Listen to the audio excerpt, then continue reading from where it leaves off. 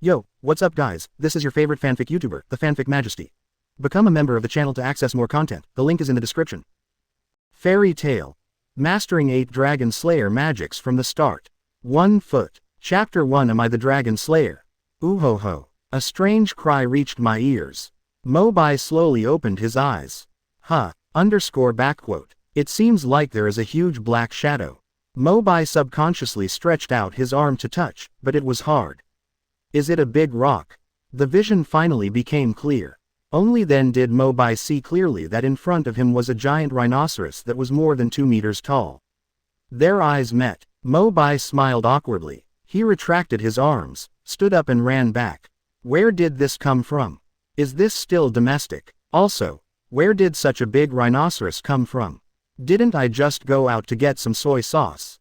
Before I went home, I heard that Fairy Tale's centenary mission was going to be updated, so I waited for the bus on the side of the road. On the way to escape, Mobai finally remembered the memory before coma. I wonder which BD driver got drunk in broad daylight. Rampant all the way, Mobai, who was waiting at the red light on the sidewalk, was sent flying. Mobai has read many novels about reincarnation after death, but this is the first time he has seen a script about reincarnation and death. Roar. Although the rhinoceros reacted half a beat too slowly. But Mobai chased after him, roaring from time to time. Mobai looked around while running. He was now in a desolate mountainous area with jagged rocks. The road was not smooth, and in a panic, Mobai inevitably stumbled almost every time he ran. On the contrary, the rhino's huge feet were firmly on the ground, and every move seemed to cause the mountain to shake. Mobai turned slightly and realized that the distance between the two parties was getting closer, so he simply gritted his teeth. I bet it has a bad brain. Mobai rolled over and hid behind a nearby rock. Perhaps because of the disappearance of the target, the sound of rhinoceros movement gradually stopped. Mobai finally breathed a sigh of relief and stuck his head out to observe the situation with a little anxiety. Why is this big guy still there? Wait, it's within sight. The rhino's whole body was tense, and one of its feet kept rubbing backwards. It was clear that he was going to rush this way. Realizing something was wrong, Mobai was about to move his position when the rock behind him instantly shattered. It's too late. The charge of this thing was so fierce that it shattered together with the huge rocks. What kind of fate do I have? To die twice in one day? Still they were all hit and flew away. Mobai closed his eyes almost in despair. Let your body draw a beautiful arc in the air. Spicy pills. But the strange thing is that apart from the friction injuries on the back when touching the ground, there was no pain in the body. In other words, the huge rock attack just now caused almost no damage to himself.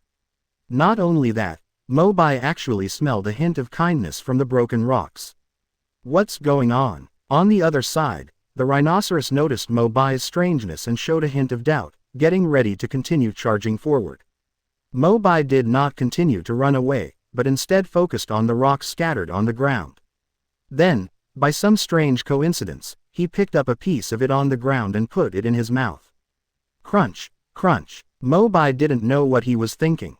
Perhaps the behavior at this moment is more like the body's instinctive reaction. I originally thought that the rock would have a teeth-grinding astringency, but when I ate it in my mouth, it tasted particularly refreshing. Suddenly there was strength in my belly, which spread to all parts of my body. What's wrong with me? Mobai was surprised to feel the changes in his body, and his strength was increasing. Almost relying on instinct again, Mobai shouted loudly. Powerful pressure spread from the whole body.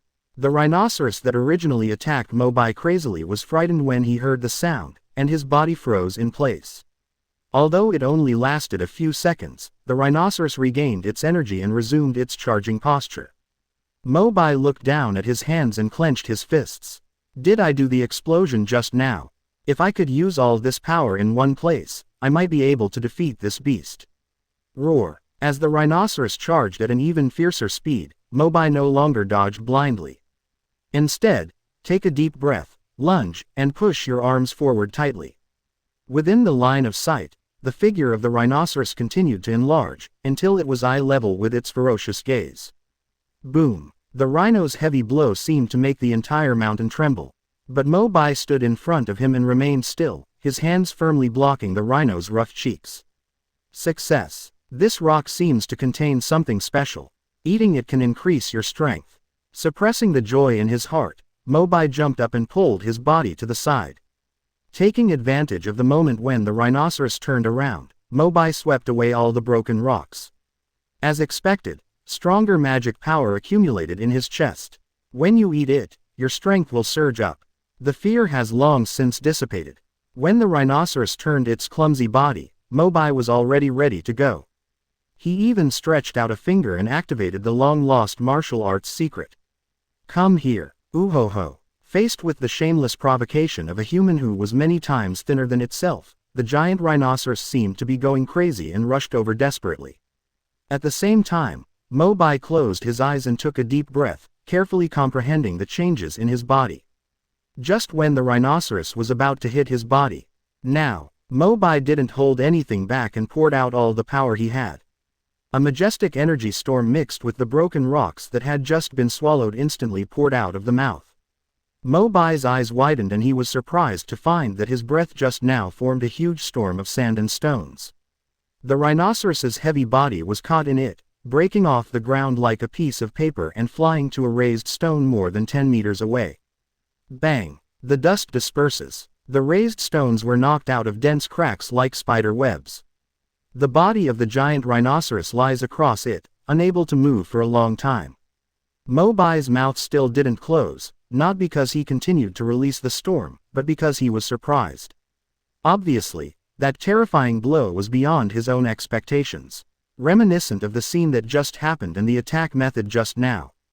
A flash of lightning flashed in Mobai's mind. Wait, this is dragon-slaying magic. I am the Dragon Slayer. Chapter 2-8 Dragon-slaying magic crystals. Mobai finally realized that he had traveled through time and entered fairy tale. This is a world of magic, and the manipulators of magic are called magicians. What he just demonstrated was an extremely rare dragon-slaying magic, a legendary method that can kill dragons. In addition, the biggest feature of dragon-slaying magic is that it swallows most elements of the same attribute and converts them into its own magic power. And this element limitation also includes the opponent's magic. In other words, no matter how much magic a magician who plays with fire casts, he will only be devoured by a fire-attributed dragon-slaying magician. Free experience. So, I am a rock-type dragon slayer mage. Swallow rocks and transform them into power. The move just now is called the Cave Dragon's Roar. Mobai sat down on the spot, put his right hand gently on his chest, and carefully felt the magic power fluctuations coming from his body. About half a minute later, a majestic and tenacious magic power was slowly triggered from the chest and gradually spread to the whole body. Mobai lowered his head and looked at his body. His skin had changed slightly, and the color was more like dark brown rock. Like earth armor. Intuition told Mobai that with this kind of blessing, his defense would not be worse than the rough-skinned and thick-flesh rhinoceros just now. But this magic power doesn't seem to be ready to come out. I haven't been able to cast it instantly. Is it because I'm not very skilled? After all, it took a full half-minute. If he really wanted to fight, he would have burped in this time. Thinking of this, Mobai concentrated his attention again, running the magic power in his body, trying to make himself more familiar with the mystery. In a daze, he seemed to have walked into a dark space, and not far ahead, there was a dark brown spindle-shaped dragon-slaying magic crystal, which was shining brightly at the moment. Mobai can clearly sense that the crystal is exuding amazing magic power, which is exactly the same as the aura during the battle just now. However, I seem to smell other magic. Mobai didn't stay too long and controlled his thoughts to continue moving his body forward. Until the magic crystal behind him disappeared. This magic power is getting closer and closer, and there is a feeling of heat. Mobai couldn't help but quicken his pace. It's almost there. After walking through so much darkness, a fiery red magic crystal suddenly appeared in front of him. The shape is exactly the same as the previous rock dragon slayer crystal. The heat is what it emits. The dragon-slaying magic crystal of fire. Mobai was immediately overjoyed and quickly used the magic power in his body to wrap it up. I have to say, this thing is a bit hot. Time passed by minute. Under Mobai's gaze, the magic crystal finally shone, and Mobai's own magic also had a hint of flame. Success. 2 dragon-slaying magic crystals. Looking at the entire world, Dragon Slayer Mage is an extremely rare existence. Except for the 5 children who were raised by real dragons 400 years ago and learned dragon-slaying magic. Most other Dragon Slayer wizards have magic crystals implanted into their bodies to understand Dragon Slayer magic. Perhaps the Dragon Slayer crystal is too expensive, or perhaps there is some special rejection reaction. Except for a few perverted guys, I have never seen anyone who can implant 2 magic crystals into the body at the same time. The source of magic seems to have not ended, perhaps there will be other gains ahead. After calming down a little, Mobai walked towards the edge of darkness again. With the experience just now, Mobai speeded up with great expectations. Not long after walking forward, a delicate yellow crystal came into view. As expected, this magical power is a dragon-slaying crystal with the attribute of thunder. Compared with the previous rock and fire elements, the thunder attribute energy is particularly violent, and I am afraid that if you are not careful, you will be paralyzed by its counterattack. But Mobai had previous experience and did not act too hastily. He just slowly used magic power to assimilate it bit by bit. That's right, it's the thunder attribute, the same power as Laxus. With the ability of the 3rd dragon-slaying magic crystal in his pocket, Mobai simply tucked it away and directly burst out the magic power in one breath. The same magic wave resonated in his mind at the same time. Then a surprising discovery was made. There are actually 5 crystals. Then I will have 8 kinds of dragon-slaying magic at the same time. Mobai took a long breath and raised his hands to rub his face. It's not time to be happy yet. What we need to do now is to refine them all in one go. Mobai walked quickly forward to follow the trace. The Iron Dragon's dragon-slaying magic crystal, swallows steel and iron, specializes in breaking sharp blades. The Water Dragon's dragon-slaying magic crystal, with the help of the Water Dragon's power, instantly set off a storm. Wood Dragon's dragon-slaying magic crystal controls life. Earth Dragon, thick black spines and tough. The last one is the power of wind, the Storm Dragon magic crystal. Absorb the storm and fly in the wind. Absorbing and refining all the power of the remaining 5 magic crystals in one breath, Mobai instantly felt that the magic power in his body was several times more powerful. 8 elements of dragon-slaying magic crystal, tisk tisk. Doesn't that mean that as long as the magic used by my opponents in the future is within the 8 powers of water, fire, wind, rock, wood, earth, thunder, and iron, I can swallow their magic and convert it into my own power? Mobai couldn't help smacking his lips. Such great power. Looking at the entire kingdom, I am strong enough to be among the top magicians. Returning from the space of consciousness to reality, Mobai still saw the vast world of mountains and rocks in front of him. Now, it's time to find a guild. Since I'm here, of course I want to join the Fairy Tale Guild. Standing up from the ground, Mobai moved his body and was about to leave when the sidelight suddenly swept to a rocky ground in the distance. In sight was a short old man, probably not even as tall as Mobai's thigh. The old man has a Mediterranean hairstyle and is sitting leisurely on the stone drinking tea and resting. Little did he know, 2 hungry wolves had already appeared behind him. The wolves showed their sharp claws and tilted their bodies slightly, making a pounce-like gesture. "Uncle, watch your back," Mobai subconsciously shouted loudly from a distance. Unexpectedly, the old man seemed not to hear. Taking a sip of the hot tea in the cup, his eyes instantly narrowed into slits, and his whole face was filled with contentment. "Is this uncle deaf?" Mobai patted his head. Before he could make the next move, 2 hungry wolves flew towards the old man. I thought it would be a bloody hunt. Mobai was even ready to mourn the old man. Just when the hungry wolf was less than half a meter away from the old man finally noticed something. He turned around slowly, looking calm. Immediately afterwards, in Mobai's horrified eyes, the old man's left fist suddenly expanded dozens of times, and he threw it out hard, knocking the 2 wolves straight into the air with great speed and pressure. The old man smiled, showing a mouth full of white teeth. Mobai swallowed, as if recalling something. The expression on his face gradually changed into ecstasy. The magic of enlargement, this hairstyle, and this figure are unmistakable. It's him. It's him. Chapter 3 Fairy Tale President. Makarov. Fairy Tale. President Makarov. Although this president is usually just a bad old man who is not serious and a little lecherous, he is currently the most reliable person in Fairy Tail, and his strength is even listed as the top 10 magicians by the council. Mo Bai originally wanted to join the Fairy Tail Guild, but now he met President Makarov directly. When luck comes, it cannot be stopped. Perhaps it just made up for his skewed non-Emirati physique in his previous life when he drew cards and took guarantees.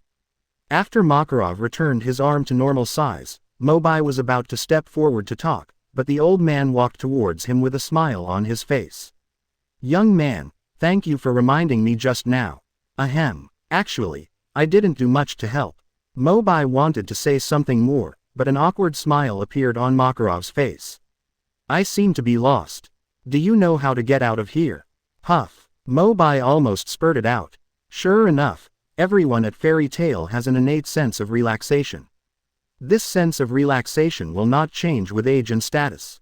But then again, Mo Bai has only been here for less than an hour, and he doesn't have a map in his hand. You, a local, are still asking me for directions. Seeing that Mo Bai didn't respond, Makarov blushed. "In that case, I won't bother you anymore, hee. I have to find a way back to the guild quickly, otherwise those little guys will make trouble again. What's going on?" etc. Makarov was about to randomly choose a lucky direction, but was stopped by Mo Bai. "Storm Dragon, wings." As Mo Bai murmured, magic power accumulated on his back, and a pair of illusory wings gradually appeared. Under Makarov's stunned gaze, Mo Bai gently grabbed his shoulders and flapped his wings to fly into the sky. The power of the Storm Dragon magic crystal that Mo Bai finally absorbed is very special. It seems that Mo Bai cannot directly restore magic power by simply absorbing air. But as a compensation, it can give Mo Bai the ability to fly and spread his wings anytime and anywhere.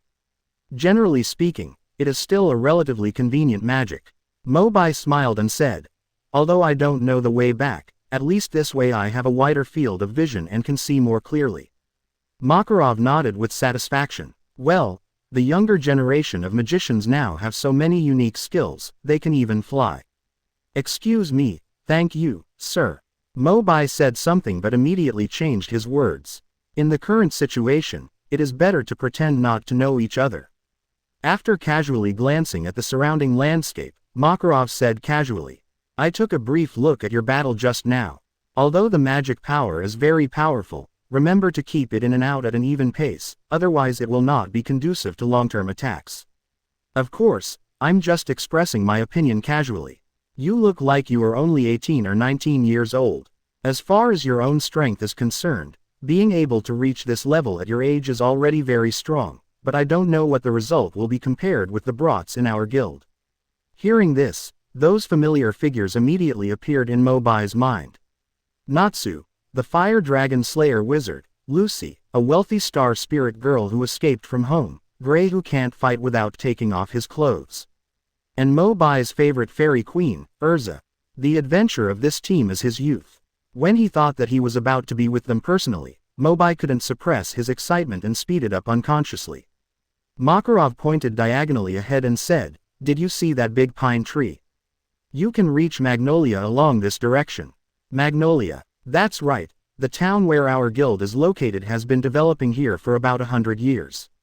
Makarov said proudly. Mo Bai also made up his mind. He had already sent him back to Fairy Tail, so he conveniently pulled him into the guild. Isn't that too much? Thinking of this, Mo Bai tentatively said, "What? Uncle, I don't have a place to settle down yet. I don't know if I can." Able. Mo Bai originally wanted to test Makarov's tone by making insinuations, but unexpectedly, he agreed directly before he finished speaking. Makarov disagreed and gushed. "The guild is a place that provides jobs for the little devils. When we officially arrive, whether you want to stay or not, I will respect your wishes. But trust me, you will fall in love with the guild. In addition, there will be an S-class magician assessment in half a year, and your strength is very promising to be selected. But that is a story for later. I will take you to visit the guild later. S-class magician assessment. If he can really pass, it will prove his strength to some extent, right?" Mo Bai was eager to find an opportunity to shine, and he couldn't hold it back any longer. When he heard this exciting news, he subconsciously cheered. But he forgot that his hands were still holding Makarov's shoulders. Ah! As Mobai inexplicably felt his hands were empty, shrill screams came from underneath him. Take a look below. Makarov's face turned pale as if he had lost his soul, and he fell straight down like a kite with its string broken, with all 4 legs in the air. Mobai dived down quickly in embarrassment. Then, before Makarov fell to the ground, he grabbed his shoulders and flew into the air again. Ahem. Sorry sir. Don't get excited, fly calmly. By the way, kid, I still don't know your name. Mobai. Mobai, such a short name. Go through the woods in front, and it's not far away. ...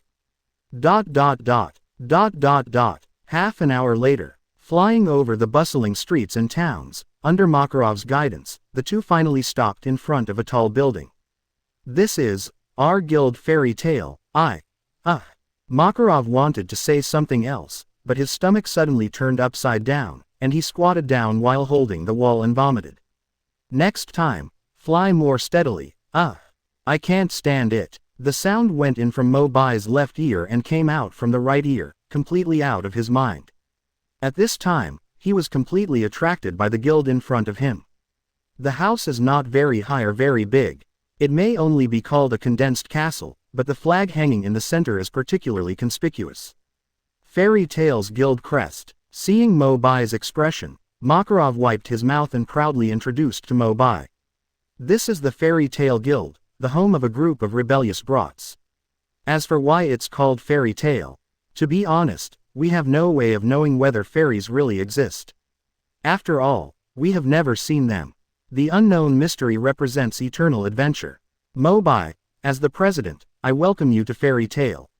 Chapter 4. Welcome to Fairy Tale.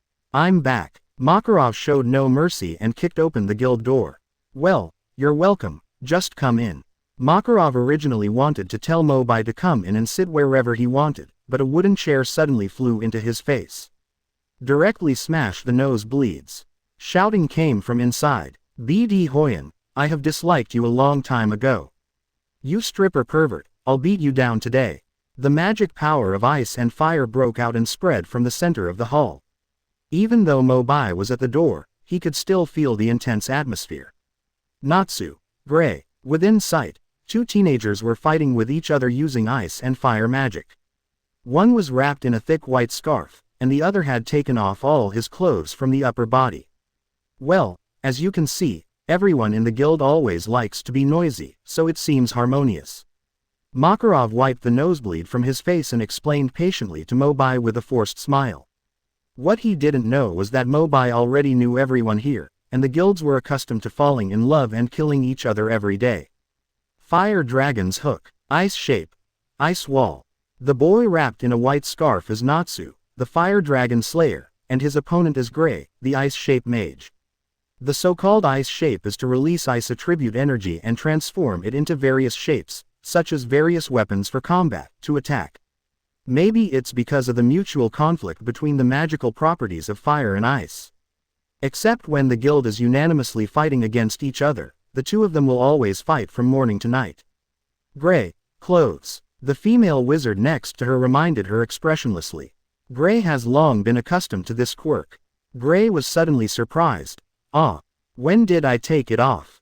Natsu would not give Gray a chance to breathe, and kicked him away while he was stunned. A flash of light flashed in the sky. Mo Bai turned his attention to Naz, who had taken advantage of him, but found that he had a pair of shorts on his hand. As the fingers turned, the shorts continued to rotate up and down. Wait, is this? Mo Bai suddenly thought of something and looked at the other side. Really? Gray stood up from the corner naked. However, her private parts are not covered up at all, and she openly walks around in front of everyone. Give me your pants. Hey, come and get it. Natsu said with a wild smile. Ice style. Lancer. Gray gritted his teeth and directly released the magic weapon attack, launching the ice spear forward. It hit Elfman, next to Natsu with perfect accuracy.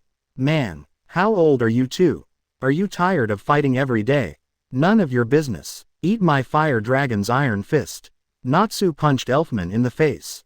Elfman was knocked away and hit someone else, knocking the pipe out of his mouth. A-hole. Don't get in the way. It's not vulnerable at all. That's enough. What are you arguing about? Whose slippers were thrown into my wine barrel? Damn it. Just be honest with me. A man must prove his strength with his fists. Quote. Not long after, everyone in the entire guild was fighting together. In just a minute or two it was a mess. This is the fairy tale I know. Mo Bai suppressed his laughter and watched with gusto. President, welcome back. A sweet female voice suddenly came from the side, which seemed out of place with the commotion of other people. Mo Bai raised his eyes and was instantly attracted by her grace. Mirage, is this a newcomer? Hello. Mirajan smiled and extended her hand to Mo Bai in a friendly manner. With her waterfall-like silver hair, pale pink dress, and every smile, she exudes the temperament of a guild poster girl. She is indeed a super beauty who can appear on the cover of Magic Weekly. Seemingly aware of Makarov's stiff expression next to Mo Bai, Mirajan looked at the people who were still scuffling behind her, smiled bitterly and smoothed things over. It seems that everyone is in high spirits today. After the commotion is over, they should all go to work seriously. Crack. In the chaotic fight, someone threw a wine bottle impartially. Hit Mirajan right in the head. Mirajan was knocked unconscious immediately. Mo Bai swallowed and stood there blankly. At this moment, he has clearly felt that Makarov is condensed with a huge and terrifying magic power next to him. You bunch of idiots, stop right now. Makarov's roar echoed throughout the guild hall. Immediately, almost everyone stopped their movements and looked over. Except for Natsu and Gray who were still fighting in the corner. While everyone else remained quiet, the two of them still went their own way, and their voices were particularly harsh. Can you please put your clothes on before fighting with me? It's annoying when that thing keeps shaking. You still have the nerve to say that. Who took my underwear away? How do I know you're not wearing anything underneath? What is intolerable is unbearable. Makarov did not hold back after all, and directly activated the magic power in his body to enlarge his whole body. Shadows were cast on the ground, and their vision dimmed. Only then did the two realize that something was wrong, and they both looked up to check. President, when did you come back? Facing these two unrepentant villains, Makarov was not polite at all. He raised his leg and pushed both of them down with a kick. Simple, crude, and easy to use. No, I don't dare anymore. It wasn't until the sound of begging for mercy came from his feet that Makarov returned to his original shape, returned to Mo Bai again, and asked seriously. So, after understanding that the guild is a group of noisy guys, Mo Bai, are you still willing to join Fairy Tale? Willing. Mo Bai nodded without hesitation. Very good. You are welcome to join. Makarov responded to his call, and everyone seemed to have completely forgotten the commotion just now, and all gathered around Mo Bai. I'm the manly elfman, a newcomer. Let's fight with my fists right now. You look about the same age as Natsu and the others. What kind of magic do you know? The newcomers brought back by the president will definitely not be ordinary. Quote. The men and women pulled Mo Bai and asked him questions, and they were very affectionate. Everyone seemed to be familiar with each other, and there was no look like they had just met each other. It wasn't until Mirajan approached with the magic emblem that Mo Bai was able to escape. This is the logo of our guild. As long as it is engraved on a certain part of your body, you will officially join Fairy Tale. A coat of arms is a special magical symbol. Although the magic power is weak, it will not be washed away by water or faded by friction. Unless magic is used to erase it. Mo Bai smiled and unbuttoned his shirt. Such an important thing should of course be printed on the chest. Feeling the slight magic fluctuations coming from his body, Mo Bai gently rubbed the crest on his chest. The more I watch, the more I like it. From now on, he officially becomes a member of Fairy Tale. Chapter 5 Fairy Queen Erza. First Commission. This is the guild's bulletin board. The job of the magician is to complete the various commissions above and get rewards. Taking Mo Bai to the side wall, Mirajan introduced Mo Bai one by one. Different commissions have different difficulties and different rewards. You can choose any work you want to complete. Just give the commission to me. After briefly thanking Mirajan, Mo Bai looked carefully at what was posted above. D-level mission, patrolling the streets of Magnolia at night. No special requirements, reward 3000 J. C-level mission, light the sacred fire of Anuba village, limited to fire mage, reward 20,000 J. B-level mission, expedited, chase down 2 night crawlers from the Thieves Guild, recover the stolen magic crystal, no special requirements, reward 88,000 J. A-level mission, defeat the vicious beast Vulcan in Hakob Mountain, and obtain the top horn of the King of Vulcan. No special requirements. The reward is 400,000 J. Quote. J is the general currency of fairy tale, equivalent to berry in One Piece, or gold coins in other otherworld novels. If you are working for the first time, it is recommended to start with a simple commission, Mirajan suggested. Or maybe, there are still many people resting in the guild today and they find it too difficult, so we can form a team with everyone to complete the mission. Mo Bai was still hesitant. It's not that you can't find a job you like, but the commissions currently posted are too simple. The highest reward among the A-level commissions is just to conquer Vulcan. Vulcan is a creature that Mo Bai is naturally familiar with. A kind of ape-like monster, active all year round in the Hakob Snow Mountain, attacking travelers. It moves quickly and can be considered a difficult opponent. But after all, they don't have magic power in their bodies. To some powerful magicians, they are just minions. Mo Bai made a calculation in his mind.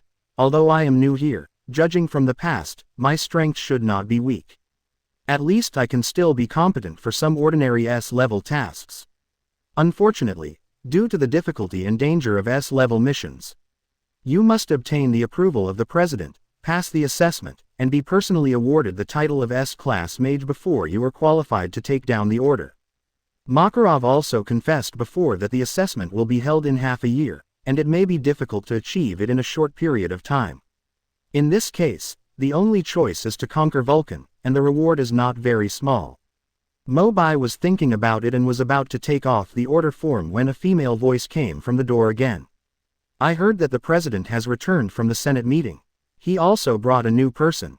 What a familiar voice, Mo Bai thought to himself.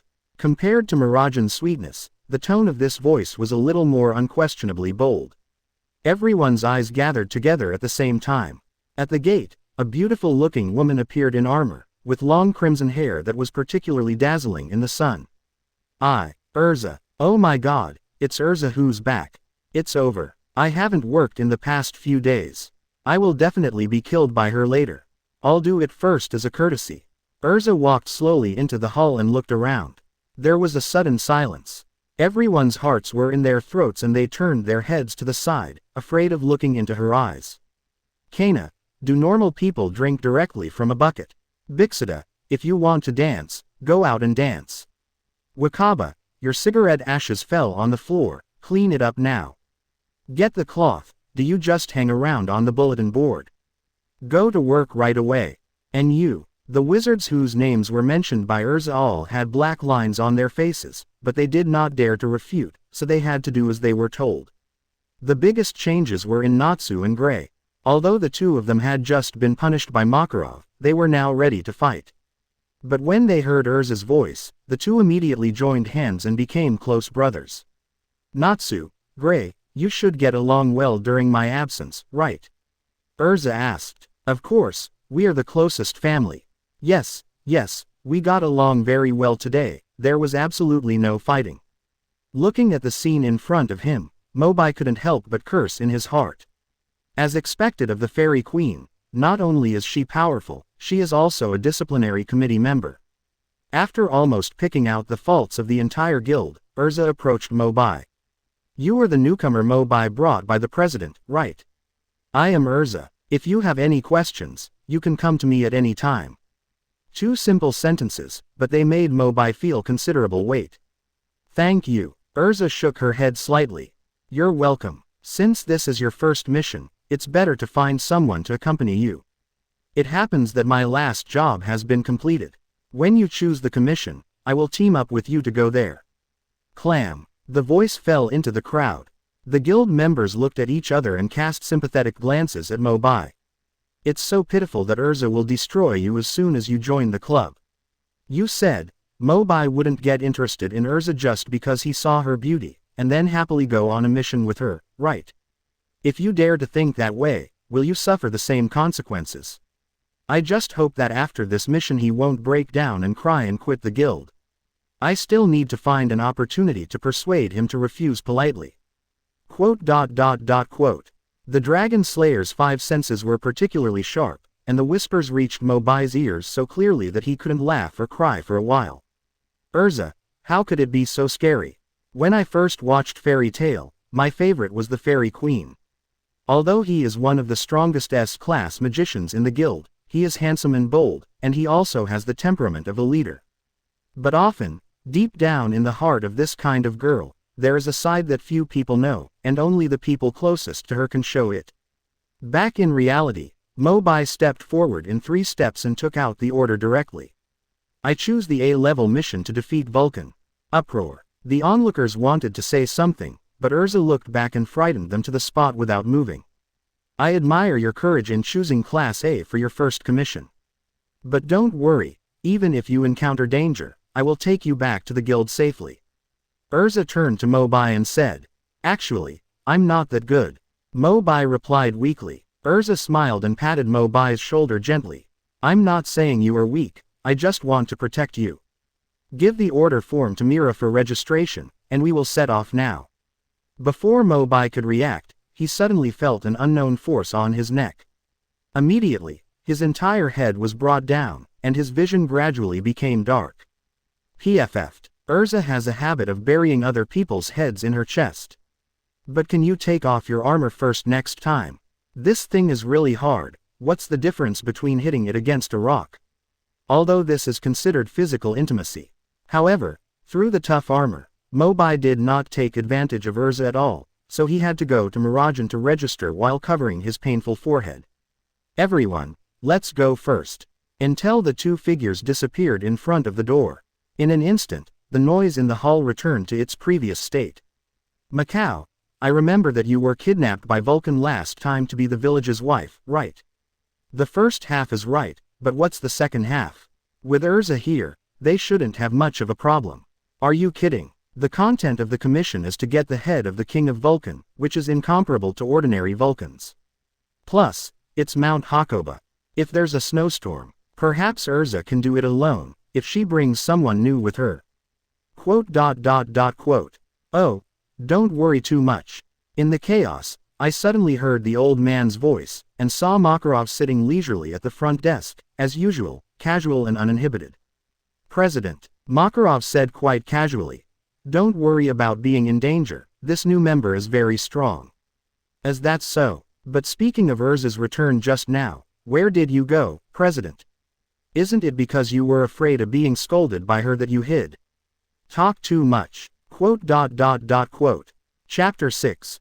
First Encounter with Vulcan. Dragon Slayer first shows his power.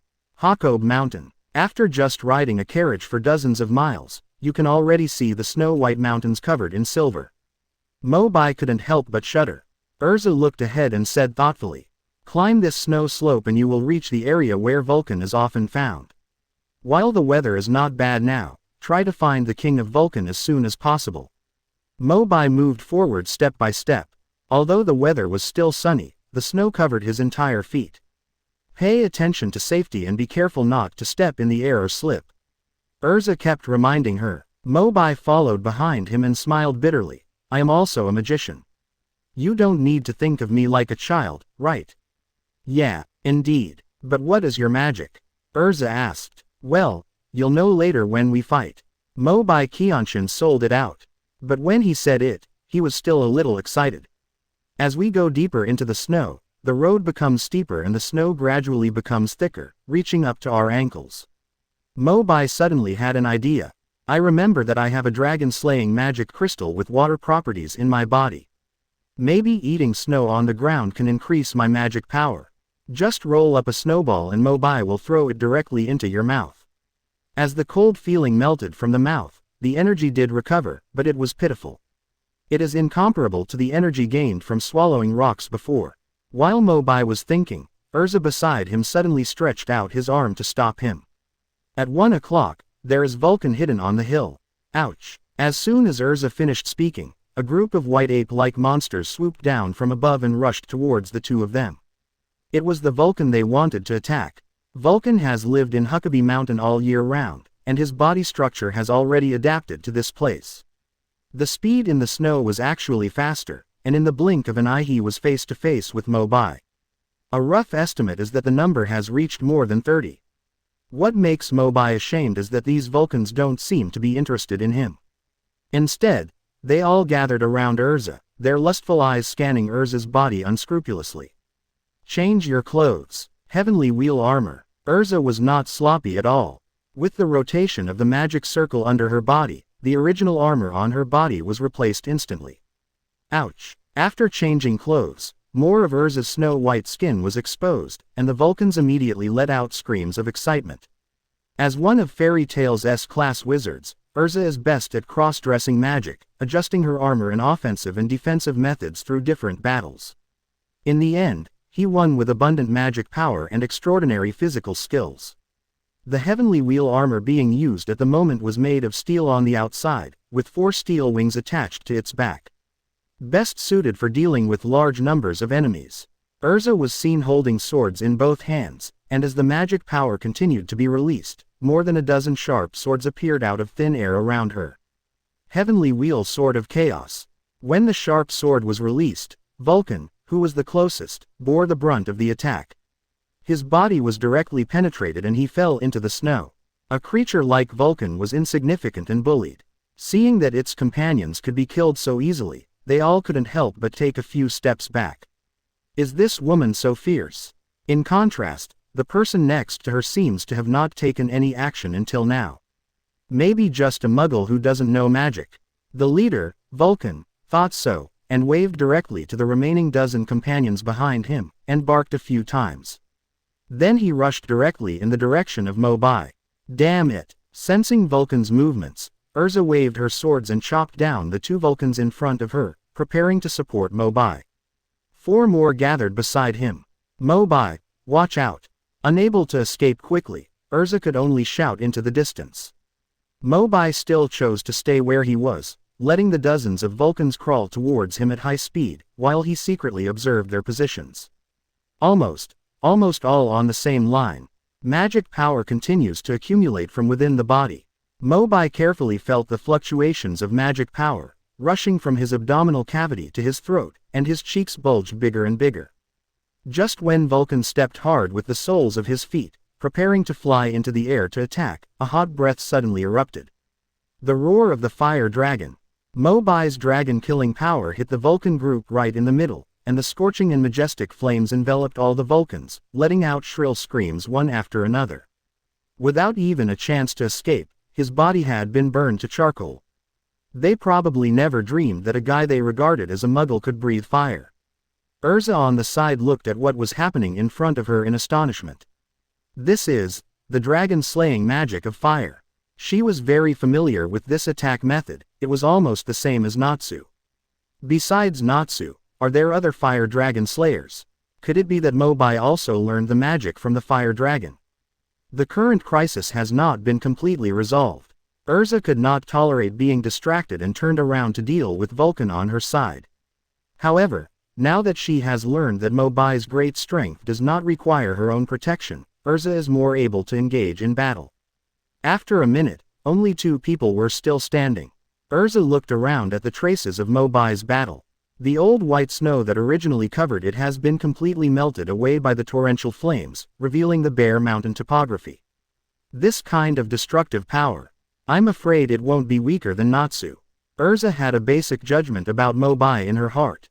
After resolving his own battle, Mo Bai slowly walked towards Erza. Erza tilted her head and showed an interested smile. I did underestimate you at first. It seems that the president has brought us a new dragon slayer mage. However, you and Natsu are both fire dragon slayers. Could it be that you were also raised by dragons, and can you replenish your magic power by swallowing fire? Mo Bai scratched his head. It's a bit hard to say. To put it simply, I obtained the dragon-slaying magic by implanting a rare dragon-slaying magic crystal into my body. I have never seen a dragon, but I can indeed use it to fire as food. Maybe I just happen to have the same attributes as Natsu.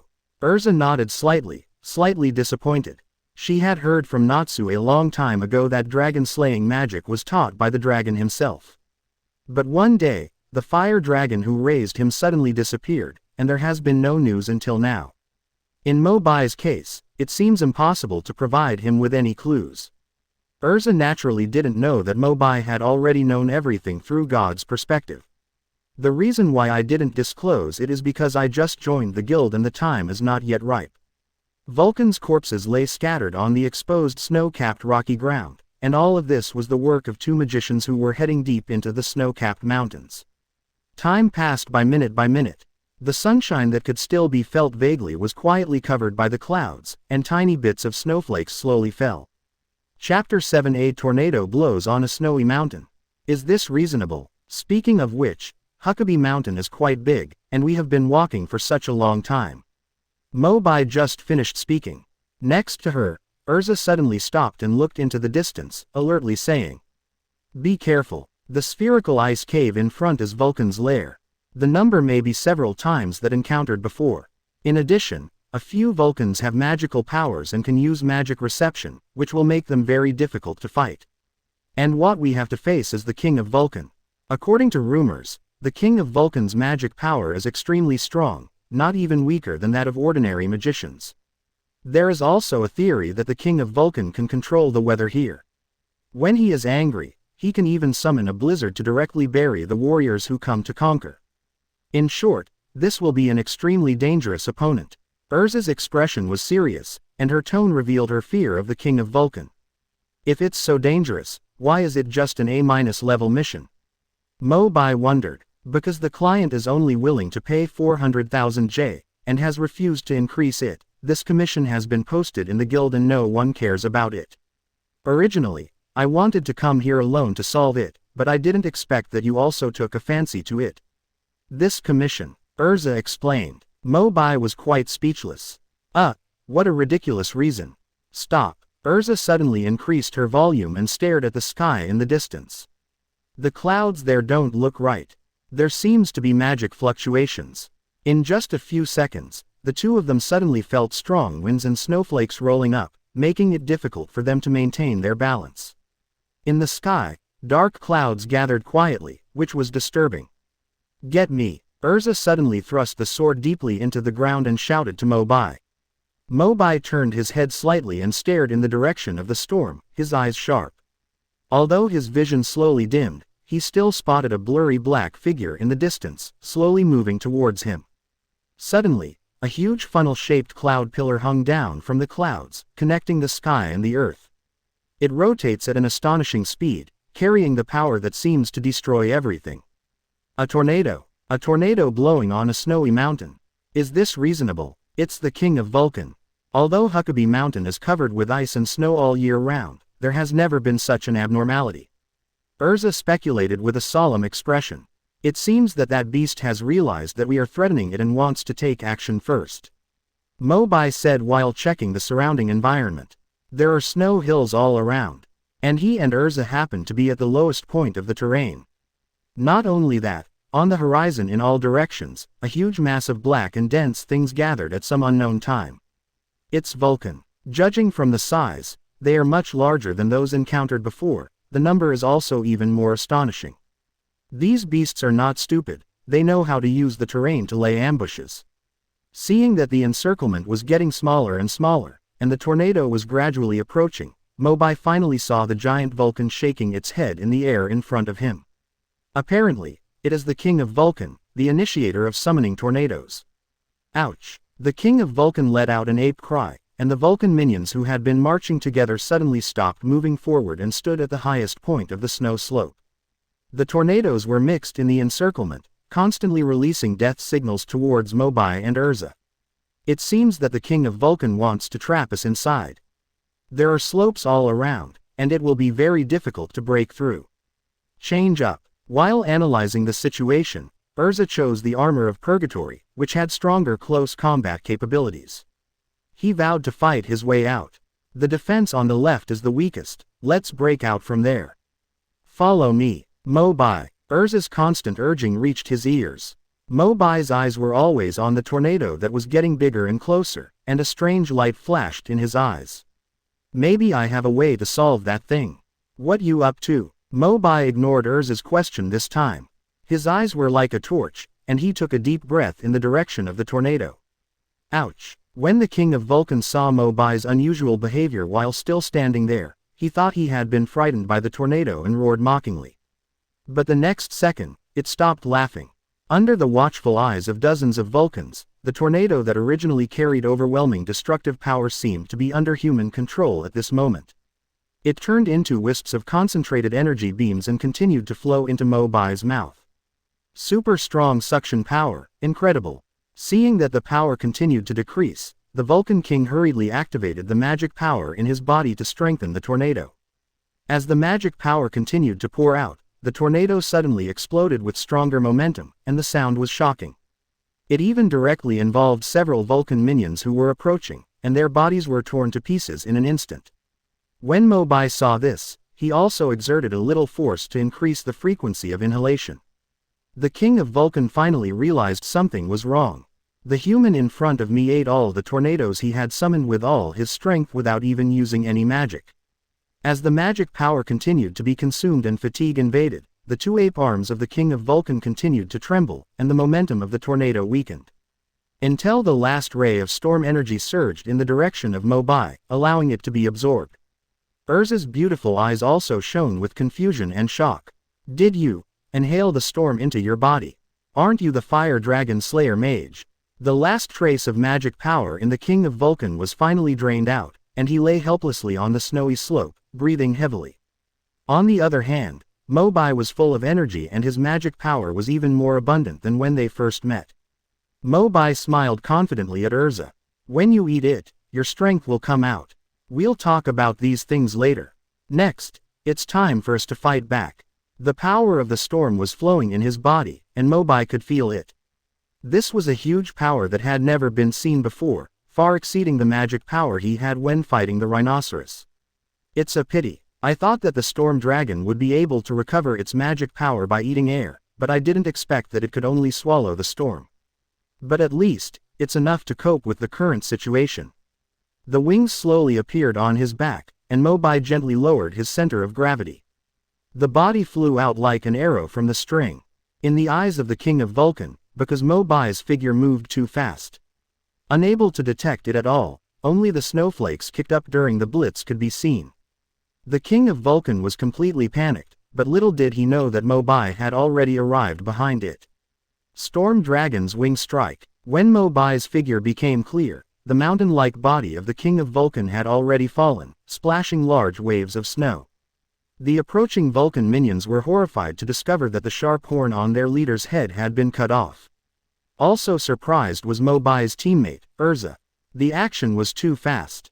Even if it were me, I wouldn't be able to kill the Vulcan King and still get its sharp horn at the same time. Dusting off the snowflakes on his body, Mo Bai played with the sharp corners in his hand quite casually. Your boss is already dead. If you don't want to end up like him, it's best to disappear from my sight immediately. Ouch ouch. The trees fell and the hosen scattered. Amidst the wails of Vulcan, Mo Bai slowly returned to Erza, raised the horn in his hand, and showed a bright smile of victory. Chapter 8. How much are you hiding? In the evening, the sun began to slowly set in the west, and the sky was dyed orange-red. As the outline gradually blurred, the light gradually softened. Mo Bai and Erza had already walked out of Hakob Mountain. Looking at the getting dark sky, we decided to continue our journey tomorrow. Bonfire. 2 wooden skewers with fish skewered on them are baked on it, making a crackling sound and gradually releasing the aroma. Mo Bai was quite looking forward to this dinner.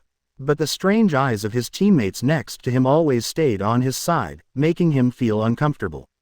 Ahem. Mo Bai tactically coughed twice, grabbed the half-cooked fish and put it in his mouth. The taste is fishy, but instead of spitting it out, Mo Bai bit faster.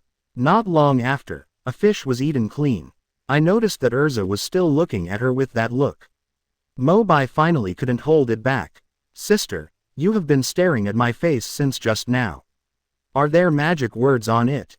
No, I'm just curious about how much strength you hide. Haven't you seen them all? Fire Dragon Slayer Mage, and Storm Dragon Slayer Mage. Well, by the way, they can fly. What else? Erza's eyes never moved away from her position, always believing that Mo Bai had hidden his strength.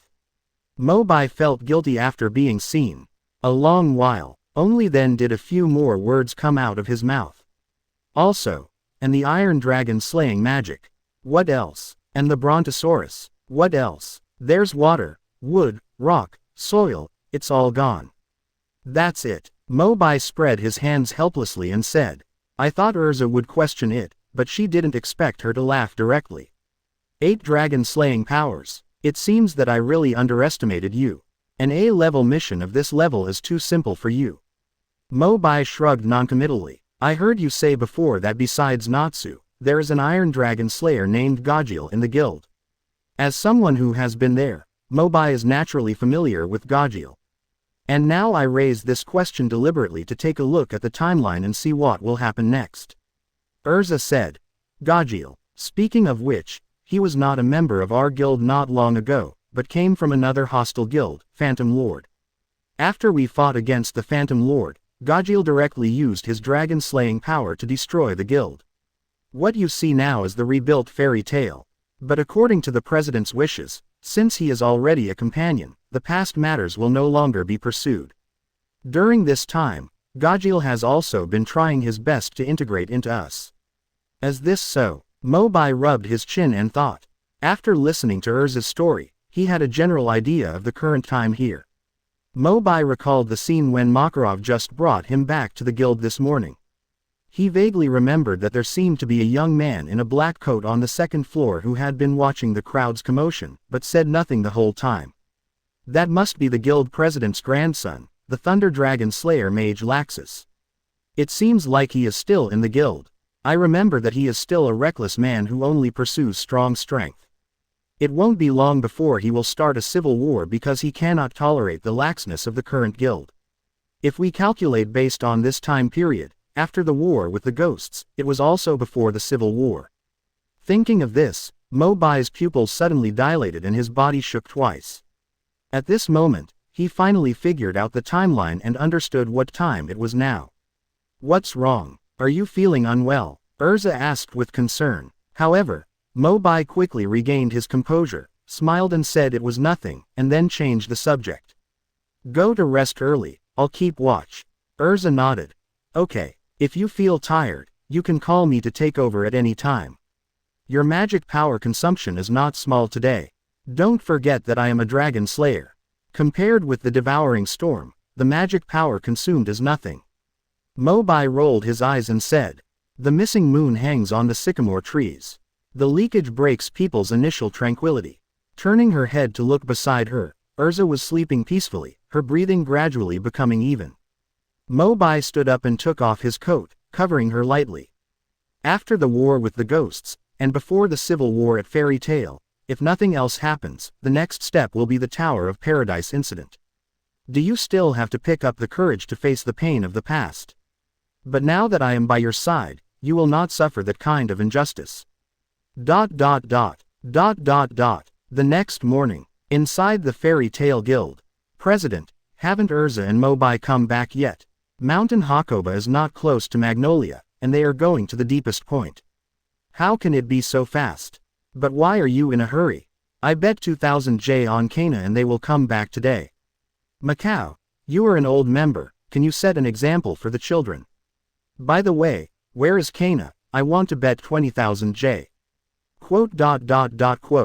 We are back. While the two were discussing, a familiar voice suddenly sounded outside the house. Then the door was kicked open. Everyone's eyes were attracted together. Clang. Erza punched Mo Bai on the head. Does the door open with your feet? Sao Rui. I won't dare to do it next time. Mo Bai rubbed his sore head and cursed President Makarov in his heart. He didn't learn this from him. Seeing the two men coming back, everyone in the guild who had been noisy immediately gathered around them. How's it going? Is work going well? Coming back so soon? You must have completed the commission, right? I bet 500 J that you will be victorious today. And me, I bet 2000. But how did you deal with the King of Vulcan? I heard that that big guy is extremely dangerous. With Erza here, how could it possibly fail? Mo Bai was overwhelmed by the lively discussions. It went pretty well. The client is the blacksmith at Harujan Port.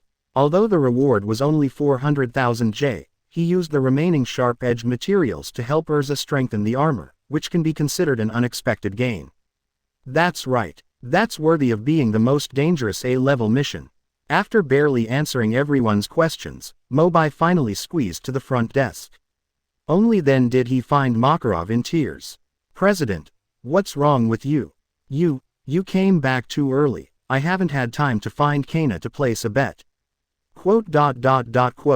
After a while, everyone sat together and listened to Erza talk about the whole process of the commission. Without exception, the mouths opened into an "oh" shape. "What? Did I hear you correctly? You mean, you didn't take any part in this work, and Mobai did it all by himself?" "That's right. Including the final battle against the King of Vulcan, Mobai defeated him all by himself." Erza smiled. The members of the guild all knew that she would not be joking about this kind of thing. They all looked at this newcomer who just came to report yesterday with surprised eyes. Erza added, "In terms of strength alone, Mobai is not below me. He has at least reached the level of an S-class mage." S-class wizard, at least. Everyone was surprised again. They just heard from the president yesterday that Mobai was very strong. But he didn't expect that there was such a domineering and fierce side beneath his simple and easy-going appearance. Mobai looked as if nothing had happened. "Ahem, it's just a fluke. Mira, have a cappuccino." Chapter 9 Patrick's Behavior. "As for the reward, the blacksmith has helped me strengthen the armor, Mobai. The 400,000 J is all yours," Erza said suddenly. "Well, since we are forming a team, the rewards should be shared equally, right?" Seeing that Erza still wanted to persist, Mobai added, "There's no need to be so polite. We can continue to form a team in the future. If I try to catch fish sometime, I'll just share your share equally as usual. There's really nothing I can do about you." Erza chuckled and casually buried Mobai's head into her chest. Mobai knocked against the hard armor again without any surprise. So hard. Mobai cried loudly in his heart, but he couldn't express the pain. "I thought that one day I would make Erza do this without wearing armor. I can't believe it will still be so tough then."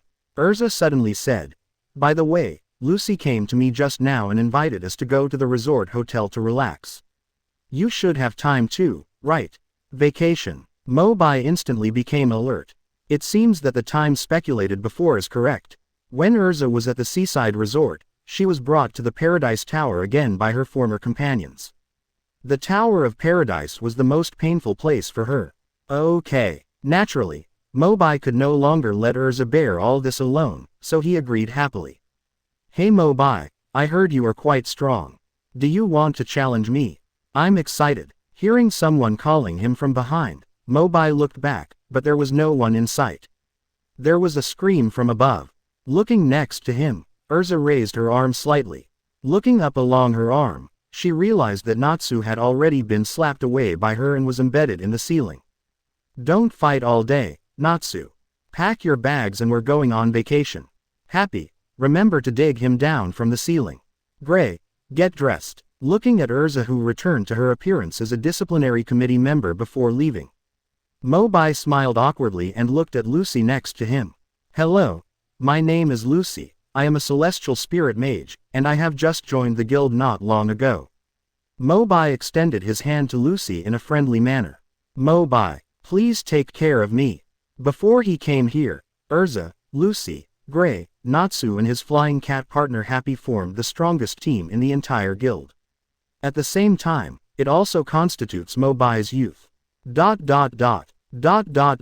After more than a day of turbulence, the 5 people and 1 cat finally arrived at the resort the next morning. After Lucy showed the VIP tickets for 4 people, the etiquette lady at the front desk immediately showed her respect and called the waiter for help. As for Mobai's share, Erza insisted on her paying it in advance, and Mobai naturally couldn't resist her.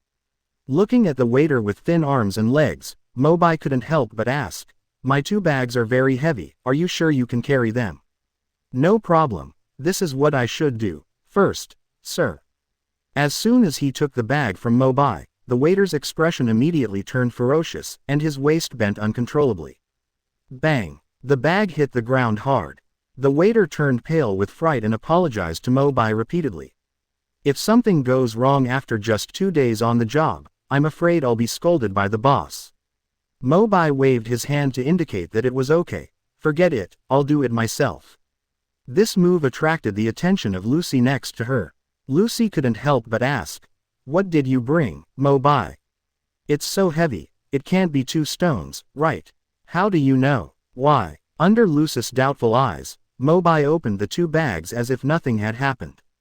Inside are 2 square rocks. Stuff the entire bag to the brim. Lucy's face was covered with black lines, and she said quite speechlessly. No, you really brought 2 stones. Spare food, Mo Bai said. Erza explained from the side. He is a dragon slayer like Natsu. Lucy's face looked better after hearing this.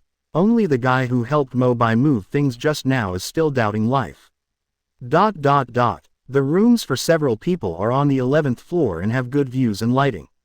After unloading their luggage, Natsu clamored to go to the beach to have fun. Except for Erza, who said she wanted to rest, the others were happy to do so. Gray suddenly felt proud. Ah, sunshine, beach, I can finally take off my clothes without any scruples. Gray, you can take off your shirt and put on your underwear. Ah, when did I take it off? Why am I hanging out with this naked pervert? It just so happens that Erza isn't here. Flame Soul Dan, let's have a good time today. I'm on fire. Stop. Don't fight anymore. Without Erza's control, Gray and Natsu started fighting each other with punches and kicks. Looking at Lucy's pleading eyes, Mobai could only shrug. He said he had no idea. That's all. Stay until the sun sets. Mobai looked at the golden clouds on the horizon and murmured to himself, it's almost time. Erza's former companion will be here soon, right? But he looked at Natsu and Gray, who had been fighting all afternoon. At this time, both of them were beaten to death and turned into 2 pig heads with bruises and swollen faces. Mobai sighed helplessly. It seems we have to drag them back to the hotel first. Until these 2 idiots are settled. Lucy Happy also returned to the room. Standing alone in the hotel corridor, Mobai did not return to his residence, but walked to the deepest part of the corridor and stopped in front of the door at the end. This is Erza's room. According to the original plot, her old friend will show up tonight and take her away. We have to find a way to protect her. Mobai took a deep breath, stepped forward and knocked on the door gently. Chapter 10 1 against 4. Protect Erza. Inside the house. Dong dong. Erza, who was sunbathing on the balcony chair, suddenly woke up and looked around blankly. Did I fall asleep? Recalling the nightmare just now, I returned to the purgatory of my childhood. Erza couldn't stop her heart palpitating. Dong dong. The knock on the door sounded again. Wiping the cold sweat from her forehead, Erza took a breath and then opened the door. Mobai. Mobai smiled and suggested, how about taking a walk outside? I heard that the night view of the beach here is beautiful. Okay, wait for me. Erza readily agreed, and a bright light appeared on her body. He resumed his usual armor attire. But he found that Mobai was looking at him with a strange look at this moment. What's wrong? Mobai asked. I'm not eldest sister, don't you think this is strange? How can anyone walk on the beach and wear armor and a sword? Hearing this, Erza actually became a little shy for a moment. Armor can make me feel more at ease. Are you worried? Mobai asked. Erza, who had always been forthright, seemed hesitant at the moment. Seeing this, Mobai stopped asking too much. He naturally knew that Erza at this moment was only strong on the outside, but she was extremely insecure inside. When the 2 of them arrived at the beach again. The moon is already shining in the sky. Almost all the tourists were gone, and in the vast open space, only a few dim lights were still on. Erza turned her head helplessly and asked, is this the beautiful night scene you were talking about? Ahem, I just heard it, it seems I was deceived. Mobai smiled awkwardly and found some excuse to excuse himself. He doesn't care about drinking anymore. The main purpose of asking Erza out is to protect her. At the same time, suddenly a ship sailed on the distant sea, and the melodious sound of a flute floated over. Mobai noticed it immediately, and immediately narrowed his eyes slightly, staring at the movements on the ship. Is it really here? But, at this moment, Erza didn't notice anything unusual, and suggested. How about we find a bright place? Mo Bai shook his head slightly and pointed towards the distance. Did you see that ship? Erza looked in the direction, and even though the light was not good, she could still see the ships parked on the shore. 4 men in cloaks slowly appeared from above and were walking in their direction. Magic power fluctuations faintly spread out.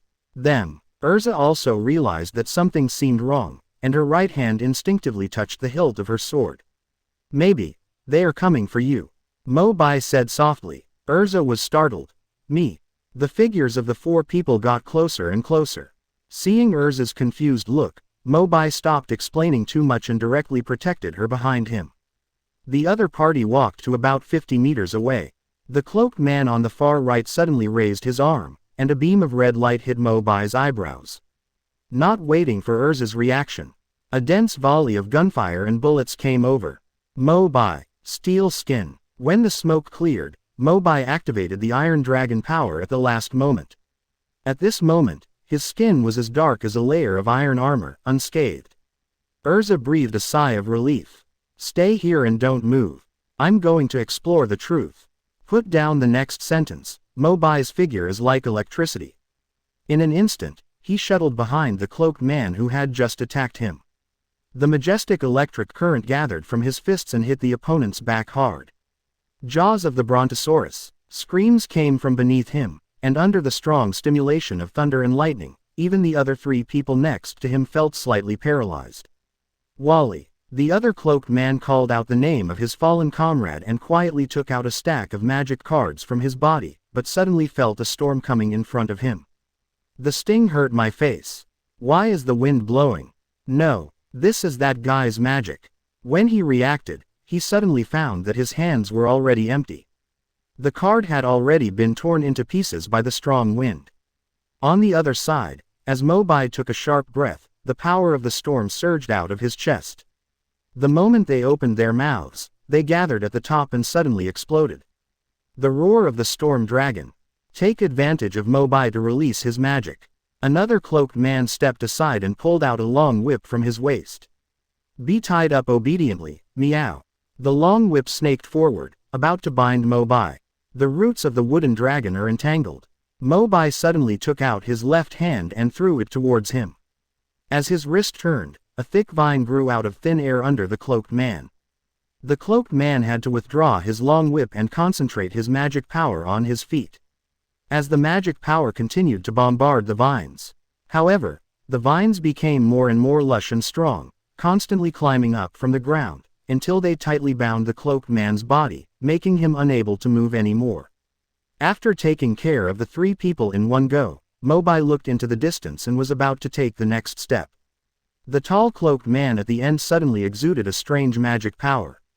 Mo Bai's mind sank, his vision became dim, and his hearing also decreased.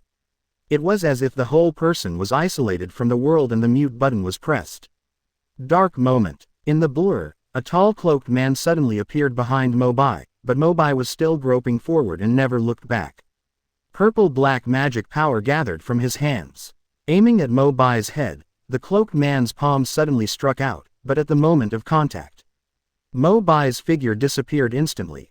Sensing something was wrong, the cloaked man hurriedly withdrew his magic power, but Mo Bai's calm voice came to his ears. Sorry, my 5 senses are stronger than those of ordinary dragon slayers. Fire Dragon's Iron Fist. The flames shone brightly, and the firelight illuminated a large area of the beach. The exploding fire fist landed on the cloaked man's abdomen and was rushed away by the huge magic power. His vision and hearing returned to normal.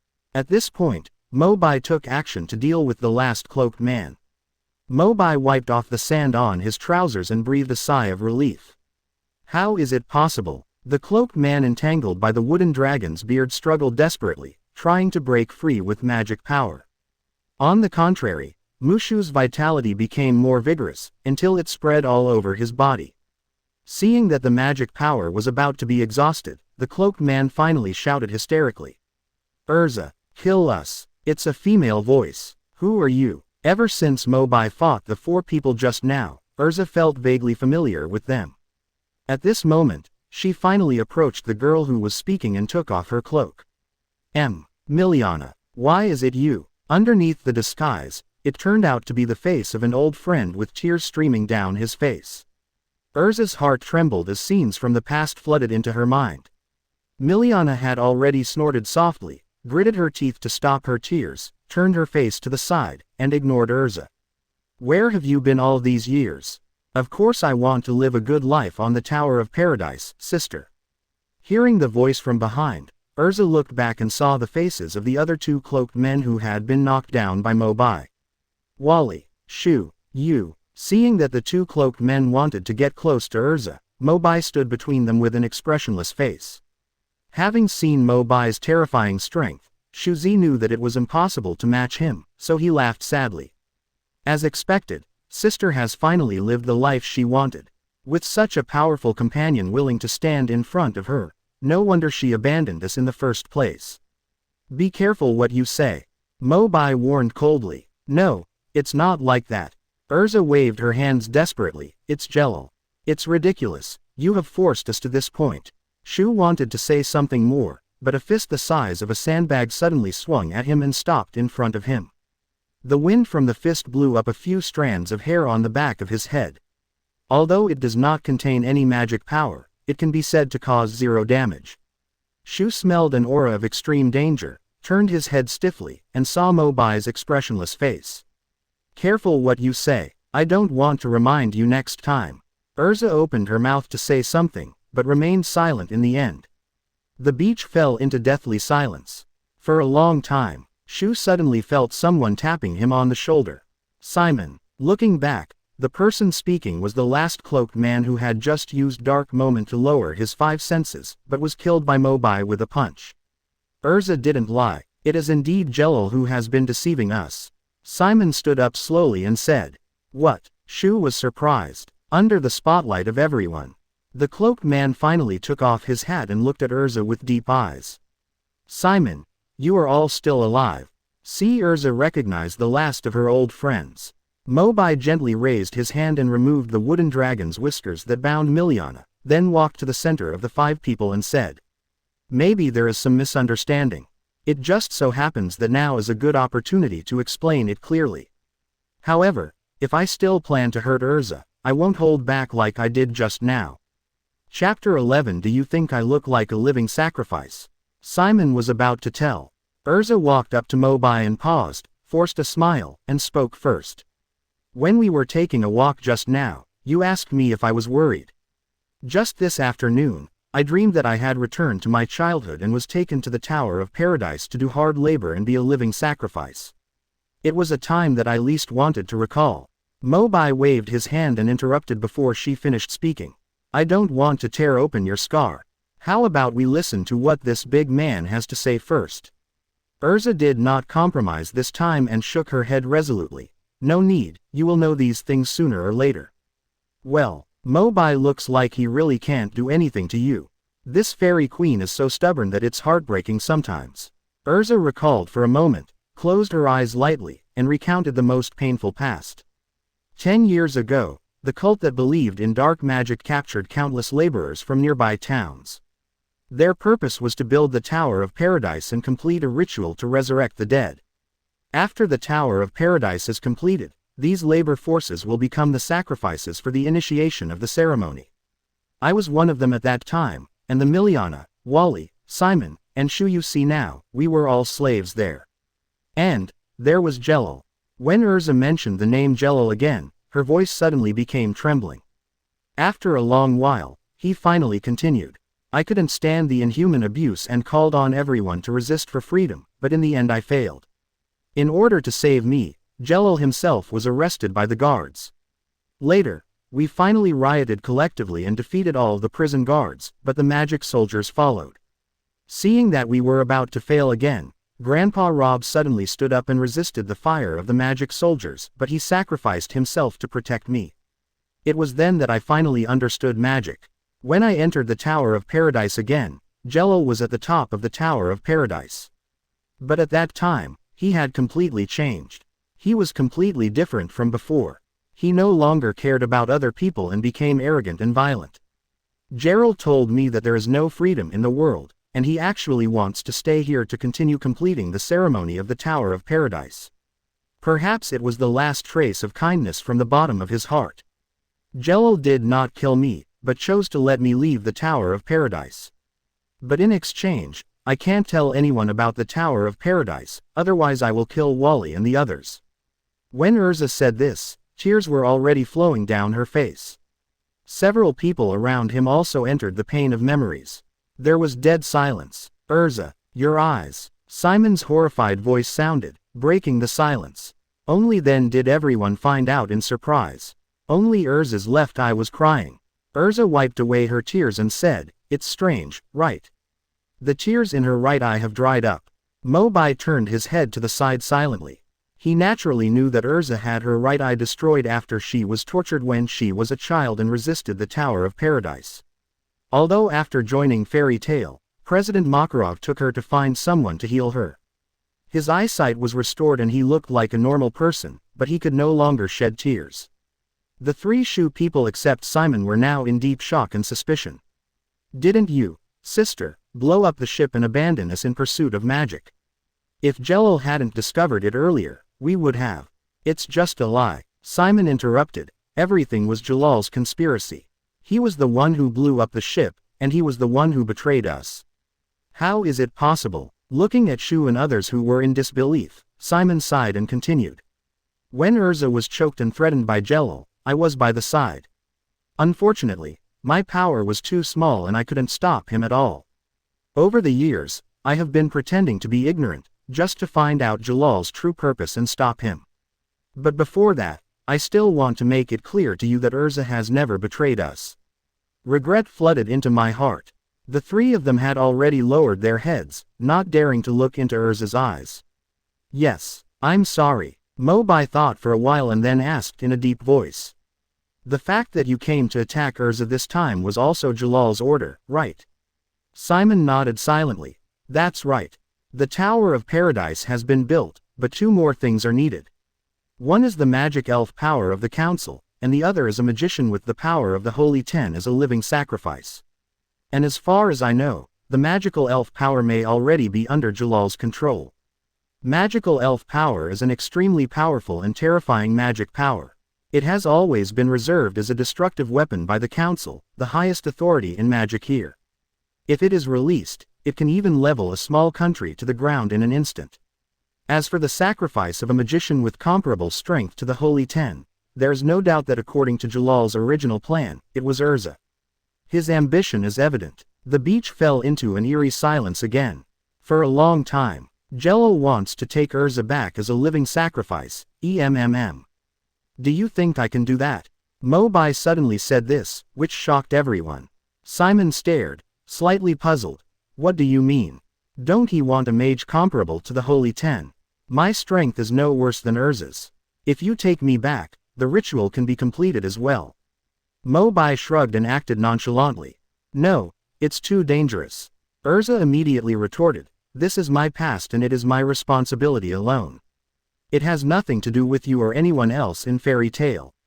Seeing that Erza was stubborn again. But this time, Mobai was prepared. "Do it." "What?" Erza was stunned. After hearing Mobai's instructions, Shu, who originally lowered his head, took out the card without hesitation, added magic power and threw it directly towards Erza. Erza was defenseless. The card is like a small mobile cage, instantly sucking Erza's entire body into it and sealing it. "Let me out. What do you want to do?" Mobai chuckled, walked up and patted Shu on the shoulder. "Well done." Holding the card carefully, Shu mumbled and explained. "I'm sorry, sister. When Simon was talking just now, your partner already whispered to me to prepare for action. We can't let you get hurt anymore. This is my business and has nothing to do with Mobai. I will go with you to find Jellal and send Mobai back to the hotel immediately." Erza shouted. Mobai paid no attention to this. He waved to several people. "Let's go to the Tower of Paradise. You can take me as a living sacrifice back to pay your bills." On the sea, the ship sailed for a long time, and Mobai sat alone on the deck, waiting quietly to dock. Speaking of which, shouldn't the Dragon Slayer be immune to all forms of transportation? I seem to be fine. Maybe it's because the dragon slaying power hasn't been fully awakened yet. When thinking wildly, heavy footsteps came from behind. It was Simon. Are you really sure you can deal with Jellal? Although I have seen your strength before, our magic is not at the same level as Jellal's. To be honest, Mobai doesn't have a clear idea of his current strength. After all, it was the first time to face such a powerful opponent. But one thing is clear. He didn't want to see Erza cry anymore. Mobai's eyes gradually moved into the distance, and his eyes became determined. No matter what happens later, you all stay on the boat and keep a good distance from the Tower of Paradise. I will defeat Jellal. I will let Erza see it with her own eyes. The purgatory that tortured her throughout her childhood will be completely destroyed tonight. Chapter 12 Jellal's Ambush. Standing on the deck, the dark tower in the distance reaches into the sky, giving people a strong sense of uneasiness. The surroundings are brightly lit, and countless light spots are constantly moving. It wasn't until I looked closer that I realized that it was a heavily armed night patrol force. There are thousands of people. Is it finally here? Mobai narrowed his eyes slightly. The wings of the storm dragon bloomed quietly on his back, and immediately his body shot out. On the shore, the patrolling garrison spotted Mobai's figure and immediately raised the warning signal. Spot the enemy and prepare to shoot. Dense guns and bullets were shot out at the same time, many of which were attacks enhanced by magic. Mobai focused all his thoughts on the wings of the storm dragon behind him, and flapped the wings vigorously. The powerful wind acts like a shield, blocking all attacks. The ammunition that lost power fell into the sea one after another, causing small waves to splash. Due to the dim light in midair and the long distance, the garrison captain was not aware of this at all. He thought that the attack just now was not strong enough, so he ordered his men to attack even more hoarsely. Fire! Fire! More dense bullets came towards me. Mobai leaned over and looked at the vast ocean beneath him, and suddenly had an idea. It seems that the power of the water dragon has not been used yet. Now is a good opportunity. Weaving through the hail of bullets, Mobai was not in a hurry to get close to the Paradise Tower, but instead walked in circles. The guard captain thought it was suppressed fire that made Mobai afraid to run away, and ordered the shooting frequency to be increased. He won't have the strength to fly anymore. Aim closer and shoot hard for me. Every time Mobai glides in the air, he pours part of his magic power into the sea. After assimilating with the dragon-slaying magic power, the water surface has already set off rough waves, mixed with the impact of swallowing everything. The time has come. Mobai suddenly swung his arms forward. Water dragons tied. In an instant, the waves surged up into the sky. The raging waves were like a ferocious giant beast, opening its bloody mouth to swallow everything. Sea. Tsunami. The guards who were originally complacent and thought they had taken advantage were now frightened to death. Staring at the horrifying scene in front of him with wide eyes, his heart was filled with fear and despair. Boom. As Mobai's arm fell, the water completely released its force and crashed down. Regardless of whether the guards tried to hide or escape, they were all involved and became the nourishment of the sea. The washed shore takes on a new look. Only the Tower of Paradise still stood there, and conventional attacks did not seem to cause serious damage to it. Mobai didn't pay too much attention to this. His goal was always the same: Jellal at the top of the tower and the core device of the Paradise Tower. At the same time, Tower of Paradise, top of the tower. In the dim room, the light was so weak that it was almost impossible to see the surrounding environment clearly, but a figure stood out. A blue-haired young man was looking down at everything that had just happened. Instead of anger, there was a bit of a sneer on his face. It was a blue-haired young man at the top of the tower, looking down at everything that had just happened in a condescending manner. But his face did not show the slightest anger or dissatisfaction. On the contrary, there was a bit of an unpredictable sneer. This person is none other than Jellal. Seeing Mobai's figure gradually rushing towards the direction of the tower, Jellal's mouth gradually showed a strange arc. What a powerful force. Those four losers haven't brought Erza back yet, so they still failed. However, now that the ceremony is about to begin, using the little magician who broke in as a living sacrifice seems to be a good choice. 3 feathered crows of the Assassination Guild. The plan has changed. The 3 of you are ambushing on the 2nd floor. The target is the flying magician outside the tower. Jellal waved his hand and turned his eyes to the three assassins hiding in the doorway. The three assassins moved in response, emerged from the darkness, and bowed respectfully to Jellal. Happy to serve you. Outside the tower, Mobai controlled the wings of the storm dragon and was about to head to the top of the tower, when he suddenly felt a burst of magic coming from underneath him. My heart suddenly tightened and I quickly ducked to the side. Boom. The original location was instantly detonated by the magic light wave.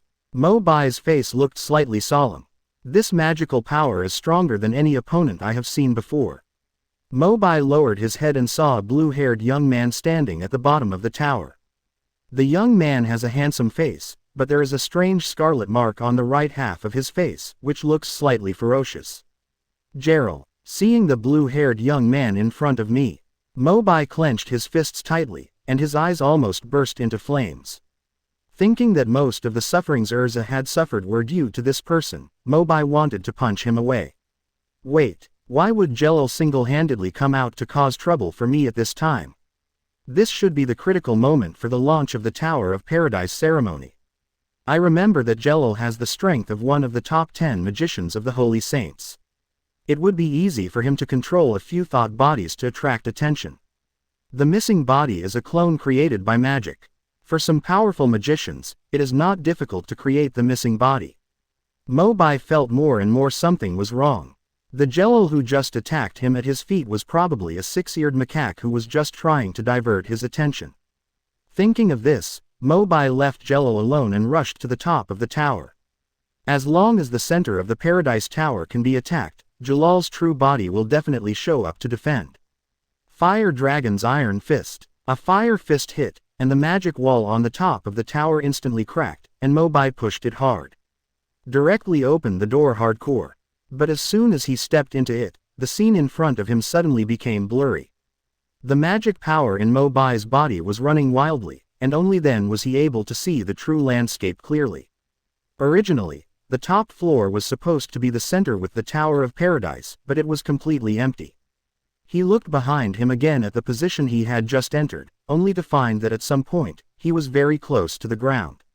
This is the second floor. I see. The most important core device for the Tower of Paradise will definitely not be directly exposed. This should be the magical illusion set up by Jellal, a special protection mechanism. Although in my mind I am flying towards the top of the tower, in reality I am swooping down. Just when Mobai was hesitating, a woman's voice suddenly sounded in his ears. Unfortunately, I want to inform you that the journey has come to an end, the handsome young man from the Magister's Guild. No one who has been targeted by the three feathered crows of the Skull and Bones Society at the same time has ever been able to leave alive. Look up. Among the three people, one has long hair and holds a guitar, and the makeup on his face is extremely colorful. One is wearing an owl hood. At first glance, they look like two perverts. Only the woman in the middle carrying the long knife looks normal. Owl, eagle, turtledove, the three-feathered crow who assassinated the Union. As a time traveler, Mobai is no stranger to them. Magic is quietly brewing at Mobai's fingertips, and fighting spirit is ignited.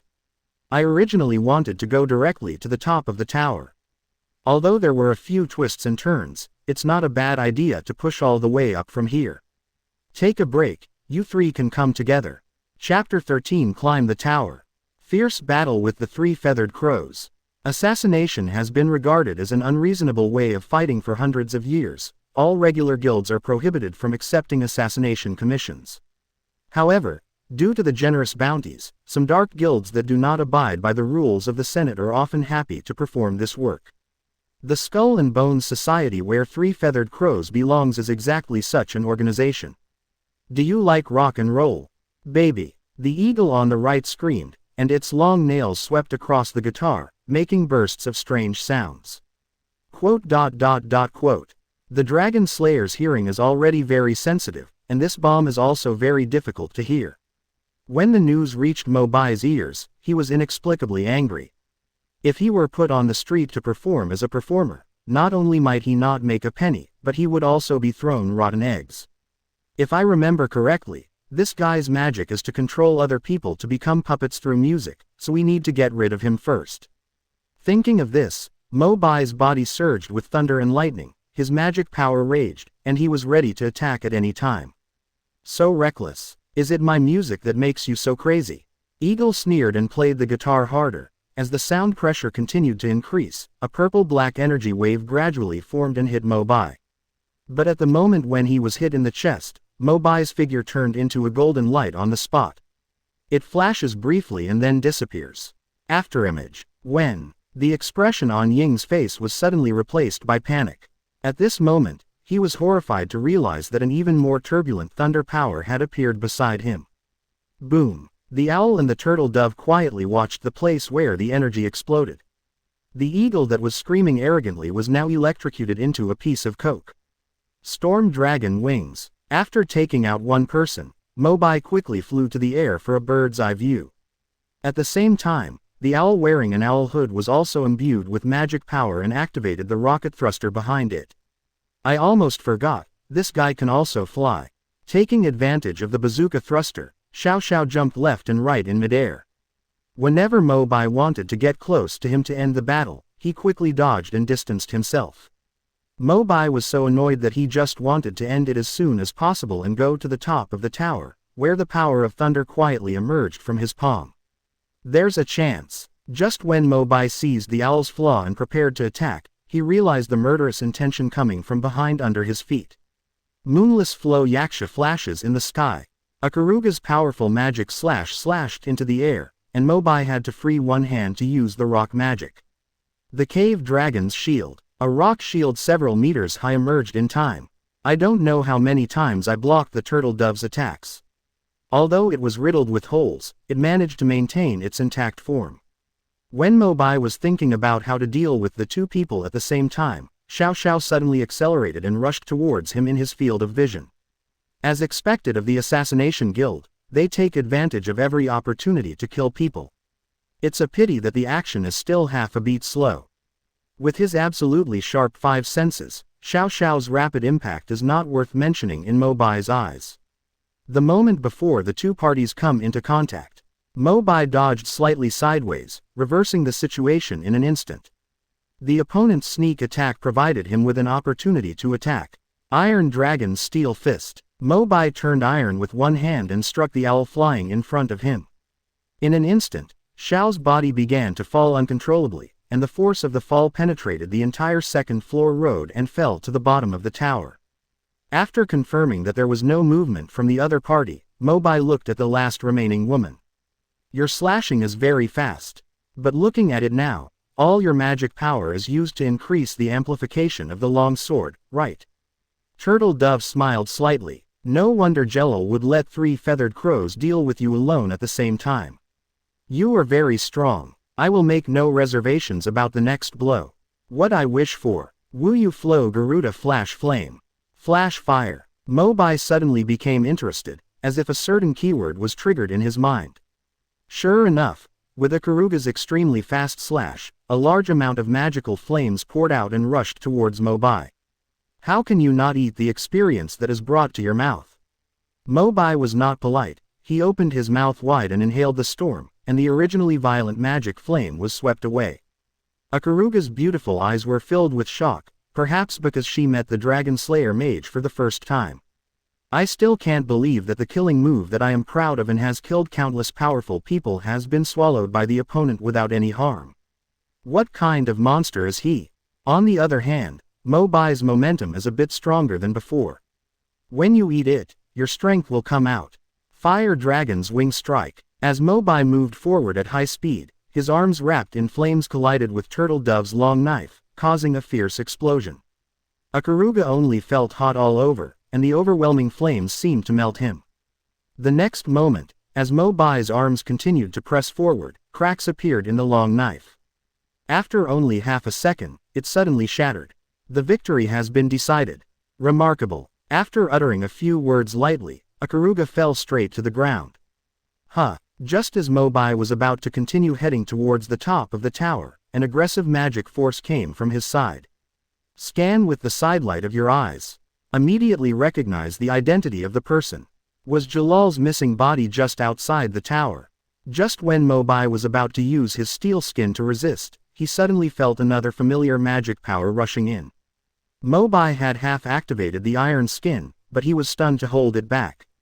At this moment, he actually gave up all his defenses and completely exposed his most fragile body to Jellal's missing body. Court death. Although the missing body couldn't understand what this operation was, it still sneered and waved the meteor magic from its hand. Clang. The moment he is about to touch Mobai's back, a figure suddenly shot out, raising a heavy shield to block Mobai perfectly. The pupils of the missing body instantly dilated. Erza. At this moment, Erza is wearing silver-white diamond armor, with amazing defensive power. In a guild battle with the Phantom Lord, he single-handedly blocked the charge blow of the opponent's trump card magical convergence cannon. Erza complained in a low voice, "It's really annoying. Don't you know how to defend yourself?" Mo Bai smiled. "I knew you would come here a long time ago. That level of card magic would definitely not be able to trap you. I didn't expect it to happen so soon."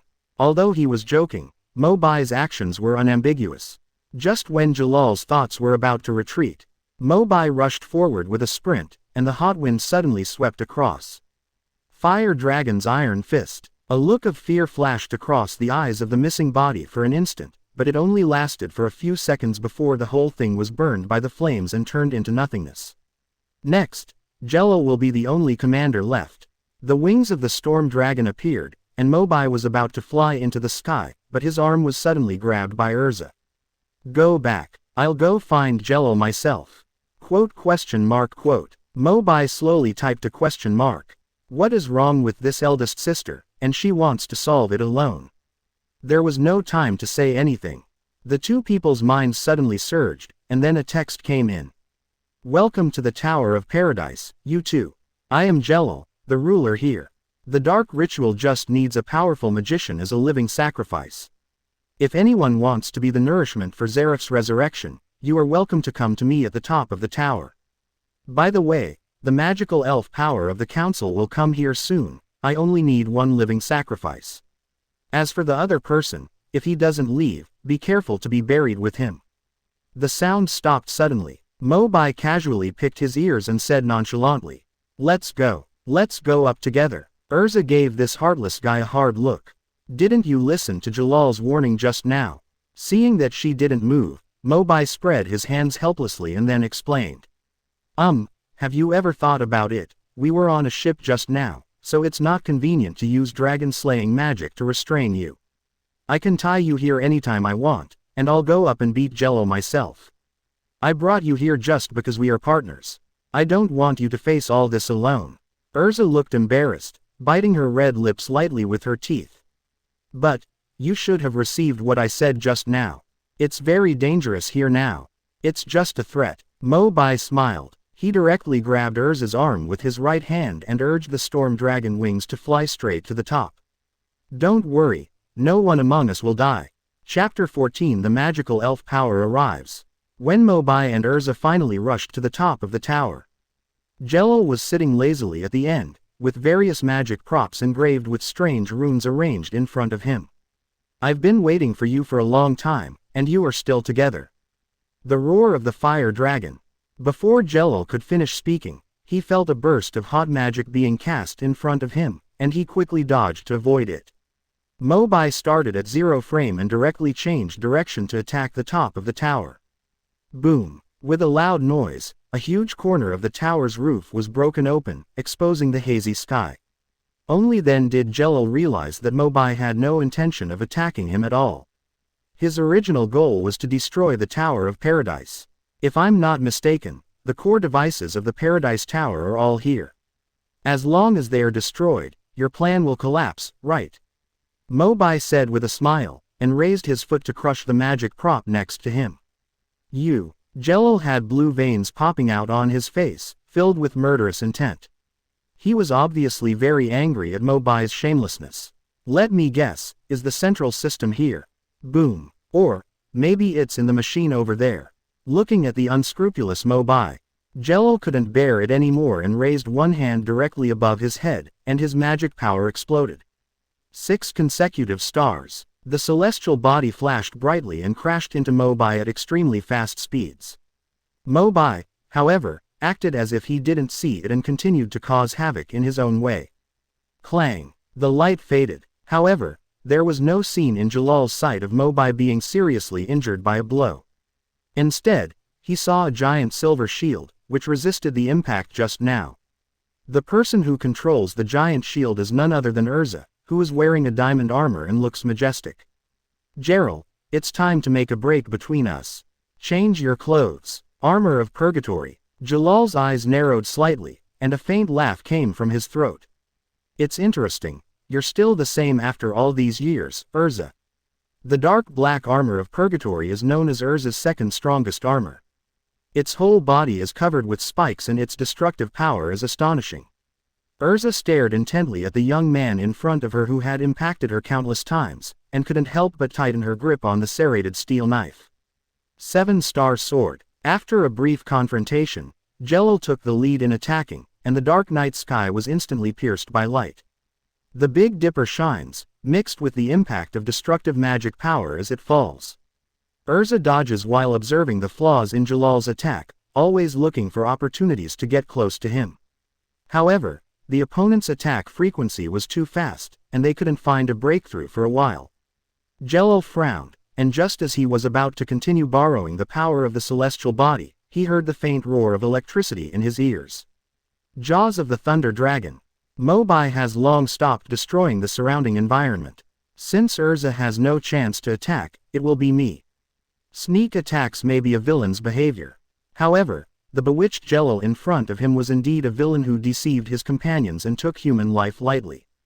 Mobai played dirty tricks on him and was confident. As Jellal was knocked back by a single blow, Erza finally had a chance to breathe and readjusted her stance to prepare for the fight.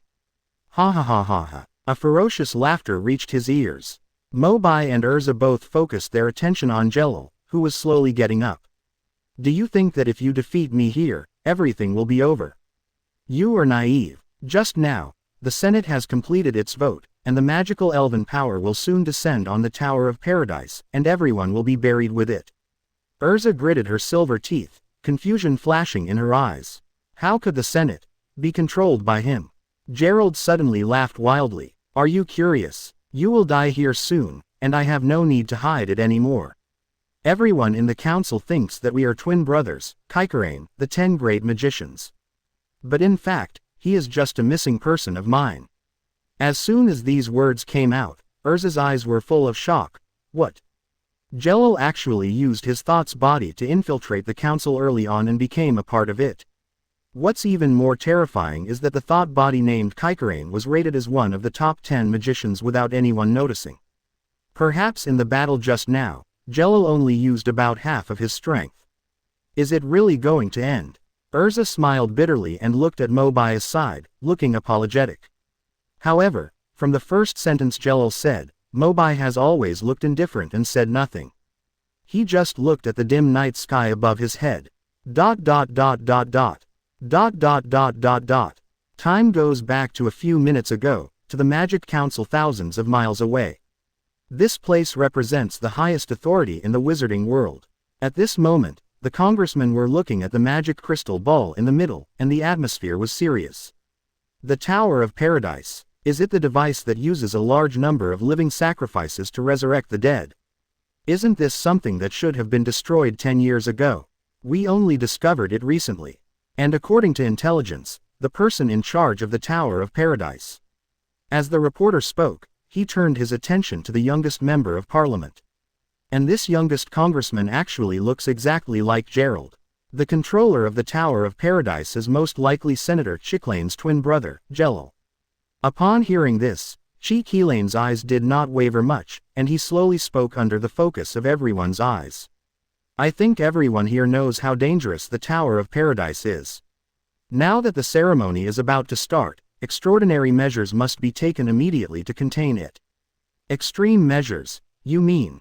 Magic elf power. Kai Keelan's sonorous tone shocked the other congressman. After a long time, a hoarse voice came from the corner. The magic elf power is too dangerous. I think we should consider it in the long term. Besides, isn't Jellal your biological brother? Kaikarain looked like he was killing relatives out of righteousness. As a council member, it is my responsibility to protect the stability of the magician world.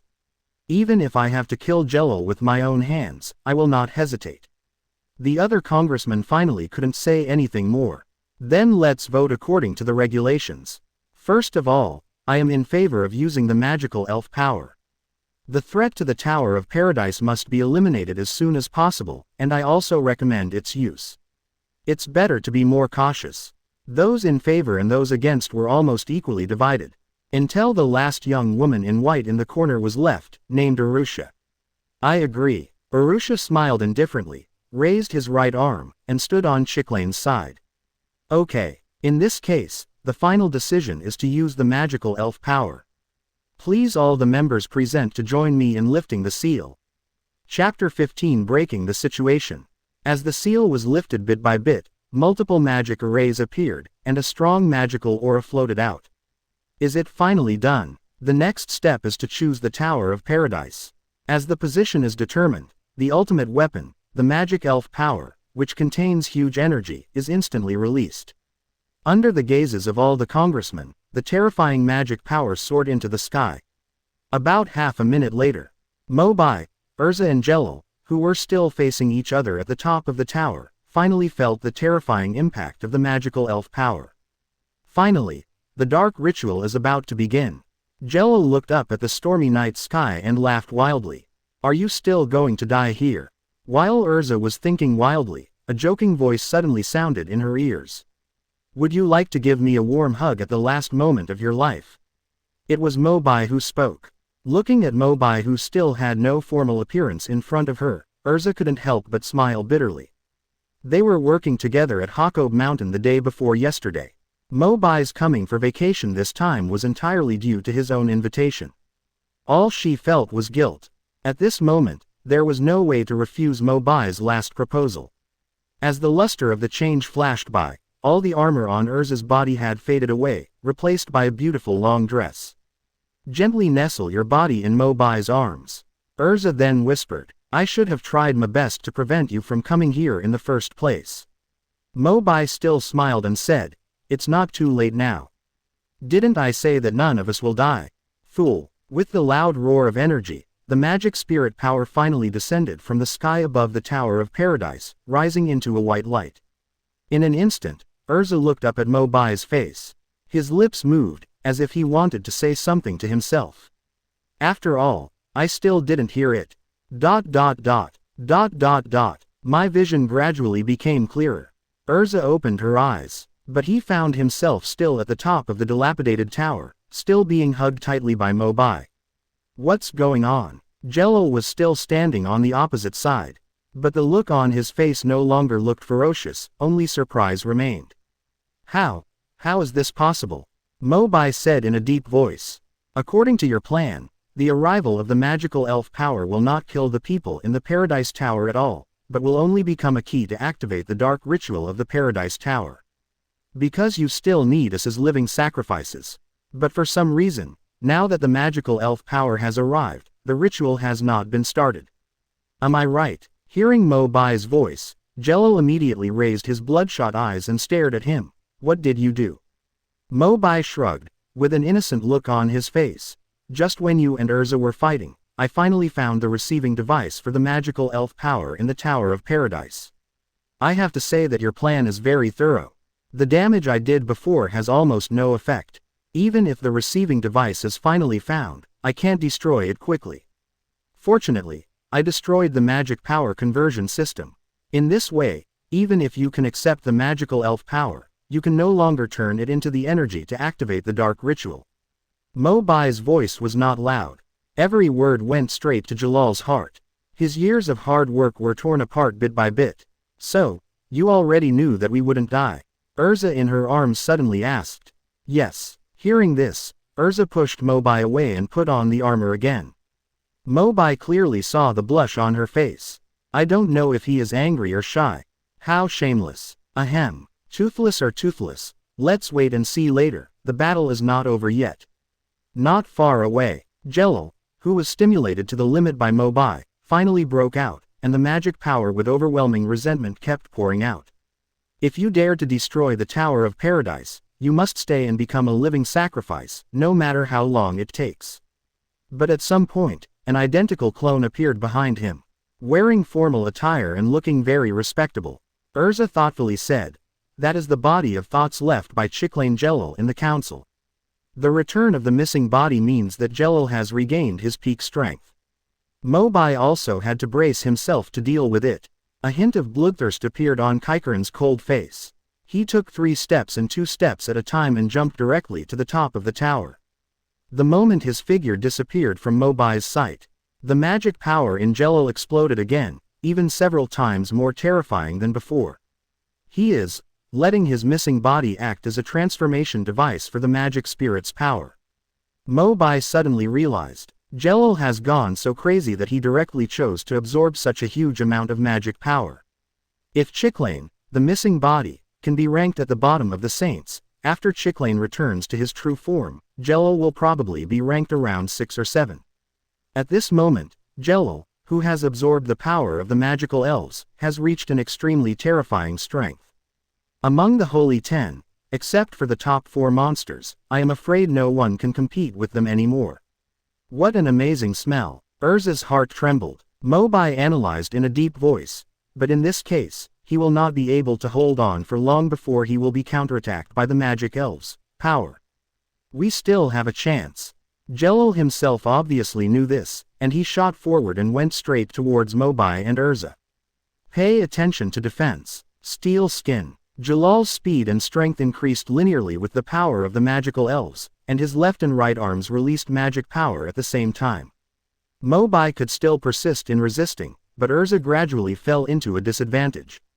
A slight cracking sound sounded. Erza's strongest defensive diamond armor was blasted out of the gap. Seeing that the situation was not right, Mobai simply jumped in front of Erza and allowed the huge celestial magic to bombard the left side of his body. The cave dragon's shield. The moment the brown dragon slayer shield opened, Erza's diamond armor shattered, and she was seriously injured. It's ridiculous. Seeing that Erza fell beside him, Mobai had no way to retreat and once again released his magic power to block. Mobai, sheltered under the cave dragon's strong shield, Erza stood up again to hold on to the severe pain in her body. Can we still fight? Erza nodded slightly and activated her disguise magic. In the blink of an eye, within sight, Erza no longer relied on any armor for defense. The upper body is only wrapped with a bandage around the chest, and the legs are covered in flame-patterned bloomers. The demon sword Hongying held it tightly in her hands. Mobai's eyes instantly filled with ecstasy. Clothes of a pure heart. Mobai is naturally very familiar with this outfit. Due to her childhood experiences, Erza, who had been insecure since she was a child, liked to wear armor, which in a sense formed a shackles for her. But now she finally broke this shackles and put on the clothes of pure heart. It is undoubtedly a leap in strength. Mobai clearly remembers how many times seemingly impossible victories were reversed by Erza with the pure heart clothes and the demon blade Hongying. Chapter 16 The Secret of Dragon Destruction. The destruction of the Tower of Paradise. Bang! Another meteor struck, and the cave dragon shield that was already riddled with holes shattered into pieces. Mobai and Erza's figures were completely exposed, without any means of defense. Jellal had a stern smile on his face and stared at Erza playfully. You even gave up your armor, aren't you afraid of being killed by me? Erza shook her head calmly. With people around me willing to protect me, the armor is no longer needed. At this moment, Erza, who had given up all defenses, looked determined, focusing all her energy on the attack, vowing to fight until the end. The tip of the knife points forward. Let's end it. Looking at Erza charging over, Jellal's lips curved slightly. Raise your left arm above your head again to draw down the power of the celestial body. The bombardment of magic tore apart Erza's body mercilessly. Without the protection of her armor, she was enduring unprecedented pain every second. However, due to the disappearance of the armor, he gained more agility and successfully rushed in front of Jellal. The demon sword Hongying was chopped down. Jellal was on guard and set up a wall of starlight in front of him in time, blocking the attack instantly. It's useless, Erza. Your fate is to become a sacrifice for Zeref's resurrection. Looking at Erza, who was at a disadvantage, Mobai frowned. At that time, it seemed that Natsu had eaten part of the magical elf power and finally defeated Jellal with the Dragon Slayer's secret, right? However, I have only mastered magic for a short time. Can I really release the secret of dragon slaying? And with Jellal's missing body, I can't directly absorb the magical elf power. A bold idea flashed in Mo Bai's mind. Wait, maybe I can try to combine multiple dragon-slaying magics and activate them at the same time. Seeing that Erza was still resisting despite the pain all over her body, Mo Bai no longer hesitated and tried to activate multiple dragon-slaying magics in his body at the same time. Dark, 2 fusiform crystals, 1 red and 1 yellow, responded. Fire and electricity, are they the only 2 most commonly used? Mo Bai wanted to further experience the mystery of dragon slaying, but the storm dragon wings behind him suddenly bloomed, sending the next magic power directly. And storm, dragon killing magic, fusion. As 3 different strands of magic power intertwined, dragon scales appeared vaguely on Mo Bai's arms, and the fused magic powers gradually gathered together. Just when Erza was knocked back and seriously injured by Jellal's meteor magic again, the magic finally reached its peak. The secret of dragon slaying. Dragon Yin Qianshu. Originally, Jellal had seriously injured Erza, and just when he thought he had a chance to win. At this moment, he suddenly felt an extremely terrifying force coming towards him. Jellal's pupils dilated instantly, and he could vaguely see the projection of a giant dragon from Mo Bai who rushed over. An illusion, it's an illusion. True celestial magic star collapse. With the magical elf power and the power given to me by Zirf, there is no way you can defeat me. Mo Bai's eyes were determined, and his arms carried the majestic dragon-slaying power, and he suddenly swung out, and the magic powers swept away. The might of the eternal dragon is intertwined with the celestial stars. An unprecedented vibration erupted, and the entire paradise tower trembled. Inserting the demon sword downwards, Erza climbed up with difficulty. Looking at the collision of the 2's most powerful killing moves in front of her, she also felt unprecedented pressure. But what was in his eyes was obviously shock and concern for Mo Bai. Is he trying to defeat Jellal from the front? The 2 people facing each other stared at each other, as if they were going to tear each other apart in the next second. As the magic power continues to pour out, the surrounding space seems to be cut off. Jellal gritted his teeth and was about to use the body of thought, Chiclane, to further gain the power of the magical elf power. Suddenly, severe pain spread throughout his body, and his eyes trembled suddenly. It just so happens that at this time, the backlash. Feeling that the opponent's aura was weakening, Mo Bai seized the opportunity and waved down his arms wrapped in dragon-slaying magic. When Jellal wanted to defend again, he was already unable to do so. Boom. After the smoke dissipated, Mo Bai's body was in a half-bowed state, breathing heavily. It was obvious that the initial release of the dragon-slaying secret was a huge consumption. On the other hand, Jellal was blown away by the blow just now. The body hit the back wall uncontrollably, cracking thousands of gaps. Seeing Jellal's embarrassed and painful expression, Mo Bai immediately realized that he had been counterattacked by the magical elf's power. I can't imagine what will happen next. Withdraw. Squeezing out the last bit of his magic power, Mo Bai activated the wings of the storm dragon and kicked open the damaged wall. He picked up the still confused Erza with his arms and flew out of the tower. On the outside of the top of the tower, Shakire's body was convulsing and in great pain as his whole body was entangled with the power of the magical elves. Stay here. Become a living sacrifice to Zirf. But at this time, Mo Bai could no longer care about so much, and it was urgent to escape. However, it only flew a few meters away. The wings of the storm dragon became illusory, and the speed slowed down a lot. Looking down, the 2 of them had not yet left the island. I'm afraid if I fall, I'll be shattered to pieces. Mo Bai swallowed, but suddenly felt Erza's soft call in his arms. She seemed to be holding 2 long thin objects in her hands. This is rebar. I got it for you when you kicked the wall open.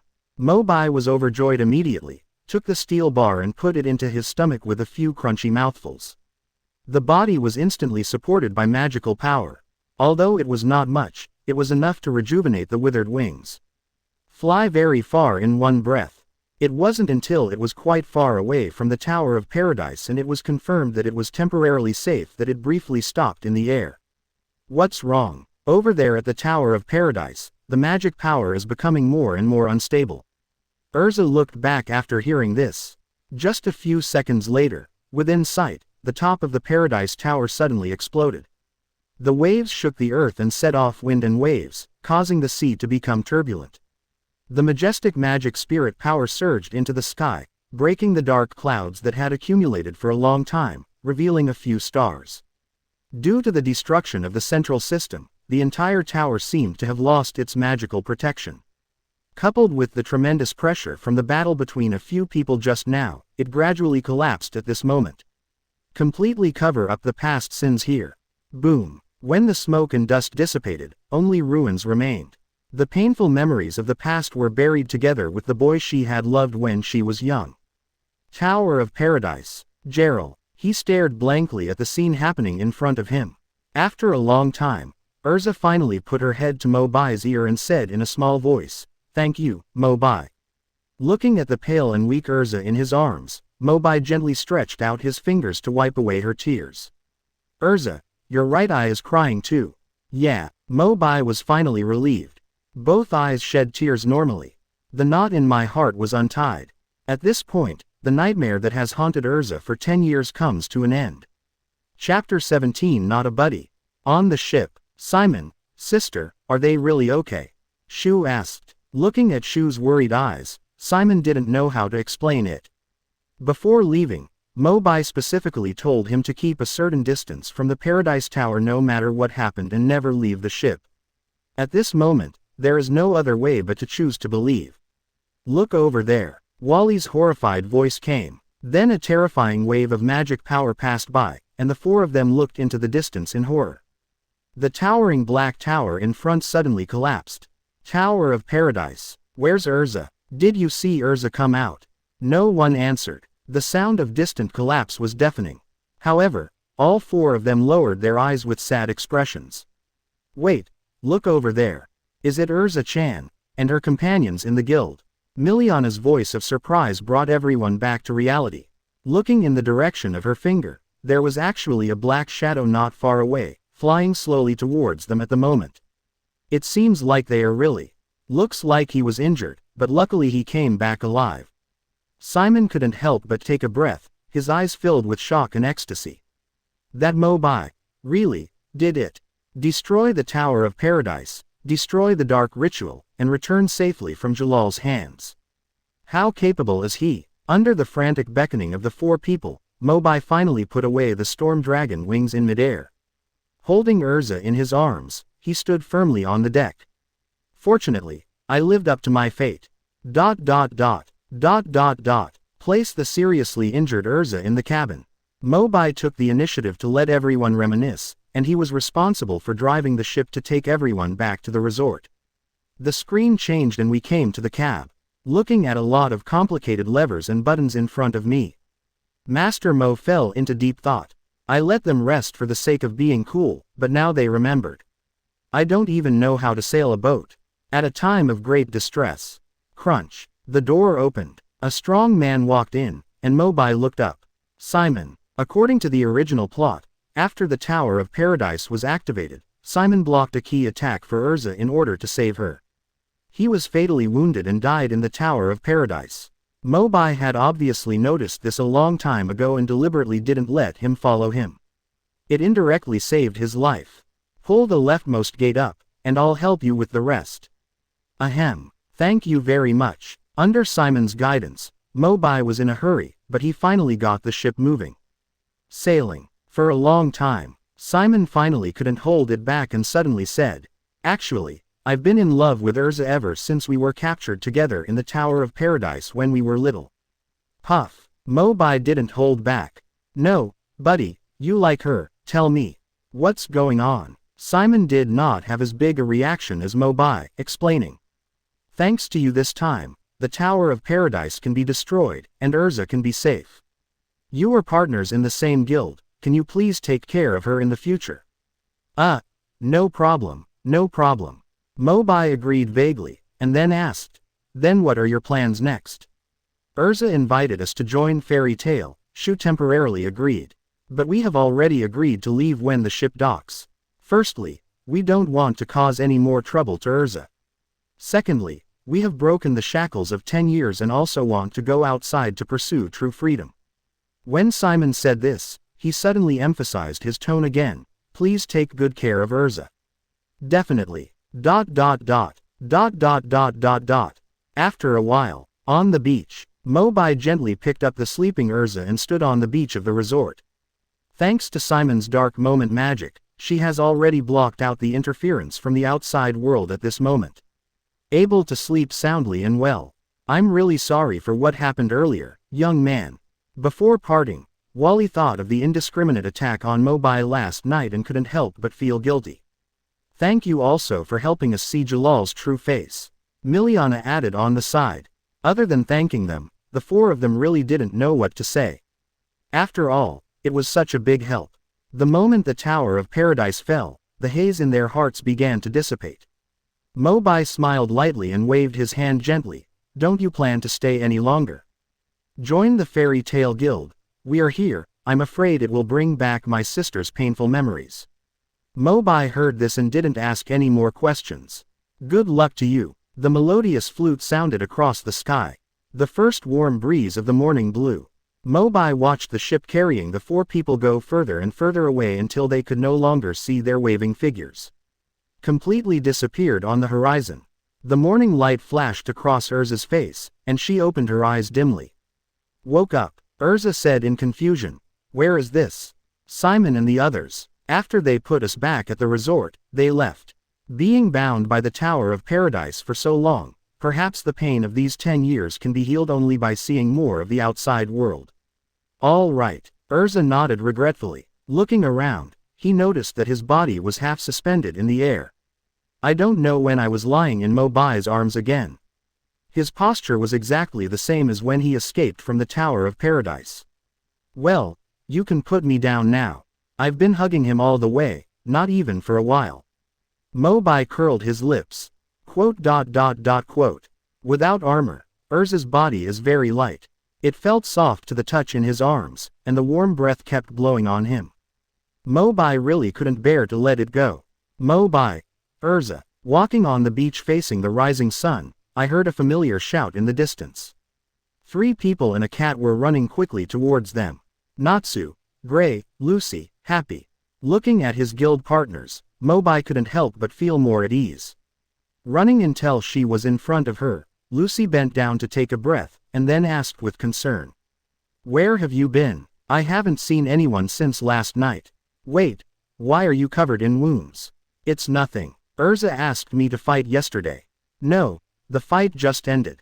Feeling Erza's murderous gaze in my arms, Mobai Tactics coughed twice, then quietly leaned into her ear and whispered. Maybe you think there is no need to hide these things between partners, and I respect your thoughts, but there will be plenty of opportunities in the future. Let's have a good rest first. Don't forget, we only have 3 days here for vacation. It's too late to think about sad things. Erza reluctantly agreed and turned to the 3 of them with a pale smile. Sorry Lucy, I made you worry. I'm a little tired. I'll go back to the hotel with Mobai first.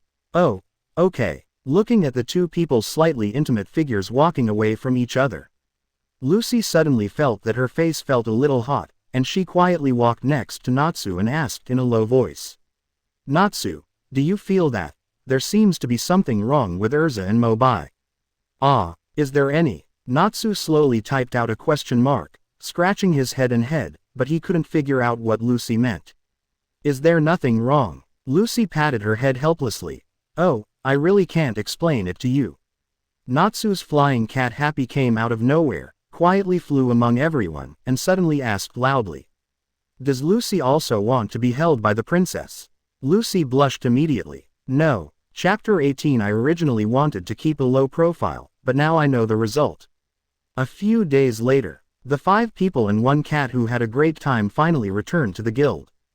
Push open the door. We're back. Silence fell. Mobai was also confused.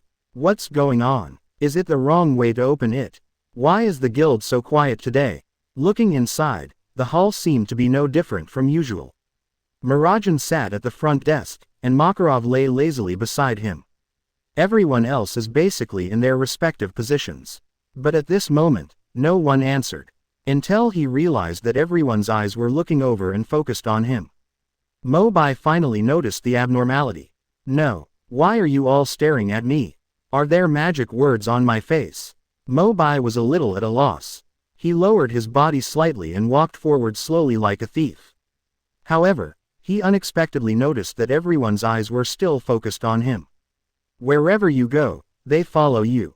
Ahem. Macau, what are you doing? Mo Bai grabbed someone casually and asked in a low voice, half asking for help. Macau stretched out his arm tremblingly, grabbed a copy of the Wizard's Weekly from the side and handed it over. His eyes never moved elsewhere. It's really strange. Mo Bai muttered softly and flipped through the magazine randomly trying to find the reason. Then I saw an eye-catching report. I was dumbfounded on the spot.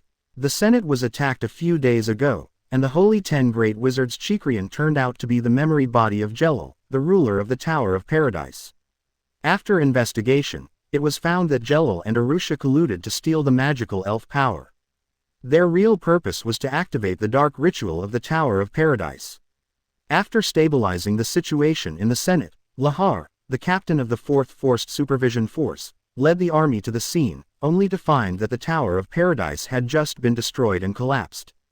In the end, only 2 flying mysterious magicians were photographed in the air. It is inferred that these 2 people are most likely the destroyers of the Tower of Paradise. Turning the next page, a blurry back photo came into view. However, it can be vaguely distinguished from his posture and wings. This is what was photographed when he flew out with Erza in his arms. This TM. Mo Bai was embarrassed in place. From the shooting point of view, the Senate's army happened to be in a different direction from Simon's ship. Simon and the others were not discovered now, otherwise they would definitely be in trouble again. Perhaps because the magic power loss was too serious at that time, Mo Bai did not notice the arrival of the Senate army. Seeing Mo Bai's strange expression, Erza and others also came over and saw the photo. Natsu picked up the magazine and looked at it carefully with gray happy, looking at the photos and then at Mo Bai. After repeating it several times, I couldn't help but question my soul. Is this you? Mo Bai smiled bitterly and gently activated the dragon-slaying power of the storm, and his wings suddenly appeared, exactly like in the photo. See, I told you this was Mo Bai. Makarov sat on the counter with a proud look on his face. As soon as the magazine was delivered to the guild, he immediately recognized Mo Bai by his wings, and deduced that the person he was holding in his arms was Erza. But at that time, everyone was dubious because they had never seen the storm dragon wings with their own eyes. Now that I saw the scene in front of me, I had to believe it. The originally quiet guild was suddenly filled with lively discussions. So, the Tower of Paradise was completely destroyed by Mo Bai and Erza. I have only heard from the president that the newcomers are very strong, but I didn't expect them to be so strong. But how did they defeat Jellal? His missing body has the strength of the Holy 10. Isn't it? Lucis' big watery eyes were filled with disbelief. The teammate who played with her in the sand for 3 days actually took the time to destroy a dark ritual device. So secretive. Is it really you? When did it happen? Erza smiled wryly and nodded. On the night of the first day of vacation. I'm sorry, I couldn't tell you right away. I originally planned to go back to the guild and explain. Under the constant pressure from everyone, Mo Bai had to admit that it was indeed him and Erza who did it. And briefly described the process at that time in a few sentences.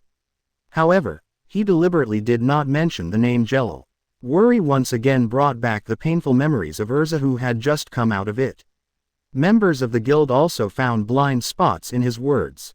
Wait, Mo Bai, you just said you used dragon-slaying magic. Same as Natsu and Gajil. Are you eating fire or iron?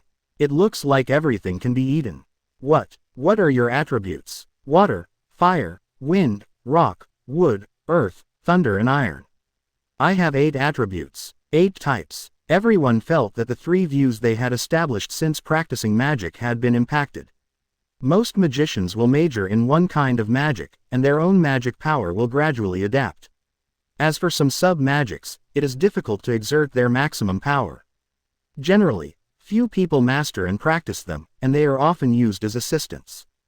Dragon-slaying magic is even scarcer. If Natsu and Gajil master one, they are already one of the powerful combat powers of the guild. And Mo Bai actually practiced 8 different dragon-slaying magics at once. This is beyond what a pervert can describe. Simply, monster. Although Makarov acted very indifferently, the joy between his brows was still difficult to conceal. What gratifies me is not how much noise you have made or how much success you have achieved, Mo Bai. It's that you already know how to protect your companions not long after you entered the guild. But in terms of strength alone, it seems that our guild will have an S-class mage with the youngest qualifications. As soon as this statement came out, everyone became more interested in talking. I wonder who is stronger and who is weaker compared to Gildarts, who has been away from the guild for 3 years. I think it's not just S level, but also the level of the top 10 magicians, right? But the Holy 10 is just a false name, used to recognize powerful magicians who have made outstanding contributions in the magic world. There are many powerful people who are not among them because they are low-key. I think the next president will be Mo Bai. Puff. Makarov finally couldn't hold it back anymore and spit out a mouthful of hot tea, then shouted. I'm not dead yet. You can go away, whatever you have to do. Amid boos, the guild members finally dispersed and returned to their previous relaxed state. What no one noticed was that a blonde young man wearing a black coat stood on the second floor. There is also a lightning-shaped scar on the young man's right eye, which looks slightly fierce. Mo Bai, it's interesting. Through this battle, apart from redeeming Erza, Mo Bai also had 2 biggest gains. The first is to master the simple secret of dragon slaying and have a direction for improving strength in the future. The second is to finally understand his full strength. If Jellal, who is blessed by the magical elf power, was briefly ranked around the 15th place among the saints, I dare not say that he can 100% surpass Jellal. After all, his defeat was due to the backlash of the magical elf power. Mo Bai is at least on par with him. In terms of magic power itself, it is even slightly better than President Makarov. Chapter 19 Mo Bai's Natsu. Mo Bai was about to turn around and leave. Hey Mo Bai, since you are so strong, come and fight with me. I'm on fire. This passionate and aggressive voice. Without looking back, he could guess it was Natsu. Mo Bai spread his hands. But I just came to Magnolia not long ago, and now I don't even have a place to live. If I don't look for a house, I will sleep on the street again tonight. This is easy. Lucy. Natsu had a rare bright idea and directly summoned Lucy, who had also joined the guild not long ago. Lucy is quite experienced in where to rent a house. In this way, Mo Bai seems to have no reason to refuse. Besides, he was quite looking forward to giving Natsu a try. Mo Bai rubbed his palms. In this case, why don't you go outside and fight now? Wait, I have something else to ask you. What? Naz, who had always been straightforward, suddenly became cautious, and Mo Bai couldn't help but wonder. Under Mo Bai's doubtful gaze, Naz finally revealed the truth. You were also a dragon slayer, right? In other words, you were also raised by a dragon. Mo Bai immediately guessed what Naz wanted to know. As the first-generation dragon slayer mage, Natsu was raised by the fire dragon Igneal and taught dragon slayer magic. He has regarded Igneal as his father since he was a child. Available until July 7, 777.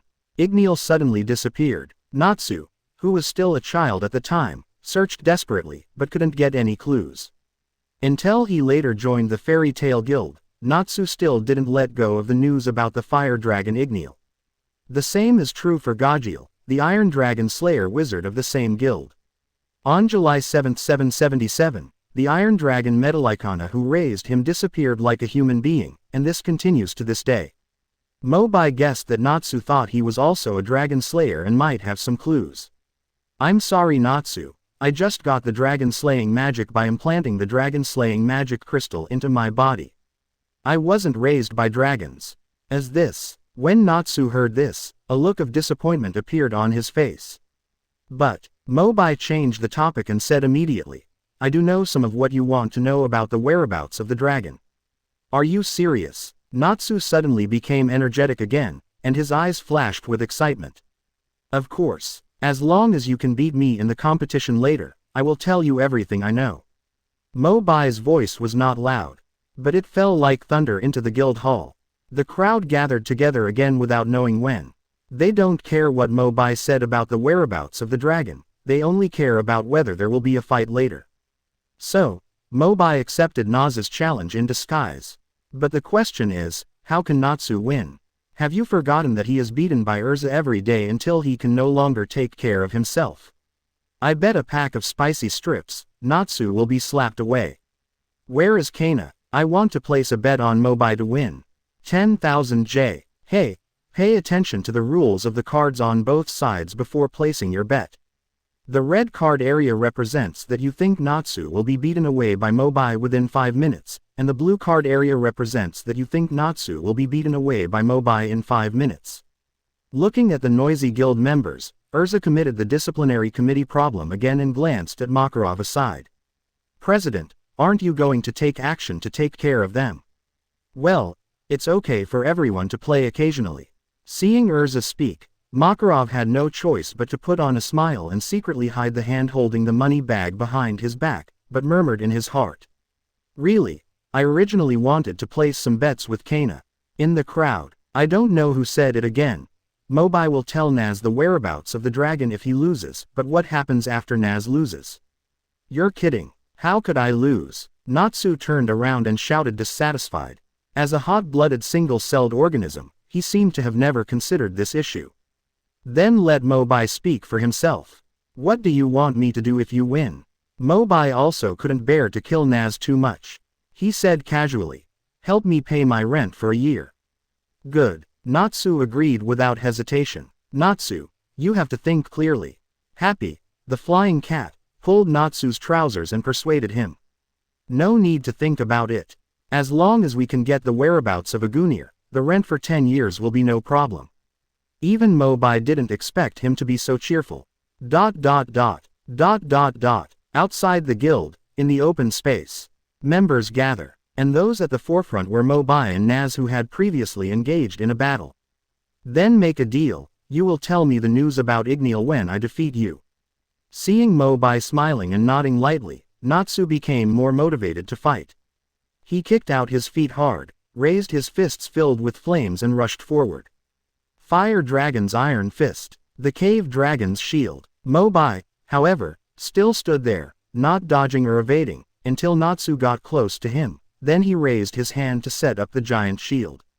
Boom! The magic collision of fire and rock stirred up wind and waves. Even everyone watching the battle felt a lot of pressure and took a small step back. Wait until the momentum of the fire fist is completely resolved by the rock shield. Mo Bai didn't move at all.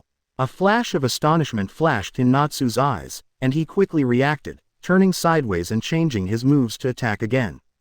Fire Dragon's Wing Strike. The arms wrapped in flames were swung out with all their might, like lightning strikes from dragon wings, hitting the giant shield one after another. The frequency of Natsu's attacks became faster and faster.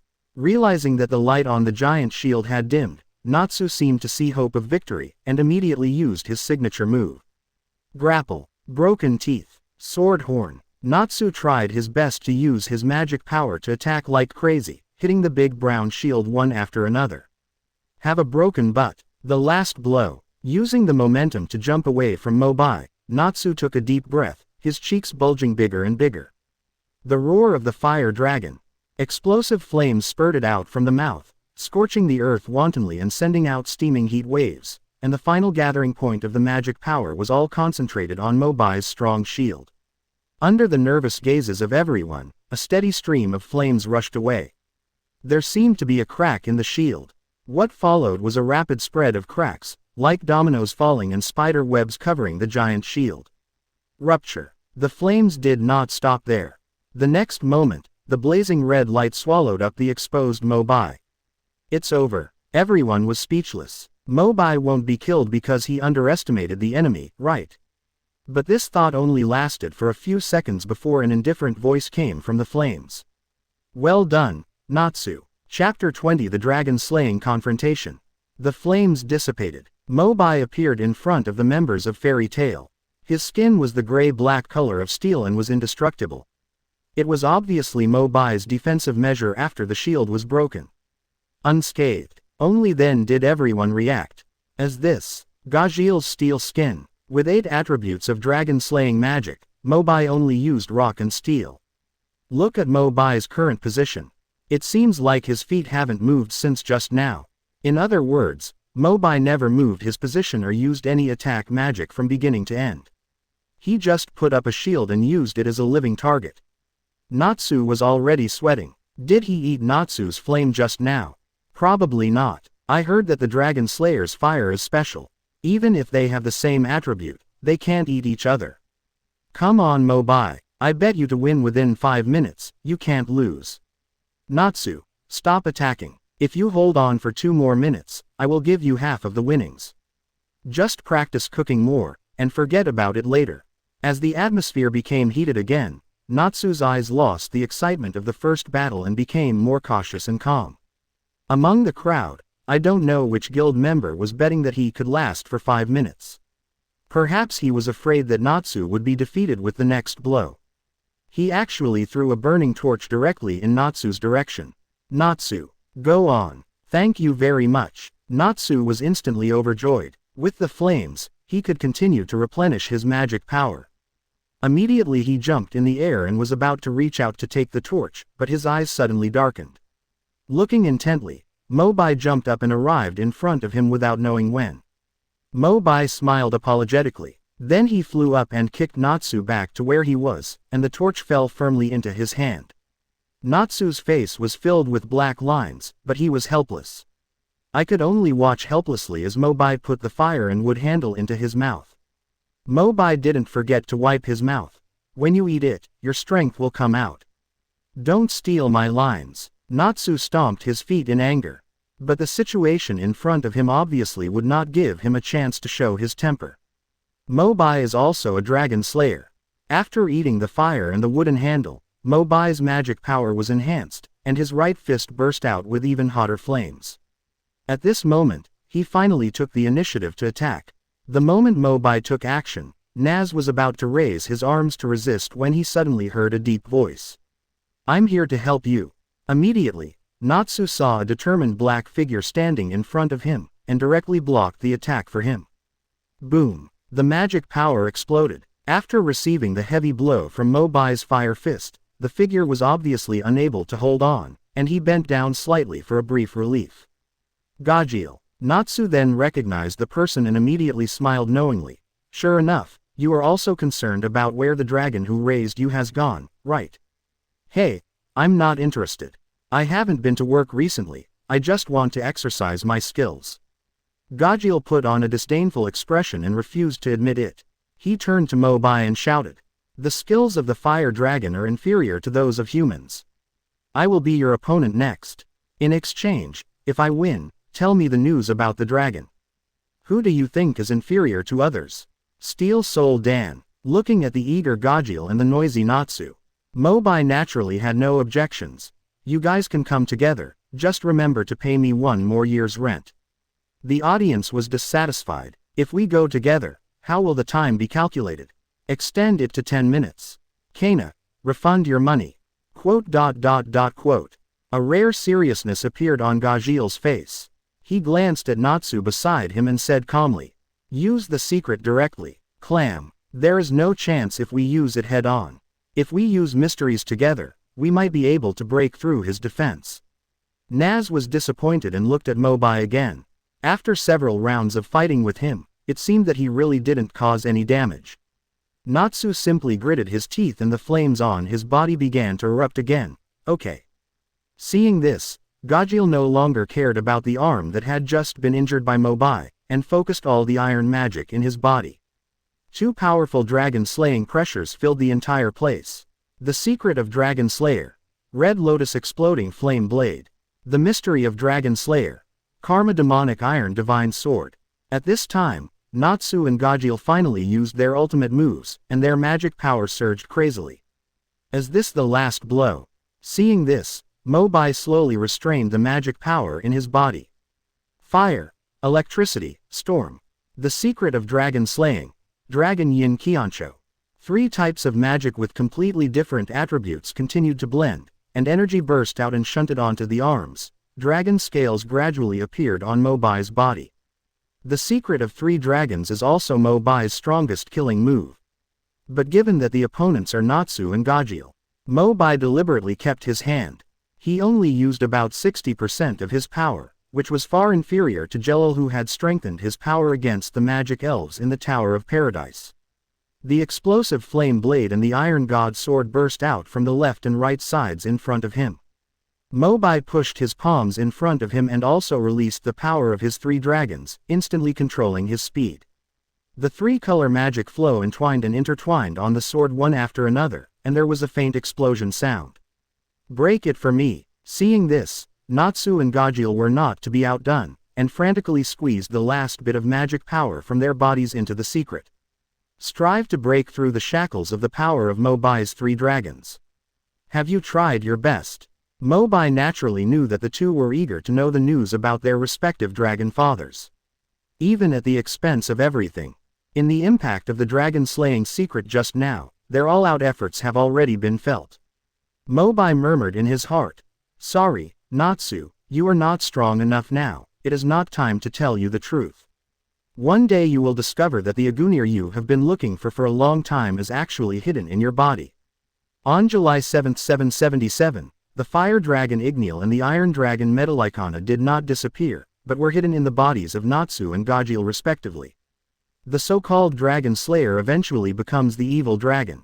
Once Dragon Slayer magic is used too much, the Dragon Slayer wizard himself will be assimilated into a dragon and no longer a human. And Ignial and Medalicana were secretly using magic to protect Natsu and Gildarts from being transformed into dragons. But they themselves didn't know it.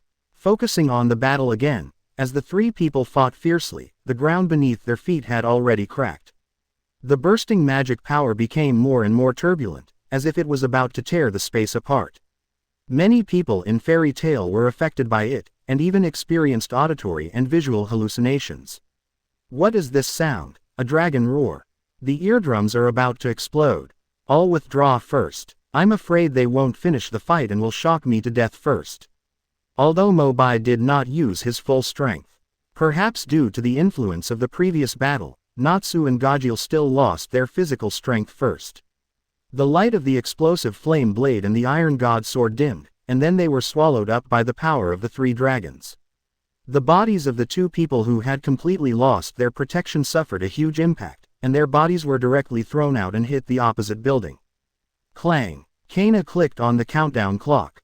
0:01. The challenge is over. The final time is 4 minutes and 59 seconds, Mo Bai wins. Chapter 21 Thunder Gods. Laxus Invitation. Here the results announced. Natsu and Gildarts looked at each other with bitterness on their faces. Mo Bai calmed down, gathered the magic power back into his body, slowly walked towards the 2 seriously injured people, and stretched out his arms. "When you become stronger one day, you are welcome to challenge me again. It is still the same as today. As long as you defeat me, I will tell you everything about the Dragon Clan. By the way, if money is tight, the rent can be paid in installments." Pulled up by Mo Bai. Gildarts sighed softly, a hint of regret flashing across his brows. Originally, he had been observing the battle between Natsu and Mo Bai for a long time, thinking that he would have a chance to defeat Mo Bai after Mo Bai's magic power was depleted. Can bear fruit. Mo Bai seemed to have unlimited firepower, and the magic power in his body was almost endless. Even with reservations, each attack could still completely crush him and Natsu. "You are indeed very strong," Gildarts said hoarsely. Natsu held Mo Bai's hand and was pulled up. He patted the dust on his body, but still raised his fist in dissatisfaction. "Hey Mo Bai, although I lost today, sooner or later I will definitely defeat you. Let you tell me the whereabouts of Agunir personally." Mo Bai smiled faintly. "I'm looking forward to it.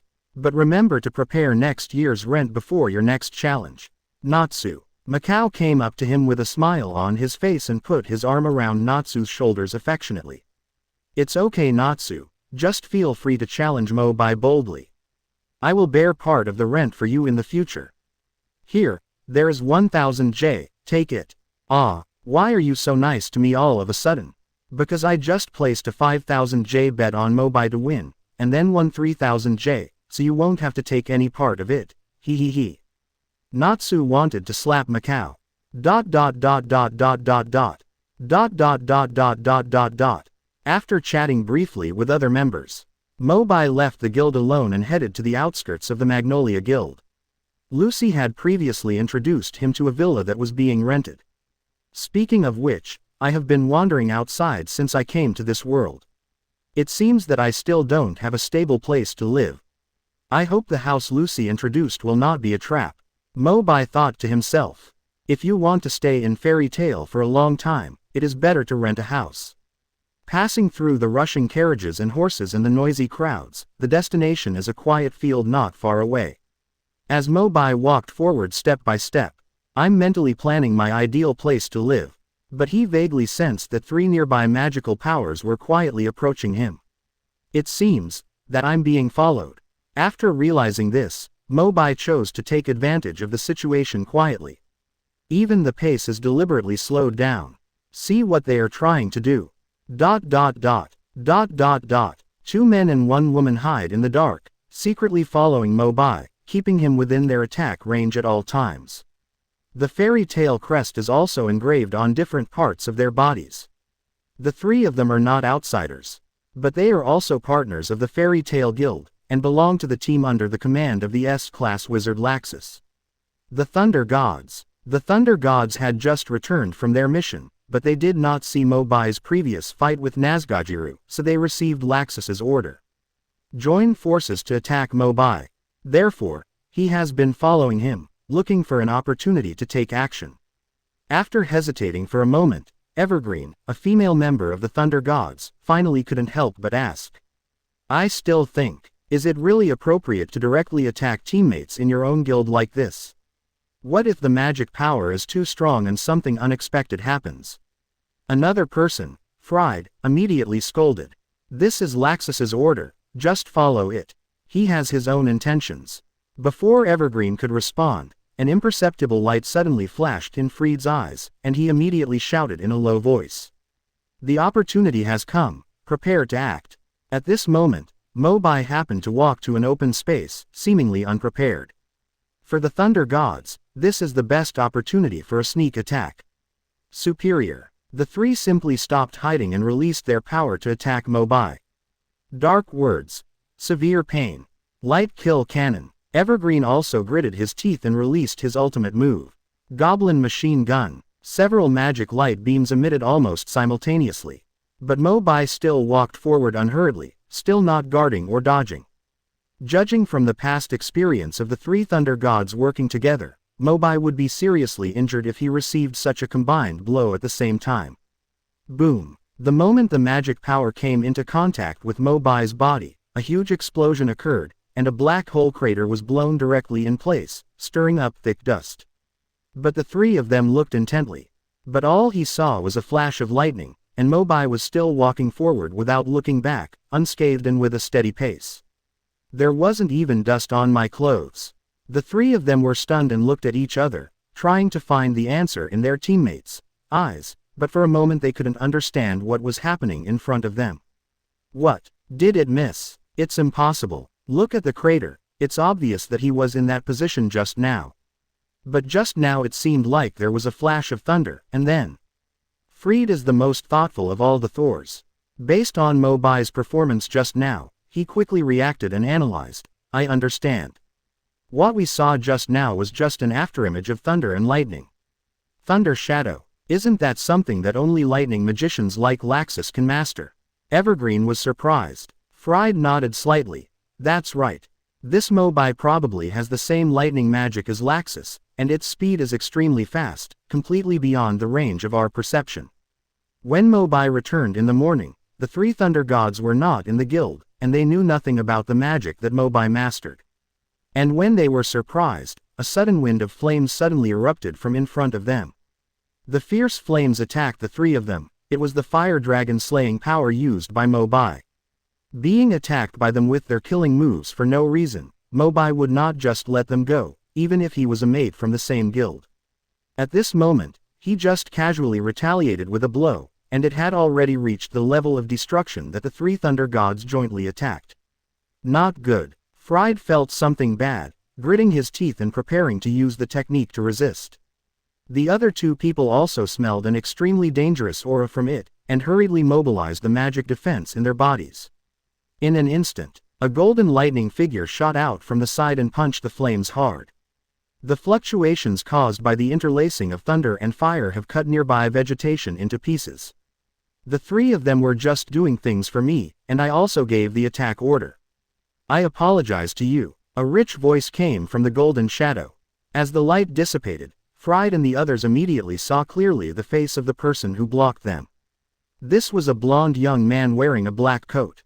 A look of ecstasy instantly appeared on the three people's faces. Laxus. The blond young man is the leader of the Thunder Gods, one of the top combat forces of the Fairy Tail Guild, the S-class mage Laxus. Previously, Laxus also heard about Mo Bai's deeds and became interested in him. Only then did the three Thunder Gods under his command work together to attack and test him. Although this method of testing is a bit violent, it is also in line with Laxus' current frivolous and irritable character. After hearing Laxus's proactive apology, Mo Bai's offensive immediately reduced, and he slowly withdrew the magic power of the attack, thinking in his mind. Soldier first, then courtesy. That's interesting, let's listen to what they want to say. The confrontation stopped. Laxus also breathed a sigh of relief, turned around and said calmly to the Thunder Gods. Stand back, you are no match for Mo Bai. He is a dragon slayer who controls 8 types of magic with different attributes, including the lightning system. 8 types. The three of them looked at each other. The expression on his face was almost exactly the same as that of everyone else in the guild that morning. And while they were in shock, but Mo Bai had already stopped and turned around, with a kind smile on his face, and took the initiative to say hello, as if the conflict just now had never happened. Hello. Chapter 22 Makarov's Commission. Slowly put away the thunder and lightning aura on his body. Laxus walked straight forward and looked at Mo Bai with a more serious look in his eyes. Let me introduce myself. I am Laxus, currently the strongest S-class mage in Fairy Tail. These three are my team of Thunder Gods, Freed, Bigasro, and Evergreen. Mo Bai nodded slightly and simply responded, Newcomer Mo Bai. As for the purpose of Laxus's trip, it was very simple, just to bring Mo Bai into the group. The arrogant Laxus has long been dissatisfied with the current Lax Guild. He is extremely thirsty for power and hopes to lead Fairy Tail to become recognized as the strongest guild and be respected by others. It is worth mentioning that Laxus is also the grandson of the current President Makarov, and coupled with his status as an S-class mage. He is indeed a strong contender among the candidates for the next president. But he couldn't wait for that day. He can't wait to start a civil war now and force Makarov to abdicate. The recent appearance of Mo Bai will be a very uncertain factor in this civil war. That's why Laxus had the same attitude as before, trying not to have any grudges with him. Laxus paused and said with a smile, although you are a newcomer, I still want to praise you. You made a lot of noise in the Tower of Paradise.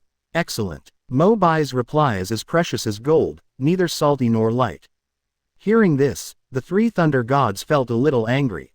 They had never seen any young mage of their generation dare to treat Laxus with such an attitude. Laxus forced an interested smile on his face and asked, I'm curious about one thing. In your eyes, what kind of existence is the Fairy Tail Guild? It's pretty good. Everyone is harmonious. Mo Bai still had the same attitude as before, laughing lukewarmly. Laxus looked slightly unhappy and gradually put away his smile. He frowned slightly and continued to ask, don't you think that the guild is gradually decaying? Maybe we need a more powerful fairy tale, a guild with a reputation far and wide. At this point, Mo Bai could already guess what he wanted to say next. Really? Laxus's words began to show their edge. I am the strongest mage among the younger generation in the guild, and now I have a strength that is not weaker than that of the old man. If we can get your help again, we will definitely be able to build the most powerful magicians guild in the entire continent. By then, everyone will be in awe and fearful of hearing the name Fairy Tail. The meaning of incorporation is already quite obvious. However, fearing Mo Bai's strength, Laxus still did not speak too directly. Taking a deep breath, Laxus showed endless ambition in his eyes, waiting for Mo Bai's response. But Mo Bai just turned his head and said 2 sentences lightly. Not interested. If there's nothing else, I'll leave first. If I don't rent a house, I'll be sleeping on the street tonight. The words fell. Mobai left without looking back and continued walking in the direction of the address Lucy left. But he didn't take 2 steps. He then sensed the monstrous thunder and lightning magic power erupting from Laxus behind him, which seemed to carry a lot of anger and resentment. Mobai didn't take it seriously and continued to walk forward calmly step by step, until the back disappeared from the sight of several people. For a long time, the thunder gods who were still staying in place saw that Laxus' body had not moved, and Bigasro couldn't help but ask. Did that guy not understand what it meant? He actually refused the invitation from the thunder gods. Putting away the violent magic power in his body, Laxus said slowly, "No, he already knows it very well." "Then what should we do? Should we postpone it?" "No. Go ahead as planned. There will be a festival in the morning the day after tomorrow, and the civil war will be launched on time," Laxus said forcefully. Fried pondered for a moment and asked tentatively, "But Mobai will be a big threat. Do you need me to find a way to trap him?" Laxus shook his head, a trace of wariness and arrogance flashed in his eyes. "No need. If we use this method, he will not obey even if I become the president. I will fight him personally in 2 days. All results will be revealed when the time comes. ... Other side. Mobai didn't take Laxus's matter to heart at all, and went directly to the villa recommended by Lucy. One thing to say, this villa is pretty good, with 2 floors, spacious and bright. Even if it accommodates 6 or 7 people, it won't feel crowded. Especially the large bathing pool on the 2nd floor made Mobai particularly excited. The only drawback is that it is a bit far away from the guild. If you are in a hurry, you need to use the wings of the storm dragon to fly there. But it is also within the acceptable range. After bargaining, Mobai rents the villa for 180,000 J per month. Since both Natsu and Gajil were poor, Mobai didn't say much. He just wanted to pay 1 month's rent when they were rich and spread it over time. For now, let's just do it by ourselves in the first month. However, the 200,000 J from Hakob Mountain last time, after paying the rent and deducting some daily expenses, there was not much left. Putting it in Magnolia, this rent expense is not very expensive, and it pales in comparison to Erza. Erza has more than 100 pieces of clothing that can be used for cross-dressing. Although the girl's apartment is spacious enough, there is obviously too much clothing to store in one room. Erza simply rented 5 rooms, opened all the middle walls, and enjoyed the treatment like a presidential suite by herself. Correspondingly, she has to pay 500,000 J in rent every month. Looking at his shy wallet, Mobai couldn't help smacking his lips. I still need to accept more commissions. Before I become an S-class mage, I still need to go out with Erza and others to get high-paying commissions, otherwise I'm afraid I won't even be able to eat. The next morning, after arriving at the guild, Mobai did not see Erza, Natsu and others, and was planning to find some commissions suitable for him to complete independently. But he found a short old man squatting at the bulletin board. It was as if he was waiting for himself. President. At this time, Makarov's face no longer had the laughter that he used to have when joking with everyone. Seeing Mo Bai, Makarov immediately said seriously, "Come with me, I have something to discuss with you." Mo Bai thought to himself. In the past, even if he received criticism from the Senate, or if other guild members carried out the commission and destroyed half of the town, Makarov would always laugh it off. To make him so serious, there was only one possibility. There's something wrong with the people in the guild. And it's probably a safety issue. Maybe the president is also aware of Laxus' recent abnormality, right? Mo Bai followed Makarov to the innermost room. Lock the door. After making sure that no one was following him, Makarov asked about Mo Bai's current situation. Have you been a member of the guild for a while? How do you feel about adapting? Is the commission going well? Mo Bai said speechlessly, "President, I only worked once, what do you think?" Ahem, is that right? Maybe I remembered it wrong. Mo Bai rolled his eyes. If you have anything to say, just say it.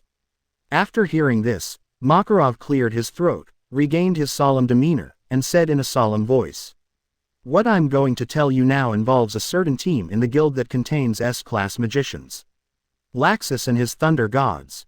Tomorrow is Magnolia's harvest festival celebration.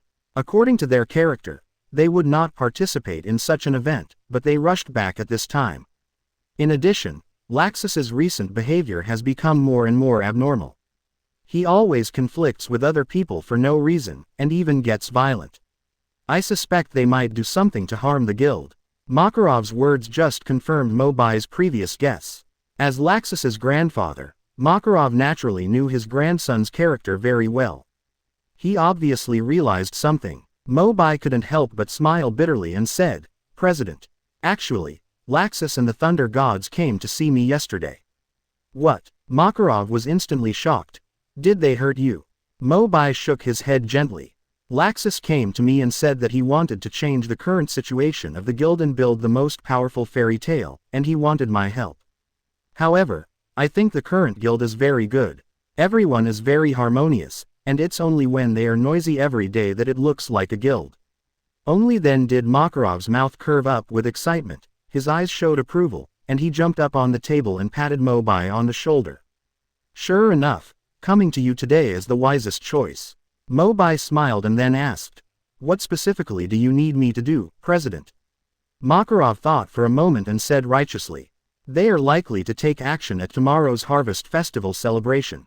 Once I have no time to worry about it, you are the best person to suppress Laxus. In order not to cause commotion, I have only mentioned this matter to you. I must ensure the safety of my partners." After Makarov finished speaking, he paused for a moment, and then his voice became trembling, and he added, "Even if Laxus is my biological grandson, but once he does something to harm his guild mates and the residents of Magnolia, I will never tolerate it." Mo Bai sighed lightly, naturally knowing Makarov's current dilemma. On the left side of the scale is the grandson who was raised by one hand, and on the right side is the guild that he has devoted his whole life to. Makarov has devoted almost all his love to these two sides, but now, a conflict between the two is likely to break out. Mo Bai didn't want to interfere too much. He just clenched his fists and assured Makarov, "I will protect everyone in the guild, as well as Magnolia." Makarov's old face finally showed a smile of relief. "Please." Chapter 23 The Civil War begins. After coming out of the room, Mo Bai began to carefully recall the details of the fairy tale civil war and thought about what preparations were needed. Makarov entrusted him with such a heavy responsibility as a newcomer who had just joined the club, so naturally he couldn't let him down. I remember that Laxus had a careful civil war plan, and it seemed that he had to crack it step by step. How about I just go and beat up Laxus and the Thunder Gods today? As long as they are seriously injured, tomorrow's civil war will definitely not happen, right? Or, let me strike first and wear a yellow robe tonight to become the fairy tale president. Quote. My mind was a mess. After all, this time I have to face my own guild partners. Unknowingly, after leaving Makarov, Mo Bai returned to the front desk of the guild. "Is there anything bothering you?" The sweet voice pulled Mo Bai out of his thoughts. Looking up, Mirahe held her cheeks in her hands and looked at herself with a smile. "Mira, actually it's not that annoying. Here, I'll treat you to some cake, don't be unhappy." Before Mo Bai could explain, Mirajan had already placed the plate in front of him. A piece of white and delicate cream cake was placed in the center of the plate, with cherries dotting the top. "This, would you like to taste it? I just made it this morning." After a brief hesitation, Mo Bai chose to pick up the spoon and take a big sip. "How Kai? The cake is stuffed in the mouth and the speech is unclear." Mirajan said with a smile, "If you like it, come to me at the front desk anytime and I'll treat you to something." I don't know if it's because of the sweetness of the cake or the healing of Mirajan's smile. Mo Bai felt relieved immediately. The light bulb in my head seemed to light up all of a sudden. He seemed to have a preliminary idea about what Makarov told him. "By the way, Mira, is there a magic item shop in Magnolia? Is there any craftsman who can do stone carving?" Mirajan tilted her head and thought for a moment. There seemed to be many prop shops in the north of the city. As for stone sculptures, I remember that there is a stone-shaped mage living there. Stone shape, a magic similar to Grey's ice shape. They are all condensed into other objects using magic power. Thank you very much. Swallow the rest of the cake whole. Mo Bai wiped his mouth casually, left the guild and headed straight to the north of the city. This trip to the north of the city is likely to be related to the final outcome of the civil war that is about to happen tomorrow.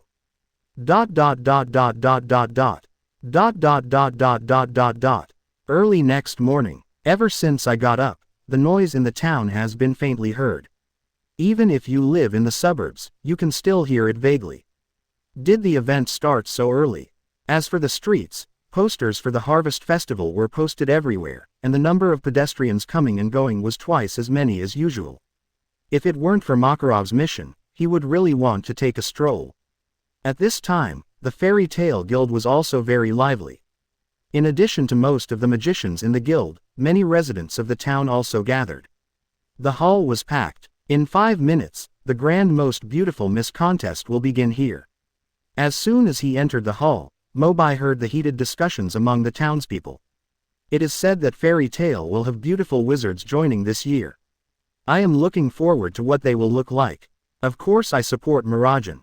She is the cover girl of Wizards Weekly. Without her, I would not even read that magazine. Don't you think Erza is also beautiful? In my dreams, I want to be stepped on by the Fairy Queen. I'm Miss Levy's dog. Push through the noisy crowds.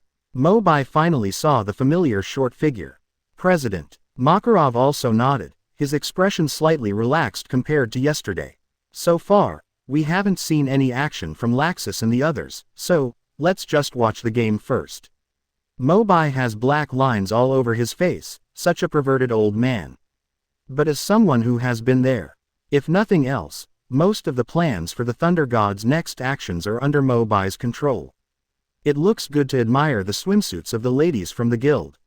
It shouldn't delay things, right? Etc. Having dealt with 3 members of the Thunder Gods before, as a Dragon Slayer mage, Mo Bai naturally remembered their respective magical auras. At this time, he was sensing one of the magic powers approaching. This magic power is evergreen. Is it really here? Makarov on the side did not know this. Mo Bai, who do you think will win in the end? Mirajan. Erza, but I think Lucy has a good figure, and Juvia. What do you think? Mo Bai, hey, where are the people? Although he said that, Makarov was still thinking about the matter between the Thunder Gods and Laxus in his heart.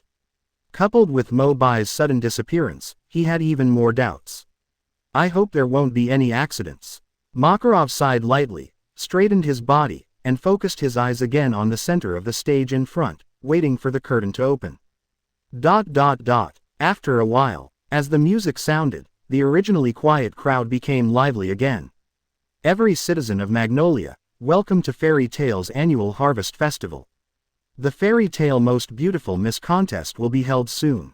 Without further ado, I would like to invite contestant number 1, Kana Arupalona. Amidst the applause and cheers, the lights focused, the curtain opened, and the beauties in costumes stepped out. But when everyone saw her face, they were all stunned. Hello everyone, I am today's contestant number 1, Evergreen from the Thunder Gods. After a few seconds of silence, the audience immediately heard a large discussion. Is it Evergreen? Why is she also participating in the competition? She's not Kana either. So, all the Thunder Gods have returned to the guild. Let's not talk about this for now. The game will continue. Where is the next contestant? Where is Arbiska? Makarov also had an ominous premonition in his heart. Something is going to happen. Looking at the chattering crowd in the audience, Evergreen said calmly. I am the only one participating in today's competition. There is no need to continue. Just declare me the champion. Fart. I clearly remember there were 7 contestants. Give me back Miss Mira. The audience's opinions are getting louder and louder. Evergreen smiled contemptuously and slowly opened the curtain behind the stage. I'm sorry, I just came from backstage. I am indeed the only contestant. As the curtain slowly opens, what caught everyone's eyes were actually 7 stone statues, the same size as real people, and their appearance could even be vaguely distinguished. Erza, Lucy, Mirajan, aren't they the 7 people who were originally going to participate in the beauty pageant today? It's Evergreen's petrification magic. Her eyes can turn people into stone statues. Don't look into her eyes. Makarov finally realized that this was a conspiracy, and the Thunder God's actions had already begun. He quickly stood on the table and shouted around. All spectators evacuate outside the guild immediately. Quick. Most of the audience are ordinary people who cannot use magic. As soon as they heard there was danger, everyone rushed to the door of the hall. It wasn't until he saw the last person leaving that Makarov unleashed an astonishing amount of magical pressure and yelled at Evergreen on the stage. "A-hole, put them back to their original state immediately." But as soon as he finished speaking, a thunder suddenly flashed and landed in the center of the stage. Seeing the appearance of the visitor clearly, Makarov immediately clenched his fists. Laxus. With an arrogant smile on his face, Laxus looked around everyone, but he couldn't find the person he wanted to see the most, and he couldn't help but feel a little disappointed. "Laxus, remove petrification immediately," Makarov warned again. Laxus didn't take it seriously at all, and declared to himself, "Don't worry, if you want to save them, come and play a game with me first, a confrontation game. The rules are very simple. All magicians in the entire fairy tale will fight against me and the Thunder Gods. The location is set to be the entire Magnolia. Within 3 hours, if we find and defeat us, these women will be able to return to their original state. If you lose, you want to save them. You must recognize me as the new president of Fairy Tale." The last words came out. Laxus finally showed his fangs and revealed his true purpose. "Don't take the joke too far," Makarov yelled. Finally, an astonishing amount of magic power erupted, and the originally short body continued to grow in size, until it became a giant as tall as the entire guild. It's the president's enlargement magic. This kind of magic fluctuation is so oppressive. Laxus is going to suffer. While everyone was discussing, Laxus showed a disdainful smile and chose to ignore Makarov's warning. "According to the rules, defeat me within 3 hours, otherwise there is no need to discuss anything. I now declare that the fairy tale civil war has begun." Seeing that Laxus was still stubborn, Makarov was about to burst out his magic power to teach this rebellious grandson a lesson. Suddenly a flash of lightning flashed in front of him. In an instant, everyone's sight was blocked. There was so much light in front of me that it hurt my eyes. When everyone regained their vision, there were only 7 lifelike stone sculptures left on the huge stage. Laxus, isn't he no longer in the guild? Evergreen can't be found either. He probably took advantage of the gap just now to escape together. This is too bad. We are not really going to war with the Thunder Gods, are we? President. After hesitating for a moment, Makarov looked at the petrified girl on the stage. "After learning from the pain, I finally made up my mind. This time is not only a challenge from Laxus, but also a test for our entire guild.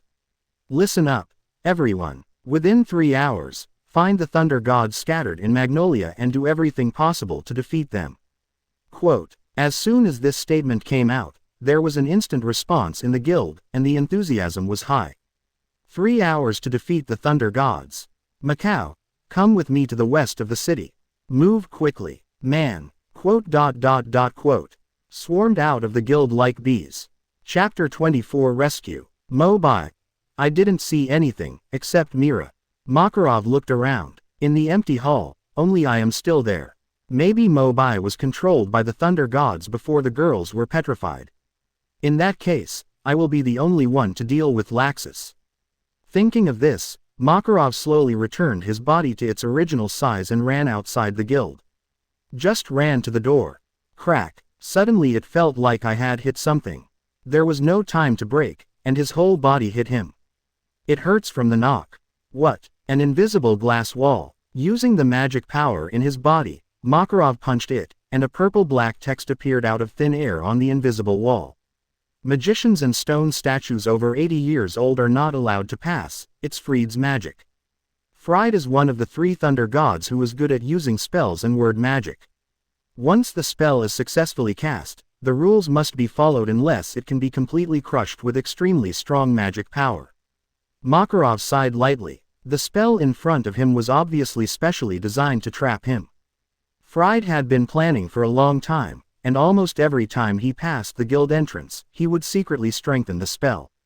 In a short period of time, it may be difficult to eliminate it. Just as he was thinking about what to do next, he saw 2 people walking through the inner hall as if nothing had happened. Natsu Gajil, are you still here? I was hungry just now and couldn't go to the kitchen to find something to eat. Natsu lowered his eyebrows and lowered his eyes, obviously finding nothing.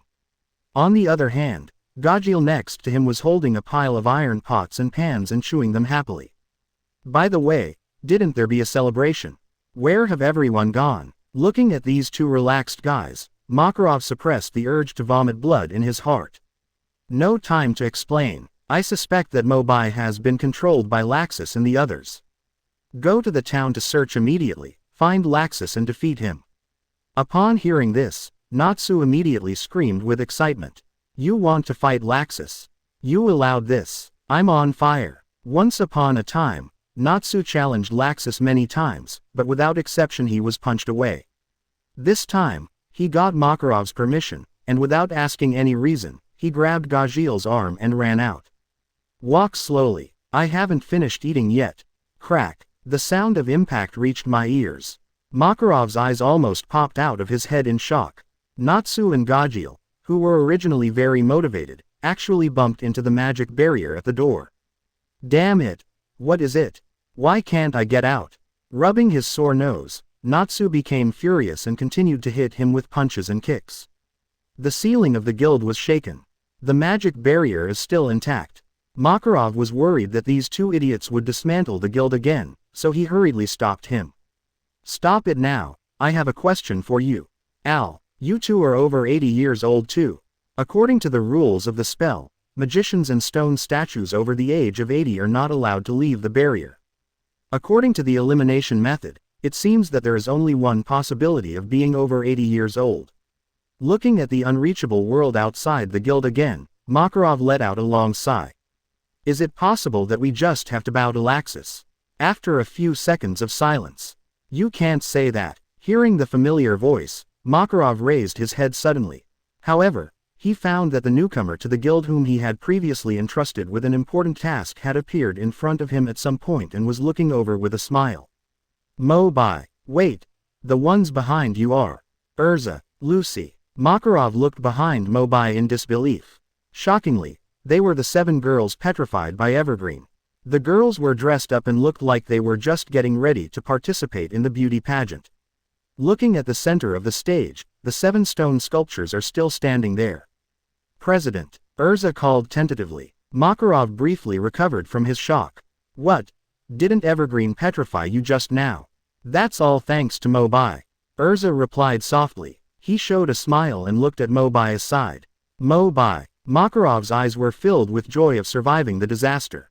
Under the expectant eyes of everyone, Mo Bai then spoke slowly and talked about what just happened. According to my analysis, Laxus wants to launch a separatist war without everyone knowing. The Miss Most Beautiful contest in the morning is undoubtedly a good opportunity. After learning about Evergreen's petrification ability, I speculated that she would take action at that time, so I went to the north of the city and bought 7 1-to-1 stone sculptures of girls. When I sensed Evergreen's arrival, I quietly sneaked into the girls' locker room backstage and hid. Mo Bai was so excited that he accidentally told the truth. The girls looked at each other, all blushing. They don't have the magic to change clothes like Erza, so they can only go to the locker room and use the most traditional method, taking off their clothes and putting them on again. In this case, wouldn't Mo Bai see everything? Ahem, it's not what you think. I just wanted to monitor Evergreen. I didn't see anyone except Mira. Mirajan's face turned crimson at a speed visible to the naked eye, and she shyly asked. What did you see about me? No, I didn't see anything, nothing. Seeing that the description was getting darker and darker, Mo Bai quickly got back to the topic. At that time, I only saw that Evergreen was about to take action, so I used the lightning to shine through her eyes, took all the girls out while she was not prepared, and then put the stone sculpture back in place. As a result, Evergreen thought it was Laxus who was acting and did not check the authenticity of the stone sculpture carefully. Mo Bai spoke carefully, for fear of saying the wrong word again. After learning that Mo Bai was protecting themselves, the girls' expressions softened and they thanked him one after another.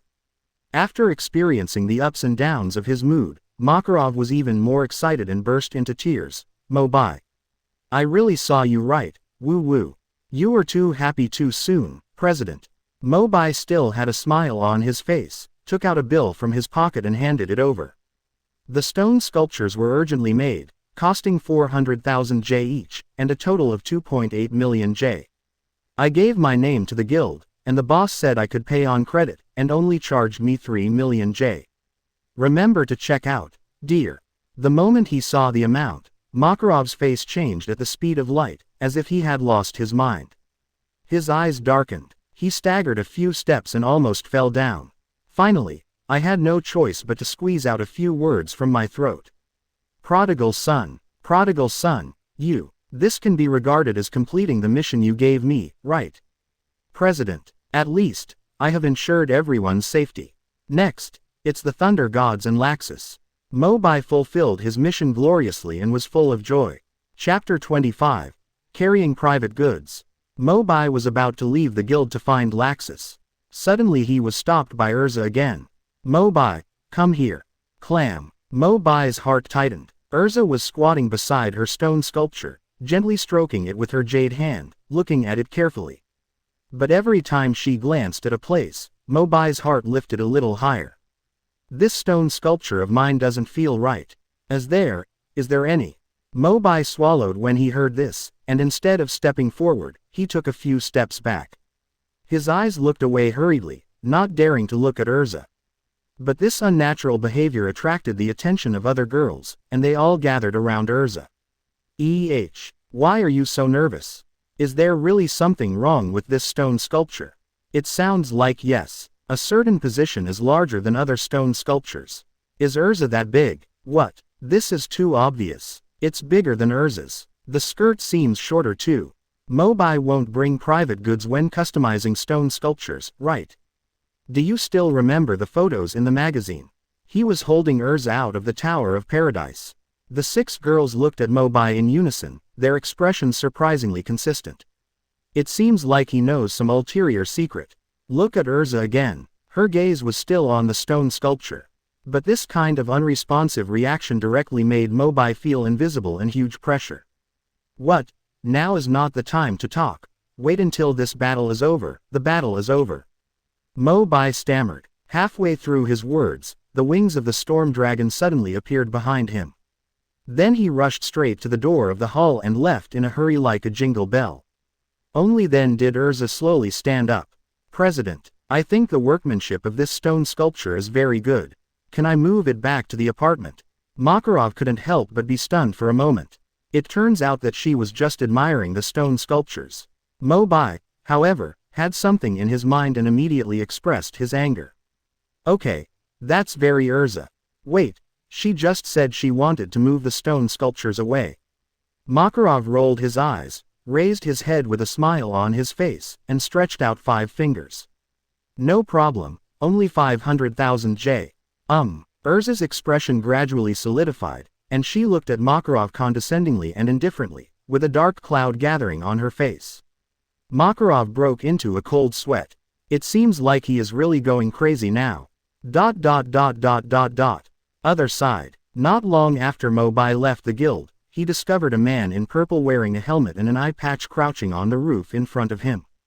It was as if he was specially waiting for his arrival. Gray has been defeated by me. I think your end will not be much better than his. Mo Bai frowned. Bigasro. Like Evergreen, this person belongs to the Thunder Gods. But what surprised Mo Bai was that the 3 Thunder Gods had not been able to take advantage of him before when they attacked together, but now Bigasro blocked the way single-handedly. Looking up at the big clock on the church, it was just 20 minutes since the civil war began. Forget it, let's play with him. Mo Bai took a breath and finally turned his attention to Bigasro, and his magic power suddenly broke out. After feeling the aura emanating from Mo Bai, Bigasro's face couldn't help but become solemn. Of course he knew how big the gap was between the 2 sides. Originally, according to Freed's arrangement, he was supposed to intercept other guild members near the south of the city. But because he was worried that Laxus would suffer from Mo Bai, he blocked Mo Bai's path. Even if he is seriously injured, he must consume his magic power for Laxus. Thinking of this, Bigasro gritted his teeth and released the 6 magic dolls with a wave of his hand. Linear formation / the cave dragon's shield. Mo Bai raised his hand to block it, and a heavy brown shield stood up. The puppet's sharp slash only scraped off a layer of stone chips. Light kill cannon penetrate. Seeing that the situation was not good, Bigisro hurriedly launched a magic attack. At this moment, Mobai has put away the rock shield, which is different from the tenacity just now. At this moment, his body was filled with scorching hot wind, and there was faint flame coming out of his fingertips. The roar of the fire dragon. Take a deep breath, and then the billowing flames will pour out. In an instant, not only the puppet released the light-killing cannon. Even the 6 wooden dolls were directly swallowed up by the flames and burned to life. But Bigisro's face could not see the panic of losing the weapon, and he turned around and ran directly into the alley to the side. I have enough magic power to add magic to many objects and turn them into dolls. I just need to drag them down and find new objects. But how could Mobai not know what he was thinking? Naturally, without giving him a chance, he instantly transformed into thunder and lightning and chased after him. In a dark alley, just when Bigisro caught a glimpse of the discarded dolls in the trash can, and a glimmer of hope ignited in his heart. But suddenly he felt the violent energy emanating from behind. Thunder magic. Turning around in horror. However, he found that Mobai had already approached him at some point and raised his fists. Jaws of the Brontosaurus. Thunder roared in his ears, and as Mobai dropped his fists, Bigisro felt like the world was spinning. He was knocked back completely out of control, and even his limbs were paralyzed and unable to move. He could only let his body roll on the ground a few times before he reluctantly stopped. The dust cleared. Bigisro's body was in the shape of a big character, lying on his back in the middle of the road, looking straight at the sky.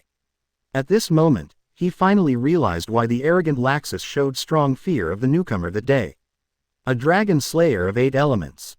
There is no way, the difference in strength is too big. Is it still a failure after all? Laxus, be careful, I prayed silently in my heart.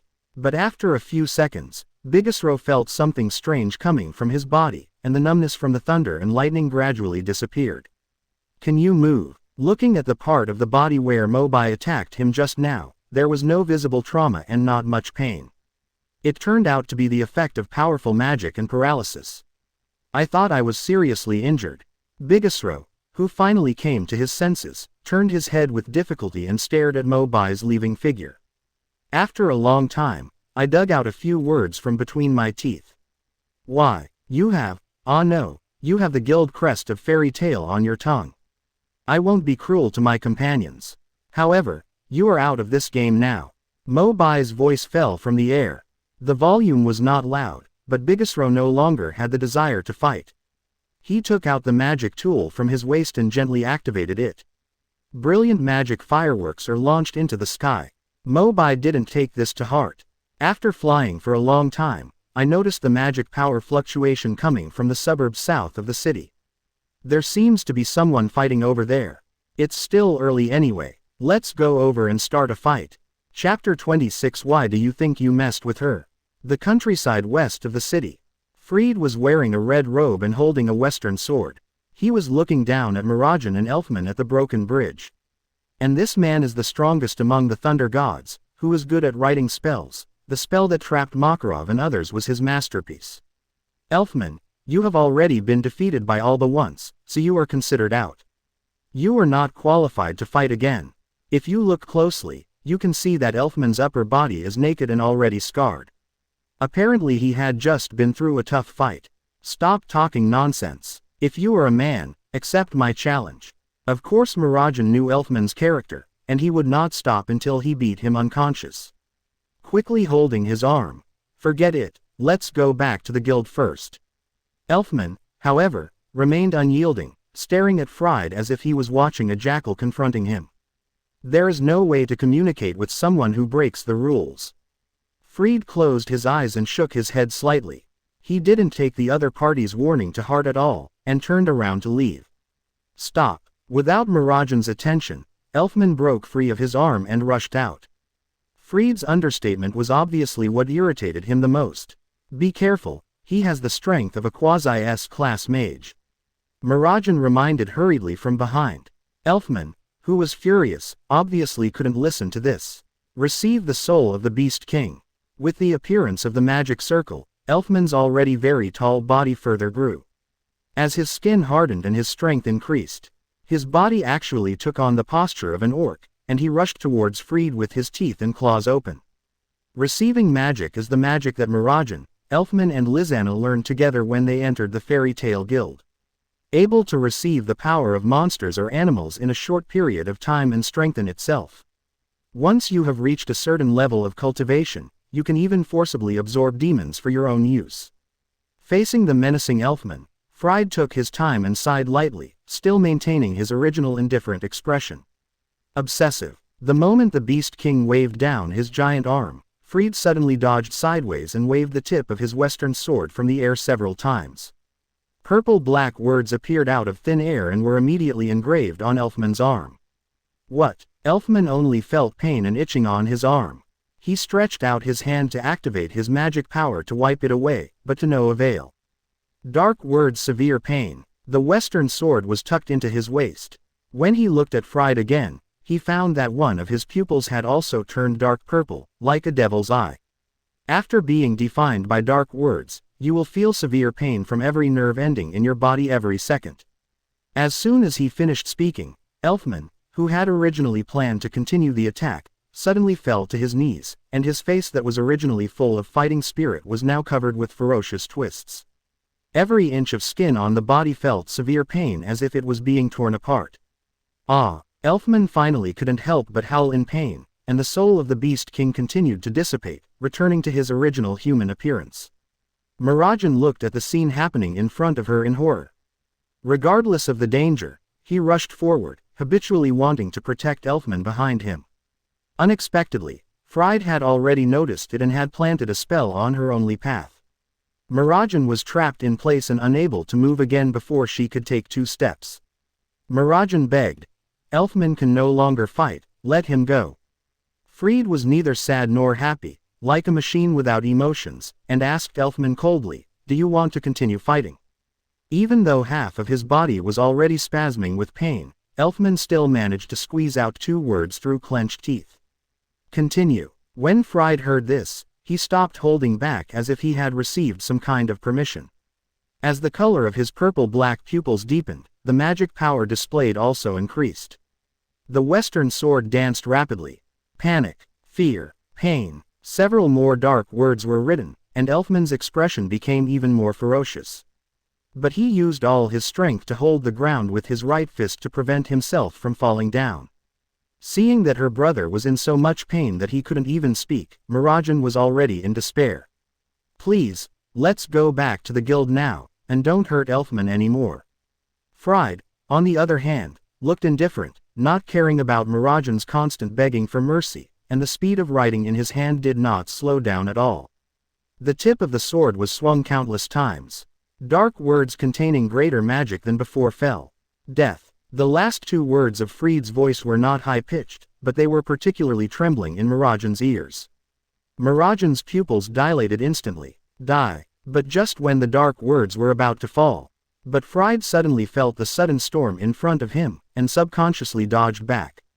But he found a familiar figure with wings flying past in front of him, carrying Elfman who was struggling on the spot.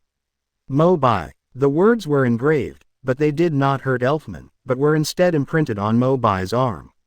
But as early as during the flight, Mo Bai had already used the steel skin in advance. It cannot be said that there is no harm caused by the death magic spell engraved on it, and the impact caused is not much different from being bitten by a mosquito. What the hell? Gua Sha. Mo Bai muttered softly. He carried Elfman and flew to the broken bridge not far away. Mo Bai was panting from exhaustion. This thing almost weighed as much as 3 or 4 Erzas. And the moment I saw Mo Bai's figure appeared, Fried's face finally showed seriousness, no longer as calm as before. After all, this is an opponent that even Laxus must take seriously. On the other hand, Mo Bai's expression at this moment was particularly strange.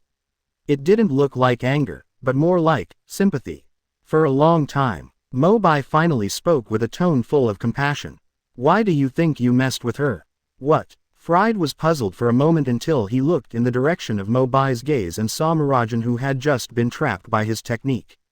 Mirajan looked sad, and a huge gray-black magic circle appeared at her feet. "The magic power keeps pouring out, like a demon that devours everything, disintegrating the spell and disappearing bit by bit. What a terrifying magic power! Fried's face was horrified. He had only seen this kind of oppression in Laxus before. At this point, Mobai can only mourn for a minute for him. Well, after all, he is an old man in the guild. Don't you know that Mirajan had another title a few years ago? S-class mage, Demon Mirajan. Peak strength, not even weaker than Fairy Queen Erza. It's just that due to some reasons, his personality has changed drastically. From the original fiery and vicious person who fought with Erza every day, he has become the gentle and weak person he is now. The terrifying magic power in his body also fell asleep. Perhaps because she had just heard the word death, the image of Lizanna leaving this world emerged in Mirajan's subconscious. She had already lost Lizanna, and she could not lose Elfman, her only relative. The magic power that has been dormant for a long time has finally been awakened. Mobai murmured to himself, looking at Fried with an even sadder look. Chapter 27 Elfman. My sister is a man. Receive the soul of Satan.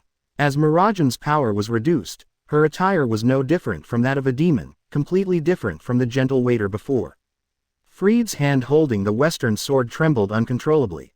A fierce light suddenly appeared in Mirajan's eyes, and she stepped forward with all her strength, running quickly, and arrived in front of Fried in an instant. Dark letter wings. The panicked Fried finally wrote the dark words for flight at the last moment and flashed into the air. The broken bridge he was on just now was not so lucky. It resisted the full blow of Mirajan's satanic soul and was smashed to pieces.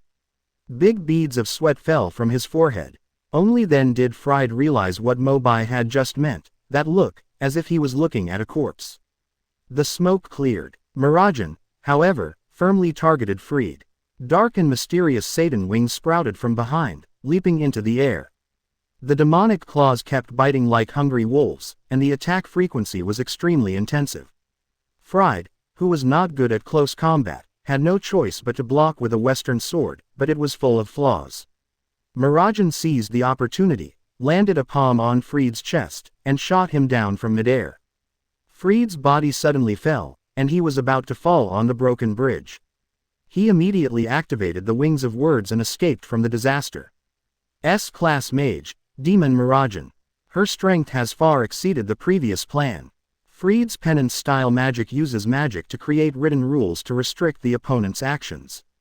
This also resulted in his stubborn and rigid character, and he even had to make a careful plan for everything he did. But when the plan was ruthlessly crushed, Fried obviously lost his previous composure. Dark madness. Not far away, Mirajan had caught up with him at some point. As the purple-black magic circle appeared in his right hand, dozens of dark arms emerged from it, all rushing towards Fried. If he doesn't use his strongest killing move at this moment, I'm afraid it will be over. Dark letters light bomb. Fried gritted his teeth, threw the western sword directly into the river aside, intertwined his hands into a seal. A light bullet that also contains huge magic power emerged from it. Seeing that the dark arm in the wild flow was about to touch Fried, the light bullet suddenly exploded, instantly blowing him to pieces. Success. Seeing that Mirajan's attack was neutralized, Fried had a glimmer of hope of victory in his heart. However, he was soon crushed to pieces again. When the smoke cleared, Mirajan was already ready for the next attack. Small black holes continued to condense between her palms, and a dangerous smell spread. Soul Exterminator. Fried wanted to resist again, but found that the light bullet he had just used with all his strength had almost exhausted the magic power in his body. Despair surged into my heart. It turns out it was just a simple test. There was a major mistake in the plan. There was no way I could defeat her. No matter it was speed, attack, or frequency of shots. Boom. The majestic and thick purple energy wave burst out from the black hole instantly. A frightening demonic wind blew up, and the sky above turned faintly dark. Although the battle zone is close to the outskirts. At the same time, the generated fluctuations were directly transmitted into the town of Magnolia, attracting many residents to stop and look here. It seems dark. It couldn't be the magicians from Fairy Tale, right? I hope they won't demolish my house again this time. Faced with such a powerful offensive, resistance has no effect. As Fried was swallowed whole by the Soul Destroyer, the wings of words behind him disappeared and his vision blurred. In an instant, it was as if there were thousands of steel needles piercing the nerves throughout his body. Under the constant stimulation of pain, his consciousness became clearer. I'm afraid the pain now is almost the same as the one I gave Elfman just now. I didn't expect it to be attached to myself now. Fried laughed to himself, completely lost his ability to fight, and fell to the ground. But Mirajan, who was so angry, didn't seem to intend to end it there. He actually jumped in front of him and grabbed his neck, causing the two of them to fall rapidly together. The body fell completely. Fried was lying flat on the ground, and all he could see in front of him was Mirajan's demonic and ferocious face. And she is full of magic power, ready to summon the claws of the devil on her head at any time. Is it over? Fried closed his eyes peacefully. Be ready to leave this world. But 10 seconds passed. The expected blow did not come. Fried opened his eyes with difficulty. Mirajan's claws filled with magic power still stayed in the air, but the hatred in his pupils was slowly dissipating. Until half a minute later, the arms hung down naturally. Fried wondered. What does this mean? Arrogance from the winner. Mirajan didn't answer. There was a flash of light. Gone is the horrific costume of Satan. What appeared in sight was still the guild's waiter Mirajan wearing a pink dress. Mirajan knelt down and sat aside. It was obvious that the battle just now had taken a heavy toll on her. After a while, Mirajan finally said slowly with tears in her eyes. After all, we are all still members of the same guild. I just want to live happily in the guild and don't want to fight anymore.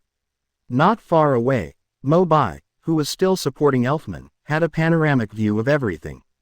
Mo Bai asked himself, even though he would not kill someone who was also from the Fairy Tale Guild.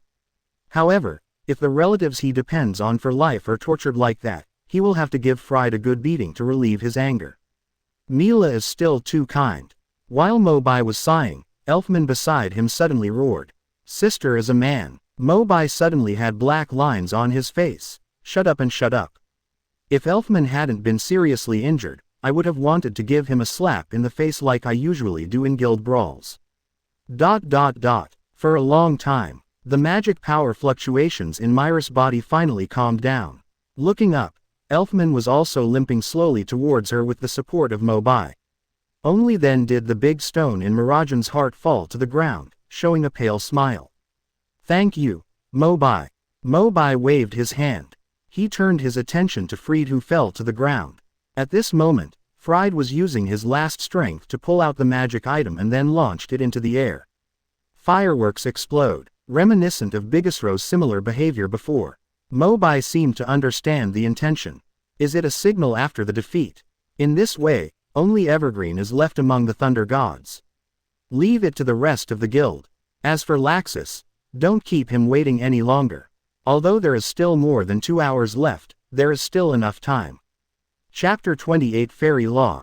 Magnolia, Town, Kuludia Cathedral. Laxus sat alone on the stone steps in front of the door, looking at the flares blooming again in the sky, his brows becoming more sullen. It's only been an hour, and 2 of the Thunder Gods have already lost their fighting ability. Who will be the remaining one? Fried. The breeze blows. Fried was defeated by Mirajan who had awakened her magic. The remaining one was Evergreen. The indifferent voice floated into Laxus's ears. As the Thunder Dragon Slayer mage, his hearing was equally keen. There was nothing in front of me. For a long time, the thin figure slowly appeared from the distance. Laxus watched silently until the man stopped in front of him, and then he spoke solemnly. Mo Bai, you are still on the opposite side of me. The person who came was none other than Mo Bai. Stop now, everyone just thinks you are joking.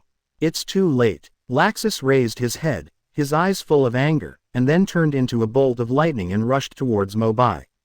Storm Dragon Wings. When the heavy fist filled with thunder and lightning fell, fortunately, Mo Bai summoned the wings of the Storm Dragon and activated the dragon-killing magic of thunder. The wind and thunder were linked together, and the speed far exceeded Laxus at this moment. As Mo Bai's figure passed by, his body half crouched in front of the church door, his palms close to the ground. The earth dragons crack. The dry soil cracked open in an instant, like an ugly scar, approaching Laxus. Don't pull out any tricks like this. Laxus snorted coldly, as if he was mocking Mobai for using too weak a skill. Stabilizing his lunge, he actually ignored the shattered ground and harnessed the thunder and lightning again to launch an onslaught. Thunder Dragon's Collapse Fist. Fire Dragon's Iron Fist. Unlike before, Mobai chose to confront Laxus in order to understand his strength in detail.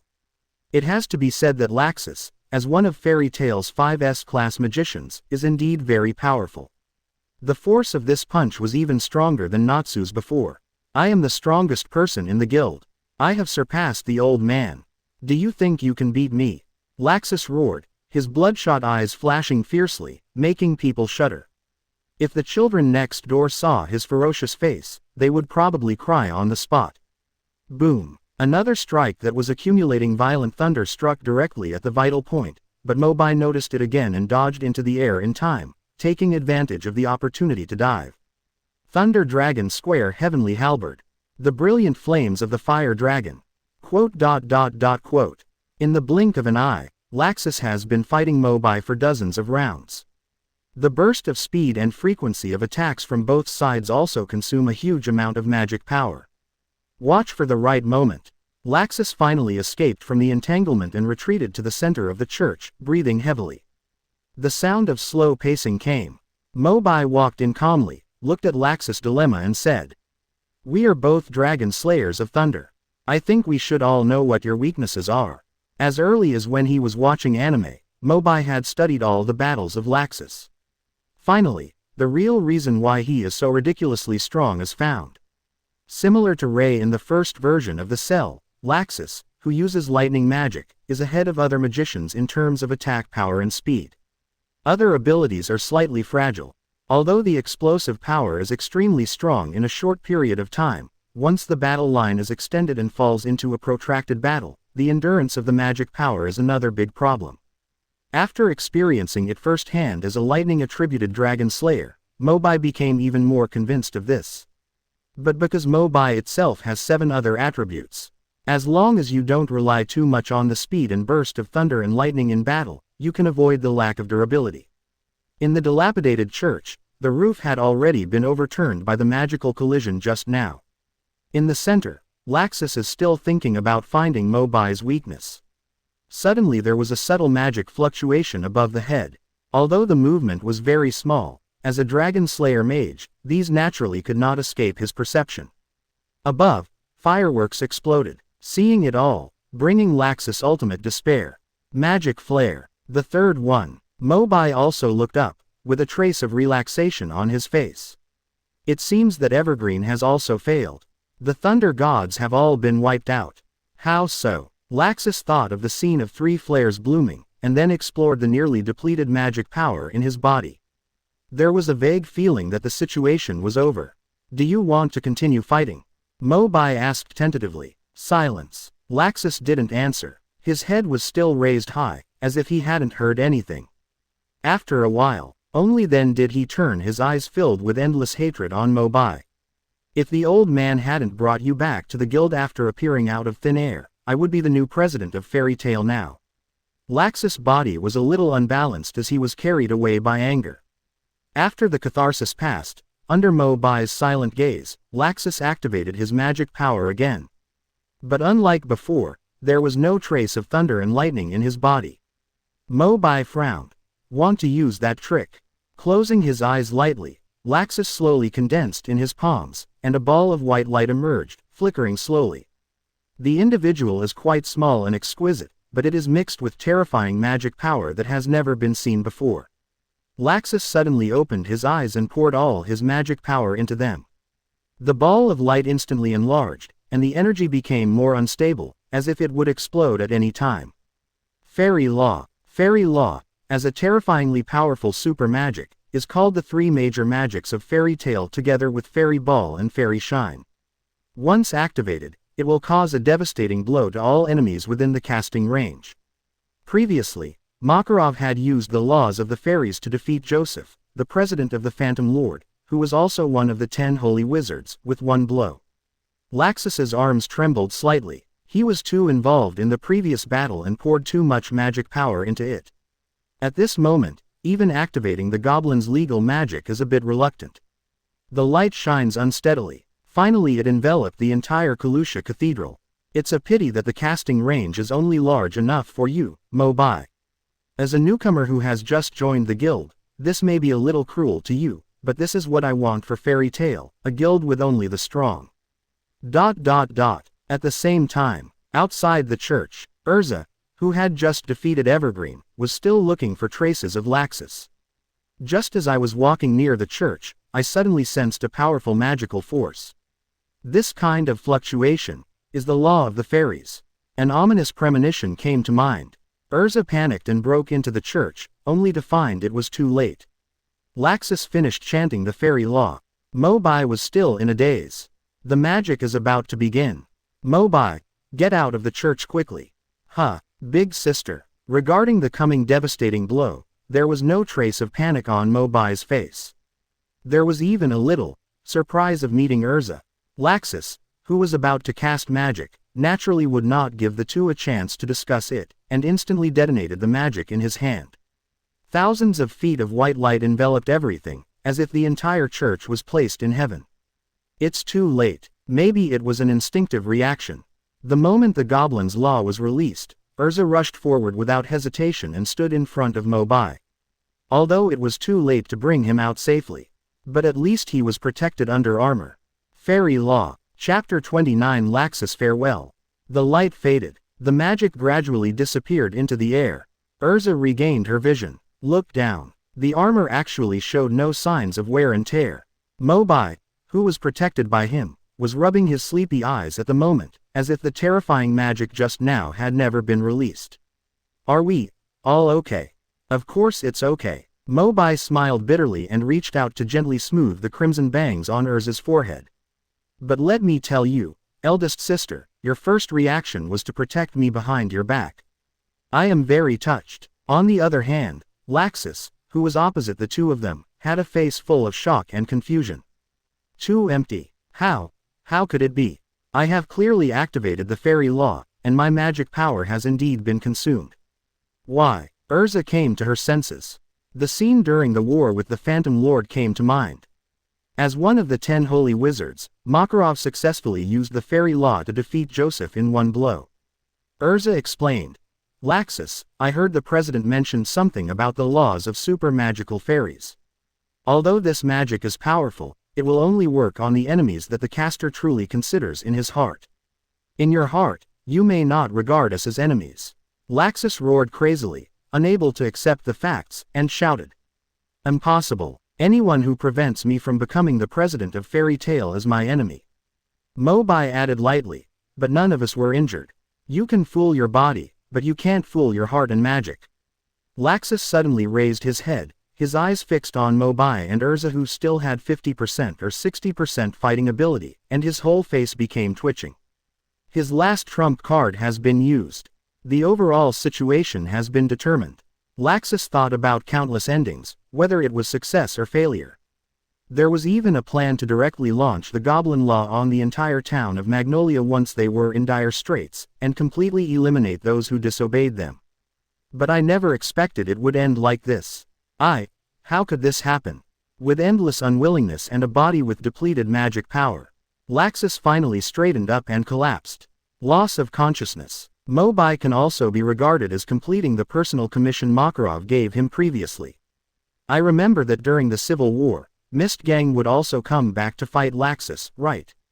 Maybe it was too early. I haven't seen anyone else yet. Due to the spells arranged by Fried in advance, the guild civil war did not cause harm to the residents of Magnolia. As for the destroyed buildings, Makarov also paid full compensation as always. After discussion, the Harvest Festival was postponed for one day.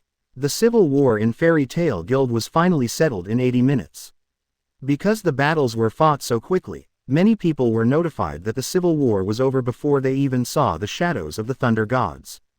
Afterwards, Laxus and the Thunder Gods were placed in a separate ward to recover from their injuries. It wasn't until he was able to go to the ground for normal activities that Makarov found them and announced an expulsion order for Laxus and a warning to the 3 Thunder Gods. Laxus himself raised no objections. On the other hand, The three thunder gods originally thought that they would be like Laxus, but in the end they only received a warning. Freed originally wanted to leave together, but Laxus stopped him sternly. I have no feelings for this guild. You are different. Stay here well. I don't want to see a group of weak thunder gods when we meet again. Even parting is the same. Laxus always maintained his aloof look and embarked on the next journey alone. After leaving the guild alone, close to the countryside, under the afterglow, Laxus suddenly saw a figure walking in the distance. The aura was particularly familiar, but he couldn't see who it was due to the setting sun. The man seemed to wave at him and throw something over. Laxus raised his arm and caught it steadily. It's a can of drink. As the figure trotted over, his face finally became clear. The moment he recognized him, Laxus was quite surprised. Mo Bai. Mo Bai smiled, stepped forward and punched Laxus together. He opened another can of drink in his hand, sat down leisurely, and asked casually, "Where are you going?" "Practice. The specific location has not been determined yet. I used to be busy with various commissions every day, but now I finally have enough time to improve my magic power." Laxus looked into the distance, his eyes filled with longing for the road ahead. Glancing at Mo Bai next to him, Laxus's eyes flashed with fighting spirit again. "Next time we meet, I won't lose to you again." Mo Bai smiled. "Okay. I'm looking forward to it." They were chatting with each other. "Until the drinks are gone and the sky becomes dark. The sun will set soon." Laxus rearranged his black coat, and before getting up, he told Mo Bai, "Remember to pay more attention to a guild named Crow Tail. They have been planning secretly and may attack you at any time." The Crow's Tail. Mo Bai is no stranger to this name. The person who founded Crow Tail was none other than Ivan, the son of Makarov, the father of Laxus, and one of Fairy Tail's strongest wizards. Because he had done something to harm his guildmates, Makarov expelled him from Fairy Tail. Since then, Ivan has held a grudge and founded the dark guild Crow's Tail to accumulate strength and prepare for revenge. Ivan even planted Gajil as a spy for this purpose, specifically to deliver unfavorable information about the Fairy Tail Guild.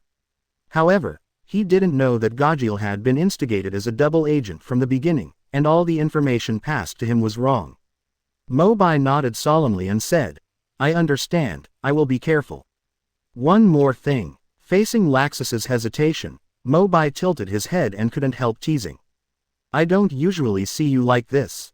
Why do you want to leave and turn your mother-in-law on?" After hearing this, Laxus spoke out the last words in his heart. "I no longer belong to Fairy Tail. I may not appear again for a long time. Take care of the old man for me." Sure enough, before leaving, the thing he couldn't let go of the most was the old man who quarreled with him every day. However, Mo Bai did not want this parting to be so sad and regretful, and responded directly and half-jokingly. "Don't be so pessimistic. If I become the president one day, the first thing I will do is call you back." Laxus laughed and cursed, turned around and walked towards the horizon, not forgetting to wave goodbye behind him. The setting sun stretched his shadow very long. "Hey, there will be a magical parade on the streets of Magnolia at night, remember to watch it before leaving." Chapter 30 Being Teased. At midnight, after the magical procession that circled the entire Magnolia, the harvest festival seemed to be coming to an end. However, in Fairy Tail Guild, the grand dinner party has just begun. Walking out of the cheering crowd and looking at the rich dishes on the table, Mo Bai just wanted to eat. Just as he was about to reach out to grab the cake in front of him, Mo Bai suddenly felt someone grabbing his shoulder. Then there was a strong smell of alcohol. "Don't go, little Mo Bai, come and have a drink with your sister." Kana. After seeing the other party's face clearly, Mo Bai couldn't help but shudder. Kana, the famous female drunkard in the guild, is the first among the younger generation of wizards to join Fairy Tail. She usually wears revealing clothes and does not hesitate to show off her impressive figure. But perhaps because of his heavy drinking, he drinks almost all the time except during working hours, and now he doesn't even have a rumored boyfriend. Kana had a half-drunken smile on her lips. As she spoke, she walked directly to Mo Bai, hugged his neck and leaned into her arms. Before Mo Bai could react, he felt his eyes go dark and his sight disappeared. The face seemed to be supported by two soft objects. The smell of alcohol mixed with warm body fragrance penetrated into the nose. Well, until I saw him being covered and unable to breathe. Kana then let go with a satisfied look, and then took the wine glass from the side. Speaking of which, I was saved by you when I was participating in a beauty pageant. I haven't even had time to thank you yet, let me toast you with this glass of wine. Quote. Mo Bai suddenly wrinkled into a bitter face. Even before time travel, his drinking capacity was extremely poor. He would drink the first 2 glasses of wine, and he could never stand the spicy taste. That's why I even tremble when I see Kana. At a banquet, what I fear most is being drunk by this female drunkard. I don't know how to drink. At this point, Mo Bai had no choice but to admit it honestly. What, do you have to let me feed it to you? Kana refused. No. Seeing Kana holding the wine glass getting closer and closer to his face. Mo Bai looked around and looked for help at Marajan, who was passing by. Marajan also understood and walked forward to gently pat Kana on the shoulder. Stop it, Kana. Mo Bai was just busy preparing for the magic parade today and didn't eat much all day. Unexpectedly, Kana became even more excited after hearing this. That's just right. Drinking wine can help your stomach. Come on, drink quickly. Just this one glass. Seeing the wine glass being pushed in front of him, and repeatedly declining to no avail, Mo Bai simply gritted his teeth. Long-term pain is not as good as short-term pain, just this one cup. Thinking of this, Mo Bai no longer hesitated, took the glass and drank it in one gulp. When the spirit entered my mouth, I didn't feel the strong and mellow aroma that others had said, only the unbearable spiciness. Mo Bai forced himself to swallow it, and it felt spicy from his mouth to his throat and then to his stomach. Just when he thought it was over, his vision suddenly blurred, his feet slipped, and he almost fell down. Only then did Mo Bai realize something was wrong. What did you give me to drink? Water of life. The purity is about 96%. Mo Bai felt dizzy and his cheeks were extremely hot. If Marajan and Kana hadn't been supporting him from left to right, he would have had to lie down directly. I'm sorry, I didn't expect you really can't drink at all. After taking a sip of the sobering tea brought by Millage, Mo Bai glanced at Kana, who was apologizing unhappily. But, actually, I have other things to discuss with you tonight. Kana seemed a little shy. What's the matter? Mo Bai asked. I wasn't very satisfied with the previous stone carvings. I might as well let you take a closer look this time. Who is bigger between me and Erza? Kana said as he spoke. Just put one hand on the shoulder strap and untie it as if no one else was around. Mo Bai almost spit out the hot tea. Marajan looked equally shocked. This is too open. As Kana's fingers twist, her plump upper body trembles slightly. Mo Bai opened his mouth and wanted to say something, but he didn't make a sound. It seems that the Western Hemisphere is about to see the light of day again. Kana's movements suddenly stopped and stared at the confused Mo Bai. A look of pride suddenly burst out in his eyes, and he even suddenly took out a hand to pinch Mo Bai's red face. Another drunken laugh. I'm just teasing you. Ha ha ha ha ha. Quote. Mo Bai touched his nose angrily. Although there was a trace of luck, this result was already expected. But it's still dangerous. Mo Bai couldn't control it just now, and Mo Bai's crotch almost fell out of line. I must have drunk too much. Mo Bai rubbed her temples to comfort herself. At the same time, in the open space not far away, Makarov, Natsu and others seemed to have a dispute, and the sound was quite loud. Why do you have to drive Laxus away? Even if we fight, we are still friends, right? I've said it many times, Natsu. Although Laxus is my grandson, he has done something to hurt his companions and must leave the guild. But, that's enough, let's end this matter. Quote. Questioning voices also came from behind Mo Bai. Laxus was kicked out of the guild. What do you think? Perhaps leaving the guild for a short time will be helpful to Laxus's training, right? He has lived under a halo since he was a child and has always longed for a truly objective evaluation. At least now he can concentrate on improving his strength without any scruples. Besides, even after leaving Fairy Tail, the president and everyone in the guild will still care about Laxus, right? Maybe it's the numbing effect of alcohol. It wasn't until he finished saying these words that Mobai realized who the person he had just spoken to was. Sister, when did you come here? Erza smiled and said, the civil war and celebrations are over. Now, it's time to discuss the stone carvings. Mo Bai was startled. How could she still remember this? Erza immediately said, where did you buy the stone sculpture? I think the workmanship is good, and I would like to customize one. Mo Bai breathed a sigh of relief. Just in the north of the city, there is a store opened by the stone-shaped mage. I thought Erza was here to cause trouble. After getting the answer I wanted, I briefly asked Mo Bai about his condition after drinking. After confirming that there was nothing serious, Erza turned around and was about to leave, but suddenly she seemed to remember something. Also, don't call me eldest sister in the future. Well, actually I don't always call you that, I just occasionally. Then what should I call you in the future? Your Majesty Queen. Erza turned around and smiled sweetly, but did not answer and walked straight to Makarov, who was still arguing. Mo Bai was left alone and confused.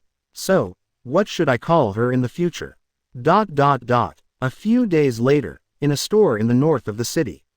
Miss, the double stone sculpture is expensive. Are you sure you want to customize it? Okay, if you want to style it, please follow this photo. Oh, if I remember correctly, these should be the two people from the Tower of Destruction Paradise, right? I have followed that issue of Wizards Weekly. Judging from the way they hug each other, maybe they are a couple. No, I don't know. As for the proportion of the stone sculpture, it should be imitated in life size. No problem. Do you have any other requirements? Also, please pack it more tightly, I don't want others to see it. Also, please keep the fact that I have been here a secret from anyone. Chapter 31's level urgent request. The village burned to the ground. Inside the villa, Mo Bai sat cross-legged on the bed and gradually emptied his mind. The mind slowly jumps into the space of consciousness. In the vast darkness, only 8 dragon-slaying crystals of different colors emitted a little light. Among the 8 crystals, the 3 energies of fire, thunder and storm are the most powerful, which happen to be the 3 attributes that were previously driven to release the secret of dragon slaying.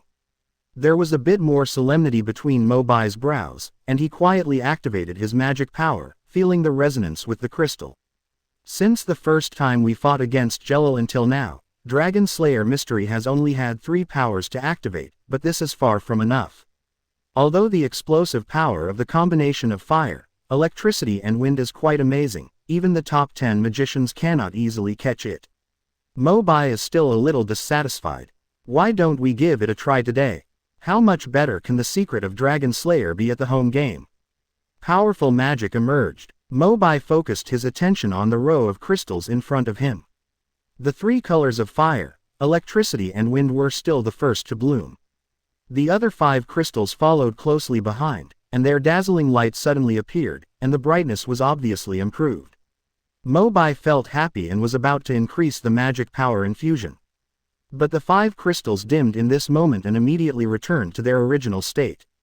It still doesn't work. Mo Bai frowned slightly. After a brief period of regret, I began to calmly analyze the reasons. Originally the Dragon Slayer crystal was bright, but it quickly dimmed again. It seems that there is a lack of some specific elemental power as a stimulus. For example, if the next battle takes place on the ocean, maybe we can use the power of the water element there to activate the 4th Dragon Slaying crystal. By then, the power of Dragon Slayer Mystery should be even more powerful. Make a decision secretly from your heart. Mo Bai finally left the conscious space and opened his eyes, only to realize that the sun was very high. I looked up at the clock and saw that it was already past 10 in the morning. When he first entered the consciousness space, it was still dark outside. Time is fast enough. Mo Bai smacked his lips helplessly. At this time, I guess Erza and the others have already set off to do the commission. It seems they can't make it in time. As early as when he was first invited by Erza to join the team. Mo Bai has already told everyone that his time is often not very stable. If you are too late for a job, others don't have to worry. They can just go ahead and do the commissioning without waiting any longer. After jumping out of bed, Mo Bai put on his clothes casually, washed briefly, then took up the wings of the storm dragon and went straight to the guild. Dot dot dot dot dot dot dot. Dot dot dot dot dot dot dot. Kicking open the door that was shaking in the breeze, Mobai lazily walked through the hall and went straight to the front desk to sit down. Mila, is there anything to eat? I'm so hungry. Mobai. Marajan turned around. At this time, she was still wearing the pink dress, her beautiful eyes seemed to be filled with spring water, and she asked softly. Erza and Natsu left for work early in the morning. Weren't you with them? Mobai scratched the back of his head. Well, I stayed in bed and got up late. Is there any food left? I haven't eaten anything in the morning. Yes, I'll get it for you. Marajan smiled bitterly. Then he took a plate of cakes that Mobai often eats from the kitchen. Mobai didn't show too much politeness, he just took a sip of it in his hand and his mouth was filled with sticky cream. It's better to be Mira. By the way, there are so few people in the guild today. It's never been so quiet. Mira thought about it and said, maybe it's because of the end of the month. For many tasks that have been accumulated before and could not be completed, the client has more or less increased the remuneration. I see. By the way, the president isn't here either. Oh, yesterday, when Gajil went to carry out a commission, he accidentally blew up more than 50 ships docked at Harujan port. The president has been invited to tea by the council. Quote. Okay, this is fairy tale. While the two were talking, chirp, a blue mechanical bird suddenly flew into the hall and made a crisp chirping sound. Go around in a circle. Ended up sitting on the counter. There is also a piece of yellow paper rolled on the bird's back. After coming to Fairy Tale Guild, Mobai saw this kind of bird several times. Mechanical gadgets driven by magic power travel around villages and towns acting as messengers, and can also deliver some orders to nearby guilds. New mission. Marajan frowned slightly. A commission was sent at this time. Could it be some kind of urgent task? Unfold the yellow paper slowly. At this time, Mobai was still immersed in the deliciousness of the cake, chewing it. But the moment his consciousness raised his head, only then did Mobai realize that Marajan's originally beautiful face suddenly lost its color and her smile disappeared without a trace. Even her hands holding the order form couldn't stop shaking, as if she had been greatly frightened. What's going on? Mobai quickly wiped his mouth, stood up and came to Marajan's side, reading out the words on the order form. S-level mission, urgent. Gluck village has been invaded by demons. We are requesting support from magicians. The content of the commission came to an abrupt end and there was no further content. The handwriting is extremely sloppy. He didn't even specify the requirements or rewards at all, and was hurriedly delivered by the mechanical bird. According to the regulations of the Senate, this kind of commission is an invalid task and cannot be accepted by guild members normally, but Marajan only spoke halfway and did not dare to say any more. According to the description, it doesn't look like a prank. Mo Bai said solemnly. He could roughly figure out the circumstances under which this urgent commission was completed. Perhaps before he could finish writing the content, the client was discovered by the demon mentioned in the mission, and his life or death was uncertain after that. There was a long silence. Marajan folded the order form very quickly and put it away. Suddenly she seemed to have made some determination and said, Mo Bai, I must go there immediately. Receive Satan's soul. The dark magic circle is activated. Marajan had changed into the appearance of Satan, and the demonic wings with jet black feathers on her back were waving, and she flew directly out of the guild gate. Wait a minute, hey. Mo Bai didn't even react for a moment, standing there and shouting loudly. Sensing something fishy, Mo Bai also activated the dragon-killing power in his body. The wings of the storm dragon suddenly appeared, and the body also shot out. The guild's long-destroyed door was completely smashed into rubbish. With the blessing of the power of wind and thunder. In mid-air, Mo Bai quickly caught up with Marajan and stood in front of her. Marajan was stunned for a moment, and then asked, why are you following me? Mo Bai hit the nail on the head and asked in a deep voice. It allows you to leave your job as a guild waiter and go to the Grak village at all costs. Does this commission have anything to do with you? Marajan's figure stopped in midair, and her head slowly lowered. Just when Mo Bai thought she was going to tell the truth. Unexpectedly, Marajan's eyes suddenly turned red, and two large tears rolled down her cheeks. Now it was Mo Bai's turn to panic and hurriedly stepped forward. No, don't cry. I haven't left Magnolia yet. If others see me, they think I'm bullying you. I don't want to become the public enemy of the men in the town. You wait until there is no one left before you cry.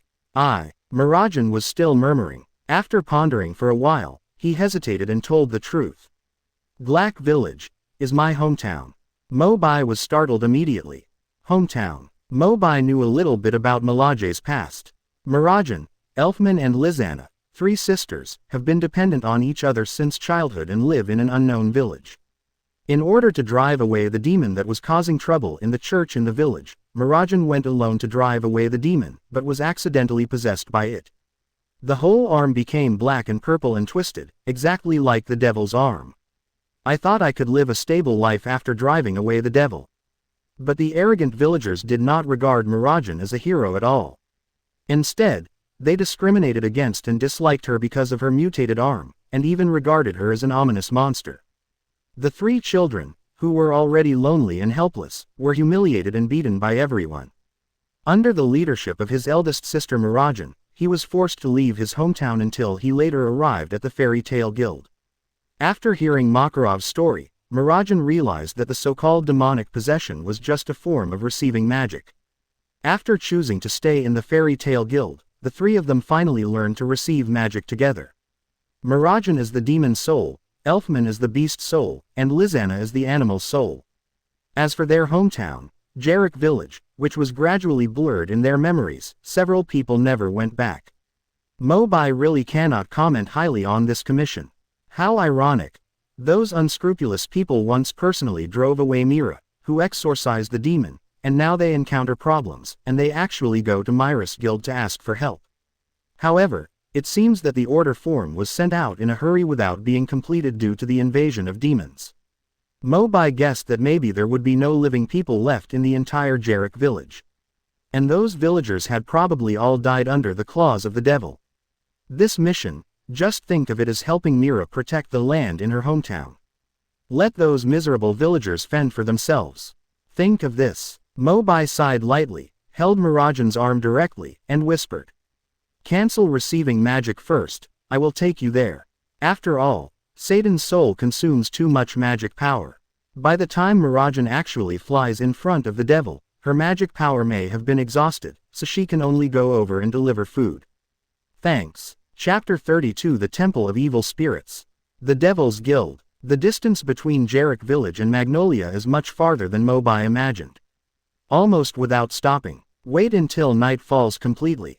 Only then did they barely approach the jungle on the outskirts of Jarek Village. As if he smelled something, Mo Bai suddenly said seriously, Mira, be mentally prepared. What? The Dragon Slayer's 5 senses are sharper than ordinary people. The further I go, the more I smell the smell of burning fireworks. Seeing that Marajan did not respond, Mo Bai also remained silent and continued to urge the storm dragon wings to move forward. As the 2 people continued to get closer, finally stopped on a hill. Just ahead is the village of Gluck. The terrain here is high, and you can just overlook the whole village. But it was only a glance. Marajan's pupils suddenly dilated and her eyes were frightened. He covered half of his face with his hands, shaking constantly. Mo Bai was expressionless. In front of the 2 of them, the village that was supposed to appear had turned into a sea of flames. ...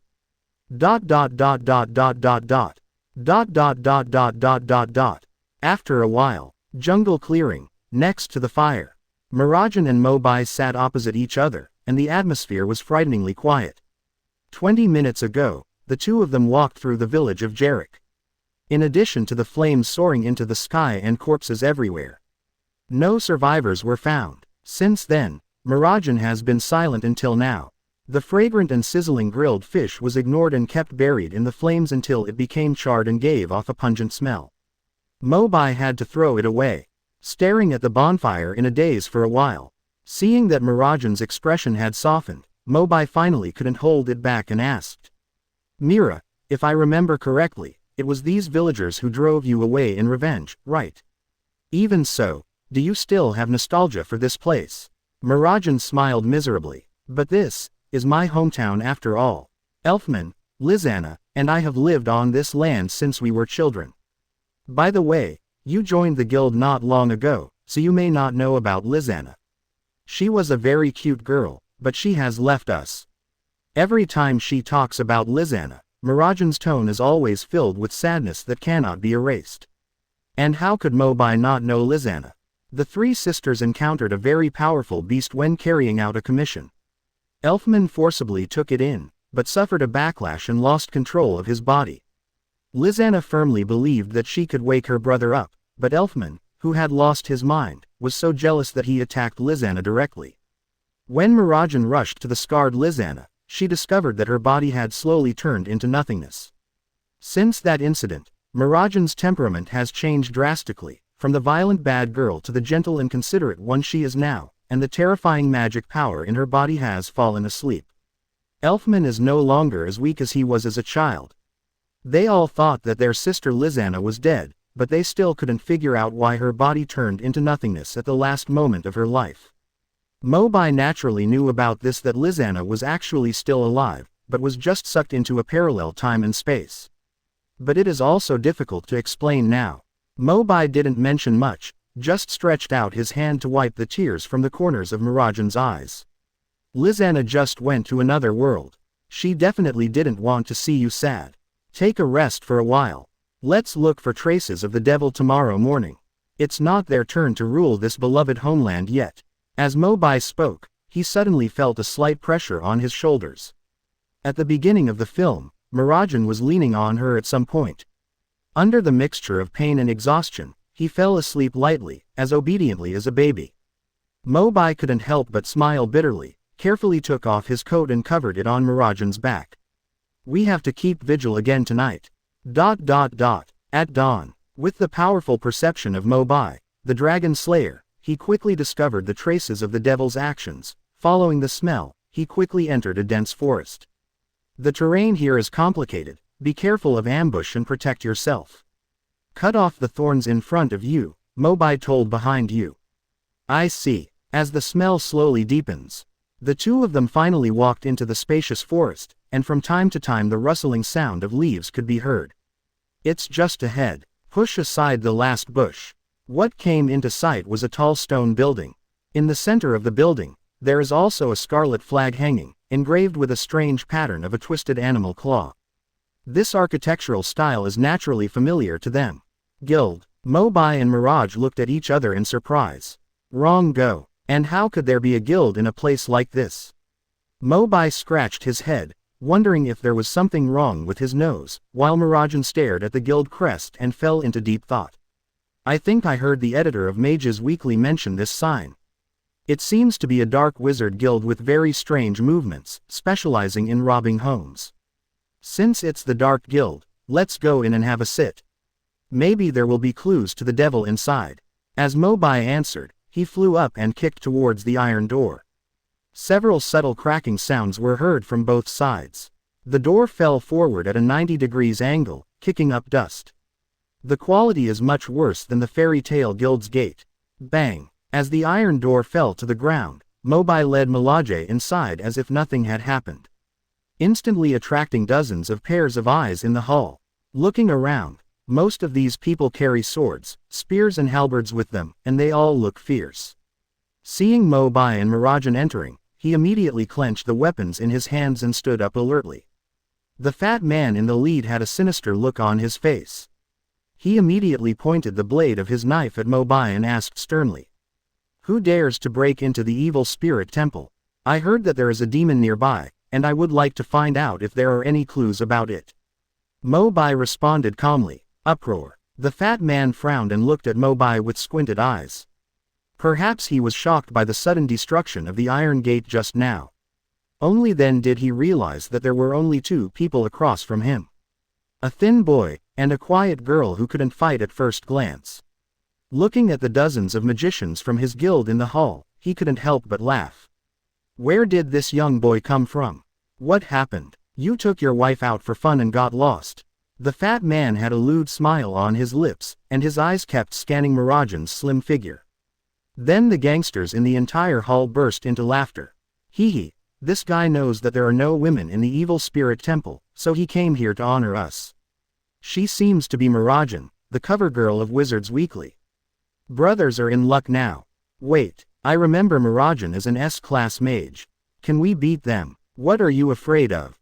No matter how strong Mirajan is, I haven't heard of anything she has done in these years. She is probably a useless person in name only. There are more than 80 of us, and we are still afraid of a half-dead S-class mage. Quote. There was a commotion. This group of gangsters seemed to have completely forgotten the scene when Mo Bai kicked in the door. Mo Bai was too lazy to tangle with this group of useless snacks. The fat man looks so bad, he looks like a short-lived ghost. I probably won't be able to survive even one episode. Just as he was about to activate the dragon-killing magic in his body, the fat man spoke again. No matter how you found this place. Now that you are here, please stay and become a sacrifice to Anai Shalong. Mo Bai's eyes suddenly lit up. Anna Shirutaka, could it be that devil's name? Mirajan heard this and nodded slightly. Maybe the devil is hiding in this dark guild. Chapter 33. You say I'm Gajiel. Then just be Gajiel. Receive the soul of Satan. As the dark magic circle appeared under Mirajan, demonic power emerged, and she instantly transformed into Satan. The minions who originally coveted the beauty and rushed forward to use magic attacks were stunned when they saw the completely different Mirajan. You call this a half-wasted magician? Dark stream. Raise your hand. Countless pitch-black claws appeared and swept away. In the eyes of the minions, it was like seeing a ghost. By the time they turned around and tried to escape, it was too late. Screams resounded throughout the entire Evil Spirit Temple Guild Hall. The remaining people all turned pale, looking at Mirajan with nothing but endless fear. In the past, he only did things like robbing homes and bullying ordinary people who didn't know magic. This time he was one of the few who fought against the magicians. I thought I could take advantage of the numerical advantage, but when I met an S-class wizard, I was kicked directly onto the iron plate. A trace of horror flashed across the fat man's face. However, he noticed Mo Bai, who had not yet taken action in front of him. The bad water in my stomach reacted immediately. Seize that kid. Use him as a hostage to threaten Mirajan into submission. Following the order, the other magic minions around him seemed to see hope, and they surrounded Mo Bai with ferocious looks, constantly approaching. You're in bad luck, kid. They are best at bullying muggles who don't know magic. The fat man muttered words, and a magic circle appeared in his left hand that was not holding a knife. Then, dozens of iron swords, spears, swords and halberds appeared from it, constantly enlarging. They are no different from the weapons in the hands of the minions. This slightly piqued Mo Bai's interest. Iron-shaped magic. You're quite knowledgeable, kid. But this sword doesn't have eyes. Be careful that it will be chopped into pieces in a while. As the fat man shouted, more than a dozen iron weapons were fired at the same time, threatening to turn Mo Bai into a hornet's nest. This attack also attracted Mirajan's attention.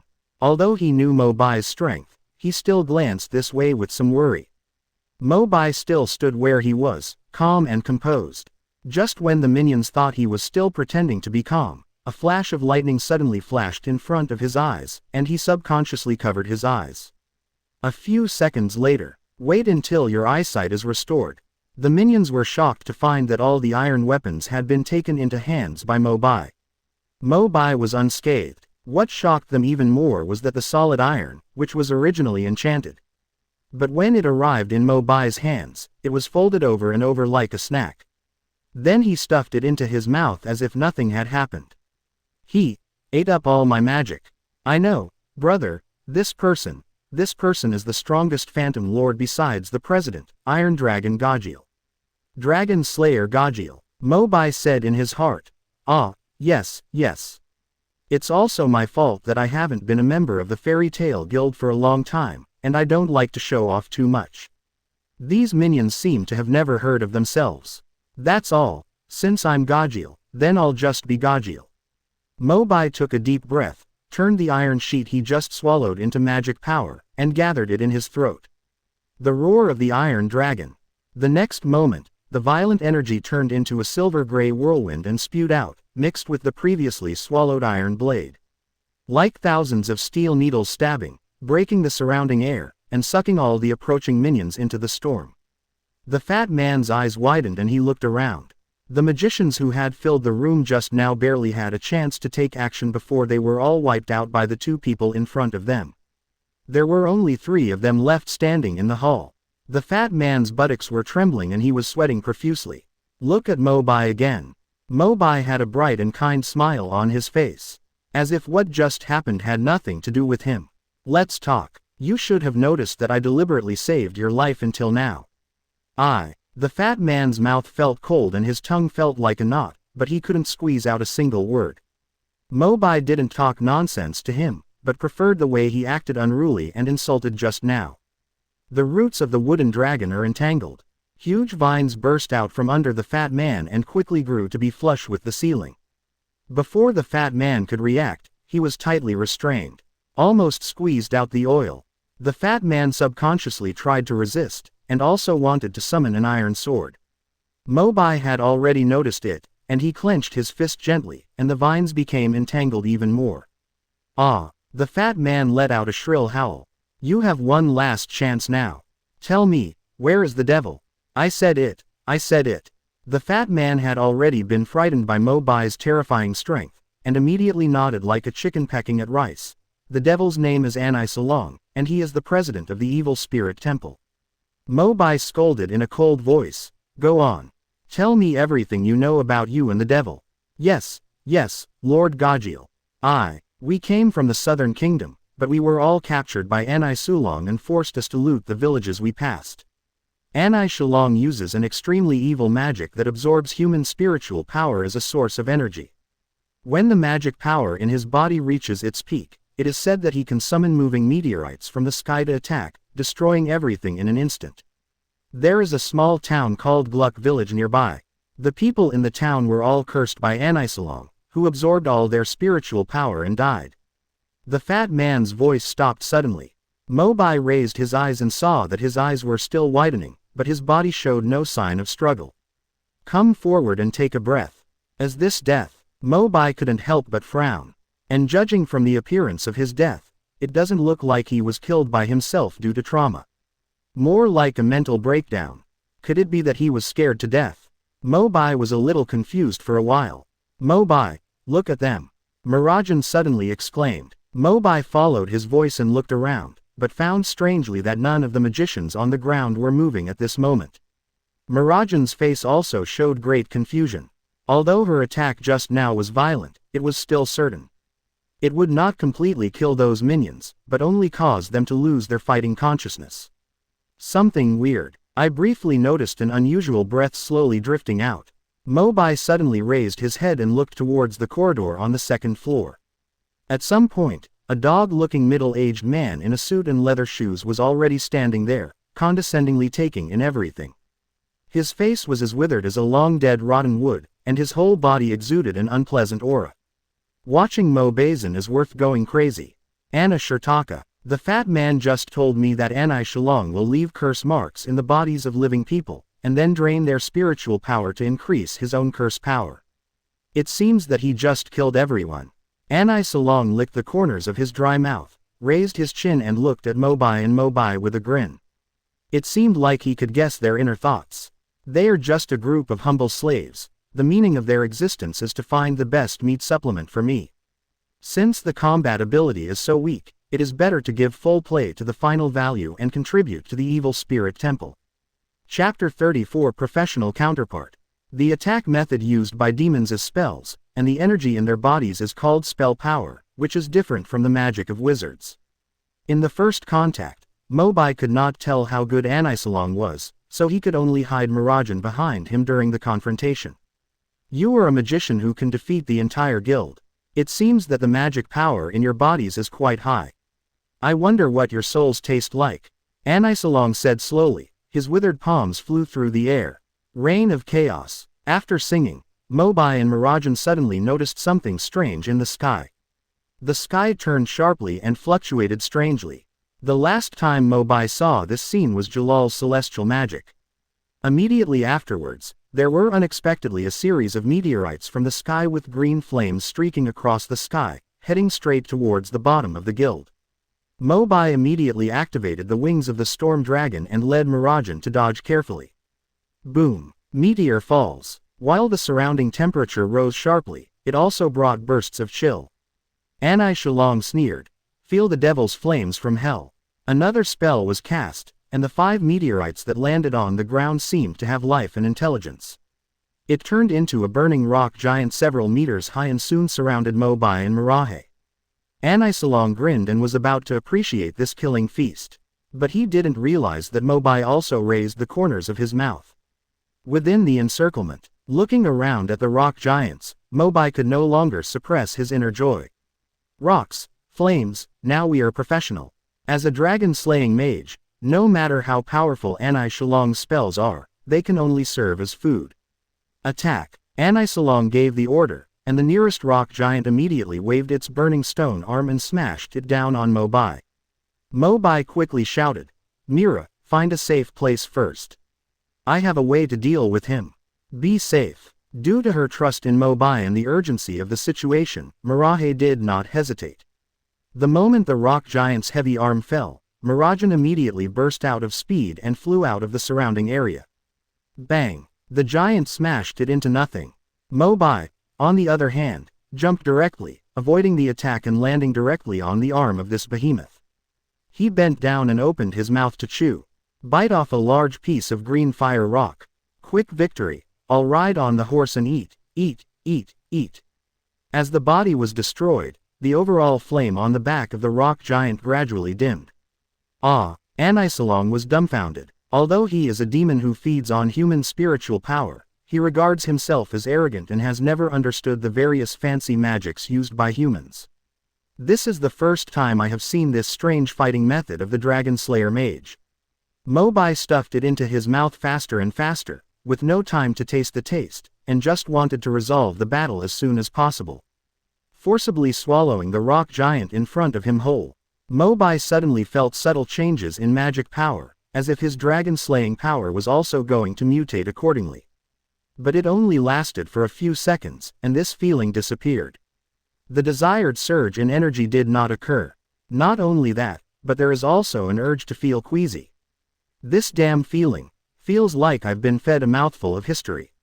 Mo Bai frowned, looked up at the horrified Anai Shalong with great displeasure, and spoke in a slow and cold tone. The devil's flames and stones are so unpalatable that they really make people angry. Anai Shalong's heart is filled with thousands of horses galloping. I didn't ask you to eat it. Crazy. Madman. Is he really human? But with the current situation, it was obviously too late for Anai Shalong to complain. The next moment, he was horrified to find that Mo Bai's figure disappeared from the spot. At the same time, violent thunder and lightning magic came around him. Mo Bai intertwined his fists, and his pupils instantly dilated with overwhelming power. Jaws of the Brontosaurus. Mo Bai's blow was not sloppy at all, it hit Anai Shalong directly on the head. His screams were even louder than the fat man who was bound by roots just now. As Anai Shalong fell to the ground with serious injuries, the remaining 4 rock giants also lost control, and the flames on their bodies flashed briefly and then were extinguished. But the battle is not over. Mo Bai could also sense that Anai Shalong, who was lying on his back and pretending to be dead, still had faint spells coming out of him. As expected of a devil, he is thick-skinned and thick-skinned. But if you don't get up again, I won't mind punching you in the head again. Anai Shalong was frightened when he heard this. He hurriedly sat up from the ground and kept a distance from Mo Bai, shouting at the top of his lungs. Behind the evil spirit temple is the gate of dark guild Hades. You can't kill me. Gate to Hades. A flash of lightning flashed in Mo Bai's mind. Gate of Hades, one of the 3 most powerful dark guilds, signed a non-interference contract with the 6 demon generals and Demon Heart, and the 3 formed the Balam Alliance. In the original story of Fairy Tale, a large part of the story is about fighting these 3 dark guilds. Mo Bai thought from the bottom of his heart, the Gate of Hades. It is indeed a tricky thing. But if I remember correctly, they will not take action until 7 years later, right? Seeing Mo Bai's hesitation, Anai Shalong thought he was afraid of the Gate of Hades, so he continued to coerce and induce. You must have heard of the Gate of Hades, right? There are powerful demons in the Book of Zirf, and the only way to fight against them is to die. I have also seen that you are a very strong magician. As long as you join the Evil Spirit Temple and follow me in the future, I will ensure that you will have an endless source of magic power for you to enjoy in the future, just like the hellfire that swallowed me up just now. Quote, Mo Bai suddenly interrupted, I'm not interested in your hellfire that tastes worse than history. Anisalong was startled, and a bad premonition came to his mind. Mo Bai then said coldly, in addition, sooner or later, the gate of Hades will be pushed by us. It's a pity that you will never see that day, etc. There was endless fear in Anisalong's eyes, and his dry lips parted, as if he wanted to say something else. Mo Bai's iron fist fell first, shutting him up completely. Anisalong's body slowly became transparent until it completely disappeared. This boss is easier to defeat than the mobs. Putting it among demons, this group should be considered not weak. It's just a bit of bad luck. All the spells were eaten by me. Chapter 35 Moving Towards New Life. See everything settle down. Mirajan also returned to Mo Bai and lifted the soul of Satan. Mo Bai nodded slightly and was about to leave when a faint voice sounded in his ears. Mira, did you hear anything? Mirajan didn't know why. It sounds like the cry of a baby. It's right where Anasharaka came out just now. Holding Mirajan's arm, Mo Bai activated the storm dragon wings and headed straight to the second floor. It was different from the mess all over the hall. Anna Shirutaka's room is in order. If you hadn't seen with your own eyes what kind of abstract guy he was, you might have thought this was a gentleman's home. The crying came from the bed at the end, and Mirajan finally heard it. When the two of them got closer, they realized that this was actually a baby girl who was still in her infancy. Hey, seeing Mo Bai and Mirajan, the baby girl stretched out her little hand to gesture something in midair, and then she grinned and started crying again. Perhaps out of instinct, Mirajan directly held the baby girl in her arms and rocked her gently to try to coax her to sleep.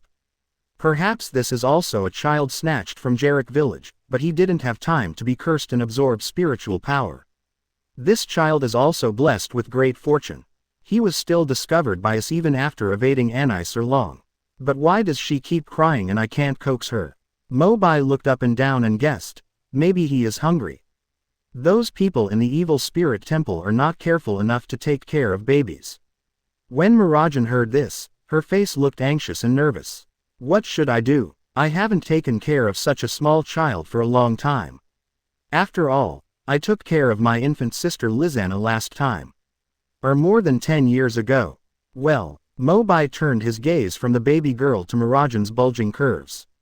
Thoughtful. After a long while, a faint sentence suddenly came out. How about, you come and feed me? Mirajan didn't react at first. What? It wasn't until I noticed Mo Bai's gaze that I understood what he meant. The warm cheeks turned red at a speed visible to the naked eye. How can I do such a thing? No, do you want to take a peek? Mo Bai immediately denied it. How could I have the idea of taking advantage of others' danger? Besides, it's not like I didn't look at you when I rescued you from Evergreen during the guild civil war. Ah, Mirajan seemed to have overheard something about herself, and suddenly blushed from her neck to her ears. Mo Bai quickly changed the topic. Ahem. That's not the point. How about this? You hold her for a while, and I'll go to the kitchen to look for anything edible. As soon as he finished speaking, Mo Bai dodged to the back hall like the wind. Look behind you. Seeing that Mirajan did not follow, Mo Bai breathed a sigh of relief. Start counting any leftover food from the broken counter. Onions, garlic, ketchup. His fingers swept through the messy pile of food, until it crossed a glass bottle filled with white liquid. Is there milk? Mo Bai was in high spirits. He took the milk and was about to go back to the hall, when he suddenly remembered something. Then he unscrewed the cork and poured a mouthful into his mouth. Bah, bah, bah. Fortunately, it didn't go bad. After quickly returning to the main hall, under Mirajan's feeding, the baby girl who drank all the milk was satisfied, lay in the warm embrace and closed her eyes peacefully. The big stone in my heart fell to the ground. Mirajan then said softly, shall we take her back to Fairy Tale? Mo Bai responded casually, of course I have to take her back. We can't leave her here after feeding her. Also, I think you seem a little. Halfway through his words, Mo Bai suddenly stopped. Mirajan asked in confusion. Something. Kind of. The glow of motherhood. Mirajan showed a rare hint of embarrassment on her face and gave Mobai a hard look. Wait until the baby is asleep. A faint sound of snoring sounded. The blush on Mirajan's face gradually dissipated, and she said softly, "Could you give her a name?" Mina. Mobai blurted out without thinking. This child is called Mina Strauss. From now on, she will also be part of your and Elfman's family. Strauss is the surname of the 3 Mirajan sisters. Mirajan looked meaningfully at Mobai, who had an indifferent expression next to her. There seemed to be thousands of words rushing through my heart at this moment. In the end, it turned into just one sentence. Thank you, Mobai. After everything calms down, finally set foot on the road back to Fairy Tale. The commission is completed and the danger is temporarily lifted. In order to hold Xiaomina conveniently, Mirajan simply activated the Soul of Satan again and flew back to Magnolia with Mobai. We walked to the hill where we stopped and watched that night. Mirajan's speed gradually slowed down, and she looked back with nostalgia. Seeing her expression, Mobai also put away the storm dragon wings behind his back and asked softly. Want to go back and take a look again? Mirajan bit her lips and nodded. After all, this is probably the last time I will come to Gluck village. As for the current village of Jarek, it has been burned to a great extent by fire, with ruins everywhere and no survivors. It won't be long before it disappears in the long river of time. Looking at Mirajan with a look of disappointment in her eyes, Mobai sighed and followed immediately. By the way, where did you live before? On the northwest side of the village. The area of Jarek village is not small. After flying for 10 minutes from the hill, we arrived at the northwest corner. Follow the memory and move forward. I am even more timid when I am close to my hometown. Wait until you stop. Mirajan originally thought that what was in front of her would be an abandoned house that had been burned to a disgrace, or even razed to the ground. But the house in front of me was exactly the same as in my memory. With its short eaves and narrow passage, it doesn't look crowded at all when 3 children live there. There are just a few more weeds around. How come? The house is still here. Mirajan's eyes were filled with disbelief. Before the demon attack, this house was obviously the most dilapidated in the entire village. But among the ruins now, it has become the only surviving house. Mobai smiled bitterly beside him. Perhaps it's really because it's too dilapidated. When the evil spirit temple invaded, they immediately identified this place as an abandoned house with no one inhabited. They didn't even bother to care about it when they finally set it on fire. It was a blessing in disguise. Mobai slightly activated the Iron Dragon magic power in his body. The arm turned into a dark sharp sword and chopped the weeds cleanly. Chapter 36. You two are making progress so fast. Walking in slowly. No one has entered for more than 10 years, and everything has been covered with a thick layer of dust, but for Mirajan, they are all precious memories. Hold Mina for me. Walking to the small bed at the end of the room, Mirajan lowered her head and took out a square wooden box from under the bed, dusted it off and gently opened it. An old, yellowed photo lies quietly among them. Due to the protection of the wooden box, it is spotless. Mobai turned his head and looked, and on the photo was Mirajan, Elfman and Lizana when they were children. Although they are yellow, the innocence and happiness of the smiles of the 3 children cannot be concealed. Judging from the age, it is at least more than 10 years old. On the second night after leaving the village, I remembered that I didn't take this photo with me. The next night, I sneaked back to take away the photo without telling Lizana and Elfman, but I was kicked out by the villagers. The photo matter has been put on hold. Looking at Mirajan, who was lost in memories, Mobai couldn't bear to disturb her anymore. But I paid special attention to her expression. Maybe it's because of Mina's joining. When Mirajan looked at the childhood photos of the 3 sisters, finally, he showed his long-lost smile and no longer shed tears because of missing Lizana. Let that child stay with you for a while first, Mira. I will definitely bring Lizana back after a while. Magnolia, Fairy Tale Guild. Satan's soul's receiving magic consumes too much magic power. As soon as she landed at the entrance of the guild, Mirajan returned to her usual appearance, her face slightly pale. Mo Bai suggested, "How about I hold Mina instead?" Mirajan shook her head and said softly, "I'll do it, go and open the door quickly. No way. Since leaving Jarek village, Mirajan has been very fond of this child and almost never leaves her side. Mobai had no choice but to step forward. Kick the door open. Should I say it or not, the quality of our guild's doors is still good. We are back. Hey, President, what are you doing? What caught his eye was Makarov, who looked embarrassed. There are also people shouting and shouting. President, where is the beer I want? Come right away, come right away. President, where is my lunch? I'm almost starving. It's already burning. Wait a little longer. You're so stupid. President, I have to work. Hurry up and register the order for me. It's you holding the cloth again.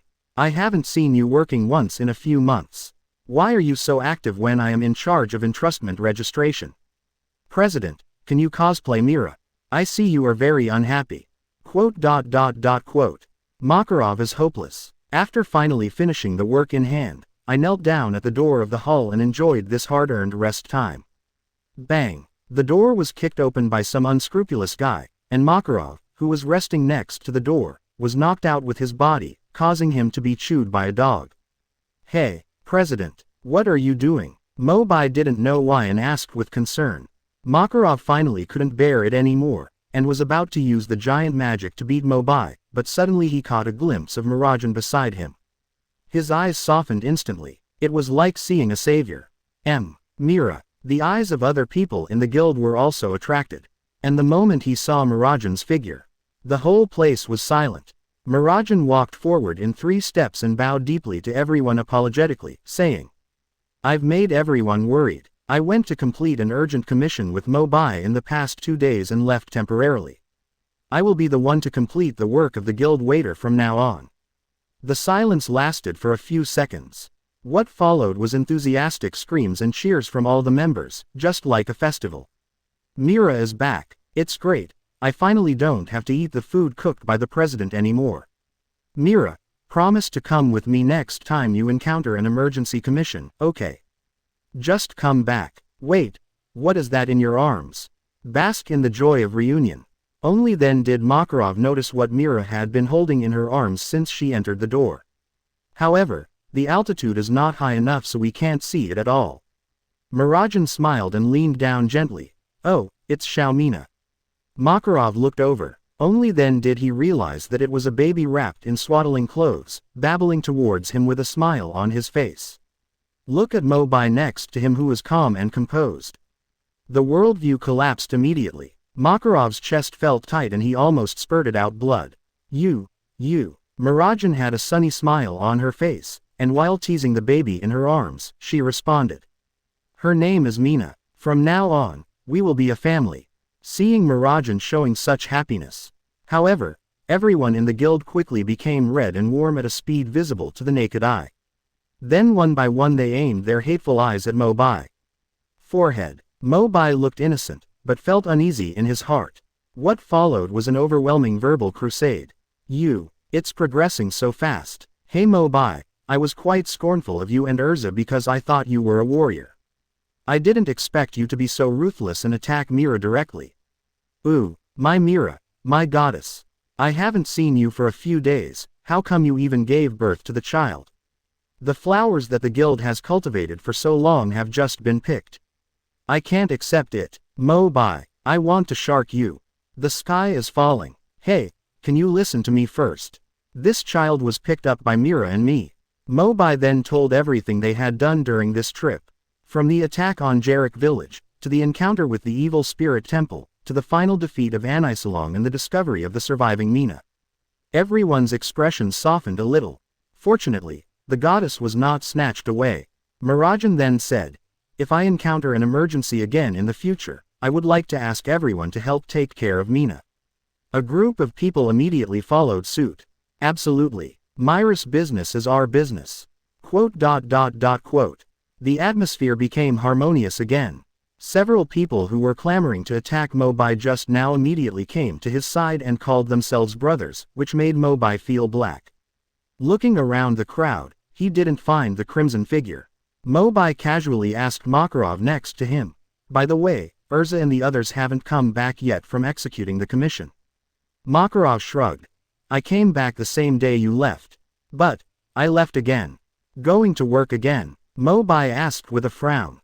That's not true. It's more troublesome to say. To put it simply, in order to defeat the 6 demon generals of the Dark Guild, we and several other guilds each sent a few magicians to form a coalition. Erza and the others went to join their allies. P.S. We are about to enter the 6 demon generals chapter. Here we will add some settings for this chapter. The 6 demon generals are one of the 3 major dark guilds. Among them, President Wu is another personality of Brian, the leader member. Because of his strong strength and violent personality, he was sealed in Brian's body. When all 6 members are defeated and lose consciousness, the seal will be automatically unlocked and no president will appear. The purpose of the operation of the 6 demon generals is the sealed ancient super magic Nirvana. Nirvana has the ability to replace light and darkness with each other. In order to fight against the 6 demon generals, the 4 major guilds formed a coalition with the following personnel. Fairy Tail, Natsu, Gray, Erza, Lucy, Happy. Scales of the Snake Princess, Sharia, Leo, Gray's senior brother, Jura, one of the top 10 magicians of the Holy Saints. Cyan Pegasus, Hibiki, proficient in the Magic Information Database, mastering a large amount of combat information of the 6 demon generals Ivan, Lien, Yia, Magical Critical Strike Boat Christigna. The Demonic Cat's Place, Wendy, Sky Dragon Slayer Mage, good at healing and auxiliary magic Carla. Chapter 37 The Movements of the 6 Demon Generals. 6 Demon Generals. The crusade against the Dark Guild came so quickly, which was indeed beyond Mo Bai's expectation. The 3 giants of Balaam Alliance are the 6 Demon Generals, Devil's Heart, and the Gate of Hades, the first to act as the 6 Demon Generals.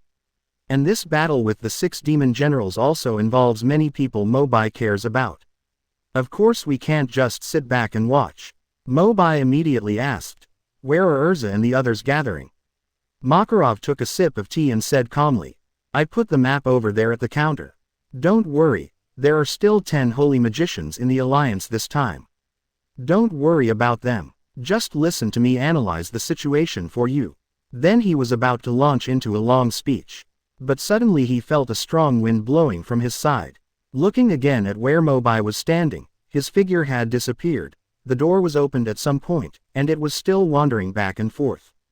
Makarov sat down angrily and complained, "It's really annoying. If I had known about it, I wouldn't have told him." Marajan smiled and persuaded, "He is also thinking about his partners, President." Mo Bai didn't listen to Makarov's description of the situation at all, and activated the wings of the storm dragon to fly outward. Firstly, it saves time, and secondly, it is not necessary at all.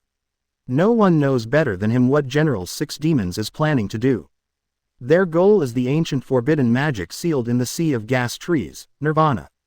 Once Nirvana is activated, the light and darkness in the affected person's heart will be replaced, and they may even swing the butcher knife towards their companions. However, the 6 demon generals don't seem to know how to unlock the seal of Nirvana.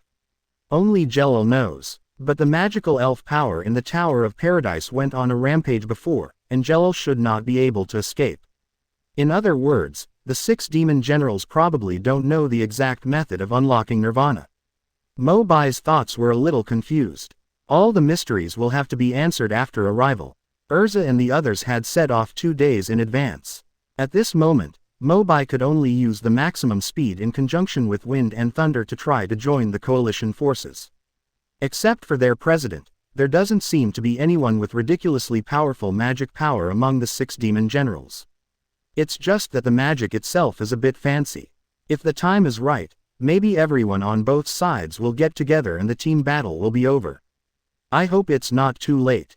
As for Mo Bai's trip, in addition to supporting Erza and others, there are also some personal grudges. He wants to find Brian, the leader of the 6 demon generals, and there are some old scores that need to be settled. If conditions permit, Mo Bai doesn't want to see Brian leave here alive. Fortunately, the distance to the Gas Tree Sea is closer than that of Jarek village. Plus this time I was flying alone. In the afternoon, the gloomy forest could be seen from a distance. There was still thick smoke floating out from one corner. Mo Bai's face showed a little solemnity. Rushing towards the sea of gas trees to get a bird's-eye view of the overall situation, Mobai finally found a group of injured magicians in the border open space. There are obvious signs of destruction all around, and the grass is covered with ugly scars that have been bombarded by magic. Apparently, there had been hard fighting here before. Is it the Guild Alliance? It seems that all the 6 demon generals have been injured, or they are too late. Mobai smiled bitterly, and as he swooped down, the figures on the ground became clearer and clearer, and he quickly identified several members of the fairy tale team. Erza, Natsu, Gray, Lucy, Happy. Among them, Erza was particularly seriously injured. His right arm was hit by snake venom and was almost completely covered in purple. Fortunately, the blue-haired girl next to him cast healing magic to alleviate the pain. Aware of movement from the sky, the injured coalition forces looked up almost at the same time, all alertly using their magic power to prepare for resistance. Be careful, the 6 demon generals may be back again. But this smell is very familiar. Natsu, who had a keen sense of smell, was the first to realize something was wrong. It wasn't until his figure continued to expand in sight, and finally landed slowly not far away, that everyone at Fairy Tale exclaimed in unison. Mo Bai. Mo Bai showed a forced smile. Sorry, I'm late. Upon seeing this, Erza immediately used one arm to support her body, and gently explained to everyone. Don't be nervous, everyone. Mo Bai is also our fairy tale wizard, but he hasn't joined for a long time. After hearing this, the others gradually lowered their guard. Mo Bai swept his eyes lightly. To him, they were all familiar yet unfamiliar faces. One night at the Cyan Pegasus Guild, Hibiki, Ivan, Lien. Sharia of the Serpent Scale, Gray's senior brother Leo, Jura, the top 10 magicians of the Holy Saints. And Wendy, the dragon slayer in the sky at the demon cat's place, and her flying cat companion Carla. Looking at the blue-haired girl Wendy who was using healing magic to detoxify Erza, Mo Bai couldn't help but breathe a sigh of relief. He walked slowly to them and gently leaned down to take a look. Does it still hurt? Erza smiled palely and said hoarsely, with Wendy's healing magic, it's much better. But, at this point, Erza changed the topic and her expression became difficult. We have already fought against the 6 demon generals just now, and each of them is very strong. I see. Mo Bai breathed a sigh of relief. He stood up and walked to the center of the coalition again, and spoke in a deep voice. I have all the information about the 6 demon generals. Follow my arrangements. I will find a way to defeat them one by one. The words just fell, almost without a pause. He was immediately doubted and opposed by others. Please wait a moment. We just failed after learning the information about the 6 demon generals. Yes, Hibiki's magic information database has acquired their magic, but they are too powerful. Could it be that you know the 6 demon generals better than the magic information database? Quote. Gray's senior brother Leo reacted the most strongly and looked at Mo Bai more and more unkindly. Even if a battle plan needs to be formulated, it should be made by Mr. Jula. We are not going to hand our lives over to an inferior newcomer. Leo has always pursued great power. Among the people present, the only one who could convince him with his strength was Jula, the top 10 magicians. Where did this Mo Bai come from? Erza was about to explain for Mo Bai when she saw this. But he saw Mo Bai gently shaking his head towards him, indicating to stop. Erza could only give up.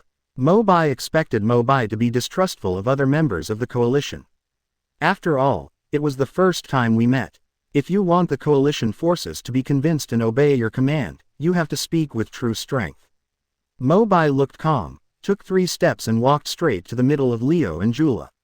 What do you want to do? Leo narrowed his eyes slightly and made an ice-shaped gesture vigilantly, as if he was on guard against Mo Bai's sudden attack. The attention of the rest of the people was also attracted, as if a conflict was about to break out at any time. For a moment, the atmosphere was tense. 2 feet. Chapter 38 Bird walking is prohibited. Mo Bai said nothing. His eyes suddenly burst into golden light, his pupils were submerged in it, and 8 different colors of magic arrays bloomed under his feet. The majestic energy surged around and suddenly exploded, its momentum reaching into the sky, as if it was about to break a corner of the sky. Everyone even heard a faint dragon roar. Exploding magic power to release pressure is undoubtedly the best way to prove one's strength. Although Mo Bai can only use 3 dragon-slaying powers at the same time when he performs the secret of dragon slaying.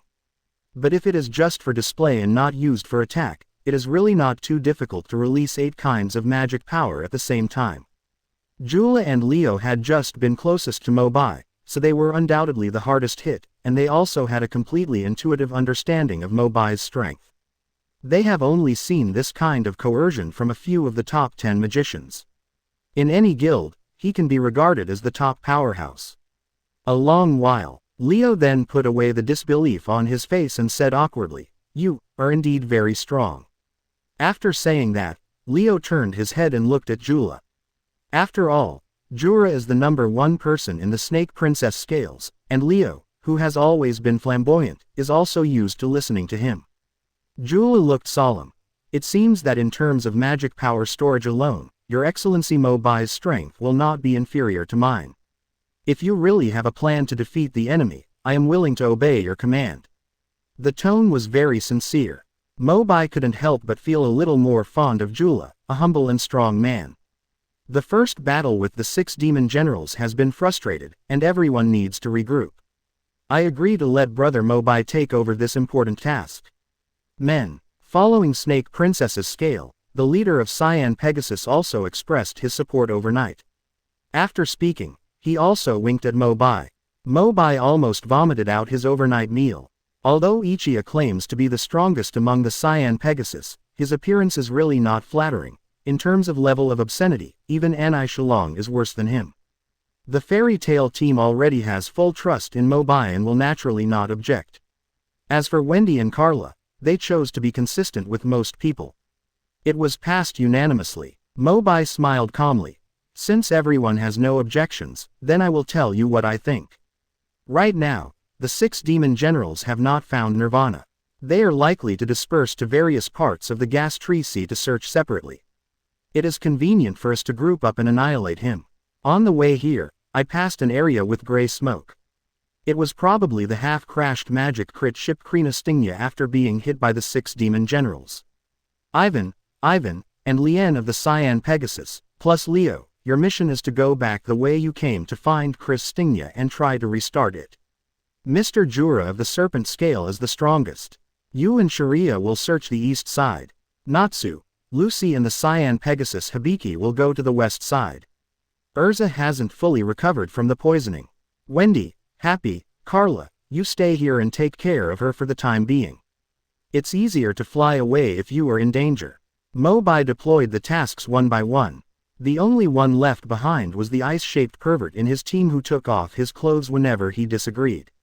"Hey, what about me?" Gray protested dissatisfied. "Gray, whether the crusade against the 6 demon generals can be successfully completed today will all depend on you later.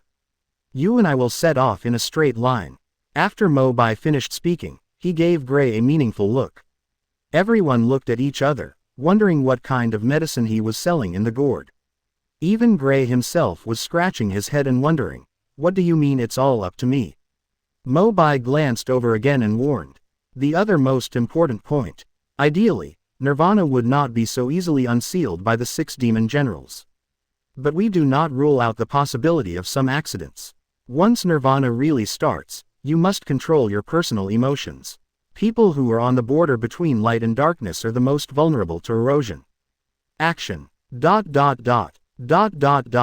dense gas woods blocked the sky, and the sun, coupled with the strange magic fluctuations, prevented Mo Bai from flying above. Instead, he chose to run forward with Gray, trying to search for traces of the 6 demon generals.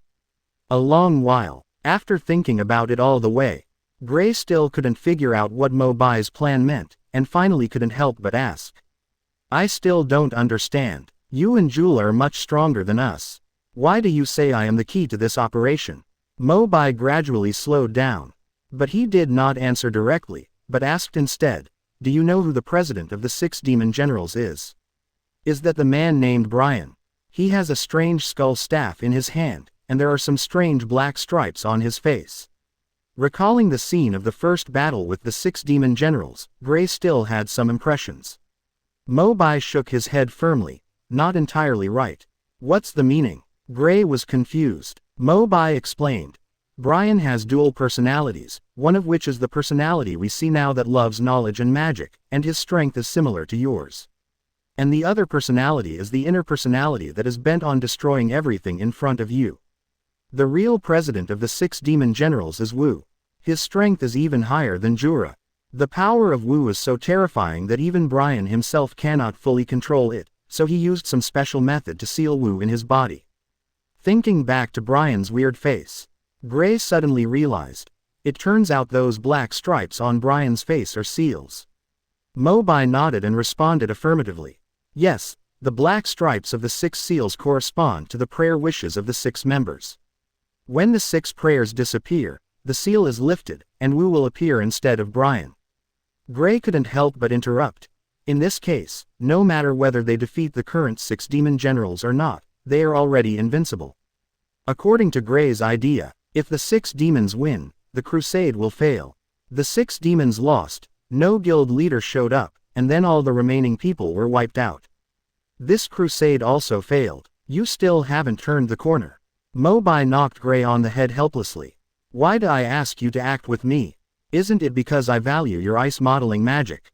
As long as we work together to capture one of the 6 demon generals alive and use your ice prison to control his actions while still having the consciousness to fight, his prayers will not disappear.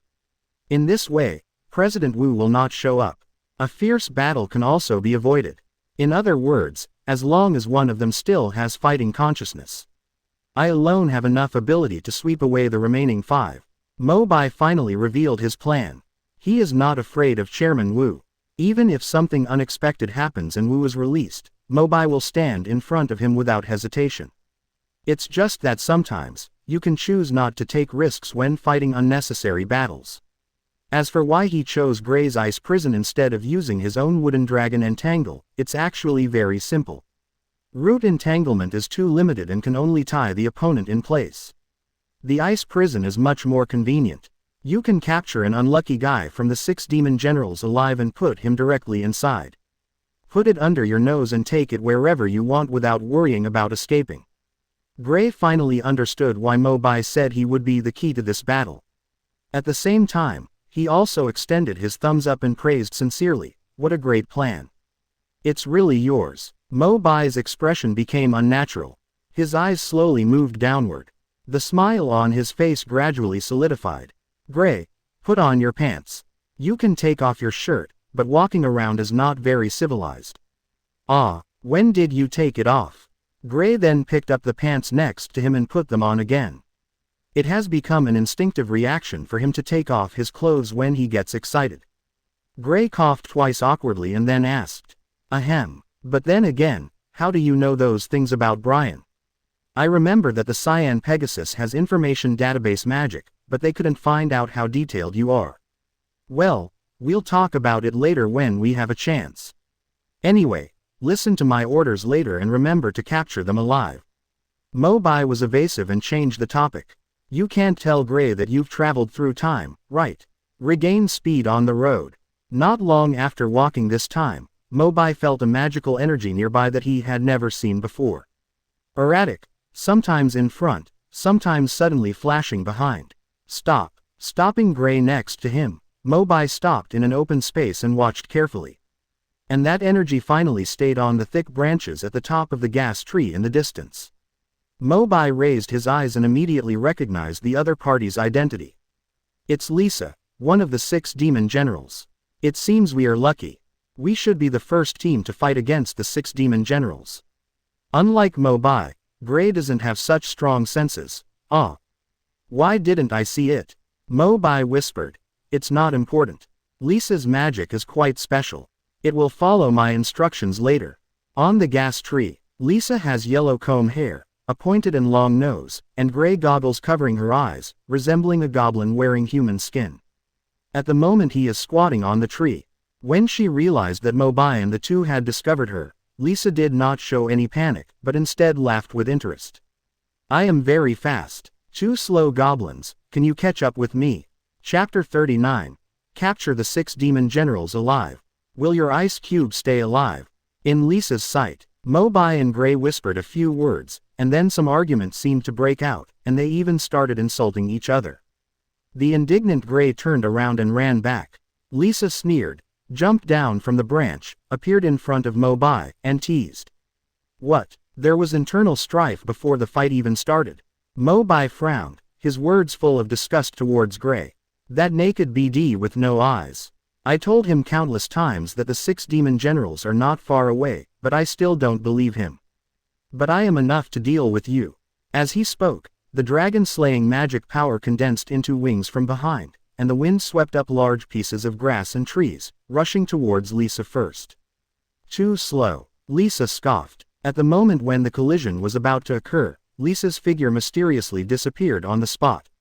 What? Mobai opened his mouth into an O shape and kept it there for 5 seconds, making an extremely exaggerated expression of shock. Lisa's vanity was greatly satisfied, and she shouted wildly. You can't catch up with me anymore. If you go at the next speed, your soul may be thrown out. Hell motorcycle show. As Lisa's body floated down, her palms suddenly hit the ground, and the scarlet magic circle was summoned. The light in the center of the array dispersed. Wrapped in it was a motorcycle with red and yellow stripes. Sluggish fairy, are you ready to eat my exhaust? An arrogant laugh came from Lisa's mouth. Getting on the motorcycle, Lisa poured the magic power into it, and suddenly burst out at even more amazing speeds. Gain absolute control over speed. Lisa was not in a hurry to attack. Instead, she tried to speed up her horsepower and circle around Mobai. The high-speed motorcycle whipped up hurricane winds and even cut away the swaying weeds. Lisa wanted to use this method to kill Mobai's fighting spirit. Seeing this, Mobai immediately activated another golden dragon-slaying magic crystal in his body. The violent magic suddenly appeared, and Mobai's whole body was already surrounded by thunder and arcs.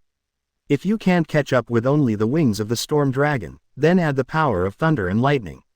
Only then did Lisa look at Mobai again. The speed of lightning and storms. Interesting. Faced with the sudden shooting of Mobai, Lisa no longer held back and sprinted forward at top speed. Seeing the motorcycle approaching the cliff, he turned around in time and returned to the original road. This was to deliberately tease Mobai. But the powerful dragon-slaying pressure behind him remained unabated. Are you still chasing after me? Then consider your speed to be at a passing level. Leaving the motorcycle behind, Lisa dodged into a nearby bush and jumped to the branch where she started. Looking back, Mobai had arrived and was standing in the air with his wings to confront him. Exciting. Enjoyable. No one has been able to reach the same speed as me for a long time. Ha ha ha ha. The game time is over, little goblin. Was your magic power exhausted in the pursuit just now? Next, when you are attacked by me, you will not have the strength to run away again. Mobai watched quietly as he went crazy on the spot, until I heard Lisa finish. Mobai then said expressionlessly, well, you won't be able to run away soon. What? Only then did Lisa feel a chill coming from above. Looking up, I saw more than a dozen ice cages hanging in the originally gloomy sea of gas trees.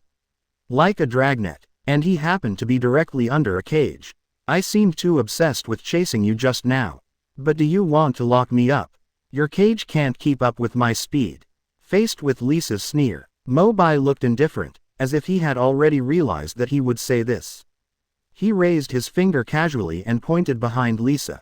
Lisa turned around in surprise, only to catch a glimpse of a shirtless young wizard standing on the top of a towering tree in the distance.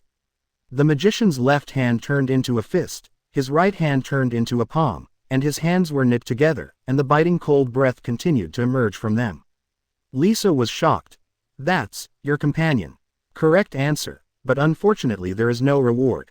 Gray, do it. As Mobai's shouts reached his ears, Gray in the distance focused all his attention on the cage that had been arranged. After the magic was cast, more than a dozen cages instantly merged into one, and then landed with a huge impact. Ice-shaped prison. It's useless, I'm very fast. Lisa didn't finish her sentence. Boom. The birdcage-like prison suddenly fell down, directly trapping Lisa in it, breaking off the branches together, and crashing to the ground. Mobai also put away the wings of the storm dragon and went below to check the situation. Within prison, Lisa's eyes were full of shock. Impossible, my speed is unmatched by anyone in the world, how could I not escape this? Mobai poured cold water on him unceremoniously and continued, because you are not that fast at all. What you are using is just magic that unconsciously reduces people's speed and speed perception, while your speed remains unchanged. Compared with this, it seems that your speed is very fast. It's a bit self-deceiving. Mobai saw through her magic trick at a glance. Lisa was speechless and choked for a moment. Just then, after completing the task, Gray also leaned out of the bushes, walked to the cage and said, Mobai and I had already discussed a strategy before fighting you. Mobai has long seen that your magic has a range of use. As long as it is far enough away from you, it will not be affected by the slowdown. That's why I stood there and released the ice prison. Recalling the scenes of his rampage just now, Lisa finally realized that she had fallen into the trap of these two people from the beginning, and immediately beat the ice prison with her fists and feet like crazy, and shouted in anger. Two cunning fairies, are you only capable of these dirty tricks? Mobai still looked calm and relaxed, tearing off a large piece of bark next to him and putting it in his mouth to chew to restore his magic power. Bah, bah, bah, save it. If it weren't for capturing you alive, do you really think I can't beat you? Bah, bah, bah, capture me alive, what are you going to do? Lisa seemed to hear something was wrong. When the 6 prayers disappear, the president of the 6 demon generals will come, am I right? Lisa was immediately shocked. How is it possible? How do you know this? Mobai looked at Lisa with a surprised face happily, and waved at Gray casually. You don't need to know this. All you have to do is stay in the cage and ensure that your prayers will not disappear. We will not let you get hurt. Gray understood immediately when he saw this. The ice magic burst out again, spreading to the ice prison, and the ice began to grow continuously. The coldness penetrated Lisa's body, and the hair on her hair stood on end. Wait, what are you going to do? Mobai then explained. Don't worry, I told you I won't hurt you. It's just to prevent you from harming yourself. Lisa looked down at her body and realized that it was completely covered in ice and could no longer move.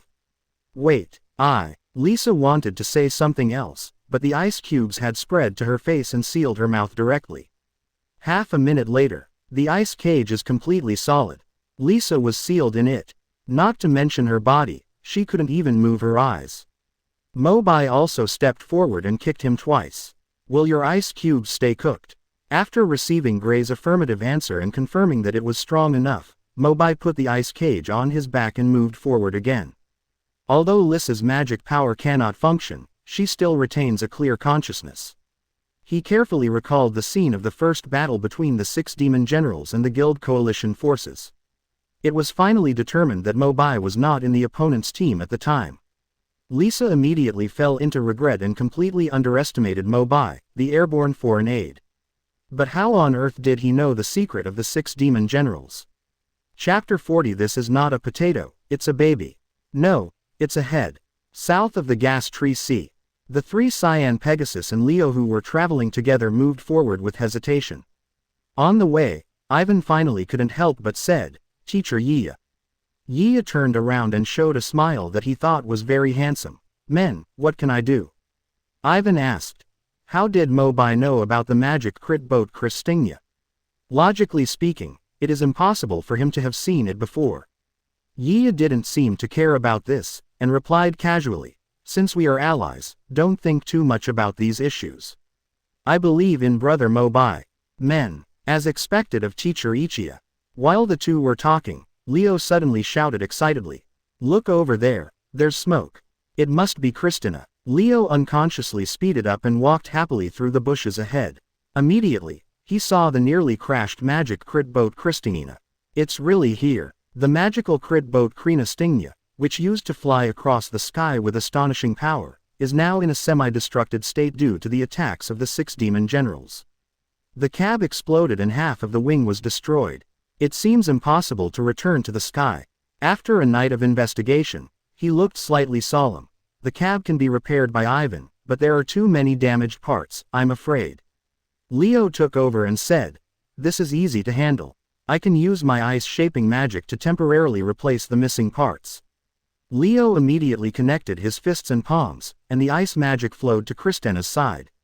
It condensed into exquisite white wings in an instant, exactly the same as before. The three Cyan Pegasus were immediately overjoyed and tried their best to save the cab. Yia couldn't help but sigh. That little brother Mo Bai's plan is really good. In this way, with the division of labor and cooperation among us, we can really make Christinia fly again. Men. Leo was even more confused. But how did he know that I know the ice-shaping magic? Did Gray tell him? At present, this is the only reasonable explanation I can think of. At the same time, Jura and Sharia suddenly stopped during their search. In the shadow under the tree in front, a burly figure slowly emerged, walking towards the two of them. This man was dressed as a monk and was taller than Jura. His long orange hair fell behind his back, and his right arm was wrapped around a magic book engraved with strange patterns. Hotai. Jula looked stern, and immediately recognized the other person, turned around and shouted to Sharia, "Let's go." Walk. Hotai's magic is mainly range-based attacks, and Sharia, who has weak magic power, will only be involved in it for no reason and get injured if she stays here. Seeing Sharia retreat to a safe position, Jula immediately pushed forward with his right palm, and the powerful earth attribute energy suddenly burst out. The ground trembled, and dozens of stone cones instantly rose from the cracks, attacking Hotai all the way. Hotai, on the other hand, took his time in the face of the tough attack. He still hugged the magic book with his right arm and waved his left hand casually. The originally hard and sharp stone and soil cones all turned soft, like a puddle of mud. Hotai smiled and said, "Your magic is to make the soil as hard as rock iron, but I can soften the sand. All your attacks are ineffective against me, right?" There was a bit more determination on Jura's face. He took a deep breath, and the index and middle fingers of his right hand came together, and the fingertips shone with a stoic magic light. As his fingers danced, the earth trembled violently again, as if a powerful and mysterious force was surging out from the ground. Rock iron pillar. With an ear-splitting sound, 4 thick rock pillars suddenly rose from under Hotai, vowing to fly him away. "I've already said that all your earth magic is ineffective against me. Is that right?" Hotai shook his head and repeated his old trick. The softening magic power is activated. The rock pillars that were originally thick, long, big and hard, like Yongwei, spasmed in all directions and collapsed to the ground. Jula's attack failed again. Come again. Rock iron pillar. As Jura continued to attack, Hotai was able to resolve it perfectly every time. Before you know it, the battle has lasted hundreds of rounds. The flying sand and rocks covered the entire sea of trees in the east, and everything they passed was turned upside down, with raised sharp-angled rocks everywhere. But apart from the consumption of magic power, the two of them suffered almost no external injuries. Jula is preparing to activate the next round of magic. But suddenly I felt a terrifying magic power coming from below, breaking through the surface of the earth at an extremely fast speed. Boom! Jura and Hotai dodged backwards almost at the same time. A huge white light pillar appeared where the two people were originally, and the light pillar shot straight into the sky, causing the sky to change dramatically. Several gray-black magic ripples wrapped around it, emitting strange fluctuations. Jula was immediately shocked. Although he is the Holy Ten, the magic power in his body is like an ant compared to this mysterious beam of light. Could this be Nirvana? A look of astonishment also flashed across Hotai's face. But unlike Jula, Hotai's face soon showed the joy of unexpected victory. It turns out that Nirvana is underground. Is that right? Because we have been using Earth attribute magic power to fight, energy fluctuations were injected into the ground, and Nirvana was accidentally unsealed. Isn't that right? Jula finally recovered from the shock. The accident that Mr. Mo Bai mentioned really happened. I have to find a way to join them first. Once Nirvana is launched, this crusade will definitely fail. Firm this idea in your mind. Jula suddenly heard a shrill cry from ahead. Looking up, it was Hotai who had just fought with him for hundreds of rounds. But I don't know why. At this moment, his face was full of struggle and suffering, and he held his head tightly with both hands in an attempt to relieve the pain, but to no avail. Jula watched carefully, fearing that this was another trick. Money, money, money, money. The word money kept popping up in Hotai's mouth, but his voice became smaller and smaller until he became hoarse. Money. I don't want that. Hotai suddenly said this arrogantly and removed his hands from his face. In an instant, even his eyes became clear. I don't want money. Really? Clam. Seeing the huge changes before and after him, Jula suddenly looked confused. Seeing that Jula didn't respond, Hotai immediately spoke with emotion and told his past experience. I desperately wanted to see my brother who I separated from when I was a child. I thought I would be able to find him if I had money. It's true, but it's only now that I understand that my direction has been wrong. I shouldn't join the Dark Guild and join in the evil. Really? Okay. Now let's go together to stop the atrocities of my former companions, Lord Jura. It's true. As soon as Hotai finished speaking, he rushed forward and hugged Jula into his arms, crying bitterly. Tears dripped down Jula's bald gourd. Your Excellency Jula, when I saw you, I thought of my brother and couldn't control my emotions. It's true. Jula asked in confusion. Why? Do I look like your younger brother? No, your bald head looks like the potatoes my brother loves to eat. It's true. This is not a potato, it's a baby. No, it's a head. Jula was in a state of confusion. Finally, I recalled the information about Nirvana that Mo Bai and Shong mentioned earlier. Only then did I realize that Hotai might have been affected by the alternation of light and darkness in Nirvana. In the inner battle between justice and evil, he has transformed into a kind personality. Chapter 41 Boring. Other side. Mo Bai and Gray, who were still heading north with Lisa, who was frozen in ice, were also attracted by the black and white light pillar reaching the sky in the east. This scene is certainly familiar to Mo Bai. Nirvana. Is it really opened? Originally, I just reminded him later just in case. Unexpectedly, it turned out to be a prophecy. So where should we go now? Continue walking in this direction? Gray asked. Mo Bai analyzed. No, let's go to the location of Nirvana. Now that the seal has been unlocked, the other members of the 6 demon generals will definitely rush there. That makes sense. Slightly adjust the position of the ice cage on the back. Gray turned around and was about to leave, but his arm was held by Mo Bai. Someone is coming. There was a rustle in the grass ahead. Under Gray's gaze, a few seconds later, a big purple snake emerged from it. Hiss. The big snake's body is as thick as the mouth of a bull, and its body length is almost as long as Jula's. It is constantly spitting out the words in its mouth. This is the snake that bit Erza. Gray suddenly remembered and shouted. Mo Bai remained calm and continued to observe. There are still footsteps of a person behind the big snake.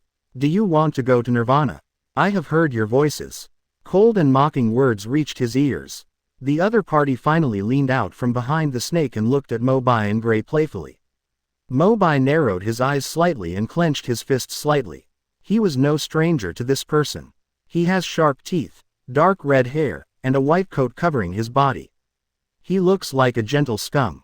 Cobra, one of the 6 demon generals, and that snake is his partner Choberios, who has been with him for more than 10 years. Facing the enemy, Gray also removed the ice blocks and took a stance. Be prepared to create a lot of ice swords, guns, swords and halberds at any time to turn Cobra into a hornet's nest. But was stopped by Mo Bai. I have a special way to deal with him. This person is the Poison Dragon Slayer mage. He can also hear people's voices. He is a difficult opponent. Look after Lissa. Mo Bai's voice was not loud. But Cobra's hearing magic is particularly keen. It can not only hear subtle conversations nearby, but even people's inner thoughts. Naturally, what he just said did not escape his ears. Seeing that his background was revealed, Cobra was startled for a moment, but soon returned to his original cold demeanor. Although I don't know where your information comes from, it ends here and you can't leave. Mo Bai ignored his warning. As the powerful earth attribute dragon slaying power circulated in his body, it finally condensed in the palm of his right hand. Mo Bai lowered his body slightly and suddenly struck out with his palm to strike first. The earth dragons crack. All the way from the guild, I used wind and thunder magic to speed up my journey. In addition to the battle with Lisa just now, thunder magic consumes magic very quickly. Even if Mo Bai's innate magic power is abundant, it cannot withstand continuous consumption. You still have to save some money. In order to prevent special situations later, Mo Bai did not pursue a quick solution this time, but conducted trials first. Magic power exploded, and a huge gap instantly opened in the ground from where Mo Bai cast the spell, and he rushed forward. Kubalios. When Choberios heard the call, he quickly twisted his snake body and wrapped it around Cobra. Just when the cracks in the earth were about to spread to the feet, a pair of wings appeared out of thin air on both sides of the snake's body, taking Cobra directly into the air. This snake can fly. Gray couldn't help but be stunned. It seems that this battle really has nothing to do with me. Storm Dragon Wings. Mobai also activated the wind attribute dragon slaying power in his body, and at the same time spread his arms flat, turning into two long black swords, and swept away in the air.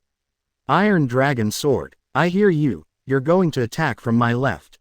Cobra smiled contemptuously, showing sharp teeth at the corners of his mouth, and then dodge. The iron sword passed by. Seeing that Mobai remained calm as if he was about to give up the attack, Cobra listened again, but heard a completely different answer from Mobai's heart. Want to change your moves into an iron rod again to attack? In the sight, Mobai's figure instantly enlarged in his pupils, and the original swords were briefly covered by the light and turned into two hard cylindrical sticks, which were struck at his head. Iron Dragon Stick. A two-pronged approach. Even if it were the hardest rock, it would probably be knocked to pieces on the spot. But Cobra had already seen through Mobai's path and quickly dodged back. Mobai failed again. This happened again and again, and after several rounds, Mobai didn't get any advantage. Sure enough, I can hear my voice, and any tactics can be known in advance. Cobra was even more proud. Give up. I am indeed not as good as you when it comes to pure magic power. But I hear every move you make, and there is no way you can defeat me. Really? An intriguing smile appeared at the corner of Mobai's mouth. As his arms returned to their original appearance from the iron rods, the aura of fighting in his body gradually dissipated. Since you like to listen to my thoughts, you might as well take a peek and see what I'm thinking about now. The sudden move confused Cobra. Cobra has no idea what medicine Mobai is selling in the gourd. But to be on the safe side, we still keep a safe distance from Mobai.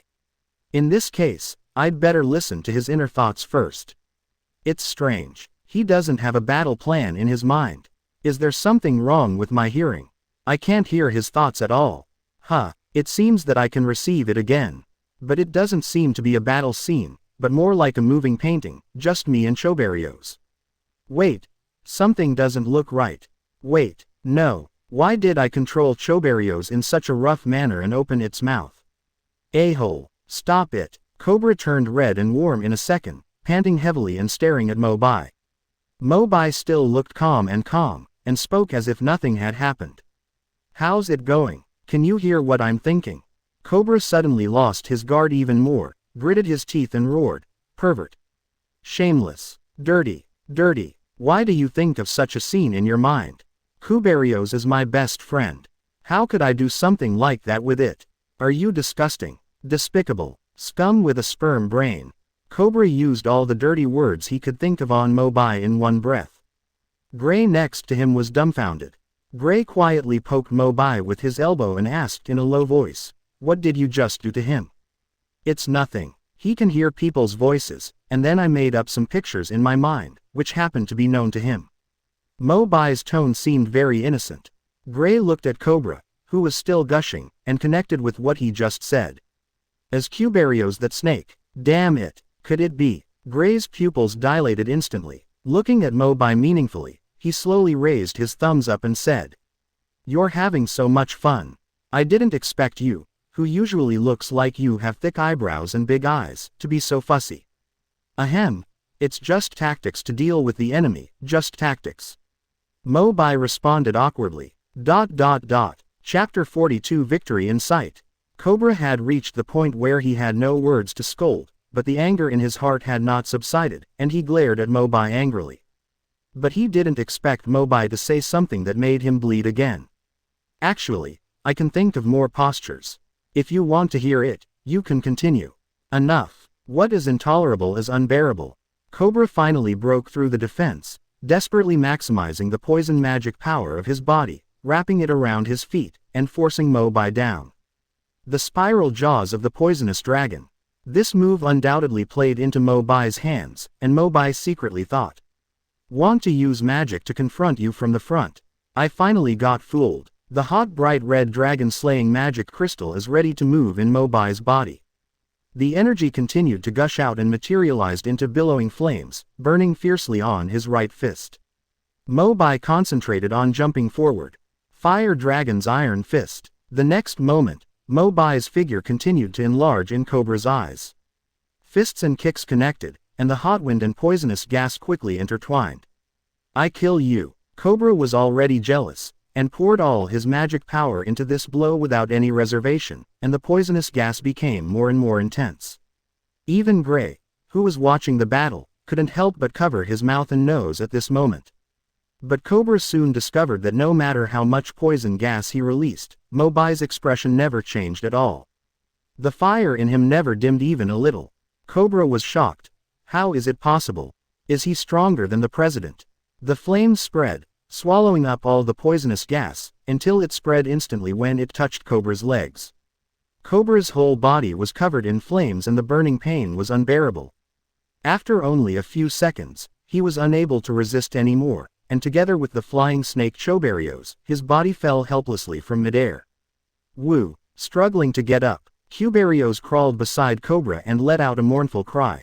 I'm fine, don't worry. Cobra used his last bit of strength to raise his palm and rub Choberios' body, showing a painful smile. In his blurred vision, he seemed to see Mo Bai walking towards him step by step. Please let me go, Choberios. After squeezing out a few words from between his teeth, Cobra completely lost consciousness. The battle is over. At this time, Mo Bai also put away his unruly look of deliberately irritating the other party, and spoke in a deep voice. Originally, I planned to let Gray freeze you. This would be more secure and ensure that Guild Leader Wu's seal would not be broken. But the snake venom in Erza was caused by you, and you must pay for it with blood. As for Choberios, look at this lone purple snake. Mo Bai was really undecided. Choberios has followed Cobra for more than 10 years and has always been regarded as Cobra's best friend. And Cobra's long-cherished wish is to hear the voice of Choberios one day. At this time, he did not know that Choberios was not a snake, but a living human girl. It was only because he was cursed with magic when he was young that he maintained his snake form. If I remember correctly, Choberios will be discovered by Chairman Makarov after this battle. Then, the president will take Choberios to dispel the curse on his body and return to his human form. Then he will change his name to Kanana and stay at Fairy Tail as a waiter. It seems like she is still my guildmate. Thinking of this, Mo Bai called Gray directly. Gray, did you see that snake? Of course I saw it. What's wrong? Freeze it. After the war is over, bring it back to the guild and give it to the old man. He will understand. Ah, what are you doing? Just do what I ask you to do. Gray glanced at Mo Bai thoughtfully. Don't you have that kind of hobby? I won't do it for you. I ride on a horse. Mo Bai laughed and cursed, and was about to slap Gray, but his raised arms suddenly froze in midair. The sudden pain was transmitted to the brain, causing the whole body to tremble uncontrollably. A splitting headache. Mo Bai, what's wrong with you? Gray immediately exclaimed and grabbed Mo Bai, who was about to fall. After half a minute, the headache slowly subsided. Mo Bai rubbed his temples, then waved his hand and said, maybe flying the storm dragon wings all the way here, plus the 2 battles just now, consumed too much magic power. It will be fine after a little rest. After hearing this, Gray put his heart back into his stomach. You scared me to death.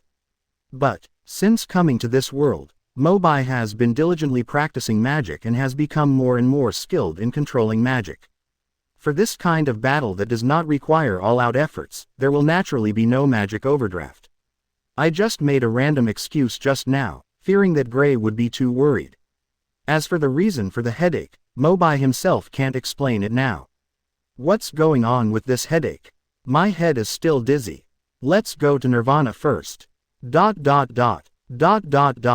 the same time, Team Natsu in the west.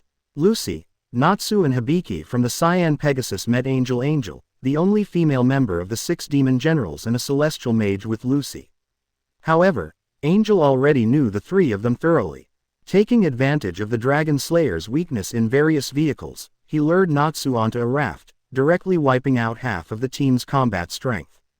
However, with the help of Hibiki's magical ancient document, Lucy unexpectedly awakens the super magical star chart history and uses the power of the 88 stars in the sky to carry out all-round targeted attacks.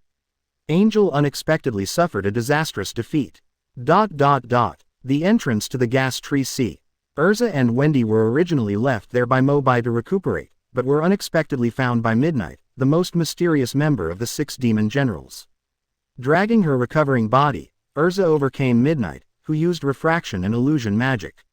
Seeing that he was about to win, Midnight's body suddenly erupted with monstrous magic power, transforming himself into a 10-foot-tall devil. Boom! The devil was about to attack Erza, but suddenly he received a solid shot and dissipated into smoke. Erza looked at Midnight, who was lying on the ground in front of her again, and realized that it was just his illusion magic. As for that crucial shot, it came from Team One Night. They also successfully completed the mission ordered by Mobai and brought Christina back to the sky. Just in time to return to the starting point and support Erza. Midnight lost. The balance of victory seems to be slowly tilting towards the Guild Alliance. Chapter 43,000 Years of Killing. After taking down Lisa and Cobra one after another, Mobai and Gray have embarked on the road to Nirvana. Are you okay? Why don't you take a rest? The magic power is consumed so much, leave the rest of the battle to me. Seeing that Mobai's expression was not good, Gray asked with concern. No need, let's go. Mobai turned his arm into an iron dragon sword again. He cut down a gas tree at random, picked up a thick branch and chewed it to restore his magic power. Although the severe headache that came after defeating Cobra was relieved, it turned into an intermittent pain. It can't help but be irritating. Looking at the enlarging white light beam in the sky, in addition to being depressed, Mobai also felt that there seemed to be some strange changes in his heart. But even he couldn't tell what the specific changes were. We will reach Nirvana soon. Let's go there first to avoid a long night and many dreams. However, it seems that someone is already fighting over there. Although the existence of Nirvana covered a large area of the forest, Mobai still caught some magical atmosphere from it, and immediately shouted. Leave the ice cube where it is and hide first. Mobai held down Gray and dragged him to the grass nearby. The two of them crept forward together. It didn't take long. Gray then made a discovery and shouted excitedly. Right in front, I saw it. It seems to be Jura from the scales of the Snake Princess, and Sharia who is hiding behind him. They have already faced off with Brian, the boss of the 6 demon generals. Wait, there seems to be another person standing next to Sharia. I can't see clearly. Can you see Mobai? Mobai. Mobai's voice came faintly from behind. Gray, I don't mind if you block my view in front of me, but if you point your butt at me, I won't tolerate it. But you take off your pants at this time, and I can only see your crotch. Do you believe that I will give you a 1,000-year shot? Upon hearing this, Gray hurriedly covered his hand subconsciously. Although he didn't know what the 1,000-year kill was, Gray could vaguely feel the chill in his vital parts. I guess he could guess a little bit. Ahem. Sorry. Gray then turned around and asked seriously, but in a head-on fight, can Jula beat Brian? Should we go out to help? After all, before Mobai arrived, all of them had been beaten by the 6 demon generals who reported to the regiment. Mobai is not worried. Don't worry, as long as President Wu's personality doesn't appear, Brian is just a rookie. What's more, Jula is the Holy 10 and is fully capable of handling it. Then we can't just watch now, right? Gray asked. Go over there. Mobai pointed at the boulder next to him, getting closer to the fighting men. The two moved their positions again and hid behind the boulder. This time, Gray finally saw clearly who was next to Jura, but the result surprised him. Gray couldn't help but wonder. Those are the 6 demon generals. Why are they on Jula's side? What Gray was talking about was Hotai, who had previously fought against Jura. Due to the conflicting magical attributes, the outcome was indistinguishable, but in the end he was inexplicably influenced by Nirvana. This was within Mobai's expectation, and he immediately explained. He is Hotai, he is not weak.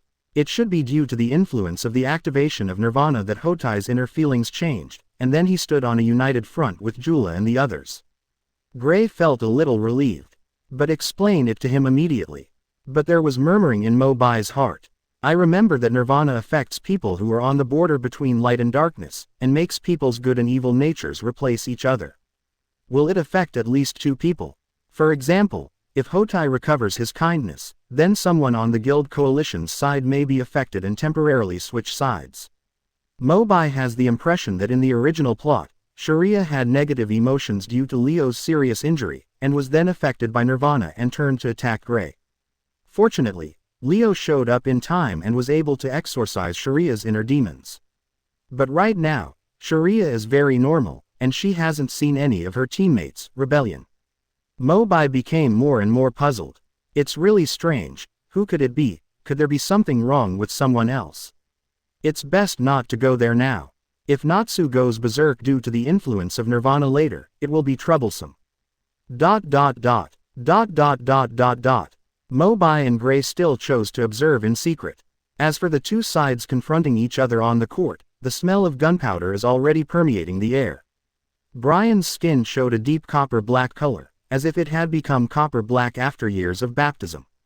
His white hair hangs down like silver threads, exuding an ancient and mysterious aura, like a wise scholar.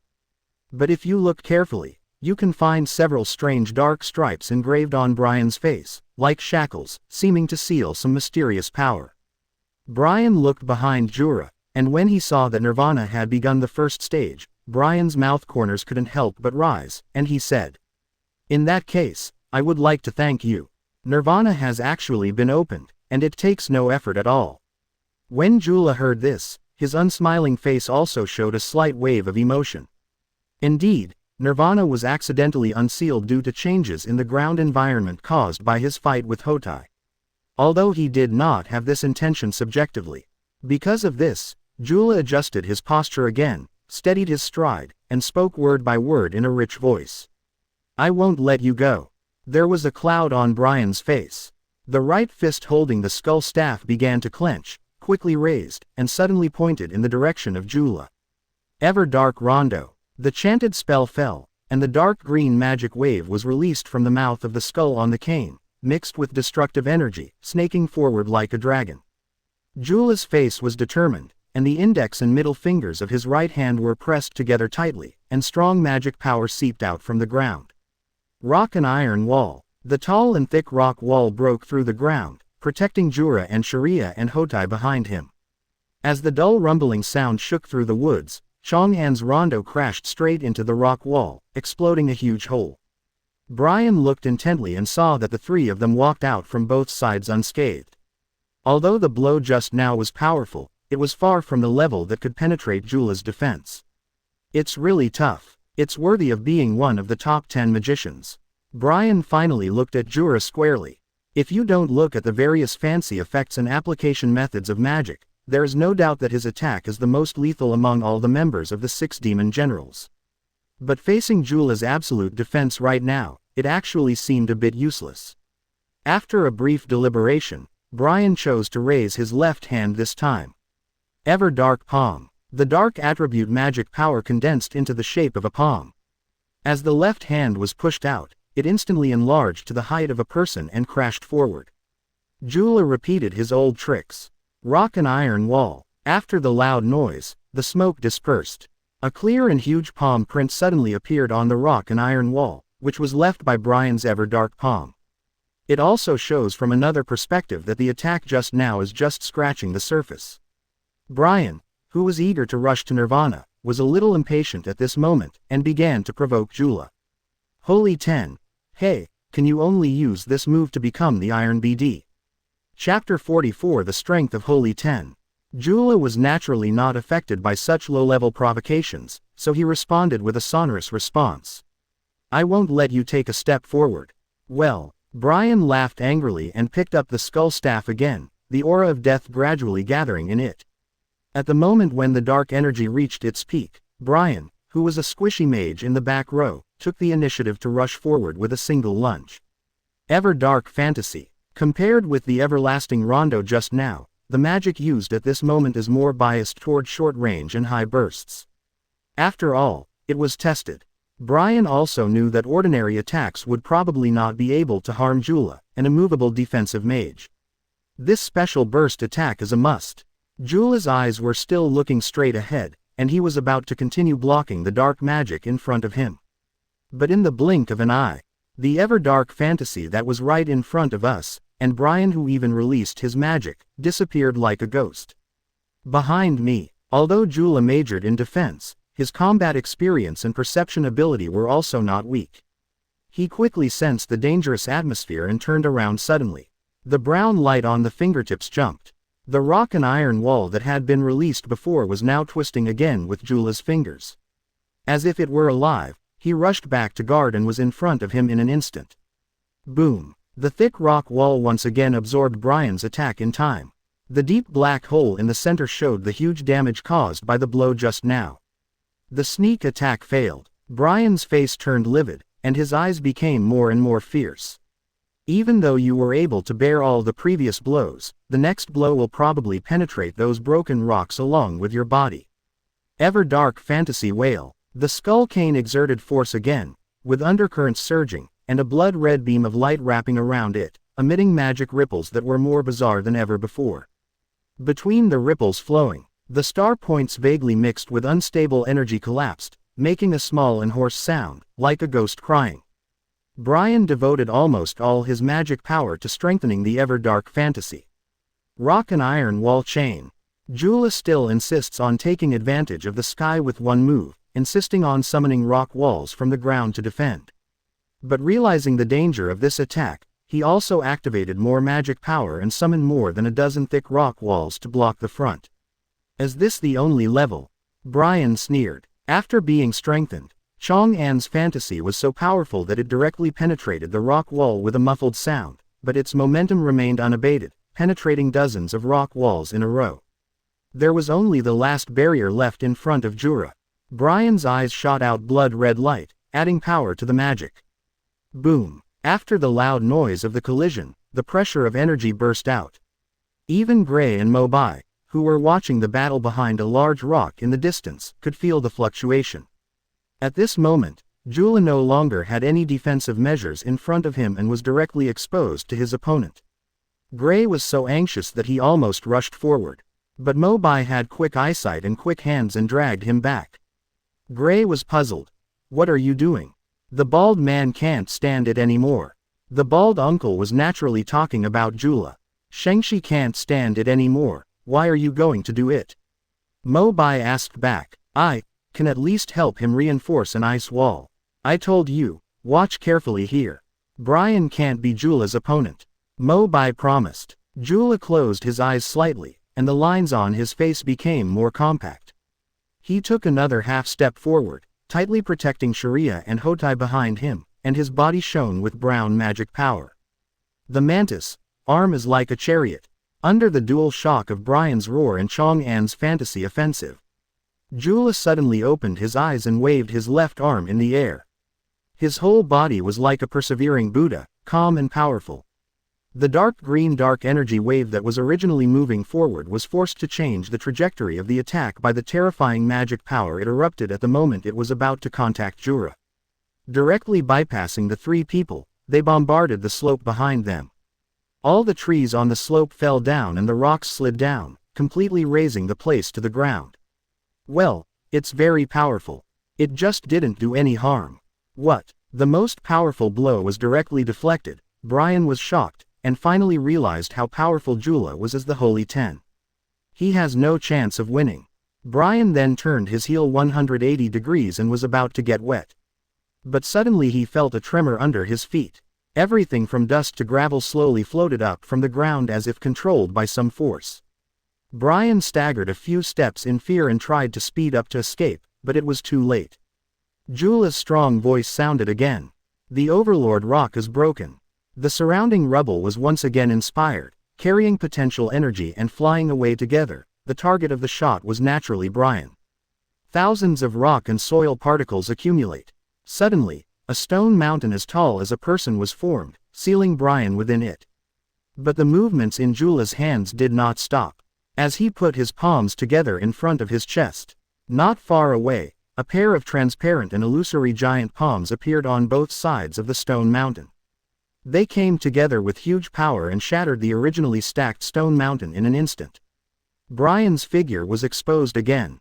But after such an impact, his body was already scarred and his mouth was bleeding. It was difficult to stand up again. Seeing Jura displaying such tyrannical strength, Sharia and Hotai still felt quite shocked even though they had interacted with him before. And behind the stone, Mobai was not surprised by this result. He just poked Gray, who was also stunned by Jula. Let's go, it's time for us to go out. After the battle, just as Jula regained his breath, he saw Mobai and Gray waving to him not far away. Mobai gave him a thumbs up and did not hesitate to praise him. Uncle, we all saw the battle between you and Brian just now, it was very strong. It's ridiculous. Jula responded humbly, suddenly remembering that Hotai had not yet explained the matter of turning from darkness to light, and immediately introduced. Let me introduce you, this is Lord Hotai of the 6 Demon Generals. But now he has recovered his kindness and become an ally. He wants to work with us to prevent Nirvana.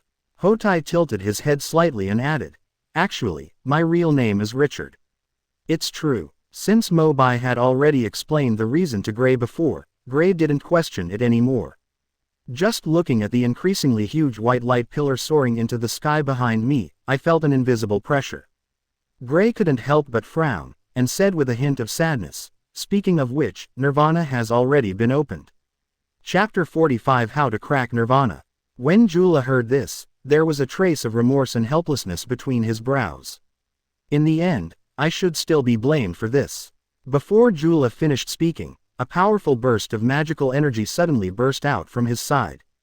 Watch out, the cave dragon's shield. Fortunately, Mobai had quick eyes and quick hands, and opened his giant shield in time to block. The strong shield was immediately shattered by the strong impact. But through the cracks, the direction of the source of the attack can be vaguely discerned. It was Brian who was half dead after falling to the ground. Looking at his hand, the skull cane that was originally used to perform magic has been broken into pieces. It is not difficult to infer that he just wanted to make a final struggle by detonating the cane. But still failed. Brian's face suddenly showed the desolation that the situation was over. It's a pity. I originally wanted to kill that traitor Hotai. In this case, the real president of the 6 demon generals will come and none of you can escape. When Jula heard this, he immediately shuddered. What do you mean? The real president? If the opponent also has a top-level magician sitting on the battlefield, even he is not completely sure of winning the battle. It's okay, just think he farted. Mobai looked disapproving, and then said, Gray, bring out the ice cubes and show him. Okay, Gray greeted. 1 minute later, the solid ice cage was carried out from the grass next to it, and Lisa was made into an ice sculpture and preserved intact. Brian was completely dumbfounded. Lisa, he was captured alive by you. Next to them, Jura and Sharia also slowly raised a question mark. What are these people talking about? It seems that I am not on the same page as them at all. Let me explain, Hotai said. The 6 generals of the 6 demons each have different prayers, corresponding to different seals, which are the black stripes on the face of the leader Brian. Once the 6 men are wiped out and the 6 prayers disappear, the seal of Brian's other personality will be lifted, and the true president of the 6 demon generals will appear.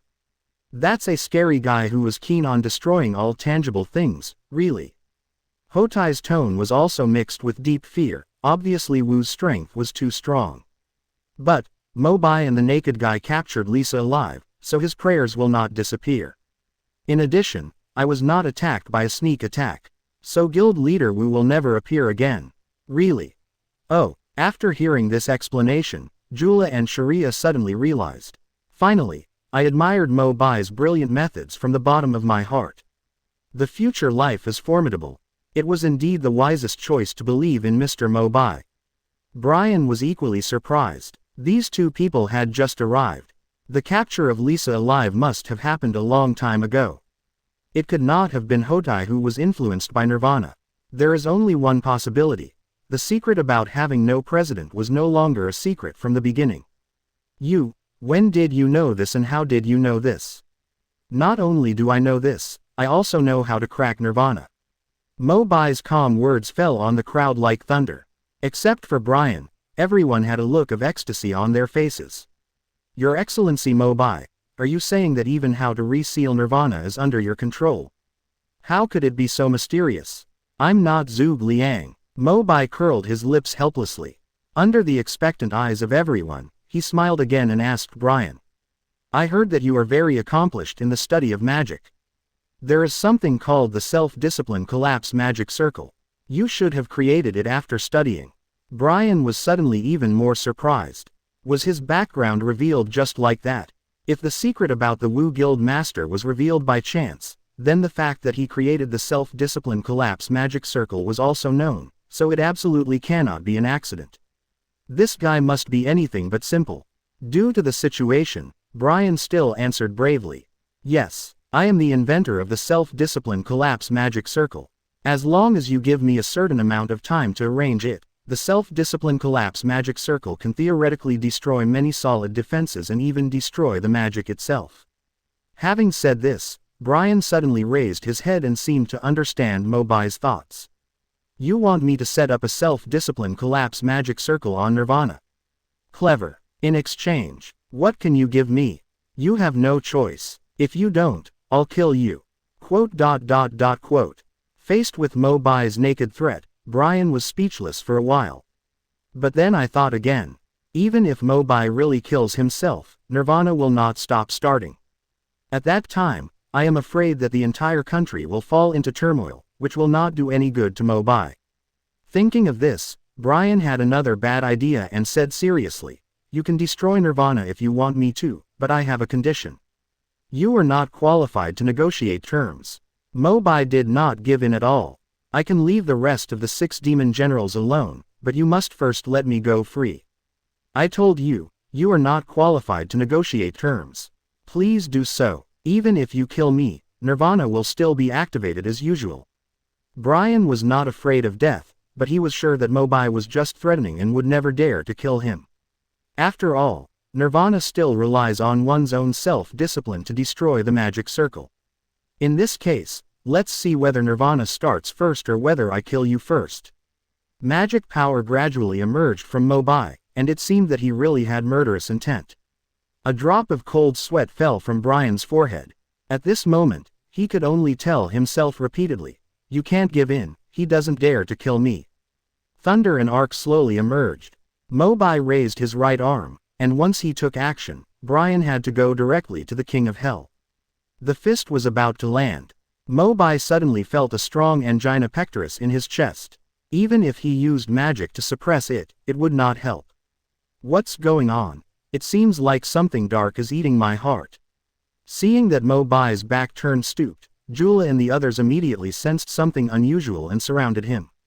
Mo Bai. Gray flew to Mo Bai to check the situation, but unexpectedly discovered that something gray was scattering in Mo Bai's pupils.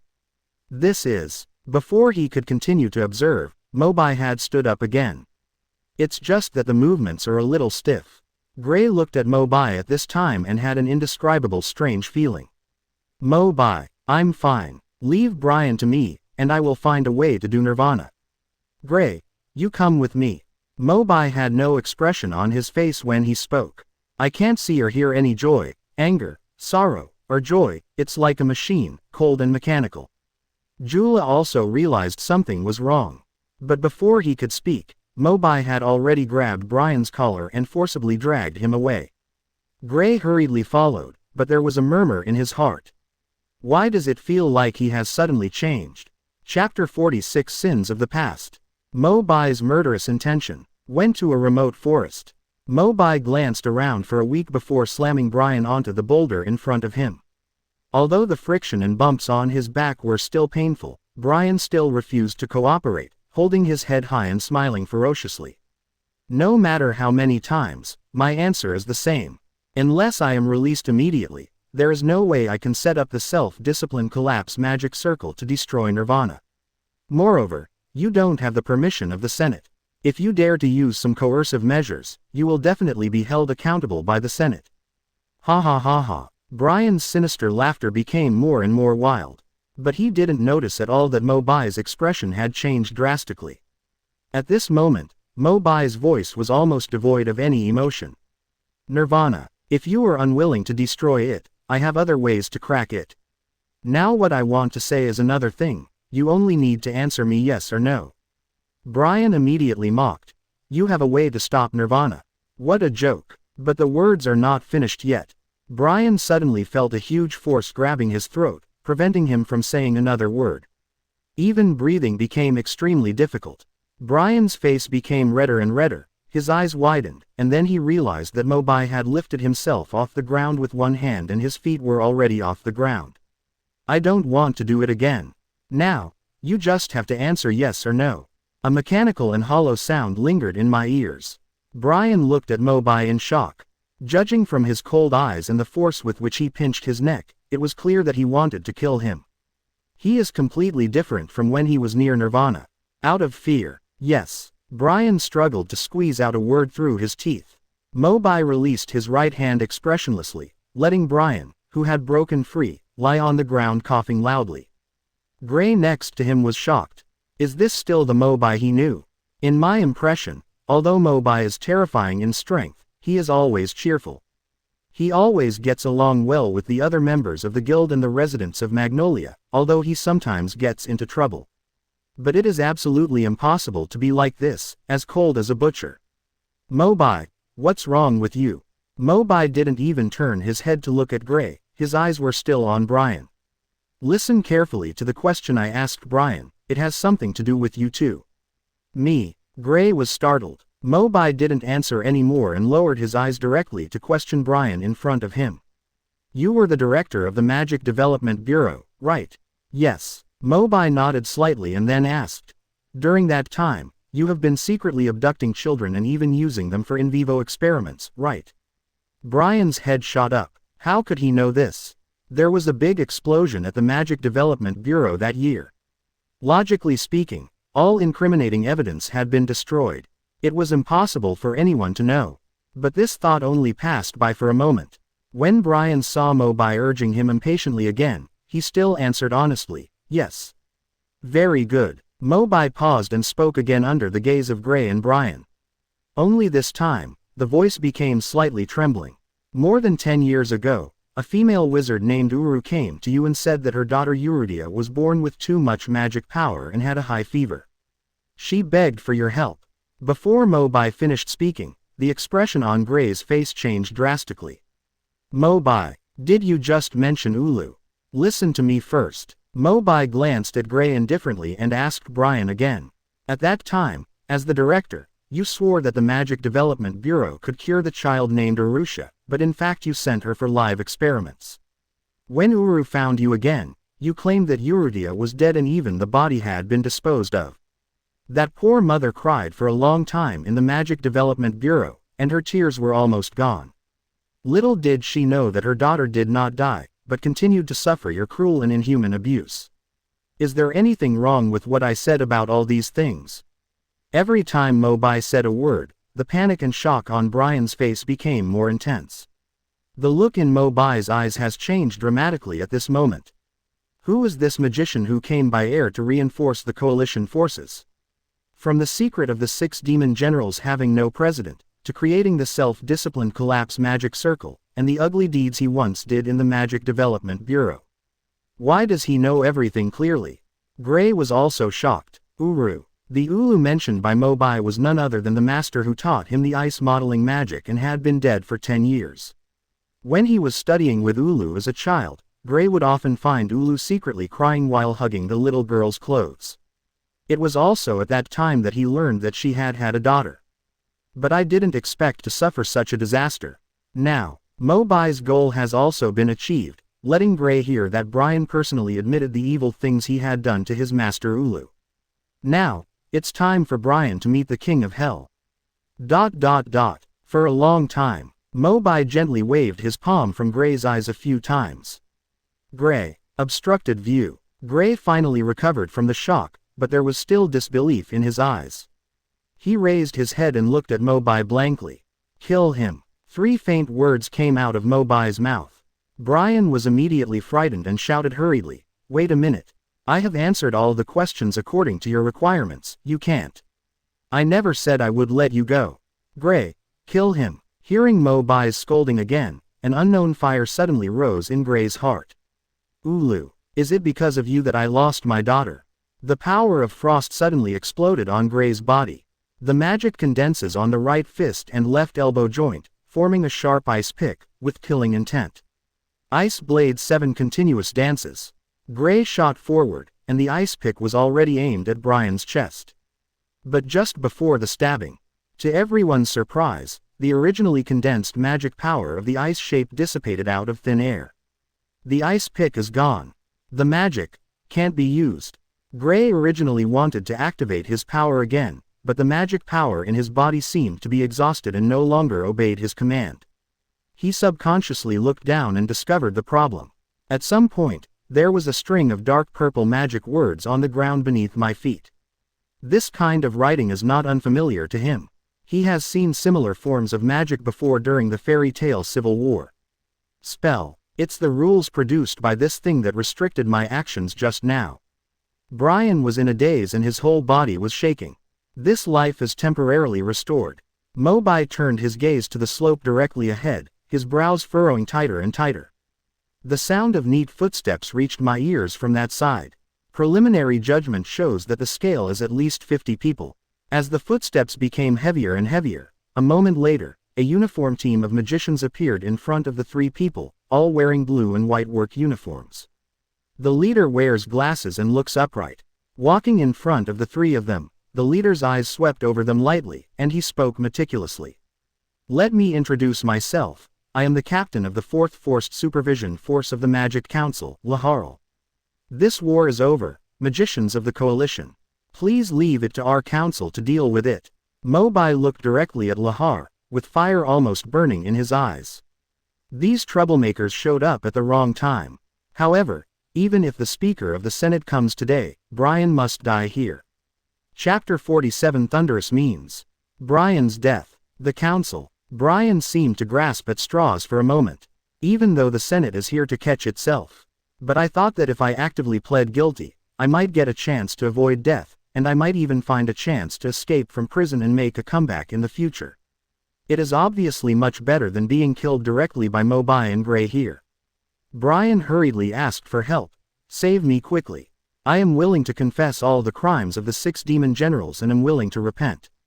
They will violate the rules of the Senate and kill people without permission. Lahar was unfazed when he heard this and turned to Mobai. Thank you for your contribution to the annihilation of the Dark Guild. However, the war is over. The destination of the 6 demon generals should be to go to the Senate to face trial. All their sins will be liquidated. Mobai naturally knew that with Brian's mind, he would be able to explain himself eloquently and try to avoid the death penalty. The Senate headquarters was previously blown up by Jellal and Arusha.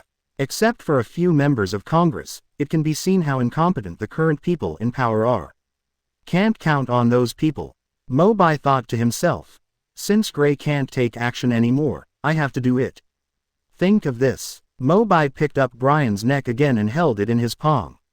Brian was now tortured to the point of being like a cripple, without any ability to resist. Mobai looked at Laharl and said solemnly, "What if I must kill him?"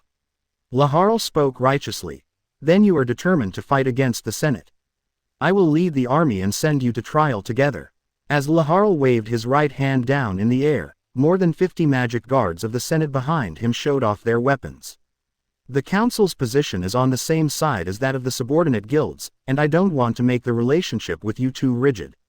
I hope you understand. Besides, with my magic here, you can't do anything in a short time. Use magic. What Lahar said was correct. Thanks to the supreme status of the Senate, he also enjoys the support of powerful magic tool Crystal as a law enforcer. With the help of crystals, the spells set up are enough to make the magician inside helpless in a short time. Let the criminal go now, and I can pretend that nothing happened. Lahar advised again. Mobai seemed deaf. Not only did he not stop, he strangled Brian's right hand even harder. It's like squeezing a little chicken. Brian's eyes bulged. He kicked his feet desperately, and stretched out his hand to try to break away from Mobai's hand, but he couldn't do it at all. You are openly defying the orders of the Senate. Everyone be on alert. Lahar was shocked and immediately ordered the magic guards behind him to be ready to take coercive measures. Dozens of magic tools and weapons were all pointed in Mobai's direction, reflecting a penetrating light that converged in Mobai's eyes. Mobai finally spoke slowly, but there was a lot of teasing in his tone. If it weren't for the magic items, your spell level would be far worse than fried from our guild. Under the gaze of everyone, a fiery red flame appeared faintly from Mobai's back, burning and beating little by little until it bloomed. And under his feet, the spell text that originally restricted the use of magic began to appear cracks at some point, and became more and more dense as time went by. Bite. The crisp crackling sound reached everyone's ears. The spell text was immediately destroyed, like a thin layer of shattered glass, which looked extremely fragile. Laharl and the troops of the Senate stared blankly at the scene that happened in front of them, with endless shock on their faces. How could it be? The spell doesn't work on him. There is only one possibility.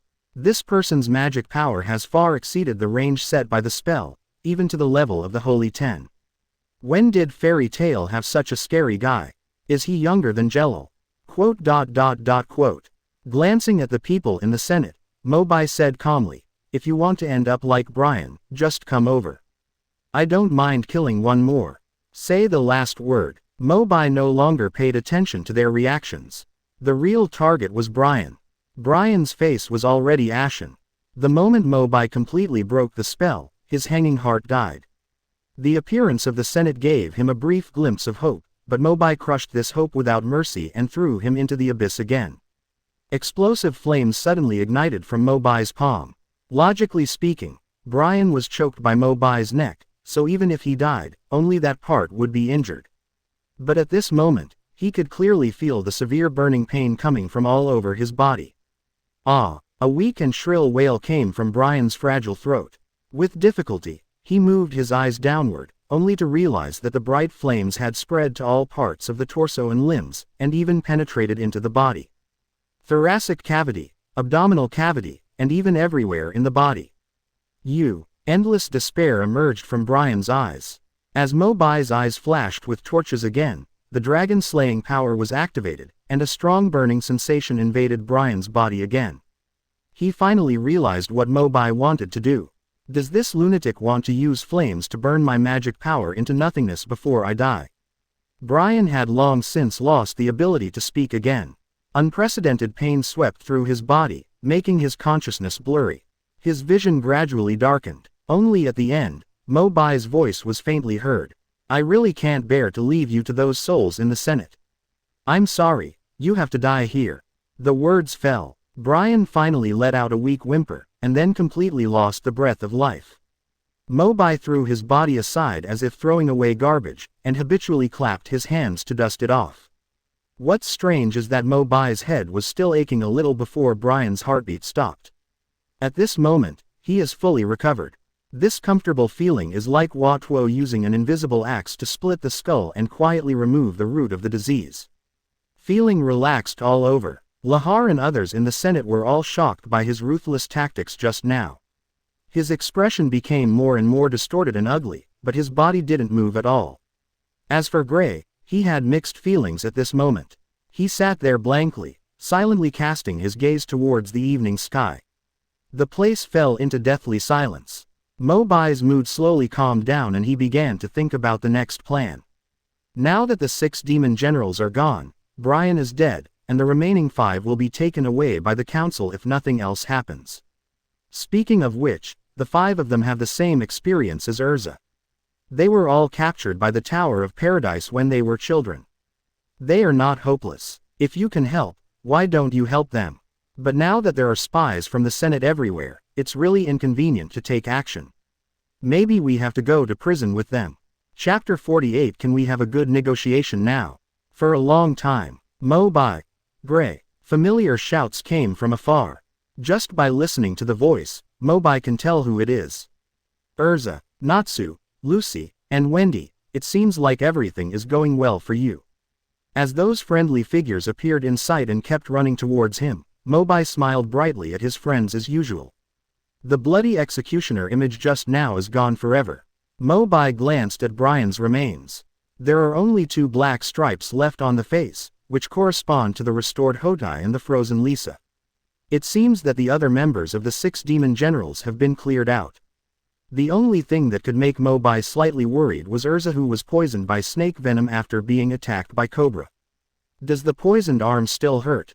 Hearing Mo Bai's question, Erza smiled. It's okay, thanks to Wendy's healing magic. Healing magic is an extremely rare magic in the entire wizarding world. Almost lost. Those who master it are even rarer. After hearing this, Mo Bai immediately turned his attention to the blue-haired girl Wendy next to him, leaned down and touched her head. Thank you, Wendy. No. This is what I should do. Wendy, who has always been introverted, was a little overwhelmed by Mo Bai's intimate behavior. And Mo Bai also smelled a hint of the same original magic from Wendy. After all, they are both dragon slayers. Wendy's attribute is the sky and she was raised by the dragon Grandin. However, like Natsu and Gajil, the dragons that raised them disappeared mysteriously on July 7, 777. The dragon-slaying magic crystal in Mo Bai's body does have properties similar to Wendy's, namely storm, but the essential difference between the two is still very obvious. Wendy can replenish her magic power by feeding on the air, while Mo Bai needs to swallow the powerful hurricane. Wendy can control healing magic through the power of Dragon Slayer in the sky, and Mo Bai can use this to obtain the magic of flying, storm dragon wings. What a pity. I originally wanted to have a big fight, but I didn't expect that the most powerful guy has been defeated by you. Naz's complaint brought Mo Bai's thoughts back to reality. Mo Bai looked Naizi up and down, and couldn't help but wonder. No, buddy, why are everyone else more or less injured, but you don't seem to have even consumed your magic power? Natsu confidently passed the blame to Lucy. I originally met that so-and-so angel, but I accidentally boarded a strange vehicle and fainted. It's all because Lucy didn't warn me. Can you blame me? Lucy protested. Quote. There was another round of noise and pleasantries, and the atmosphere seemed to be back to the Fairy Tale Guild. As for the group of people in the Senate behind Mo Bai, Natsu and the others are no strangers either. He often gets into trouble when he goes on missions, and then he is invited to tea by the Senate. Natsu naturally didn't like this group of people, so he chose to ignore them. For a long time, seeing that nothing happened, Mo Bai turned around and asked his friends to leave together. But at this moment, Lahar, the captain of the Senate team who had been silent for a long time, finally couldn't help but have an attack. As a law enforcer, he watched Mo Bai kill important suspects with thunder in front of him. Naturally, you can't let him go so easily. Lahar then shouted an order to the soldiers behind him. In the name of the Senate, arrest Mo Bai immediately. If anyone else resists, arrest them too. Yes. Hearing the shouts, several people who had turned around suddenly turned back. Until he saw the magic warriors actually using their magic weapons and slowly approaching him. Only then did they believe that they had heard correctly. The Senate wants to arrest Mo Bai. Lucy suddenly said anxiously. No, what does this mean? Aren't they here to capture the 6 demon generals? Mo Bai actually made it clear about killing Brian for a while, so he had to blame it on Gray. Well, it's a bit complicated. Why don't you let Gray explain it to you? Erza noticed something fishy and immediately turned around and asked, Gray, what happened? Gray also became hesitant at this time. However, Lahar didn't seem ready to give them a chance to communicate. Superior. As the attack command was issued again, the magic soldiers in the front row rushed forward with swords, guns, swords and halberds. A figure suddenly flashed in front of several people's eyes. Looking closely, he realized that it was Natsu, who couldn't hold himself back any longer. The scarf tied around his neck was still fluttering in the wind. Natsu's eyes flashed with excitement and warlikeness, and he couldn't wait to face the battle. No matter what the reason is, if you want to take away your guildmates, I won't agree. Besides, today's battle with the 6 demon generals was not fun at all, so I can give it a try with you guys. I'm on fire. With his feet kicking out hard, Natsu's figure suddenly shot out, and he raised his double fire fists and directly hit the faces of the magic soldiers on both sides. Although due to the strength of the magic power itself, Natsu's fire dragon iron fist does not seem to be as powerful as Mo Bai. But after all, his is the orthodoxy. The soldiers behind saw this and wanted to step forward to help, but suddenly felt a scorching heat that was still rising. Looking at Natsu again, the bright flames had evolved from his fists to wrapping around his whole body. The brilliant flame of the fire dragon. Natsu took a deep breath and gathered the flames around him into his hands again. The flames continued to expand, gradually forming a huge fireball as tall as a person, which was thrown forward by Natsu. With a roar, the fireball flew forward like a burning meteor, carrying blazing high temperature and powerful impact. Wherever it passes, all vegetation will be instantly burned to ashes. As for the magic soldiers who were hit, they were severely burned and screamed in pain. Some of them continued to have flames on their bodies, but they could not be extinguished no matter how hard they rolled. But Natsu obviously hasn't had enough. After scanning for a week, he shook his neck and prepared for a second battle. The magic warriors couldn't help but take half a step back. Erza stared at Natsu's figure and could only smile bitterly, but did not do anything to stop him. Leave it to normal times. If Natsu dares to confront the council like this, or even attack the opponent's troops, there is no doubt that Erza will definitely stop him. But this time is an exception. Under unknown circumstances, the Senate is about to arrest Mo Bai. Erza couldn't tolerate it either. Now, Mo Bai looked at the backs of his friends standing in front of him. Especially Natsu. Mo Kai stood at the front, trying to protect himself from being taken away. Mo Bai had a completely different plan in mind. He was going to the Senate prison to do something very important. However, the prison has always been tightly guarded, and it is really difficult for ordinary people to sneak in without permission. But then again, isn't Lahar trying to take himself to trial at this moment? If he approves his arrest, wouldn't he be able to go to jail as a matter of course? So, now I have to find a reason to go back to the Senate.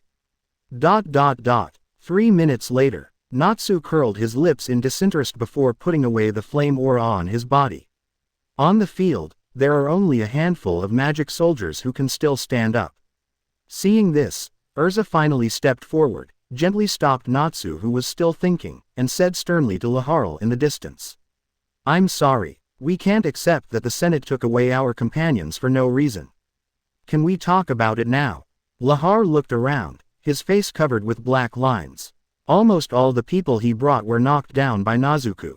Only then did you think of communicating. There is no other way. After all, the gap in strength is there, so I can only endure it. Lahar deliberately kept his tone calm. Did you see the mummy next to him? He is Brian, the president of the 6 demon generals, and he has been killed by Mo Bai. Everyone looked in the direction of his finger and found a charcoal-like mummy next to the stone. It's almost the same gray-black color as stone, and has its own protective color. You really can't tell the difference without looking carefully. The death was quite miserable. Mo Bai did this. Chapter 49. Sincerity is a must-win skill, but what is always sincerity? Erza just glanced at it lightly and continued to argue with Lahar. The crusade against the 6 demon generals was originally the mission given to our coalition forces by the Senate. If Mo Bai did not use all his strength during the battle, I am afraid he will be the one who falls. It's just a mistake that failed to save Brian's life. I think that shouldn't be enough reason to arrest Mo Bai, right? Erza obviously didn't know that it was Jura who was fighting with Brian. But in the picture in her mind, Mo Bai must have had a fierce battle with Brian before. As the leader of the 6 demon generals, Brian's strength should not be underestimated, so Mo Bai accidentally struck him too hard and burned him to ashes. Hearing what Erza said, Mo Bai suddenly felt guilty. After all, Laharl still couldn't control his emotions. He shouted regardless of his demeanor. Do you know what just happened? Brian has obviously lost the ability to fight. I was going to take him to the Senate for trial. Mo Bai can't listen to what I say at all. He is like a cold-blooded killer. Killer, do you understand? He burned all of Brian's magic power right in front of me, and then killed him. Erza's pupils shrank. Before she could respond, Natsu next to him made a disdainful sound from his nose. TCH, who doesn't know that your council is famous for arresting people at random? I don't believe what you say. Laharl responded angrily. Ask him yourself.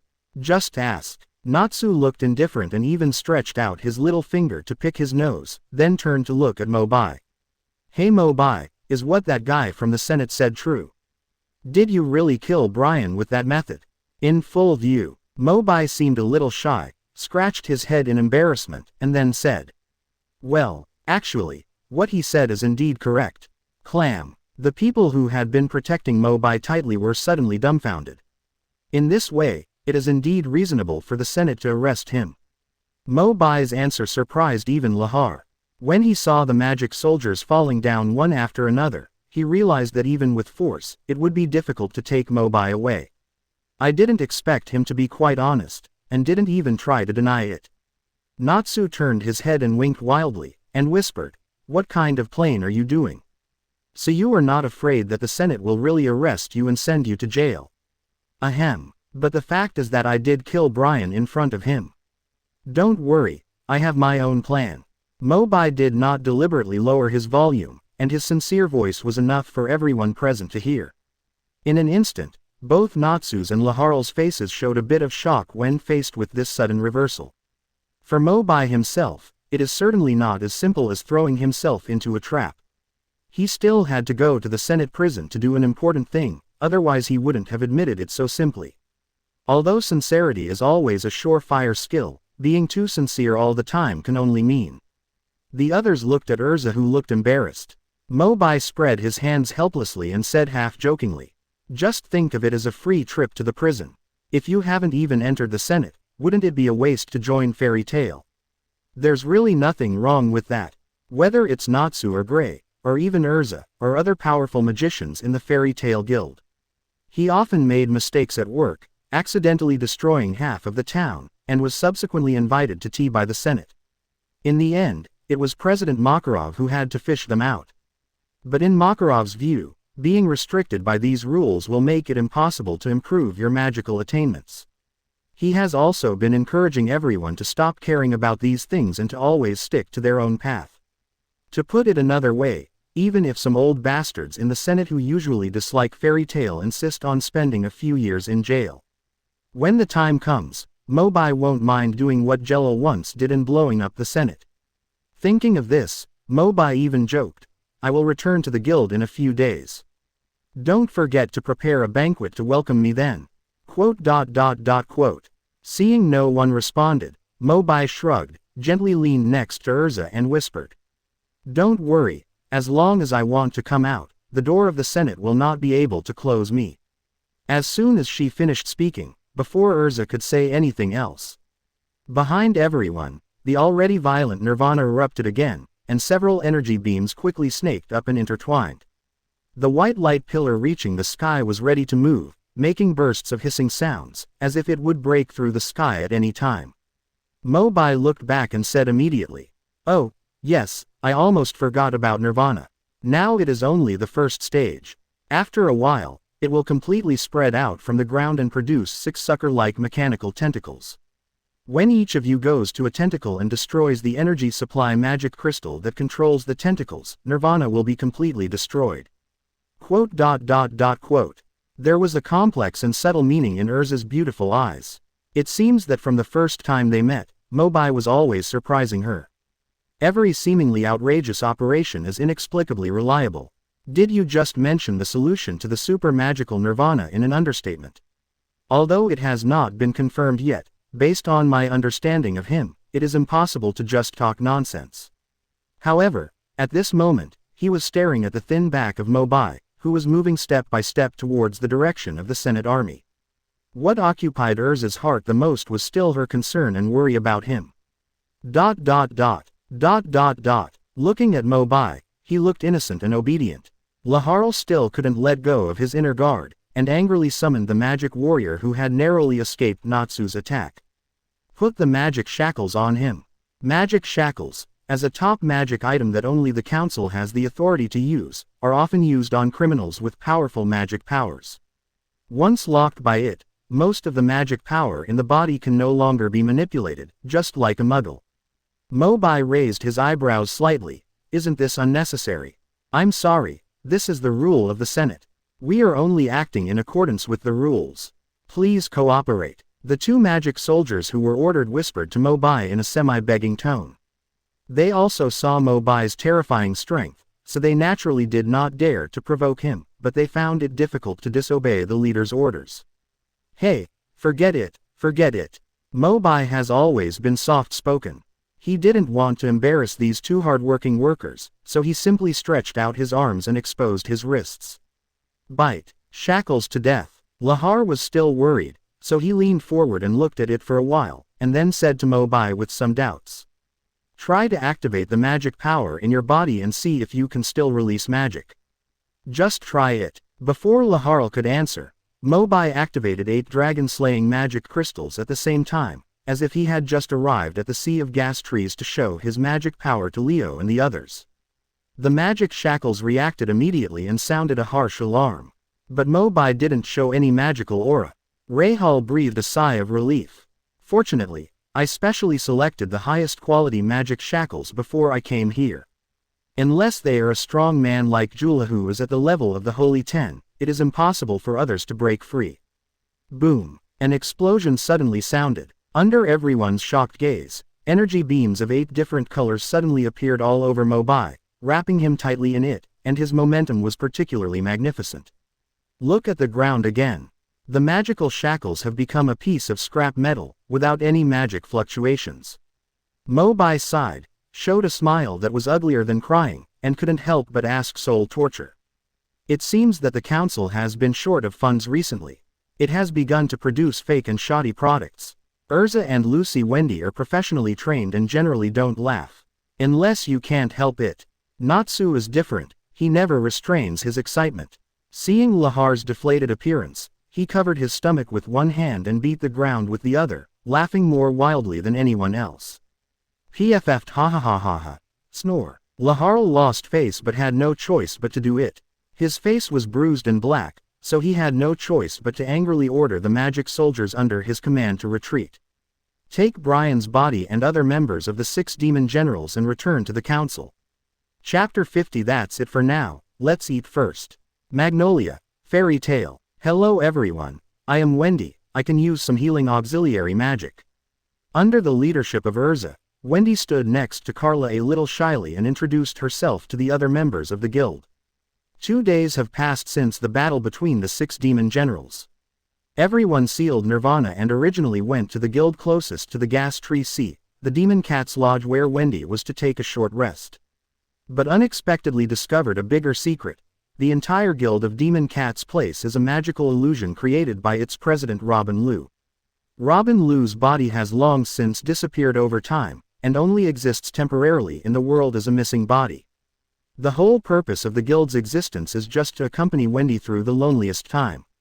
A guild that only exists for one person. After seeing that Wendy already had a reliable partner by her side, Robin Liu was finally relieved and could leave safely. Seeing her former partner's body disappearing, Wendy couldn't accept this fact for a while, hugging her head and crying. Erza reached out to help at this time and took the initiative to invite Wendy and Carla to join Fairy Tale's new family. Wendy still acted a little shy in front of everyone. Please take care of me. Girls joined the club. Looking around always attracts a lot of attention. In this kind of situation where they can join in the fun, the 2 old fat guys Macau and Wakaba always appear to be particularly active. This time, Wakaba didn't even take off the pipe from his mouth. He walked directly in front of Wendy and asked questions.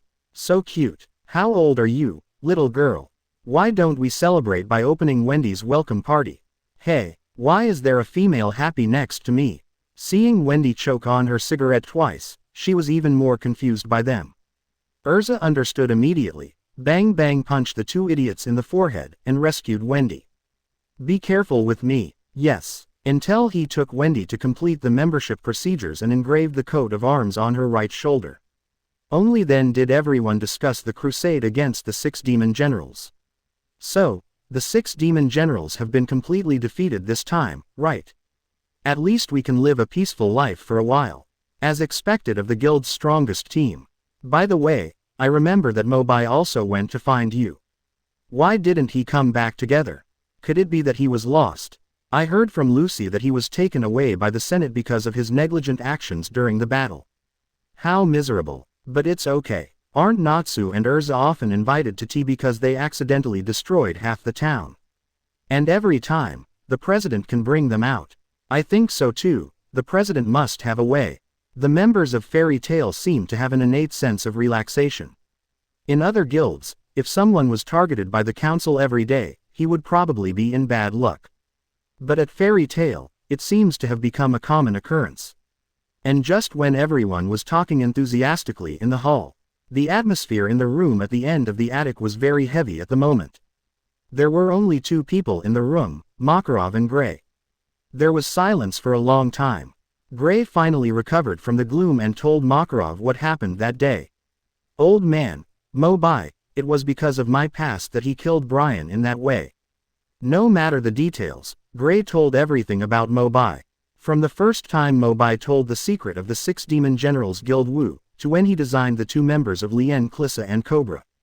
Later, he suddenly sexually assaulted Brian and killed Brian with thunder, and before leaving, he explained the final method of destruction of Nirvana. I always feel that Mo Bai seems to have some kind of prophetic ability. Not only can he see our past, but he can even know some information that is simply unobtainable. After telling all his thoughts, Gray felt much happier. Makarov frowned, with wrinkles on his face, one layer after another, and said, "This is also my fault. Ever since Mo Bai joined the guild, I haven't learned much about his past." Makarov sighed, stood up from the chair and walked out. "That's it for now, let's eat first." Quote. Gray slowly typed a question mark and called Makarov again. "Old man, clam." Makarov turned his head impatiently. Gray hesitated and asked, "Mo Bai, can you find a way to get him out of the Senate?" "Really, every time there is a problem, I have to go to the Senate to pick someone up. Where can I put my old face? Let him stay in jail for a while." Makarov shouted dissatisfied, opened the door and walked out. However, a smile of relief and hope slowly appeared on Gray's face. Even though Makarov said he doesn't care about Mo Bai. In fact, every time they got into trouble and were taken away by the Senate, Makarov always looked indifferent, but he was able to get them out in the end. It seems that Mo Bai's matter is stable this time. Chapter 51 Heartfelt Words. The sun is gradually setting in the west. The last ray of residual light hit the iron window, casting the shadow of the long slanting railing into the closed cell. The light was eaten away bit by bit until night fell. This is the temporary prison of the Senate, specially used to hold criminal wizards who have not yet been tried. It was here that Mo Bai and 5 people from the 6 demon generals were brought. Mo Bai tilted his head, looking through the corner of the window. He could vaguely see the twinkling stars. The feeling of losing freedom is really uncomfortable. Tomorrow is the day of judgment. It seems that we must act tonight. But there is a saying, although being in jail is depressing. But in such a quiet and lonely environment, Mo Bai was finally able to calm down and think, repeatedly rehearsing the scene in which he killed Brian. Finally came to an absurd conclusion. How ridiculous is it? When this idea came to his mind, Mo Bai even made himself laugh. At that time, I was still thinking that Nirvana would affect at least 2 people, one light and one dark, at the same time. If Hotai returns to kindness, there should be others who will be affected. I never thought that that person would be me. Perhaps it's because I'm traveling with Gray. When I see him, I think of his master Uru, who was unhappy, and naturally I transferred my hatred to the culprit, Brian. Nirvana will affect people who are on the edge of light and darkness, and then, the target was locked on me. But Mo Bai asked himself again at this moment. Even if he wasn't affected by Nirvana, he still wouldn't let Brian live. It was just to save some trouble, and to completely destroy Nirvana once and for all in the first stage of its opening, that I got entangled with Brian. This was already doomed when Mo Bai first went to the Gas Tree Sea. Nirvana was just a catalyst, making him more decisive and cold-blooded. But now that Brian is dead, Mo Bai guesses that Nirvana will also be destroyed by Jula and the others.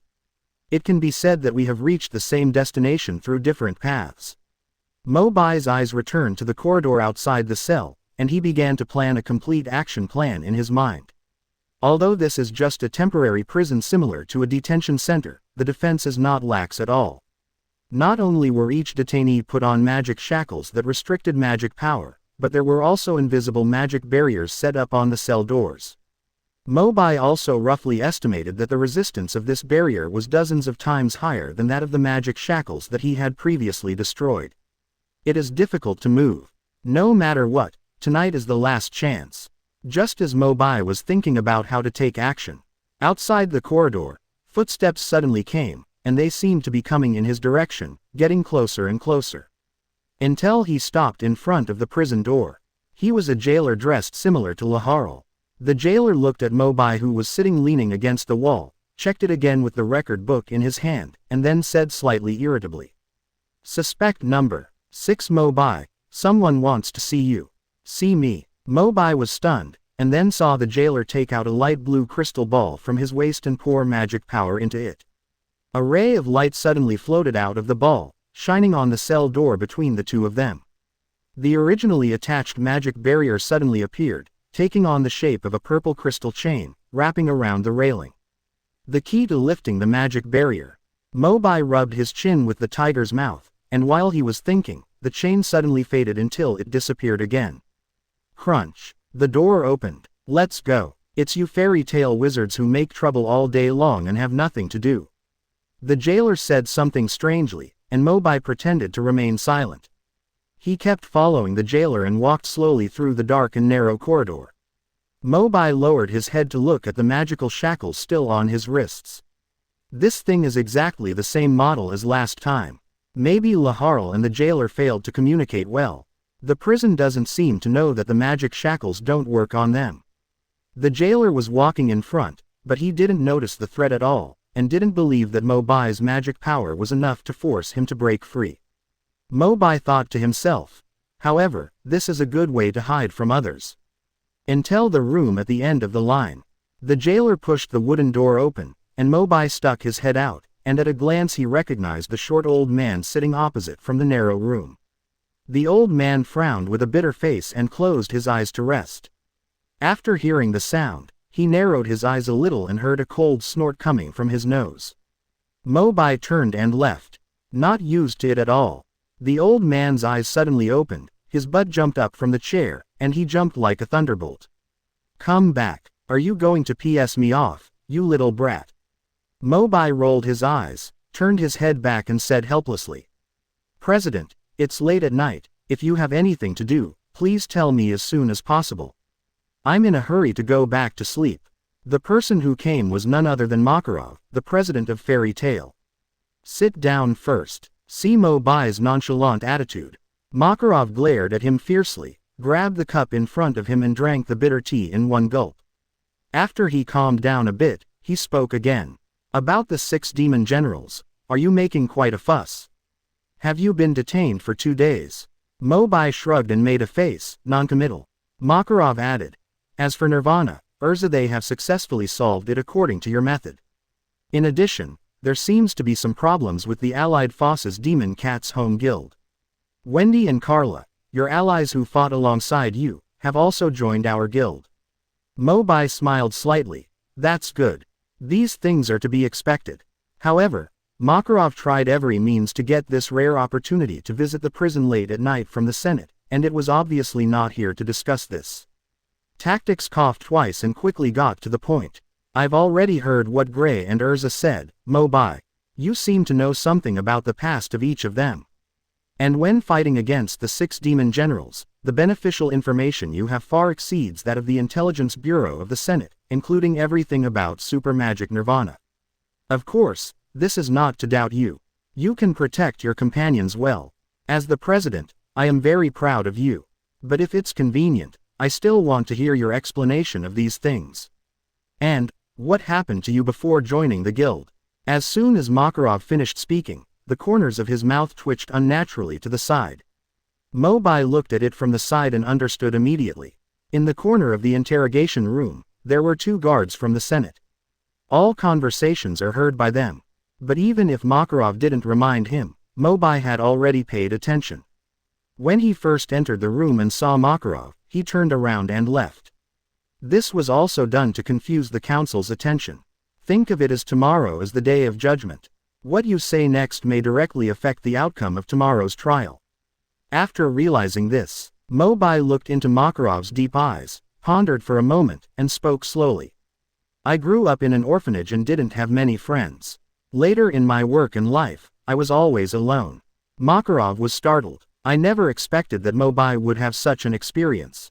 Regarding this point, it is really not Mobai's fictitious nonsense. Before traveling to this time, due to family reasons, he had always been used to being alone and rarely communicated with others. However, Mobai did not have any negative emotions because of this, and he was quite happy and relaxed. It's time to eat, it's time to sleep, it's time to play with the Holy Grail. Over time, this melancholy character developed. Recalling his experiences before time travel, Mobai's eyes gradually gained some warmth. It wasn't until I met Fairy Tail. I didn't know that there was a place called the Guild, which could become my warmest family. As for the information obtained, President, you can understand it is my minor magic, which can see people's past, even some silent truths. Regarding the matter of time travel, it is really difficult to explain for a while. What's more, it's even more nonsense when it's being monitored by the Senate. Mobai could only call it some kind of special magical power. Makarov, who was sitting opposite, suddenly grinned. I understand. Thank you for your honesty. Get the answers you want. Makarov then jumped off his chair, walked past Mobai, and headed for the door. Before leaving the house, he deliberately stopped and turned around and said, Mobai, as the president of the guild, I swear here that I will never doubt your loyalty and love for the guild. Besides, it's best not to take the content of this conversation to heart. Mobai also smiled back. I see. Chapter 52 Night Operation. Makarov is gone. Mobai still wears magic shackles on his wrist that have no effect on him. Follow the jailer and return to the corridor. When you reach a certain corner, you will soon arrive at your original cell. Mobai suddenly asked, Brother Jailer, did the magic ball you just used to open the magic barrier open all prisons? Or can it only open my cell door? Don't ask what you shouldn't ask. It's just the people in your guild who do the most shit. The jailer was stunned for a moment, then scolded him coldly. Mobai was helpless. It seemed that this guy didn't intend to cooperate well. Then the function of this magic crystal ball can only be tried by yourself. Brother Jailer, what happened again? The jailer turned around again impatiently, showing a bit of sullenness. It's okay, just make a counterattack. As soon as Mobai finished speaking, the colorful array suddenly appeared under his feet, and energy surged. Under the frightened gaze of the jailer, the magic shackles suddenly burst from Mobai's wrists, and the majestic magic power that broke through the shackles instantly set off the dragon-slaying pressure. Someone is coming. The jailer was about to call for help, but was hit in the chest by a palm, and immediately fell to the ground unconscious. Mobai quickly suppressed the magical aura on his body. Listen carefully. After making sure that he did not hear the sound of other guards moving, Mobai bent down to pick up the fallen crystal ball, looked towards the corridor on the other side, and murmured. As for the 5 of them, I remember they were locked up at the other end, right? What Mobai needs to do next is to release the remaining 5 members of the 6 demon generals who were arrested a few days ago. The reason why I chose to act now is not on the way to escort the suspect in the Senate. First of all, Mobai did not want to cause trouble, and dozens of pairs of eyes were stared at by the council on the way to escort. If he acted rashly, he would risk exposing himself. Secondly, it can also give several members of the 6 demon generals 3 days of quiet time to settle in prison.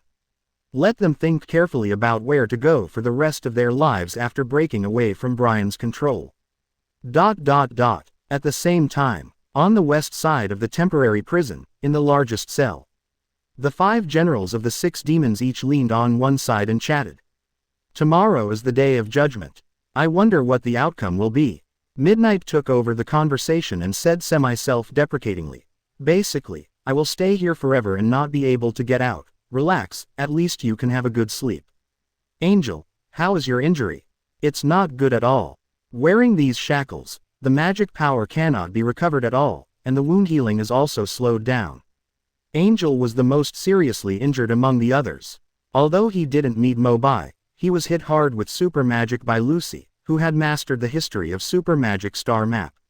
As for magicians, although their injuries heal faster than ordinary people, this is also based on the premise of nourishing them with magic power. Being imprisoned by the magic shackles, Angel is still in a half-health state until now. Hotai smiled bitterly and turned his gaze aside. How are you? Cobra. No one responded. Cobra. Hotai's voice was very high, and Cobra's hearing was extremely sharp, so it was impossible not to hear the voice calling him. Stop shouting. Just let him be quiet. He has been like this since yesterday. Angel advised. Cobra's eyes were open, but they looked very dull, and his lips kept trembling, as if he was mumbling something. Kubalios. That's it. Just wait for the trial tomorrow. If nothing happens, we will be moved to the prison and held separately after tomorrow. Good night. Midnight yawned and lay down directly.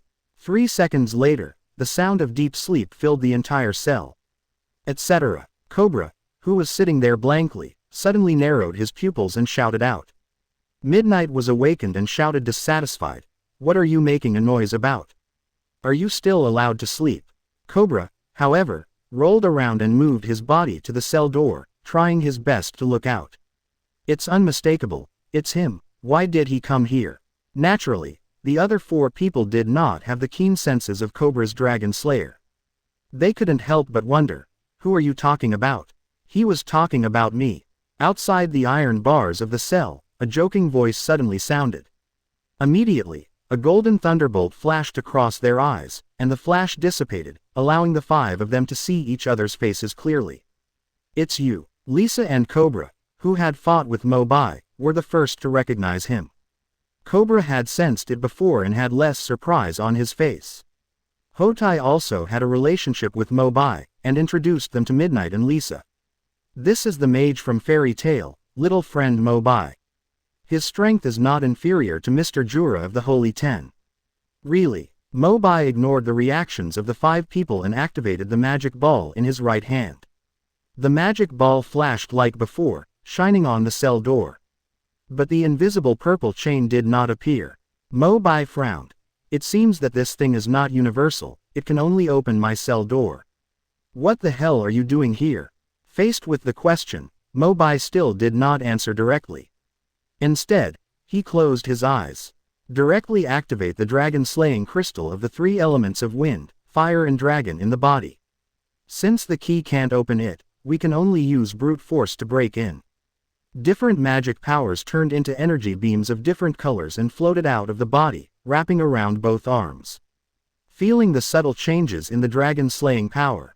When the 3 powers resonated, Mo Bai suddenly opened his eyes and waved his arms to pour out all the fused magic power.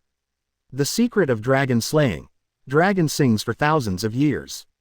Since the first release of the 3 dragon secrets in the Tower of Paradise, after this period of continuous training and improvement in battle, the power exerted by Mo Bai has also been further improved. In addition to the original terrifying destructive power, Mo Bai also clearly saw the shadow of a giant dragon flashing in front of him. It's just that this giant dragon is too illusory and short-lived, and it has disappeared before careful observation. Even though they were separated by a magical barrier, the 5 members of the 6 demon generals could still feel considerable pressure. How could it be? Is he here to kill us? Why, damn it, it's all the fault of these damn magic shackles, otherwise I could at least resist. But with the magic barrier at the outer door, he can't come in easily. The words just fell. As the dragon's phantom hit the prison door and disappeared, a huge wave of magic power erupted. In an instant, the magical shackles on the wrists of the 5 people suddenly burst apart. What? Withstanding the pressure, he looked up at the prison door again. At some point, the dark purple chains circling around them were exposed to sight, causing dense cracks under the constant pressure of magic power. In the end, it became fragmented under the gaze of several people. Lost the protection of the barrier. Mo Bai kicked open the iron door, looked around the cell, and said loudly, "Has your magic power been restored? If you don't want to stay here forever, just come with me." Only then did the 5 people realize that Mo Bai was not here to kill them at all, but to take them out of the cage. Walk. Mo Bai's figure turned into a bolt of lightning again, and shot straight away in the direction it came from.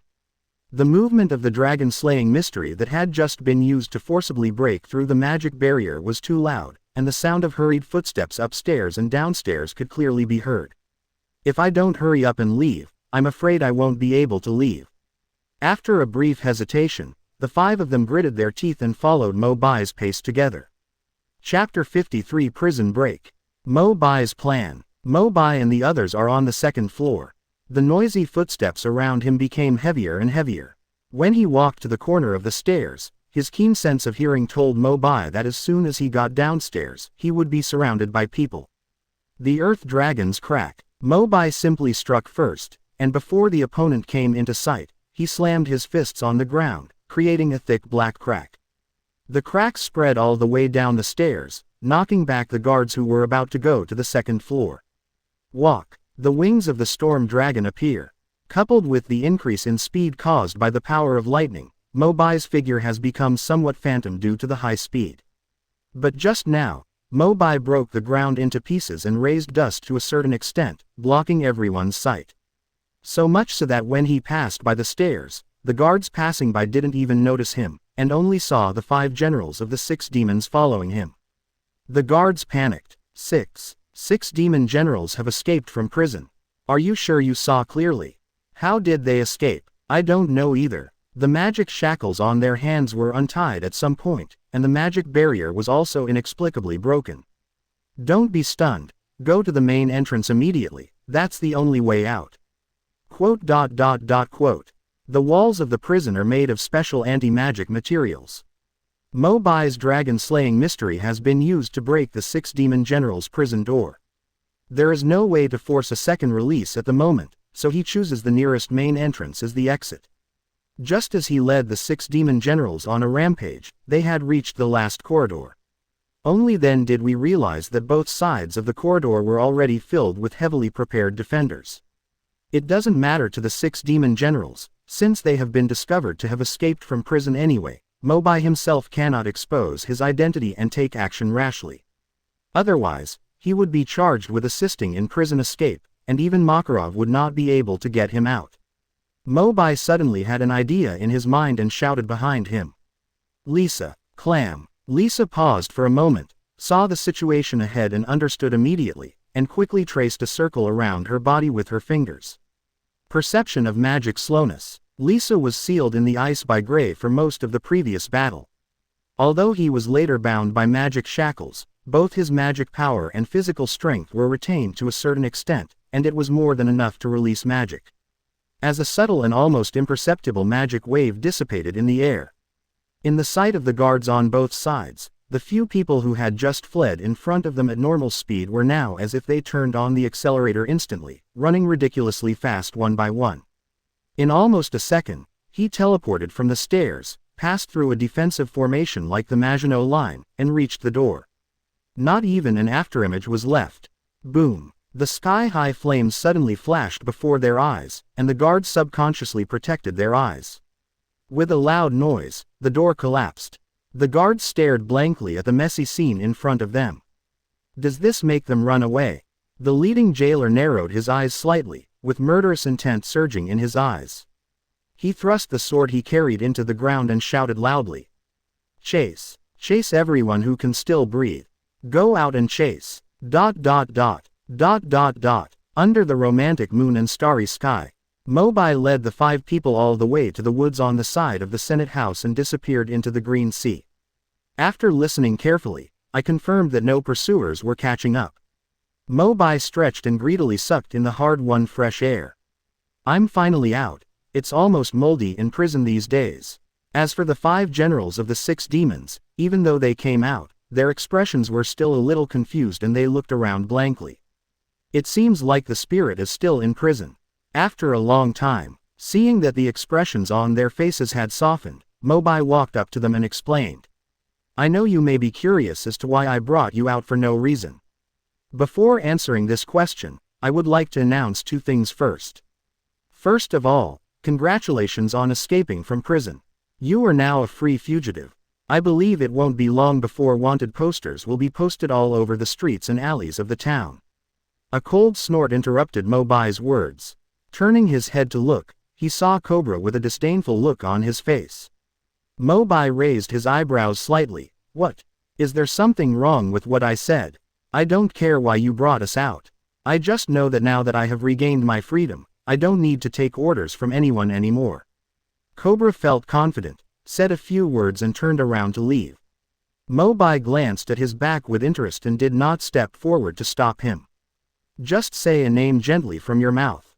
Kubalios. Cobra, who was still taking determined steps, suddenly stopped where he was, turned around, and looked at Mobai with a stunned expression.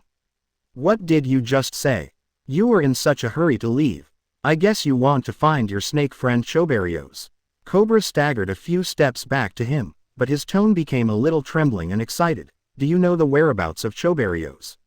Mobai nodded slightly and said, but before I tell you, you'd better listen to what I have to say. Previously while in prison, Lisa mentioned Mobai to everyone, saying that he seemed to have the magical ability to see through all secrets and see into all things. Cobra can only choose to trust Mobai at this moment. After all, since he was arrested by the Senate, he has never received any news about Choberios. Just looking for it like this is tantamount to looking for a needle in a haystack. Seeing that Cobra shut up obediently, Mobai returned to the previous topic. Where did I just say? Oh yes, the second thing. The 6 demon generals have been destroyed. However, based on the original 6 demon generals, an independent guild named Witch's Sin will be created. The Witch's Sin does not belong to the regular guild registered by the council, nor does it belong to the Dark Guild. I will be the president for the time being, and you will all be one of the members. The meaning of the existence of Witch's Sin is to wipe out all the scattered dark guilds and organizations that serve the devil on this continent. This is also the task you must complete in the next period of time. As for why it is called this name, you will naturally understand it in the future. Chapter 54 The Establishment of the Witch's Crime. Mo Bai finished speaking. The 5 people looked at each other, dumbfounded. I never expected Mo Bai to sing like this. For a long time, Lisa was the first to retort. You said we are free now, why should we be bound by you and join an inexplicable guild? Mo Bai shrugged nonchalantly and spoke in a deep voice. Joining or not joining depends entirely on your personal wishes. I will not force you. But I have already said that you are still fugitives and are destined to live in the shadows. But if you can enter the Witch's Sin, you only need to live a few more years of hardship before you can usher in true freedom. The interest of several people was immediately aroused. Real freedom. When Mo Bai saw this, he simply drew a pie. When the day when the Dark Guild is completely eradicated by you, I will have the capital to talk to the royal family of the kingdom. At that time, I will apply to the royal family and ask for amnesty for you. Angel asked in surprise, are you still connected with the royal family of the kingdom? Of course, Mo Bai replied. In fact, he still felt a little guilty when he said this. After all, since entering this world, let alone seeing the royal family, there have been very few rumors. Fortunately, there is only so much time to come. When they succeed, Mo Bai is very sure that he will be able to establish relations with the royal family. The hearts of the 5 people were gradually shaken, but they were still dubious about Mo Bai and remained silent. Even Hotai, who was restored to kindness under the influence of Nirvana, did not make his position clear at the moment. Hotai doesn't have any lofty pursuits like wiping out the Dark Guild. He just wants to find his long-lost brother. If we really followed Mo Bai's instructions, how many more years would we have before we can search again? Seeing them, they remained silent. Mo Bai paused for a moment and spoke about the past again. The Tower of Paradise was destroyed some time ago. Have you all heard about this? The 6 demon generals are obviously concerned about such a major event. Midnight recalled the news he saw at that time, nodded and replied. I have an impression. I remember it seemed to be started by a person named Jellal, but was later stopped by 2 mysterious people. Well, maybe you won't believe it when I tell you. I was the one who defeated Jellal at that time. Quote exclamation mark question mark quote. Ahem. Mo Bai tactically coughed twice and added. I'm not saying this to highlight myself. I'm just reminding you that the nightmare that once dominated you is over. Personally, I still hope to see you start your life again. There was a hint of surprise in the eyes of the 5 people. Wait, how do you know about us in the Tower of Paradise? Mo Bai responded calmly. I know everything about the 6 demon generals. Whether it's the secrets about the previous president, or the past of each of you being enslaved by the Tower of Paradise when you were young. Lisa recalled the scene when she was captured alive by Mobai and frozen in ice. As early as that time, Mobai already knew the secrets of the 6 prayers. Only then did a few people realize that their failure was not just due to the gap in strength. Since the appearance of Mobai, the information between the two sides has been completely unequal. Mobai breathed a sigh of relief and gave an ultimatum. I have said what needs to be said, the choice is in your hands. Whether you plan to continue to live in exile in the future, or start a new life after atonement, think carefully. A long while, Hotai clenched the fist in his hand and accepted the olive branch thrown by Mobai as if he had made some determination. I very much hope that when I see my brother next time, he will be innocent and not a fugitive. I am willing to join the witch's crime. Besides, if I go around to fight against the Dark Guild, I should be able to find you early. Wally. Since being influenced by Nirvana, Hotai has stopped talking about money. Instead, he went to find his long-lost brother. Can be followed. Hotai heard the most exciting news directly from Mobai. Your brother's name is Wally, right? After the liberation of Paradise Tower, he now has his own partner and is traveling around on a boat. He can be regarded as living a free life. Really? Really? Mobai smiled and nodded. Maybe you will meet in an unexpected way somewhere in the world in the future. Seeing Hotai shed tears of excitement, Cobra, who couldn't hold it back for a long time, couldn't help but ask. Since you know everything, can you tell me where Cuberios is now? As long as you help me find it, I will join you right away. Mobai recalled what he told Gray a few days ago, frowned slightly, and said slowly. If everything goes well, she should have been brought back to Fairy Tail by my partner. The president will help her remove the curse, right? Cobra is a little confused. I feel like I'm not on the same page as Mobai at all. Curse? What curse? Mobai explained. Cubelios is not a snake at all, but a living human girl. It is only because she was cursed when she was young that she has remained in the form of a snake. So that's it, Cobra murmured. No wonder when I first met Cuberios in the Tower of Paradise, I felt that this little snake was very understanding of human nature, and later became my most sincere friend. How's it going? Do you want me to take you to the guild? Mobai asked. No need. After I defeat the Dark Guild and regain my freedom, I will go find her in person. Cobra's words still have a sense of tit-for-tat and unyieldingness. But the implication is that it is also the crime of choosing to join the witch. I'll join too. Count me in. Immediately afterwards, Angel and Lisa also stretched out their palms and stacked them with Hotai and Cobra. All eyes were focused on Midnight, who had remained silent. There was still hesitation in Midnight's eyes. He seemed worried, and after a moment he hesitated and said, Can I ask you a question first? Please. Mobai pretended to be all ears. Midnight hit the nail on the head. Why on earth are you helping us? The other 4 people who had originally agreed to join the Witch's Sin also turned their attention to him at this moment. This question is also what they want to know. Under the gaze of everyone, Mobai scratched the back of his head unnaturally, with an embarrassed smile on his face. How should I put it? In the Fairy Tail Guild, there is a girl I care about very much. She also had an unfortunate childhood and was captured by the Tower of Paradise. So, I don't want to see anyone's normal life affected again because of that damn tower. Hearing this, Midnight finally extended his hand and showed a trusting smile towards Mobai. I understand. Thank you. Under the bright moon and stars, Mobai stepped forward in 3 steps and placed his right hand on top of everyone else, saying loudly. In this case, I hereby announce that the Independent Guild Witch's Sin has been officially established. The palms of their hands were raised high into the air. Mobai is smiling and high-spirited. From now on, I can be regarded as the president of one side. Chapter 55 Bite Back. After a while, Council, inside the temporary prison. The guard captain returned with many magic soldiers defeated. After searching for so long, nothing was found, not even the shadow of the 6 demon generals. The guard captain was already very angry. As soon as he returned to the prison, he heard another noise in front of him and shouted. What's the fuss about? Isn't it chaotic enough? The noise stopped abruptly. In the long and narrow corridor, a man covered in burnt black clothes and rags rolled up to him. Team, Captain, I am the jailer on the second floor. I know how the 6 demon generals escaped. If you know it, tell me quickly. The guard captain urged impatiently. Yes, the suspect in cell number 6 is called Mo Bai. He knocked me unconscious when I wasn't paying attention and stole the crystal ball I used to open the door. He must have released the 6 demon generals.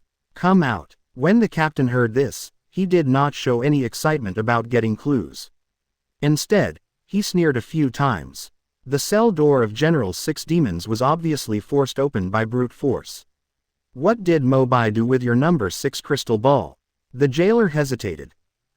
Maybe he didn't know at the time that the crystal ball could only open cell door number 6, and then saw that it had no effect, so he chose to force the door open.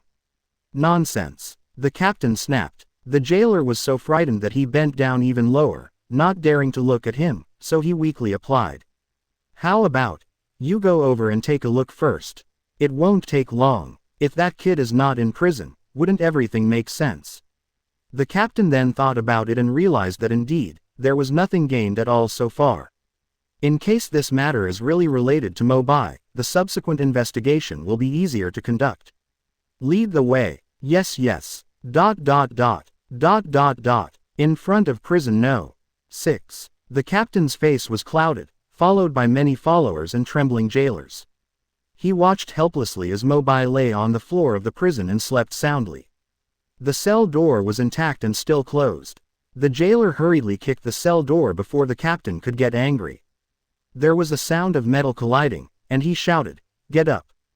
Don't pretend to be asleep." Mo Bai was still lying lazily on the ground. Turned over. Go back to sleep. But the jailer was right about one thing, Mo Bai was indeed faking it.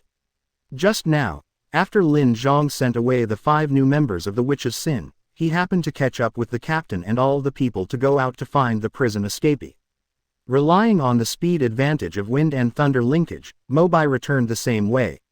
After using the magic crystal ball to lock himself back in prison, he immediately crushed it to destroy the evidence. Pretend nothing happened. The jailer was completely panicked, and his tone became more and more excited, even with a hint of asking for help. Get up. Get up quickly. Mo Bai then rubbed his sleepy eyes and looked at the group of people in front of him in confusion. What are you doing? Preventing anyone from sleeping in the middle of the night. Tell me, did you let General 6 demons go? He also stole my crystal ball. None of my business. Mo Bai put down the 4 words impatiently and lay down again. The jailer wanted to say something more, but was frightened to the spot by a loud roar from the captain next to him. That's enough. Drag this man down, revoke all his positions, and lock him up like a prisoner. The magic soldiers on both sides stepped forward and roughly grabbed the jailer's arms to drag him away. The horror on the jailer's face was clear, and he tried his best to explain. No. My crystal ball was really stolen, it must still be with him. Mo Bai simply took off his shirt and trousers and showed off in front of a few people, showing that he had nothing on him. The jailer still refused to give up. He stared at Mo Bai with his bloodshot eyes and asked, "Where did you hide my crystal ball?" "Then how do I know? Maybe you lost it yourself." Mo Bai yawned and said nonchalantly. The jailer struggled. He had no choice but to free up a hand to protect his heavy chest, as if he would be unable to control the blood spurting out at the next moment. But when the captain glanced at the naked Mo Bai, his brows furrowed again. Why are there no magic shackles on your wrists? The jailer then remembered that before Mo Bai knocked him unconscious, he had broken the magic shackles with brute force. It is impossible to find the same lock and fasten it on your wrist again in a short period of time. The jailer's distorted face suddenly bloomed with a flower, thinking that he had caught Mo Bai's flaw. "I'll make you look good later." Who would have guessed? When Mo Bai heard this, he immediately made a big question mark. Magic shackles. What the hell? I've never heard of it. The jailer was just about to scold Mo Bai for telling lies. But the next second, he first saw the guard captain's eyes that were almost blazing. "I lost the crystal ball, forgot to assemble the shackles for the prisoners, and even wanted to take advantage of the 6 demon generals to escape from prison and shirk all the blame away from myself." Very good. No. That's not the case. Please listen to my explanation. The jailer waved his hands desperately and shook his head like a rattle. But the guard captain just waved his hand impatiently and ordered his followers to drag him down forcefully. The jailer's pleas for mercy became smaller and smaller until they disappeared. The captain glanced indifferently at Mo Bai, who had an innocent face, and ordered his men in a low voice. Wear the shackles on the prisoners in cell No. 6. The 6 demon generals are already troublesome enough. I don't want to see any more trouble. Yes. Seeing that his wrist was locked by this black iron block for the 3rd time. Mo Bai still looked indifferent. See everyone leaving. The big stone in his heart fell to the ground, and Mo Bai lay tiredly by the wall. Tomorrow is the day of judgment. As long as we can go out with legitimate reasons, everything will be easy to talk about. That night, perhaps because the things you wanted to do when you entered the prison in the first place have been completed. After being imprisoned for 2 or 3 days, Mo Bai has never slept as peacefully as he did today. He even dreamed of the 5 former 6 demon generals who had just parted ways. In a daze, he muttered a few words in his sleep. Cobra, Lisa, Angel, Hotai, Midnight. I know that you were captured by the Tower of Paradise when you were young and used as slave sacrifices. Your respective prayers were also made after torture. Cobra, in his daily despair, wants to listen to the voice of his only friend Choberios. Lisa wants to be faster than anyone else so she can escape from that hell. Angel looks up to the sky, hoping that he can fly far away like an angel and leave this place. Hotai tried his best to reunite with his brother Wally. Midnight just wants to sleep peacefully in a quiet place, without being woken up by the guards of the Tower of Paradise, scolding and whipping. The crime of the witch has been established. I hope that one day you will be able to realize your prayers. Chapter 56. That's right. I'm mentally ill. The next morning, Mo Bai was still yawning. He was woken up by a new jailer who opened the cell door and was taken away in a daze. When he woke up from his nap, he found that he was already in a spacious and bright hall. The gallery behind him was almost full of people, including Lahar, the captain of the 4th Forced Supervision Team who had previously sent him to prison.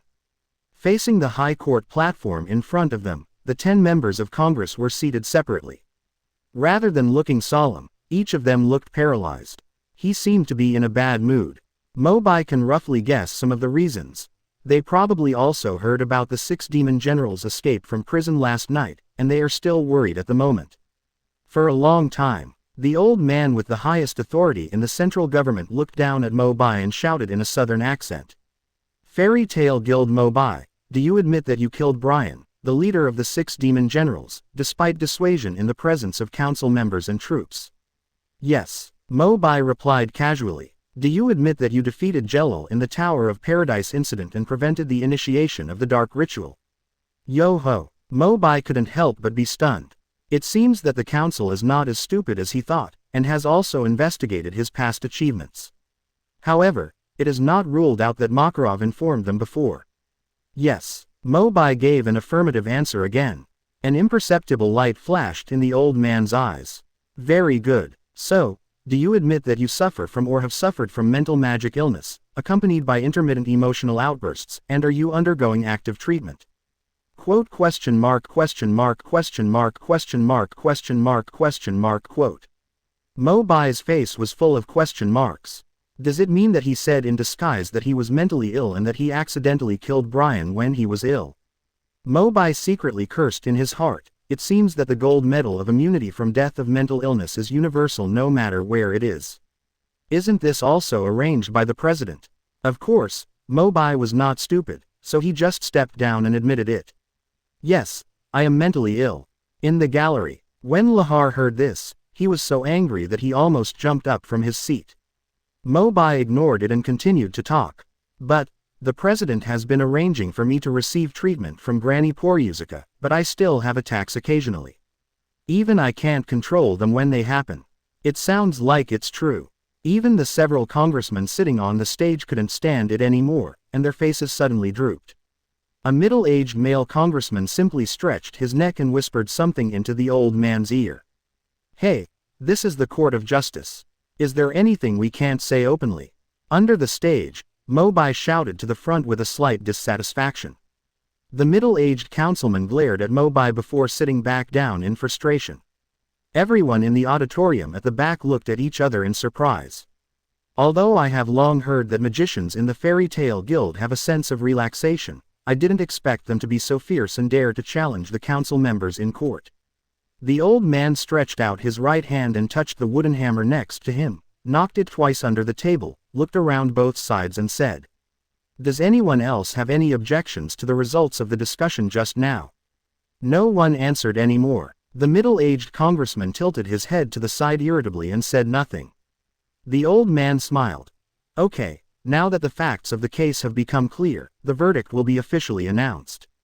Mobai, a member of the Fairy Tale Guild, has made extraordinary contributions to the chaos in the Tower of Paradise, and the Brian who was killed this time is the leader of the Dark Guild who committed the most heinous crimes. In addition, you yourself also have certain mental disorders, so you should relax your boundaries to a certain extent.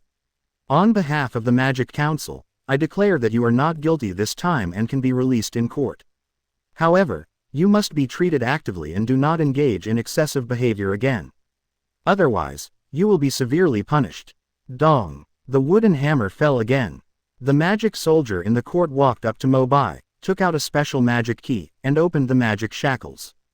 "Congratulations on your freedom," the magic soldier whispered. "Thanks." Mobai moved his hands and feet in relief. Looking sideways, "The sun shines through the window lattice and shines particularly brightly in my eyes." Even though he was only held for 3 days. But every minute and second of losing freedom here seems tortuous. Mobai doesn't want to be a bird in a cage. I can finally return to the guild. I wonder what will change in the past few days. ... After a while, the main entrance to the Senate House. Bathed in the long-lost sunlight, Mobai watched as a green convertible off-road vehicle drove at a high speed from a distance and drove until it stopped just in front of him. Magic locomotive. The so-called magic motorcycle is also a common means of transportation in the kingdom. It does not burn oil or consume electricity. Just connect one end of the magic duct to the wizard's body, and the magic power can be used to help the locomotive start. What caught Mobai's attention the most was the driver. Sitting in front of the steering wheel is a graceful young female wizard, wearing a tight-fitting racing suit that outlines her body curves vividly. The long crimson hair looks particularly warm and fiery in the sun, exuding a faint fragrance. The black sunglasses she wore blocked the sight of both parties, making her face unclear for a while, adding a sense of mystery. For some reason, Mobai felt an inexplicable familiarity and intimacy with her, but he couldn't explain it specifically. He was stunned for a moment. "What are you doing? Come on up." "Wait." This voice. Mobai's heart trembled, seeing the red-haired girl take off her sunglasses with a smile, revealing her beautiful face. Mobai was dumbfounded on the spot. "Erza, why are you here?" No wonder I felt that the other person was familiar from the beginning, but I didn't dare to recognize him. It turned out to be her. By the way, this is the first time Mobai has seen Erza dressed like this. After all, most of the time she showed off in armor. Erza smiled sweetly. "Of course I'm here to take you back to the guild." "Come up first." Mobai swallowed, then clumsily opened the car door and climbed into the passenger seat. "What, you don't like my outfit today?" "Of course, I like it. I'm just not used to seeing you change clothes all of a sudden." Mobai answered honestly. Erza shook her head slightly, smiled, put on her sunglasses again, and stepped on the accelerator. The off-road vehicle swayed out of the sand and drove straight back to the direction of Magnolia. Mobai turned his head and looked at the side of the car, letting the wind slap him on the face, but feeling inexplicably more secure in his heart. Looking out the window at the rows of trees flying backward, Mobai asked slowly, "Are you all okay during this time?" "It's the same as before, noisy every day. However, everyone often mentions you after dinner." "Yeah, especially Natsu and Gray. They have been arguing with the president all day long, asking the president to find a way to get you out of the council. It seems that everyone misses you very much, right?" When Mobai heard this, he had no idea at all. Leng Budding suddenly asked, "What about you?" "Miss me too." The words came out. Erza was immediately startled, and her feet were completely gone. In panic, he stepped on the brakes to the bottom. Mobai only felt that his upper body was leaning forward wildly and uncontrollably, and he almost hit the front windshield directly. Fortunately, I wore my seat belt when I got in the car, otherwise I would have had to fly out. The SUV stopped in place. After taking a deep breath, Erza calmed down a little and tilted her head apologetically. I'm sorry. Mobai rolled his eyes and had to wave his hand. It's okay. No need to answer. Just pretend I didn't ask. Chapter 57, a secret that only men know. Standing in front of a familiar building. As soon as Mobai opened the guild door, people inside swarmed over. Welcome home. How is it? Is it fun in prison? It's quite fun. Everyone there is talented and their speeches are nice. I suggest you go in and have a sit next time. I heard that there is a female congresswoman who is quite pretty. Have you seen her? Does she look good? Except for the tearful sister who blew up the Senate before, I really haven't seen anyone beautiful. Mo Bai, you are finally back. Have a good fight with me now, I'm on fire. Jaws of the Brontosaurus. Mo Bai punched out. Natsu, who was clamoring to compete with him 1 second, was electrocuted into charcoal the next moment and flew out in smoke. By the way, they also solved the problem and opened a path through the crowd. Mo Bai walked slowly. On the counter directly in front of his eyes, the short old man was still sitting, drinking tea leisurely. President, I'm back. Makarov slowly raised his head, without much confusion in his eyes. Just come back. Today's banquet is specially arranged for you. Are you alone for me? Only then did Mobai notice that the overall layout of the guild was much cleaner and tidier than before, and had obviously been carefully taken care of. Each long table was also filled with exquisite dishes. Welcome back. Then, let's start the party. Makarov finally grinned, and the wrinkles on his face piled up. Yeah, the crowd behind Mobai, which had calmed down slightly, now erupted into cheers again. Makarov stood up slowly, glanced around and coughed twice. Well, before we officially start, I still want to say a few words. What else are you talking about, President? Can you start quickly?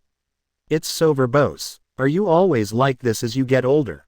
Before the words could be spoken, he was mercilessly interrupted by the complaining crowd. Gray was already sitting at the dining table, chewing some unknown object in his mouth, complaining while eating. Old man, your specialty dish is too delicious. It's far worse than yesterday's, isn't it? Makarov was so angry that he blew his beard and stared. How can it taste worse than yesterday? This is what was burned yesterday. Quote. You better not go into the kitchen from now on and let Mira cook. Also, Natsu, please eat slowly and save some for me. Do you think it's shameful for you to eat in such a disgraceful way? This is a banquet and everyone is a civilized person. Your eating skills are no better than mine. Man, are any of you listening to me? Seeing that the guild was once again noisy as before, no one paid attention to the messy Makarov. Mobai also had a relaxed smile on his face. This is fairy tale. Everyone, make a move, the cake is here. A sweet voice drew the attention of everyone who was devouring food together again. When their eyes met, Marajan smiled, rolled out a basin-sized cake from the dining cart, and placed it directly in front of Mobai. Since we are celebrating our first safe return from the Senate, can you cut this cake?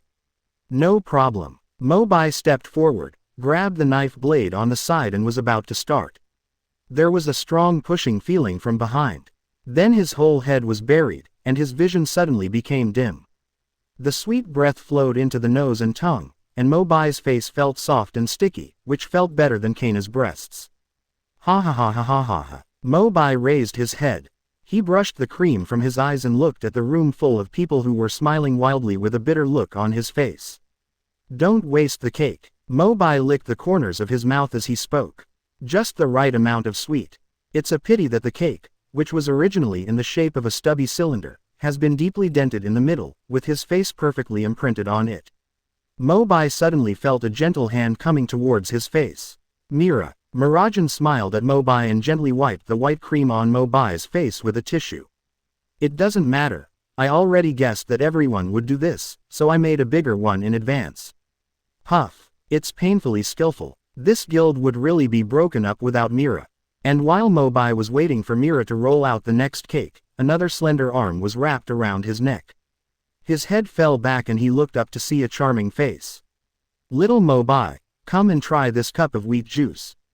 Recalling the last time he was poured 96% water of life by this female drunkard, Mobai refused to take the glass this time without saying anything. Kana, I've paid for your drinks this month, but I really can't drink the wine. During Mobai's panic struggle, he accidentally touched something soft with his elbow. A blush suddenly appeared on Kana's face. Immediately he turned his head and looked at Mobai with a wicked smile, and even put his face towards her.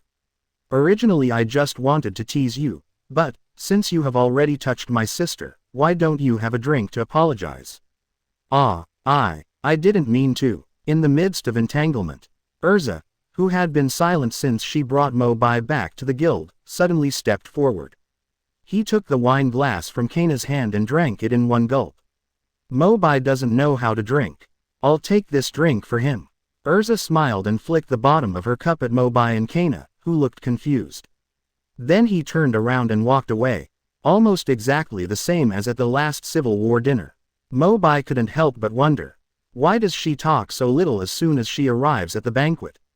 But let me tell you something, she looked so handsome when she was holding my drink back just now. After simply filling your stomach.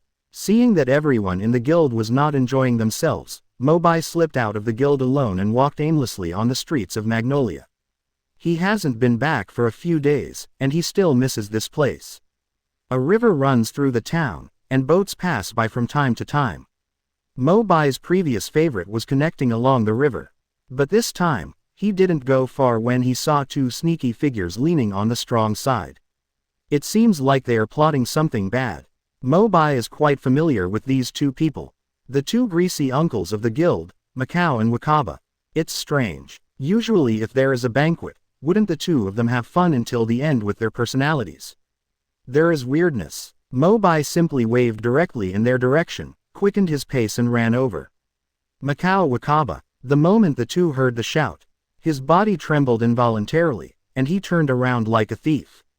Until I saw them calling them Mobai. Then he breathed a sigh of relief. What are you doing? Before he finished speaking, the two men stepped forward to hold Mobai's arms, one on the left and the other on the right, and forced him to a corner. Macau also extended his index finger to his mouth. Keep your voice down, I will take you to a good place later. Clam. Although Mobai claims to know fairy tale better than everyone else in Fairy Tale Guild. But for a while, I really didn't understand what Macau meant. Wakaba also took off the pipe in his mouth, blew out a puff of smoke, and showed a meaningful smile. Only real men are qualified to know about this good place. That's right. In other words, this is a secret that only successful male magicians know. The two of them sang and harmonized, and the more they talked, the more mysterious they became, but they kept talking about it and refused to say it clearly. Mobai's face was full of question marks. No, what on earth do you want to say? Chapter 58 Dream Demon Custom Museum. Macau looked back again, making sure that no one was paying attention, and suggested, it's almost time, let's take him in with us. Walk. Mobai still didn't know why, so he had to follow the two of them and move forward along the narrow alley. Due to his blocked vision, he couldn't see clearly what was in front of him. After leaving for a while, a pungent aroma suddenly penetrated the nose. What does this smell like? It's a little bit heady. Different from the light fragrance of natural flowers, this fragrance goes straight to the brain, instantly bringing strong stimulation and refreshing feeling. Mobai only felt that his heartbeat began to accelerate significantly. Even Mo Bai was also stimulated by this smell and was ready to move and set up a tent. What the hell is this? Arrive. Macau and Wakaba stopped and stepped into a store on the right. The source of that fragrance seemed to be inside. Mobai stopped and looked up. Although this store is located in a remote location, the decoration on the plaque is no less than that of the magic item shops on the bustling streets, with large pink flowing characters engraved high on it. But when he recognized the words above, suddenly dumbfounded, Umema Custom House. There is no way, it's coming. You have to go in and take a look. But Macau and Wakaba disappeared long ago. Mobai could only bite the bullet and move forward. Under the dim pink light, the fragrance is even more intense. Hello, is this your first time visiting our store? As soon as he stepped into the store, The lady at the front desk, who was more than 10 steps away, came forward to greet him warmly. Mobai looked up and down and almost spit out nosebleeds. The charming front desk lady is not only hot in figure, but also very bold in her clothes. Only sexy underwear is used to cover the key parts, and the rest of the skin is exposed.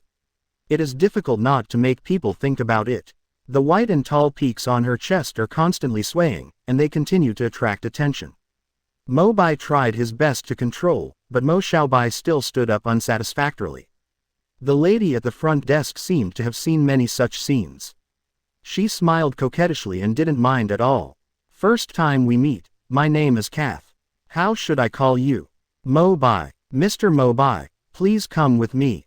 Kath twisted her slender waist, gently raised Mo Bai's chin with her index finger, showed a smile that seemed to take advantage, and walked towards the room on the second floor. Mo Bai touched his nose awkwardly. This experience seems to be more exciting than being teased by Kana.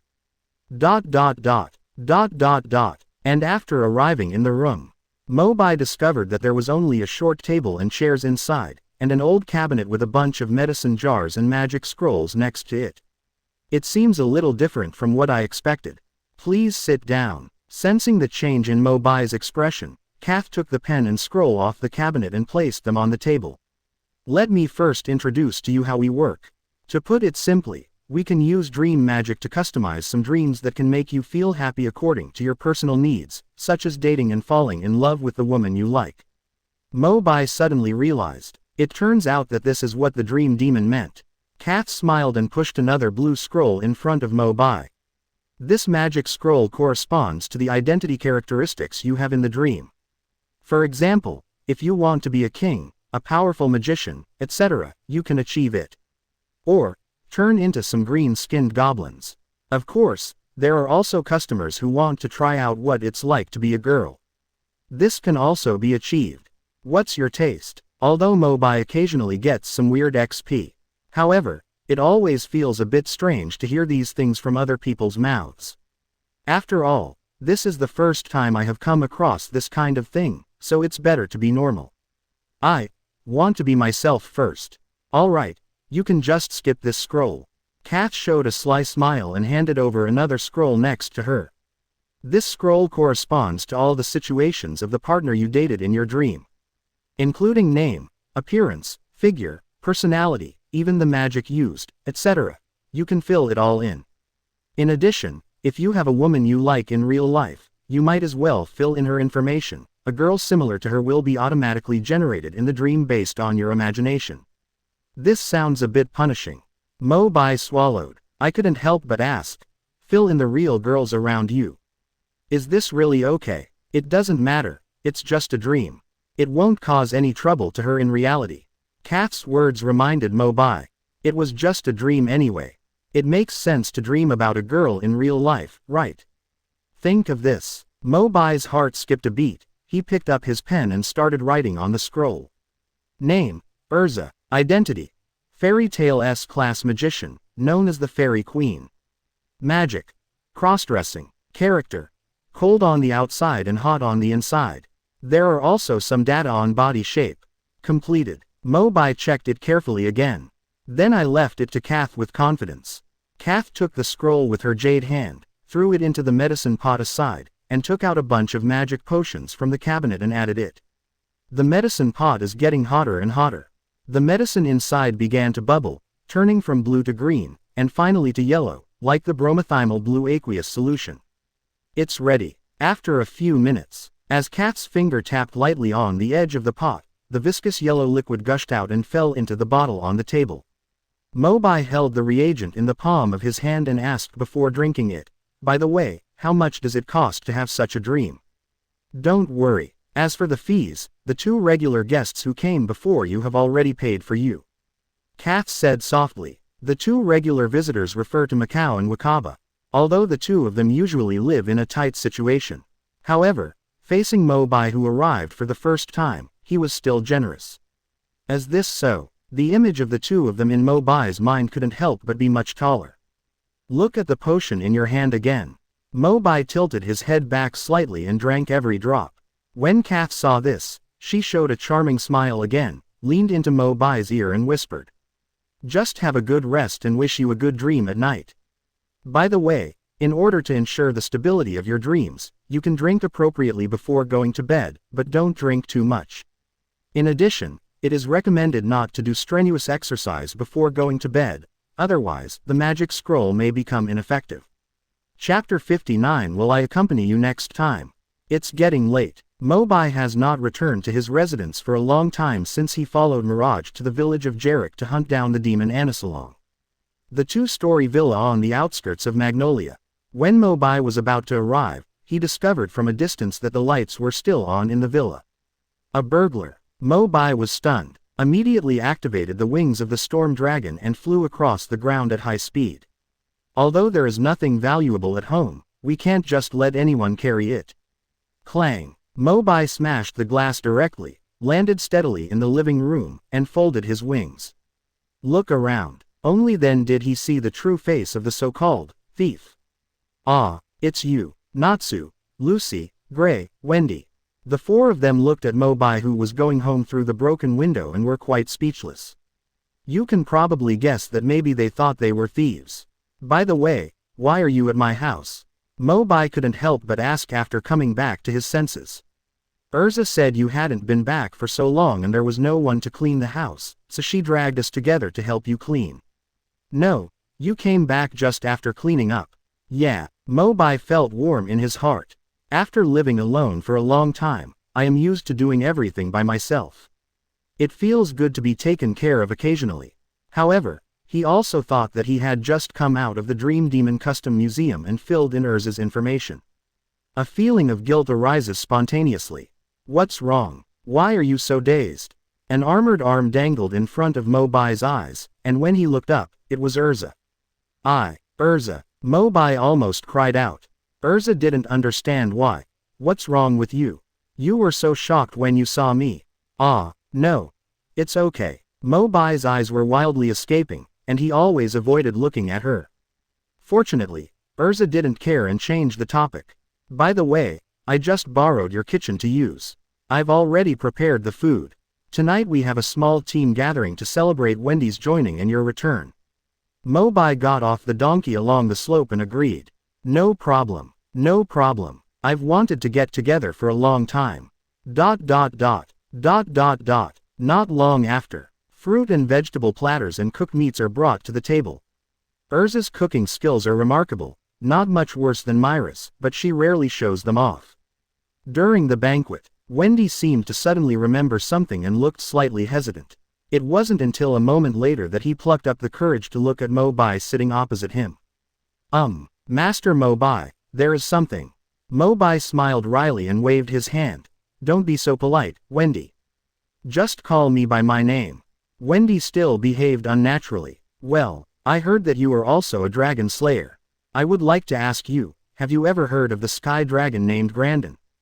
Qianlong Grandin. Mobai fiddled with the knife and fork in his hand, thinking about how to explain. He really knows the answer to this question. Same as the fire dragon Igneal and the iron dragon Metalicana who raised Nazgajiru. The heavenly dragon Grandin also hides in Wendy's body to guard her silently, preventing Wendy from completely transforming into a dragon due to excessive use of dragon-slaying magic. However, Natsu and the others are not yet strong enough to protect themselves. It was obviously not time to tell them the truth. Before Mobai could speak, Naz's attention was attracted first. Wendy, the dragon Grandin who raised you also suddenly disappeared on July 7, 777, right? Wendy suddenly became excited. Yes. It was that day. Do you know any clues about her? Natsu looked miserable and pointed helplessly at Mobai beside him. Ask Mobai, he knows. I competed with him before, and he said that as long as I win, he will tell me the whereabouts of Igneal, but Gajiluga and I couldn't defeat him. At this point, Natsu changed the subject. But, I am practicing seriously every day. I believe that one day I will be able to defeat him in a duel and let him tell the dragon's clues personally. But Wendy obviously didn't have as much fighting spirit as Natsu, and she was immediately discouraged. Do you have to become that kind of powerful magician? Wendy was not good at fighting to begin with, and she also performed some auxiliary and therapeutic tasks in the team. This requirement seems to be elusive but always out of reach for her. Mo Bai smiled calmly, reached out his hand and gently touched Wendy's head and said, "That's a request for them, Wendy. Don't worry, you are different from Natsugajiru. When you grow up to the age of Sister Erza, I will tell you the whereabouts of Grandin." Really? Hope appeared on Wendy's face again. Next to him, Natsu was furious. This isn't fair. How come Wendy can get the dragon's information without fighting? Mo Bai ignored his protest and pushed a plate of papaya in front of Wendy, saying softly, "Of course, I won't lie to you." Looking at the papaya on the plate. In an instant, Wendy seemed to understand what Mo Bai meant. He secretly glanced at the 2 hints of pride on Erza's chest, and then looked at his own smoothness. Wendy's pink little face suddenly turned redder than a ripe apple. "It turns out that this is what I meant. It seems like there is no chance. Rather than getting bigger, it seems easier to defeat Mo Bai head on." ... The food core is gone. The cups and plates were in a mess. Several people were still unfinished, but it was finally time for the banquet to end. "See you tomorrow, see you tomorrow." Mo Bai stood at the door, waved goodbye to Naz and others, and watched them leave one by one. In the blink of an eye, only he and Erza were left. Mo Bai joked, "If you don't want to leave, there are a lot of empty rooms in my house. Or do you want to squeeze in with me?" Erza smiled lightly and shook her head. Naturally she knew he was joking. She turned back to look at the messy dining table and said, "It looks like it's quite a mess. Do you want me to clean it up with you?" "No need, I can do it myself." "All right." There was a hint of tact in Erza's eyes, and she was about to leave when Mo Bai suddenly asked again, "I noticed that every time there is a large banquet held in the guild, you don't seem to participate much."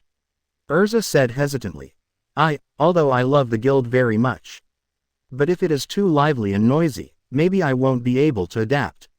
This was the first time that Mo Bai realized that Erza had this kind of personality. His brain became hot and he blurted out, "Then I will accompany you at the next banquet." As soon as these words came out, looking at each other, Mo Bai felt as if time had stopped at this moment. These few seconds passed extremely long.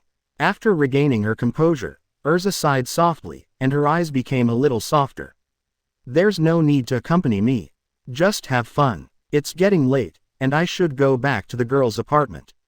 Watching her leaving figure, Mo Bai also muttered, "Did I say something wrong just now?"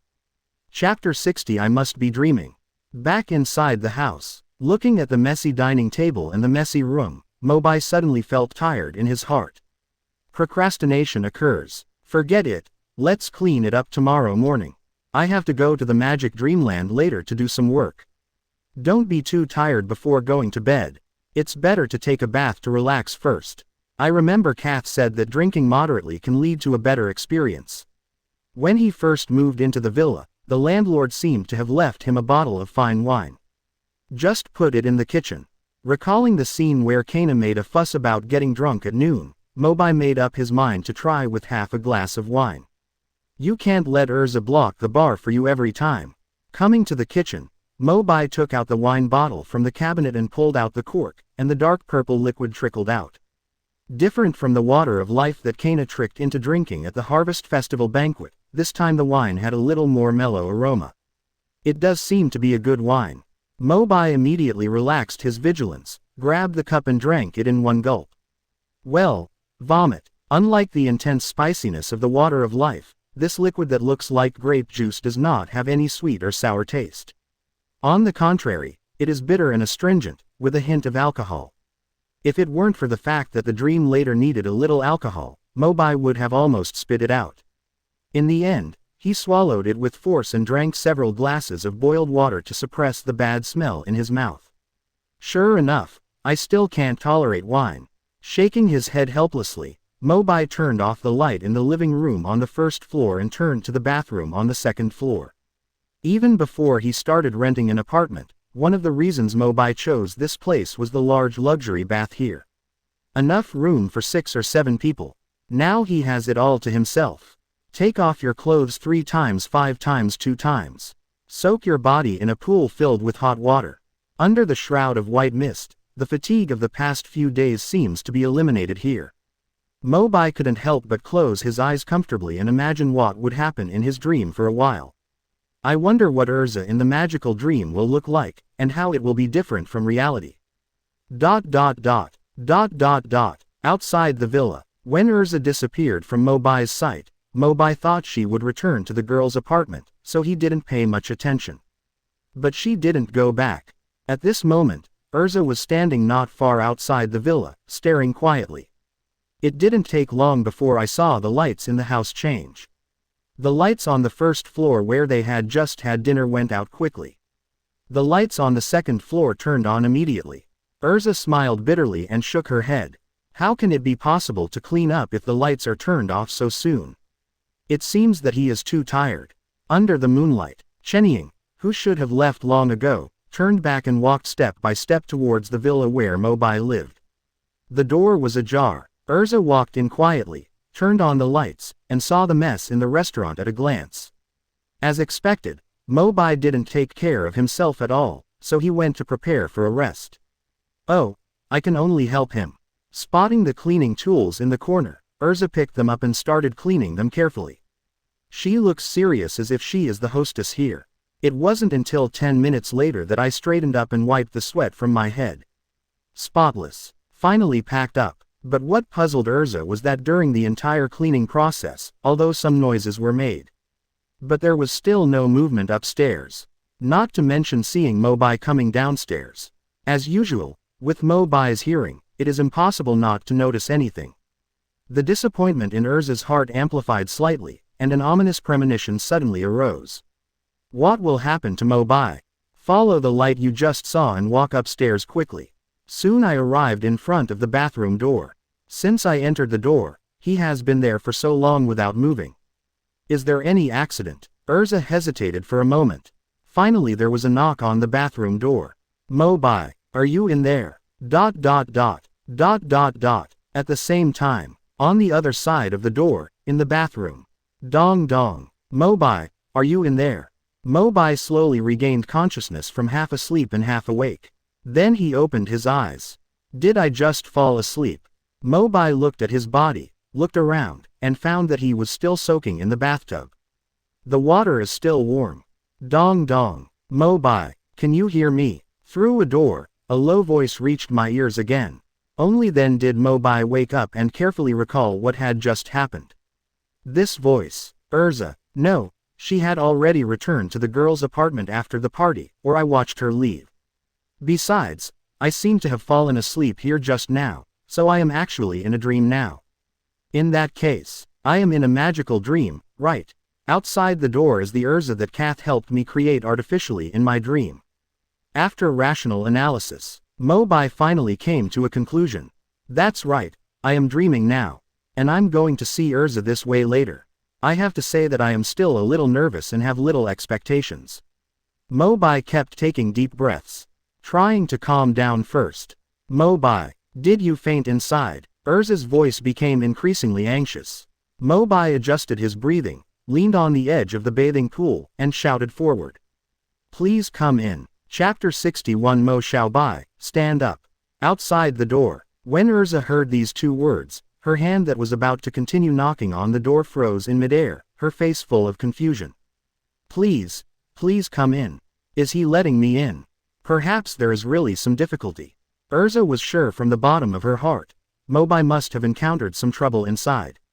Resolutely reached out and pushed the door open. Thick white mist suddenly poured out from inside, and hot air hit his cheeks. Although his vision was slightly blurry, he could still see Mobai at the end, naked to the waist, taking a bath in the bathtub. Erza quickly opened her legs and ran over. What's the trouble? Approaching Mobai, Erza was halfway through speaking, but her throat seemed to be suddenly stuck. The shocked gaze moved downwards. I was too far away just now, so I didn't look carefully. Now that I'm standing in front of him, I realize how candid Mobai is. In the past, Erza had a bold temperament, and there was a stripper in the team who couldn't fight unless he took off his clothes, so his tolerance level was usually higher. But after seeing Mobai's indifferent performance today, Erza suddenly became at a loss. As for Mobai, after seeing her such a real reaction, I only felt that it was Kath's credit.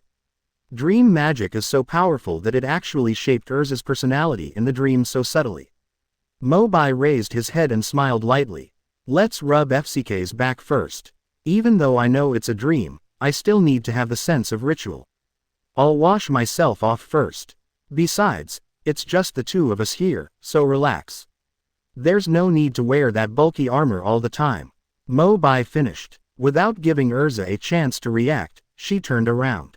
Mobai is like this, he just needs to close his eyes and wait to enjoy, but Erza has a lot to think about. It feels like he is a little different from usual. Could it be that he thought he was dreaming and what he is showing now is his true inner thoughts? Sigh. How about just obeying him this time? There won't be any excessive demands in the future. Although I don't know what nonsense Mobai is talking about, or what kind of dream. After some psychological struggle, Erza ultimately chose to stay. Change. Golden light flashed. The originally hard armor on his body was replaced with a pink pajamas. Erza took the towel next to the bathtub and gently wiped Mobai's back. Mobai felt happy, comfortable. This magical dream created by Kath is too real. Even Erza's voice and body touch are no different from reality. In the future, I will have to do more commissions to make money, so I will inevitably visit more often. After a few minutes, Erza's mind was still blank. I don't even know what I am doing now. At this moment, he suddenly felt his wrist being grabbed, and raised his beautiful eyes to look. Only then did he realize that Mobai had turned around at some point. Erza subconsciously avoided his gaze and responded hesitantly. What's wrong? Mobai's palm slipped from Erza's wrist and gradually fell to her fingertips. He gently held her hand and said gently, in the days to come, I don't want you to always be the fairy queen who carries everything on her shoulders. Sometimes, you can also relieve yourself of the burden and become an ordinary girl. I will help you solve the difficulties you need to face. Okay. Normally, Mobai would never be able to say these words. But it is a dream after all, and only you know it. In reality, there is no chance to reveal it. Mobai didn't speak very fast just now. As word after word passed through her ears, Erza felt an inexplicable strange feeling in her heart. I don't know what to say in reply. In the end he just nodded slightly. Mobai smiled. The hand holding Erza's was suddenly pulled back toward his body with force. Erza had no defense at all. The body fell forward, and Mobai took him into his arms while he was half lying.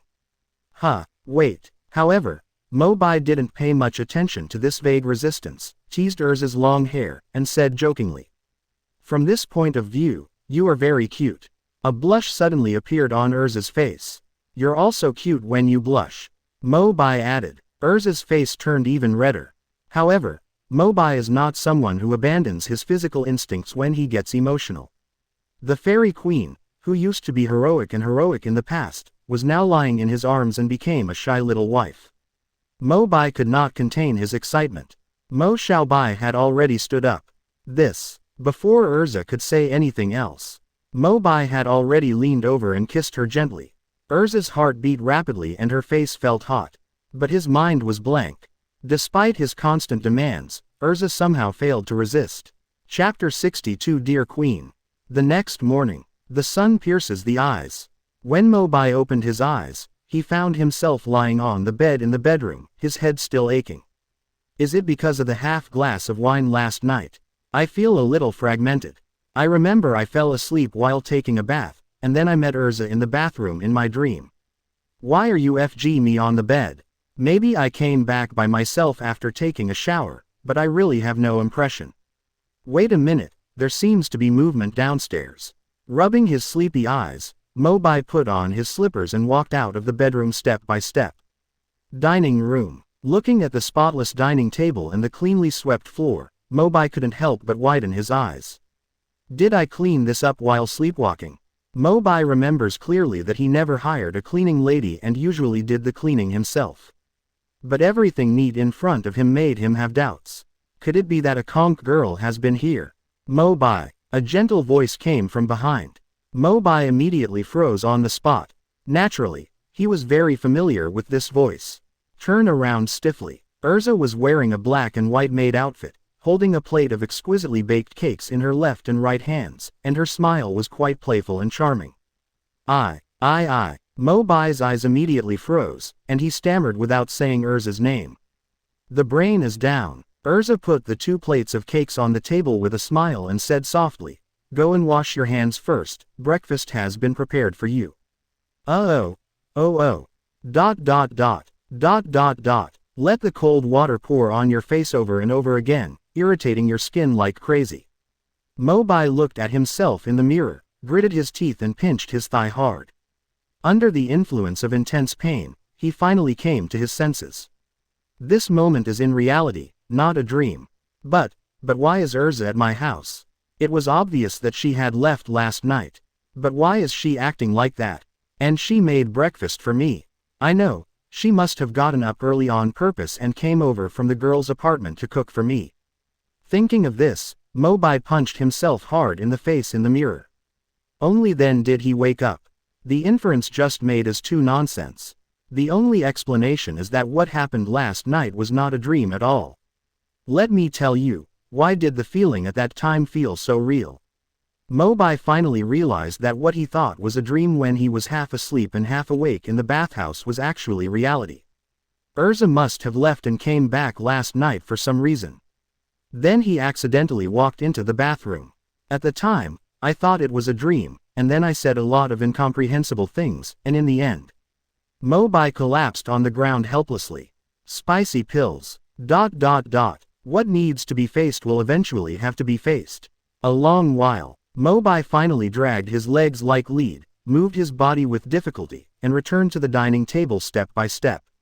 Sitting stiffly like a not-so-intelligent robot, Erza on the opposite side looked at her calmly as if nothing had happened. I heard Mira say before that you seemed to like the cream cake she made. It seems that our tastes are quite similar. As Erza spoke, she pushed the dinner plate in front of her in the direction of Mo Bai. Try it, please. This is what I made this morning. In the past, Mo Bai would have gone up and devoured it. Just now, it seems there are more important things that need to be discussed first. Mo Bai took a deep breath, calmed down his mind, and said slightly solemnly, Erza, I will be responsible for what happened last night. No, Erza said in response while chewing the cake in small bites. Ah, Mo Bai was shocked. I don't understand what no use means at all. Swallow the cake in your mouth. Erza sighed softly, her eyes softened, and she said slowly. Mo Bai, although I also have a crush on you. But once we become a couple, life will change more or less. I still like my current life better. I can live in the girl's apartment and work with you, Natsu, Gray, Lucy, and Wendy as teammates. So, please give me some time. Before the relationship really develops to that point, I still want to keep it like this and think about our affairs later. Mo Bai listened silently. In the final analysis, what happened last night happened too suddenly, and Erza was obviously not prepared. What pleased Mo Bai the most was that Erza didn't mind too much. After getting along with her these days, she also developed feelings for him. What Erza said was not unreasonable, and even somewhat coincided with Mo Bai's thoughts. Mo Bai also prefers life in this state. If both of them go one step further, they will have a lot to worry about. There seems to be no reason to refuse.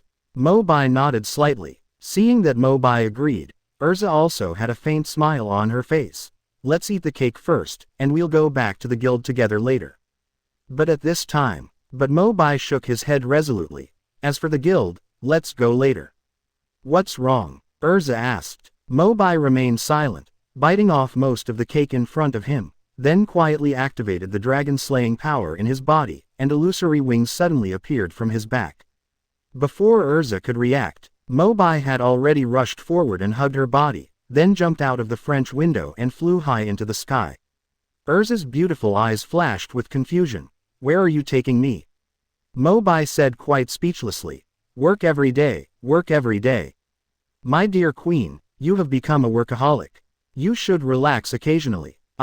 Seeing her hesitation, Mo Bai added, since we are now more than friends but not lovers, I would like to accompany you to go shopping in Magnolia today. Isn't it too much? Hearing this, Erza also smiled bitterly and shook her head. You usually look quite shy. I didn't expect you to have such thoughts. Due to the hurried departure just now, Mobai still had some white cream on his mouth. Erza gently reached out her hand and wiped it for him. On this day, the two of them did not go to the guild again. Instead, he visited almost all the bustling streets in Magnolia. It wasn't until sunset that I listened to the bells of Kalusha Cathedral, sat on a hill in the suburbs, and quietly waited for the sunset in the distance. The gorgeous sunset rose, complementing the incomplete sunlight, dyeing the sky pink. Erza gently nestled her head on Mo Bai's shoulder. Thank you, Mo Bai. I haven't felt this relaxed for a long time. Didn't I tell you last night? Occasionally, you have to let go of your burden. The sunlight fell and shone on Erza's beautiful cheeks, causing a blush to appear. At this moment, she just wants to enjoy this short sunset with the one she loves. At the same time, inside the Fairy Tale Guild, Natsu was lying on the table with a slumped face, and he complained one after another to Wendy, Lucy Gray and the three people with the same expression beside him. What are Erza and Mobai doing? Didn't they agree to go to work together today? Chapter 63 No, Mobai. Why can you enter the women's bath? Fairy Tale Guild, in the lobby. Kana, who has always been a heavy drinker, suddenly went out of his way today. He quietly sneaked up to the old smoker Wakaba and asked in a low voice like a thief. Wakaba, do you feel that Erza and Mobai seem to be a little different recently? Wakaba heard this, but didn't take it seriously at all. He blew out a big puff of smoke and said nonchalantly, Erza and Mobai. What's the difference? Why didn't I notice? Kana looked around hurriedly and breathed a sigh of relief when she saw that no one noticed their conversation. Then he kicked the chair Wakaba was sitting on with a vicious kick. Crack! Wakaba fell on the ground and suddenly looked anxious. No, what on earth are you trying to say? It's inexplicable. What can they do? I can't explain it to you. Even the dog owned by the owner of the magic item shop opposite the guild can see their current relationship, right? Then you should tell me. Ask the dog. Kana left angrily. Wakaba was left squatting on the spot alone in confusion. I think Kana must have drank too much again today. But, although the current relationship between Mobai and Erza is more than friends but not lovers, they have made an agreement to live as before. But after all, that kind of thing has happened, and it still has some impact on normal life. The relationship is quite subtle. In the past, whenever guild members saw Erza in the hall, they would feel a little nervous, fearing that the disciplinary committee member would find fault. But this time, although Erza can often be seen in the hall, she obviously has less control over everyone. It had to make everyone suspicious. After observation, there is another obvious change in Erza. She seems to often appear on the same screen with Mobai recently. To use another analogy, girls in girls' apartments often notice. Every time Team Natsu returns from completing a mission, Mobai seems to send Erza downstairs, and the two of them seem to stay for a while before parting. That's all. It is understandable that everyone in the guild is aware of it. However, what really made them unable to hold back was that time in the guild bath. Soon after the Fairy Tale Guild was rebuilt, it invested a large area in the backyard to build men's and women's baths. Busy magicians often come here to enjoy a moment of warmth and comfort after finishing their missions. Women's bathing area. On a rare day, the guild's bulletin board was almost cleared, and all the beautiful magicians from Fairy Tale gathered in the bathhouse. But it was discovered that the original heating magic item suddenly broke. The water is all cold. Just when they were about to leave disappointed, they were stopped by Erza. If the water is not warm enough, I have a way. The girl's eyes shone one by one. Really? Erza nodded slightly, then shouted directly towards the outer door. Mobai, are you downstairs? The water in the women's bath has gone cold. Come up and help heat it up. Ah, the girls blushed immediately and subconsciously picked up the bath towel next to them and wrapped their bodies tightly. After all, they had already taken off their original clothes before entering the bath. Looking at Erza, who was still standing there, Lucy couldn't help but ask.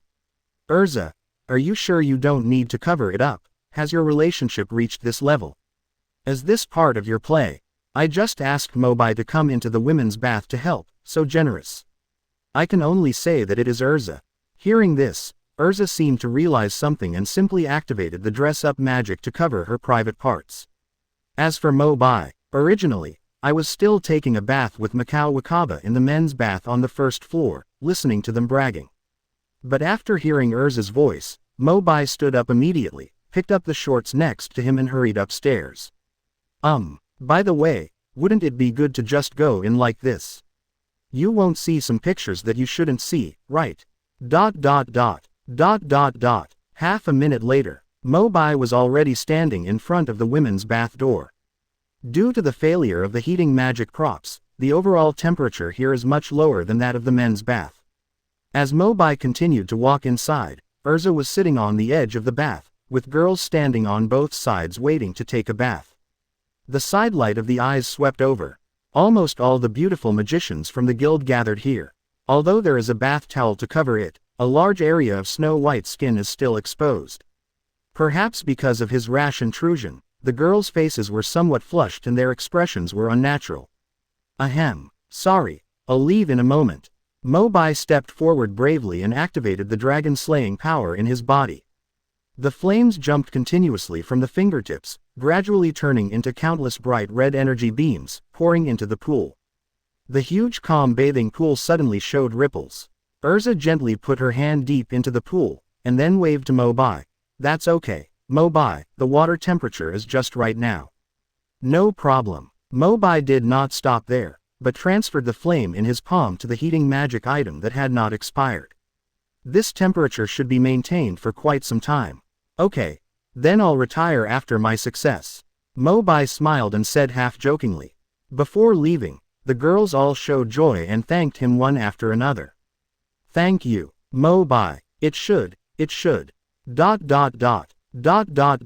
Wait until you return to the men's bath on the first floor. Only then did Mo Bai realize that these people seemed to be looking at him strangely. Are there magic words on my face? Wakaba came forward with a fierce look on his face and asked dissatisfiedly. I didn't even notice when you left. If Mikao hadn't reminded me, I wouldn't have noticed that you just went upstairs to the women's bath. The heating magic tool over there for the girls is broken, I'm just helping to repair it. Wakaba's face was full of disbelief. Just because of this? You can go in directly. Yes, Mo Bai replied nonchalantly. Quote exclamation mark question mark exclamation mark question mark quote. Mikao and Wakaba looked at each other, feeling that their world view had collapsed. Since the women's bath was repaired, it has become an elusive holy place for them. Almost every time I pass by, I have to imagine what kind of sexy scene there will be. But Mo Bai went in openly and honestly for a reason that sounded extremely stupid. How could they not break the defense? For a long time, the two men with gloomy faces were gearing up and approaching Mo Bai with malicious intent step by step. Mo Bai, I advise you to speak clearly. Otherwise, you may not be able to get out of this bathroom today. And right now, a naked figure dressed strangely suddenly walked into the bathhouse. As for why the dressing up is weird, the upper and lower body were naked, except for a white scarf wrapped around her neck. Obviously Natsu. As soon as Natsu entered the door, he shouted to the front at the top of his lungs. As Mo Bai here, Granny Poryusaka came to the guild and said she wanted to see you for something. When the sound reached Mo Bai's ears, he was startled. Grandma Poryusaka. This name is naturally familiar to him. Makarov's old friend, an eccentric old lady with superb medical skills and extremely good at healing magic. Although she says she hates humans and everyone, whenever a member of Fairy Tail is injured, as long as it's not a fatal blow, she can save it for you. When Erza was a child, one of her eyes was destroyed in the Tower of Paradise. It was with the help of Granny Poryusaka that she was able to regain her sight by wearing a prosthetic eye. Mo Bai had always wanted to visit her, but had no chance. Now she came directly to the guild, and she asked to see her by name. It doesn't seem to be in line with Granny Poryusaka's character. Mo Bai quickly dried himself, put on his clothes again, got up and left. Mikao and Wakaba were still shouting dissatisfiedly behind them. Hey, don't leave, please speak clearly. Chapter 64 The Weird Haze Forest. Came to the hall in a hurry. Mo Bai saw the figure of the old woman in front of the bulletin board at a glance. The old woman wears a red robe decorated with dragon teeth, and has a golden hairpin on her head. She is dressed very simply. Despite his age, But from the outline of her facial features, it can be vaguely inferred that she must have been a beauty no less beautiful than Erza Malaje when she was young. Mother-in-law. Hearing Mo Bai's shout, Polyuzica turned around slowly, her eyes still cold. You are Mo Bai, right? I've heard about you and the 6 demon generals. There was quite a commotion. Excellent. Mo Bai responded politely on the surface. But in my heart, I felt the magical aura of Granny Poryuzica over and over again. Although it was the first time we met, for some reason, I seemed to smell something unusual from her. This smell seems to come from some ancient and mysterious magic. It's not like the reclusive old man Polyuzica would carry. 10 or even 9 is not right. There was a slight fluctuation in Mo Bai's eyes, and he couldn't help but feel a little more vigilant. Mother-in-law Polyuzica naturally didn't know Mo Bai's inner thoughts and continued. Makarov came to me before and sent a big purple snake. He said this was a cursed human girl and asked me to find a way to help lift the curse. I have been researching for a long time, but the antidote I concocted still lacks a key ingredient. The situation is quite special, otherwise I would not have rushed here in such a hurry. Mo Bai knew that the purple snake she was talking about should be Choberios, a partner of Cobra, one of the former members of the 6 demon generals. Mother-in-law, do you want me to find that medicinal material? Mo Bai asked. Polyuzica nodded. That's right. That medicinal material is called snake flower, and it grows in hazy forests, especially places like cliff edges. Its stems and leaves are shaped like winding snakes, which is easy to distinguish. Logically speaking, when he formed the Witch's Sin previously, Mo Bai had already promised Cobra that he could go and destroy the Dark Guild with peace of mind, and Choberios would take care of it himself. The treatment of Choberios is also within his scope of responsibility. But the strange magical aura on Polyuzica's body in front of him made people suspicious. Seeing Mo Bai's hesitation, Polyuzica immediately added, by the way, since I entrust you to work, the reward will naturally not be less. Recently, I have prepared a new medicine that is only suitable for dragon slayers to enhance their magic power. If you can bring back the snake flower, all those medicines will be yours. An imperceptible light flashed in Mo Bai's eyes. The other party finally revealed his secret. According to Granny Polyuzica's character, she didn't like to interact with others, so how could she offer attractive remuneration to work for her? But then I thought about it.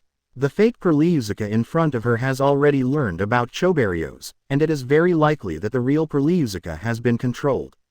At this time, we cannot alert the enemy. After a brief pause for a few seconds, Mo Bai immediately looked overjoyed and agreed. Thank you, mother-in-law. I'm going to the Haze Forest now. Storm Dragon Wings. With his wings blooming, Mo Bai immediately rushed out of the guild gate and flew high into the sky. ... After a while, Haze Forest. This place is quite similar to the gas tree sea where the 6 demon generals fought previously. Due to the special type of trees, the leaves are dark green and grayish-black. It has grown densely for decades, with so many branches and leaves that it is almost difficult for sunlight to pass through. Even on a clear day, when walking around, your vision is quite dim. Finding a slightly open entrance, Mo Bai gradually restrained the power of the storm in his body and stepped slowly into the forest. After all, Mo Bai was suspicious of Granny Polyuzica just now, so Mo Bai did not relax his vigilance and kept an eye on the surrounding disturbances. Refining snake flower, Mo Bai murmured in his mouth and kept scanning his eyes. But I never found a plant that matched the characteristics. The cool breeze brought bursts of chill, blowing through the dense bushes in front, making a rustling sound, which was creepy in this dark environment. Mo Bai immediately turned his attention to the bushes. It seems that I can feel some magic fluctuations inside. Step by step closer. Call. It was originally just a slightly swaying shrub leaf, but a giant gray hand suddenly shot out from the center. The palm was almost as high as Mo Bai. There is a pale arm connected to the palm, which is raised high at the moment. It seems as if Mo Bai will be patted into a meat pie in the next second. What the hell is this? Although Mo Bai had expected that this trip would not be too smooth. But the moment he saw this monster, he couldn't help but be shocked. Jaws of the Brontosaurus. He was about to hit him with his palm. Mo Bai's figure instantly transformed into a bolt of thunder and lightning, and his fists gathered magic power to strike down the monster's wrist first. The wrist was cut open with blood by the lightning, and a strange whine suddenly sounded from the bush. Mo Bai still didn't dare to relax. After all, only one of the monster's arms could be seen poking out from the bushes. I haven't seen what its body looks like yet. Mo Bai frowned slightly. The thunder and arc wrapped around his body had not dissipated, and he was always ready to attack again. Ouch! Another angry cry echoed through the forest. Senbai's giant arm suddenly retreated into the bushes, and a few seconds later, a fat, big insect emerged from it again.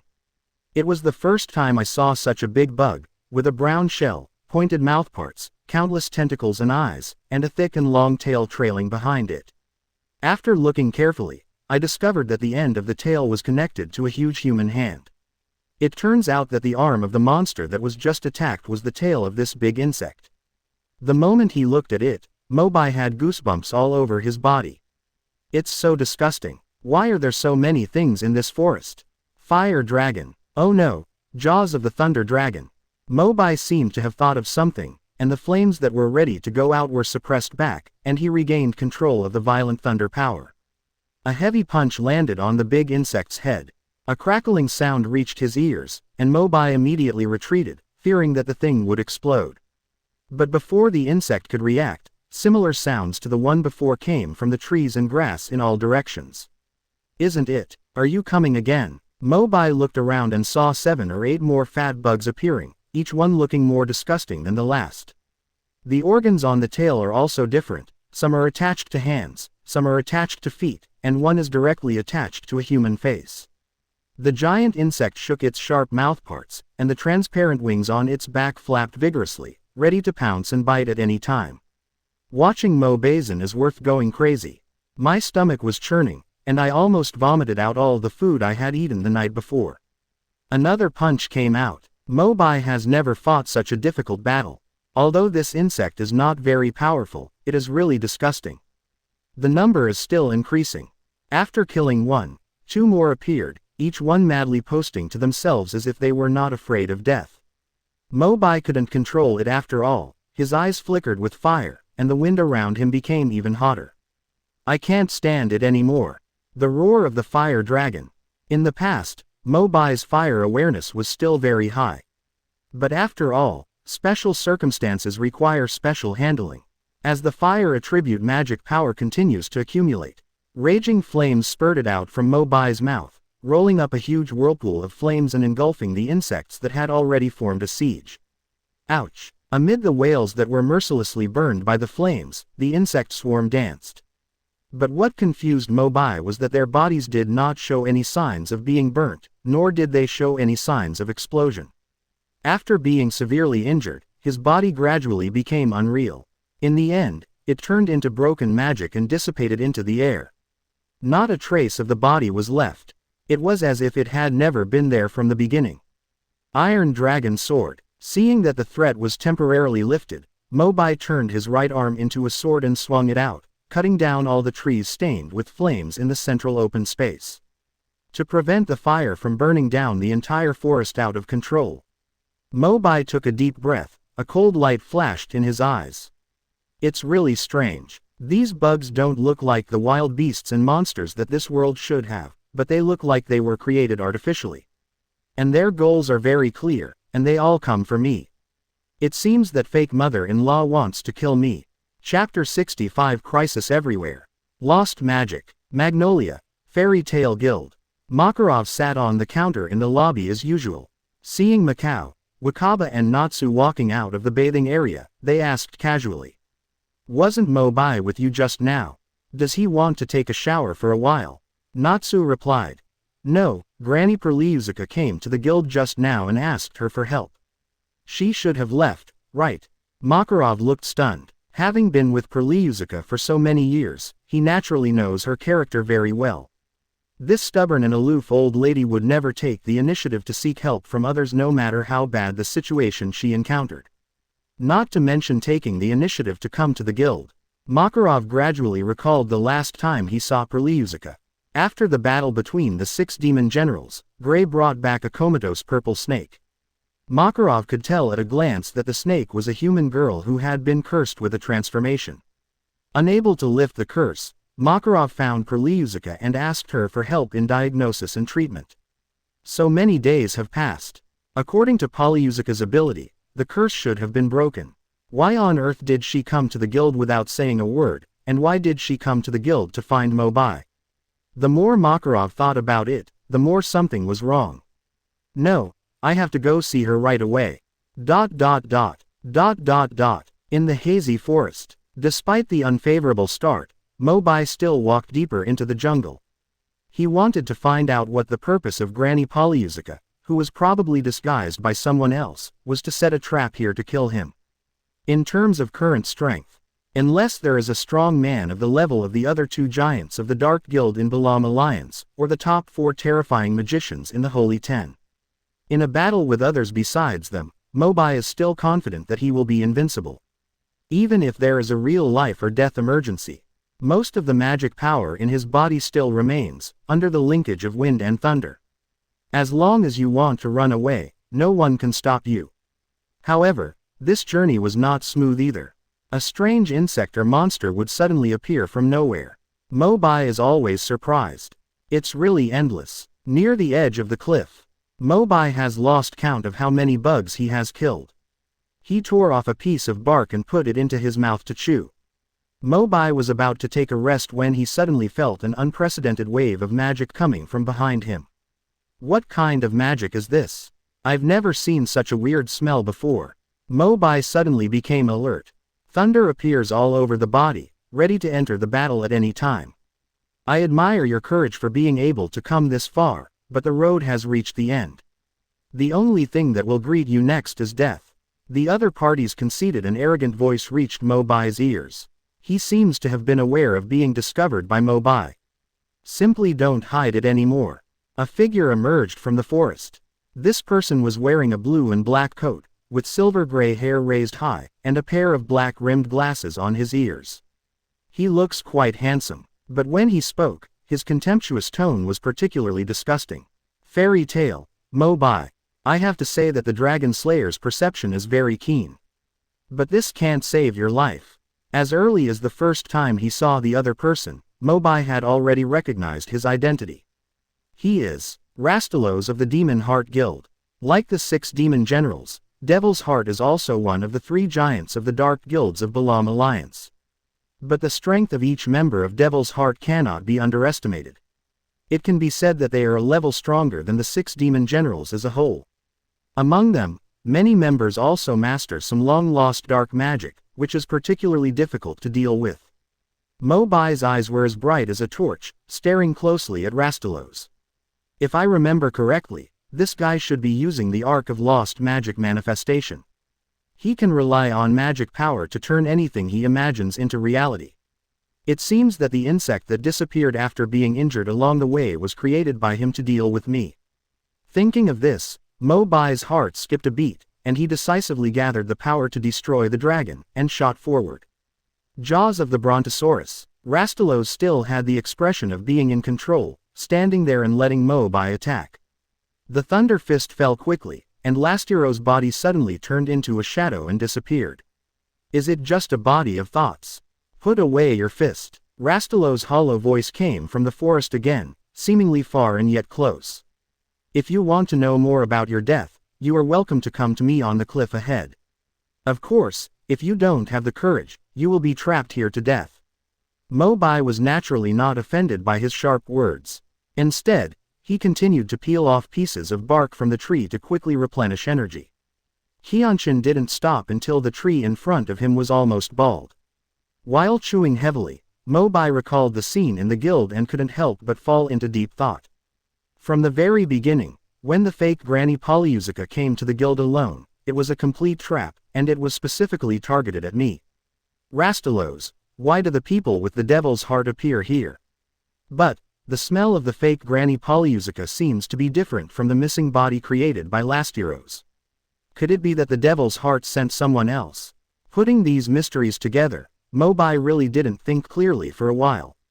In my impression, the first large-scale operation of Devil's Heart was during the Fairy Tale Guild's S-Class Wizard assessment. But there are still several months left before the assessment, which is far away. Could it be that they have to act in advance?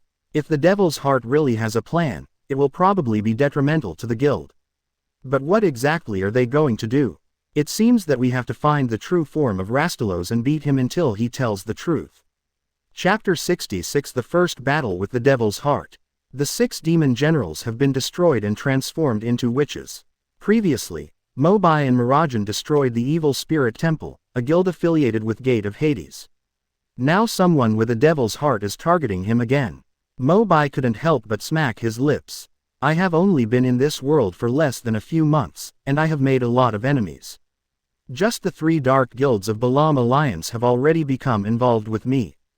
Keep moving forward along the path in the forest. Mobai also gradually felt that the magical atmosphere full of hostility to him was getting closer and closer. It seems that more than one person has come.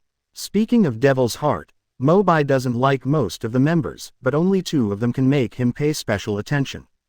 There are 7 powerful magicians under Demon Heart, called the 7 Families of Purgatory. One of the people Mobai is interested in is Urrutia, the leader of the 7 Families of Purgatory. Since birth, Urrutia has been mistakenly sent to the Magic Development Bureau by her mother Urrutia because her magic power was too strong and she had a high fever. As a result, the then director Brian used it for in vivo experiments. Although Urrutia escaped by chance, he misunderstood his mother Uru, and eventually went astray and became a member of the Dark Guild. It was for this reason that Mobai used thunderous means to kill Brian. If there is a chance, Mobai would like to chat with her, even. Mobai has made a plan in his mind to save Ulu. The other person is Hades, the president of the Devil's Heart. In other words, his real name is not Hades, but Presido. He was one of the founders of Fairy Tail and the second president of the guild. However, due to his obsession with magic, he fell into the abyss of dark magic and was unable to extricate himself, and eventually founded the Dark Guild Demon's Heart. As long as you don't meet President Presido, it's more than enough to deal with the others. But the most important thing is to find out what the purpose of their appearance is. With the deepening of the haze forest, the cliff at the end is right in front of you. Mobai gently pushed aside the last clump of vegetation blocking his view. Not far away, 3 powerful magical auras suddenly erupted, and the pressure generated cut off the fragile grass stems under their feet. Among the 7 descendants of Purgatory, 3 of them came at once. They are enough to look up to me. A touch of solemnity appeared on Mobai's face, and he raised his eyes to look at the 3 people standing in front of the cliff. The person on the far left is Rastelos, who he met just now. Compared with just now, Rastelos' aura was a bit stronger at this time. It seems that this time it is me. The person on the right has messy blonde hair, which seems to have not been taken care of for a long time and looks very sloppy. Mobai is also no stranger to him. Zancro, the god-destroying mage of fire, is also a difficult guy. As for the old woman in the middle of Zancro and Lastiros, Mobai just met her in the guild not long ago, the fake Granny Poryusika. So far she has not revealed her true identity. When he saw Mobai walking forward slowly with no fear on his face, Zancro could not help but show a hint of arrogance on his bloodthirsty face. I really don't know how to live or die. I just have a few more dragon-slaying crystals in my body, so I feel like I'm not afraid of anything. I will let you know when we fight each other later that the dragon-slaying magic you were so proud of is nothing but scum in front of me. Facing Zancro's ridicule, Mobai didn't want to talk nonsense with him. Both are slaying magic. Dragon Slayer and God Slayer can both consume the same elemental magic, but this does not mean that God Slayer magic is superior to others. In terms of rarity, those who master dragon-slaying magic are more or less related to dragons, and god-slaying magic can be learned by oneself from some relevant classics. If there was a real fight, the real competition would be the level of magic power, and god-destroying magic would not have much of an advantage. Lastiros on the side pushed up his glasses and spoke in an equally irritating tone. There is no need to kill a chicken with a big knife. He has been harassed all the way by the monster I created. It is estimated that he doesn't have much magic power left now. We don't even need to do it ourselves. As soon as he finished speaking, Lastiros clapped his hands, and suddenly the ground cracked and the mountains shook, making a huge sound that shook the mountains and forests. Roar! A ferocious crack was torn open on the cliff, and then the roar of wild beasts came from inside. Sensing the danger coming from below, Mobai immediately jumped to the top of a tall tree behind him to observe. The cracks keep growing. Under Rastalos's constant summons, a dragon-shaped monster covered in steel armor actually flew out of the crack with wings that covered the sky. Since you are a dragon slayer mage, you might as well try facing my dragon-shaped guardian beast, Belukushas of Hayate. Let's see if you can slay the dragon. Or will you be slain by the dragon? This dragon-shaped monster is the largest monster Mobai has ever seen. The size is even larger than the house I live in. Facing the dragon-shaped monster's fierce roar and strong sense of oppression, Mobai narrowed his eyes slightly. Is this another monster created by using the Arc of Embodiment? Roar! The dragon-shaped monster flapped its wings and swooped down from midair. Head straight for Mobai. The roots of the wooden dragon are entangled. Ate the bark along the way. The large amount of wood energy in Mobai's body was released together before it could be converted into magic power everywhere in the body. Just under the crack where the dragon-shaped monster emerged from the ground, two thick green vines suddenly rose up and intertwined with each other at an extremely terrifying growth rate, standing upright in front of Mobai. But compared to the huge dragon-shaped monster, no matter how strong the vines are, they are only like two thin bean sprouts. Overestimating your own capabilities, Lastiros sneered. The heavy body of the dragon-shaped monster attacked at high speed, breaking through bamboos without even paying attention to the vines. But when he was about to attack Mobai, his body suddenly became unable to move and froze in place. Lastiros was stunned for a moment. What's going on? I saw that the beard of the wooden dragon, which was inconspicuous just now, had wrapped around the limbs of the dragon-shaped monster at some point. Not only that, the slender branches are spreading crazily at a speed visible to the naked eye. Until the monster's sharp claws and huge body are all restrained. Lastiros finally came to his senses and waved his arms wildly to control the dragon-shaped monster, trying to break free from the vines. But instead of breaking at all, the vines shrank tighter and tighter. Thanks to the large amount of bark Mobai swallowed, the wood dragon's beard's toughness is particularly amazing at this time. No matter how incredible the Arc of Embodiment is, the strength of the creatures created is also linked to the caster's own magic power. If the caster is a novice, the monsters that manifest will be equally vulnerable. Mobai spoke in a deep voice, raised the palm of his right hand and made a fist lightly. The wooden dragon's beard suddenly shrank and tightened, locking the dragon-shaped monster imprisoned in it, and instantly turned into scattered and broken magic stars and dissipated. Rastalos looked pale. The dragon-shaped guardian beast that he was so proud of had destroyed countless villages and towns. Even if they meet some famous magicians, they will be trampled under the feet of dragon beasts without exception.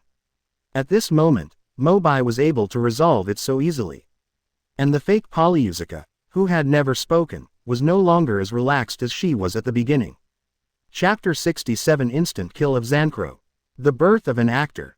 Based on the information held by the Devil's Heart, Mobai joined the Fairy Tale Guild not long ago. He has 8 dragon-slaying magic crystals with different properties in his body, and his strength is quite impressive. But through recent battles, they seem to have discovered that Mobai is not as powerful as rumored. Rumor has it that Mobai defeated Jellal and stopped the Tower of Paradise. But in fact, according to the Devil's Heart investigation, Mobai did not directly kill Jellal at that time. Jellal went berserk and out of control entirely because of his impulse to absorb the magic elf power. And in the battle with the 6 demon generals, Mobai seemed to be afraid of President Wu and deliberately withheld the prayers of other members, so he did not release President Wu. From this information, Devil's Heart deduced, Mobai only has some special abilities and can see some combat secrets or weaknesses of his opponents, but his magic power is not very strong at all. As for the 8 attributes of the dragon-slaying magic crystal, it is probably just a guise to bluff people. Therefore, when the 3 Lastiros were sent to assassinate Mobai at the same time, they felt that it was something out of a molehill. Killing one Mobai would mean dispatching 3 of the 7 families of Purgatory at the same time. However, judging from the current situation, the situation seems to have undergone some subtle changes. Mobai's strength seems to be much stronger than they imagined. Don't use such low-level magic to embarrass yourself. The sound of sneers reached his ears, causing Rastelos to blush on the spot. After all, Mobai had the upper hand in the previous confrontation. If he wanted to ridicule himself, forget it.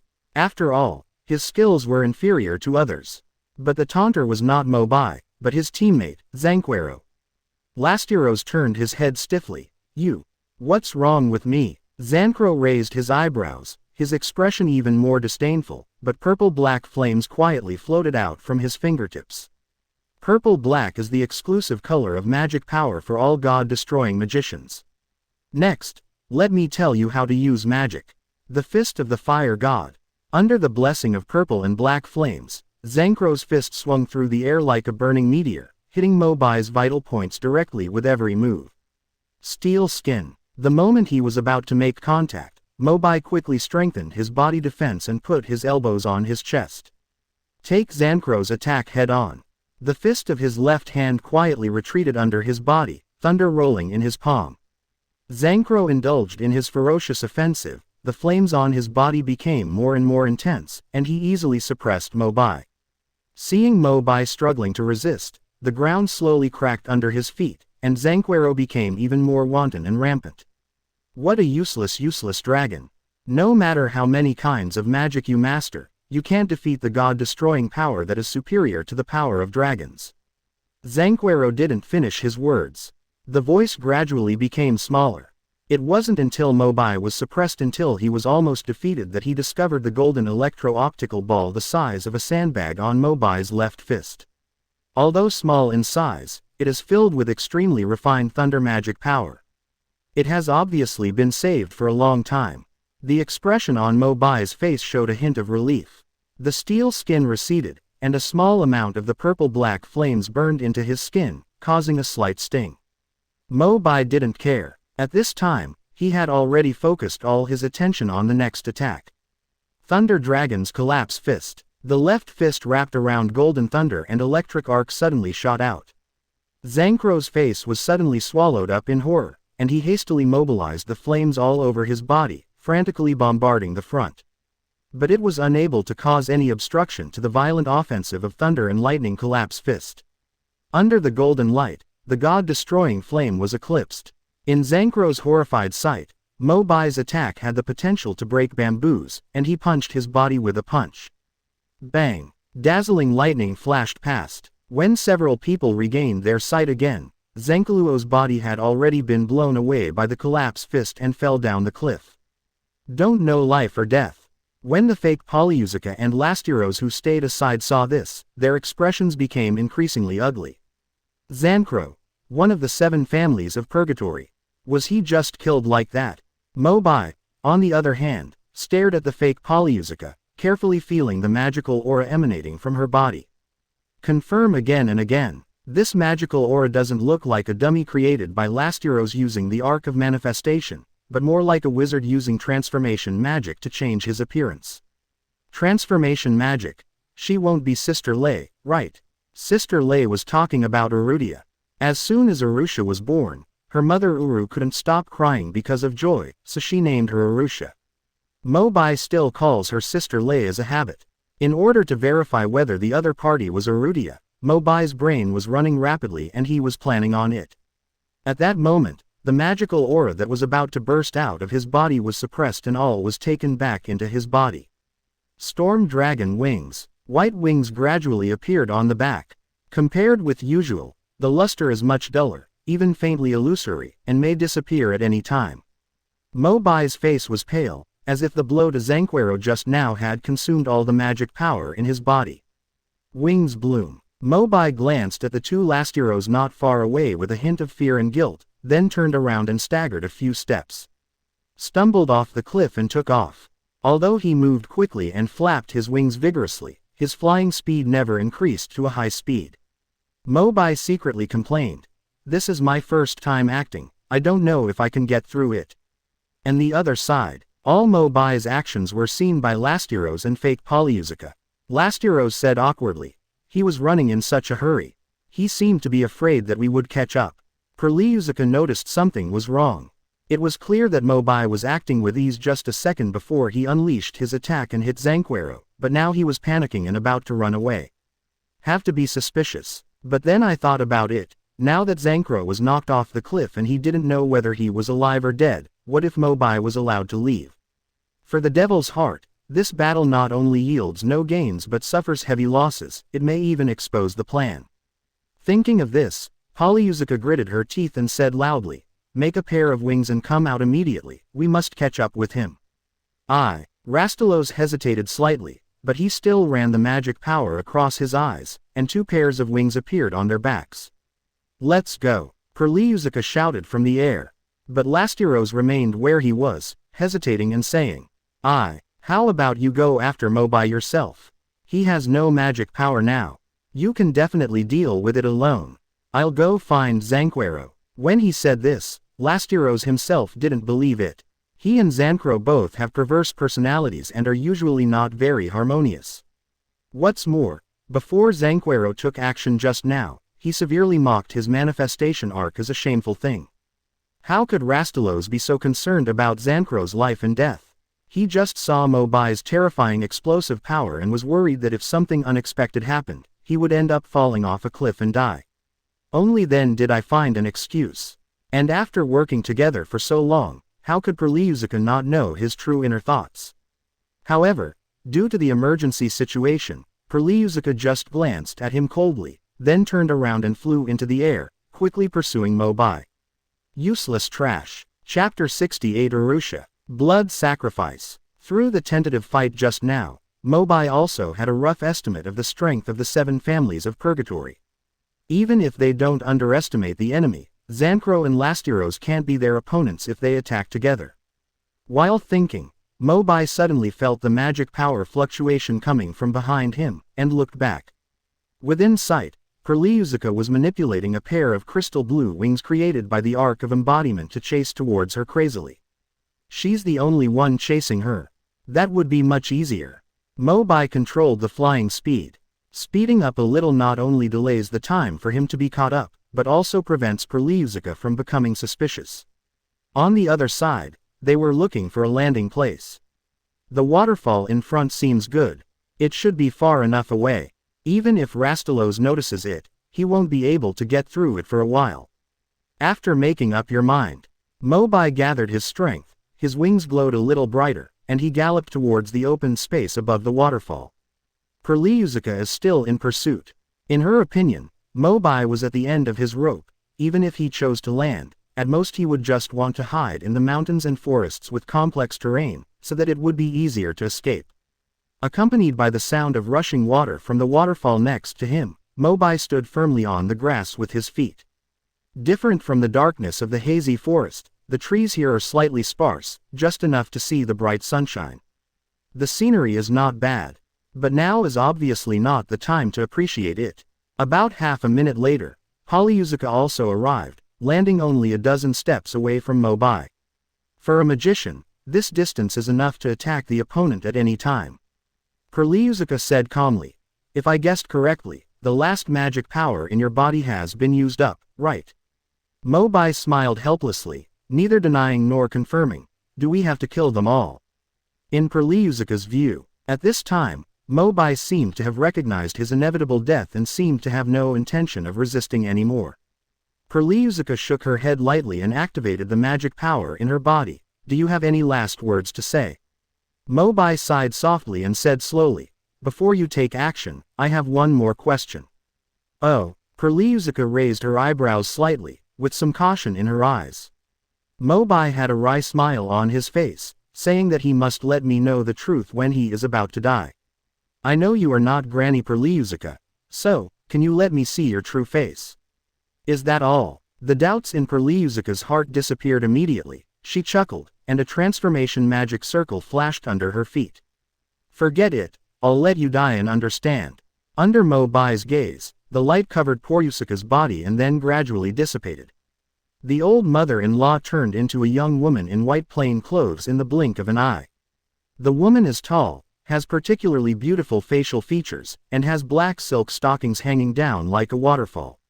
Her temperament is not inferior to that of the beauties from the fairy tale guild. Looking at her beautiful face with a slight smile, Mobai felt at ease. As expected, it's you. Sister Lei. Same as previous guess. The other party is indeed Arusha. Introduce yourself. The Heart of the Devil, one of the 7 descendants of Purgatory, Arudia, uses the lost Arc of Time magic. But, since joining the Devil's Heart, I have countless dead souls under my command. Knowing this seems to be of no use to you. Arusha lazily fiddled with the hair hanging down by his ears, and played with a light green crystal ball in his right hand. The way he looks at Mobai is like a hunter looking at his prey that is tightly trapped in a trap. Really? Mobai breathed a long sigh of relief. The long-suppressed magic power in his body was finally released and no longer had to be hidden. Arudia's beautiful eyes suddenly flashed with astonishment. You actually still have so much magic left. Mobai spread his hands. If you don't deliberately hold back, how could you follow me obediently? Although he had just used the most consuming thunder magic power, Zancro was too inexperienced and was killed in one blow. Naturally, there is still a lot of magic left in Mobai's body. It's just that they keep pretending to numb the other party. Arusha paused for a moment, with a cloud on his face, and said in a low voice. You don't think you can defeat me even if you attract me here. I'm not like Zancro and Lastiros. I was personally promoted by President Hades, the head of the 7 familiars of Purgatory. The words fell. The terrifying magic power fluctuations were centered on Arusha and shook all around. The birds in the forest were frightened and they flapped their wings and fled into the sky. Even Mobai feels a lot of pressure. Even if we look at the entire younger generation of magicians in the Kingdom of Fury, Arusha's talent can also be regarded as one of the best. After all, when she was just born, she suffered from high fever due to excessive magic power. In terms of magical power alone, she is not even inferior to Jellal, who was once listed among the Holy 10 in the form of his missing body. Coupled with the assistance of the lost magic arc of time and the magical guidance Hades has given her over the years, Arusha is definitely an opponent that cannot be underestimated. Mobai's eyes couldn't help but look a little more solemn, and he quickly analyzed the battle plan in his heart. Sister Lei's magic is the arc of time, which can make the shape of anything go back to the past or push it into the future. If you use wood magic, the vines will wither, iron magic will rust, and other types of magic will be more or less affected and weakened. However, I remember that this kind of time-changing magic cannot work on living organisms other than plants, right? Looking at Arusha, who was still confronting him, Mobai simply hesitated. His right hand turned into an iron blade and was aimed at his waist and abdomen. The bright red blood immediately flowed out, dripping down his thighs and even dripping on the grass at his feet. Grandma is a BCH, she hit a bit hard, it still hurts. Although he felt miserable inside, Mobai still pretended to be fine and calmly stated his intentions. As long as I incorporate my own blood into the magic, your arc of time won't be able to neutralize my attack, right? Arusha tilted his head, non-committal. The information is indeed correct. You have the ability to see through your opponent's weaknesses. This must have been the failure of the 6 demon generals before, right? But I also said that I am the leader of the 7 descendants of Purgatory, and I don't just know the arc of time magic. Ice-shaped rose garden. Arusha's fist seal was closed on one side of his body, the posture was exactly the same as Gray and Leo's, and the ice magic was ready to come out. Mobai couldn't help but sigh. As expected of Ulu's daughter, the magic power is so strong. Speaking of which, she can be regarded as Gray's little senior sister. In the blink of an eye, a huge and exquisite purple ice rose bloomed in front of Arusha. It continued to thrive on branches also made of ice, and spread to Mobai in an instant. As one of Arusha's most powerful ice modeling magics, it can create a large number of thorns and roses in an instant, both offensively and defensively. Mobai is trapped in it at this moment. Arusha said coldly. Because of a very disgusting woman, I rarely use ice modeling magic. Today I will make an exception to kill you.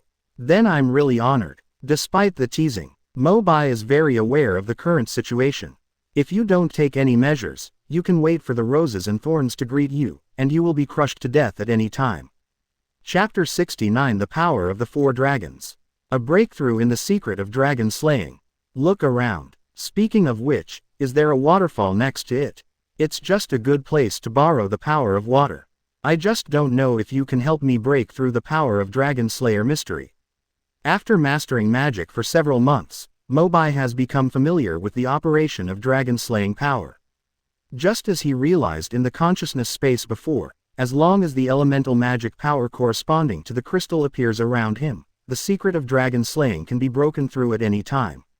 Now, under the cliff behind is the rapid river. It just provides the fourth source of magic power, the water element. The opportunity has arisen. In the dark space of Mingjiao and Wei Dark, the three dragon-slaying crystals of fire, electricity and wind were still shining brightly. And under the constant stimulation of Mo Bai's consciousness, in an inconspicuous corner, a piece of blue fusiform crystal finally came to life, exuding a magical atmosphere. The mind returns to reality. The magic circle suddenly appeared under Mo Bai's feet, and four magic beams of different colors surged out, crisscrossing from his feet until they wrapped around his whole body. The blood flowing out of the wound on his waist also began to flow back and condense, immediately dyeing the magic power surrounding him blood red. The dragon-killing power suddenly activated. The waterfall behind him surged wildly, creating huge waves in an instant. And within the wave, you can even vaguely see the shadow of a giant blue dragon, roaring in waves. Mo Bai's eyes were bright, and he slowly stretched out his arms, gradually bringing the huge power of the surging wave back into his control. The secret of dragon slaying. Dragon swims in the wilderness. Magic bursts. The blood-colored dragon-slaying power carried a devastating force, and together with the frenzy behind it, it swelled and bombarded the blossoming ice roses in front of Arusha. Hold it! Arusha clenches her silver teeth, and the magic power of modeling is constantly infused into her body, strengthening the thorn rose. But the dragon's roar that kept disturbing his ears made him unable to concentrate.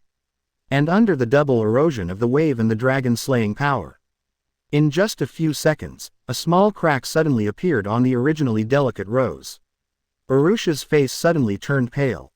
Under her horrified gaze, the cracks were instantly magnified and spread all over the rose and thorn branches, like fine spider webs.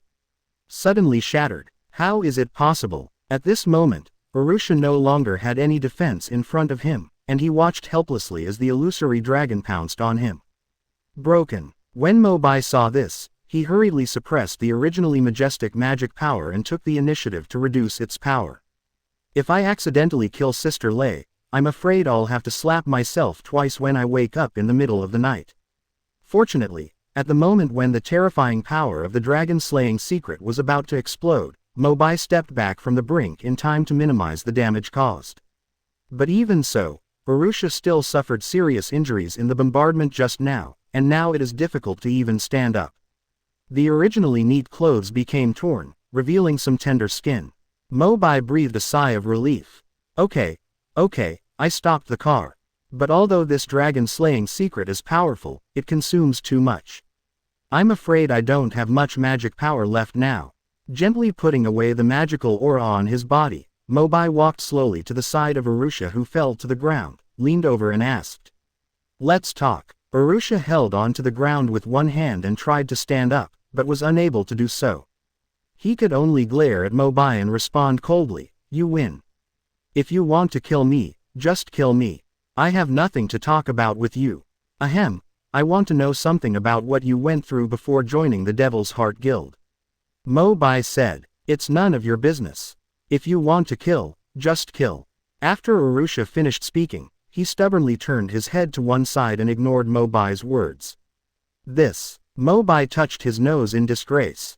Speaking of which, Arusha at this time still believed in Zirf, the ancestor of the Black Mage, and had a grudge against her mother Aru. It seemed that no matter what he said, she couldn't listen. This can't be blamed on Arusha. When she was a child, she had a high fever due to excessive magic power. Her mother, Ulu, sent her to the Magic Development Bureau for treatment, but she unexpectedly met Brian. While Brian was conducting various inhuman experiments on Arusha, he also lied to Arusha that her daughter was dead. Then, the frustrated Uru accepted Leo and Gray as disciples to ease the pain of losing his daughter. As for Arusha, he escaped from the Magic Development Bureau by chance and ran back home desperately. However, he discovered that his mother, Uru, seemed to be getting along very well with Gray Leo's two apprentices, and mistakenly believed that he had been abandoned by his mother. Since then, Arusha voluntarily returned to the Magic Development Bureau out of resentment. After many twists and turns, he entered the heart of the devil and learned the lost arc of time magic from President Hades. Anyway, we have to find a way to eliminate her misunderstanding about her mother first, right? Mo Bai scratched his head and looked around subconsciously. Even though he had just activated Dragon Slayer Mystery to borrow the power of the water, the flow of the waterfall behind him had not diminished at all and was still rapid. Wait a minute, I thought I heard Macau say it when we were chatting before. There is the largest river in the haze forest that leads directly to the ocean. Isn't it right here at the waterfall? No matter what, let's treat a dead horse as a living horse, doctor. Thinking of this, Mo Bai returned to Arusha. His eyes were slightly apologetic, and he said softly, I'm offended. What are you going to do? An ominous premonition suddenly arose in Arusha's heart, and she asked alertly. But Mo Bai couldn't help but lowered his body, stretched out his arms and directly picked up Arusha's voluptuous thighs, and carried her entire body on his shoulders. Let me go. What are you going to do? Arusha was startled by this sudden frivolous behavior.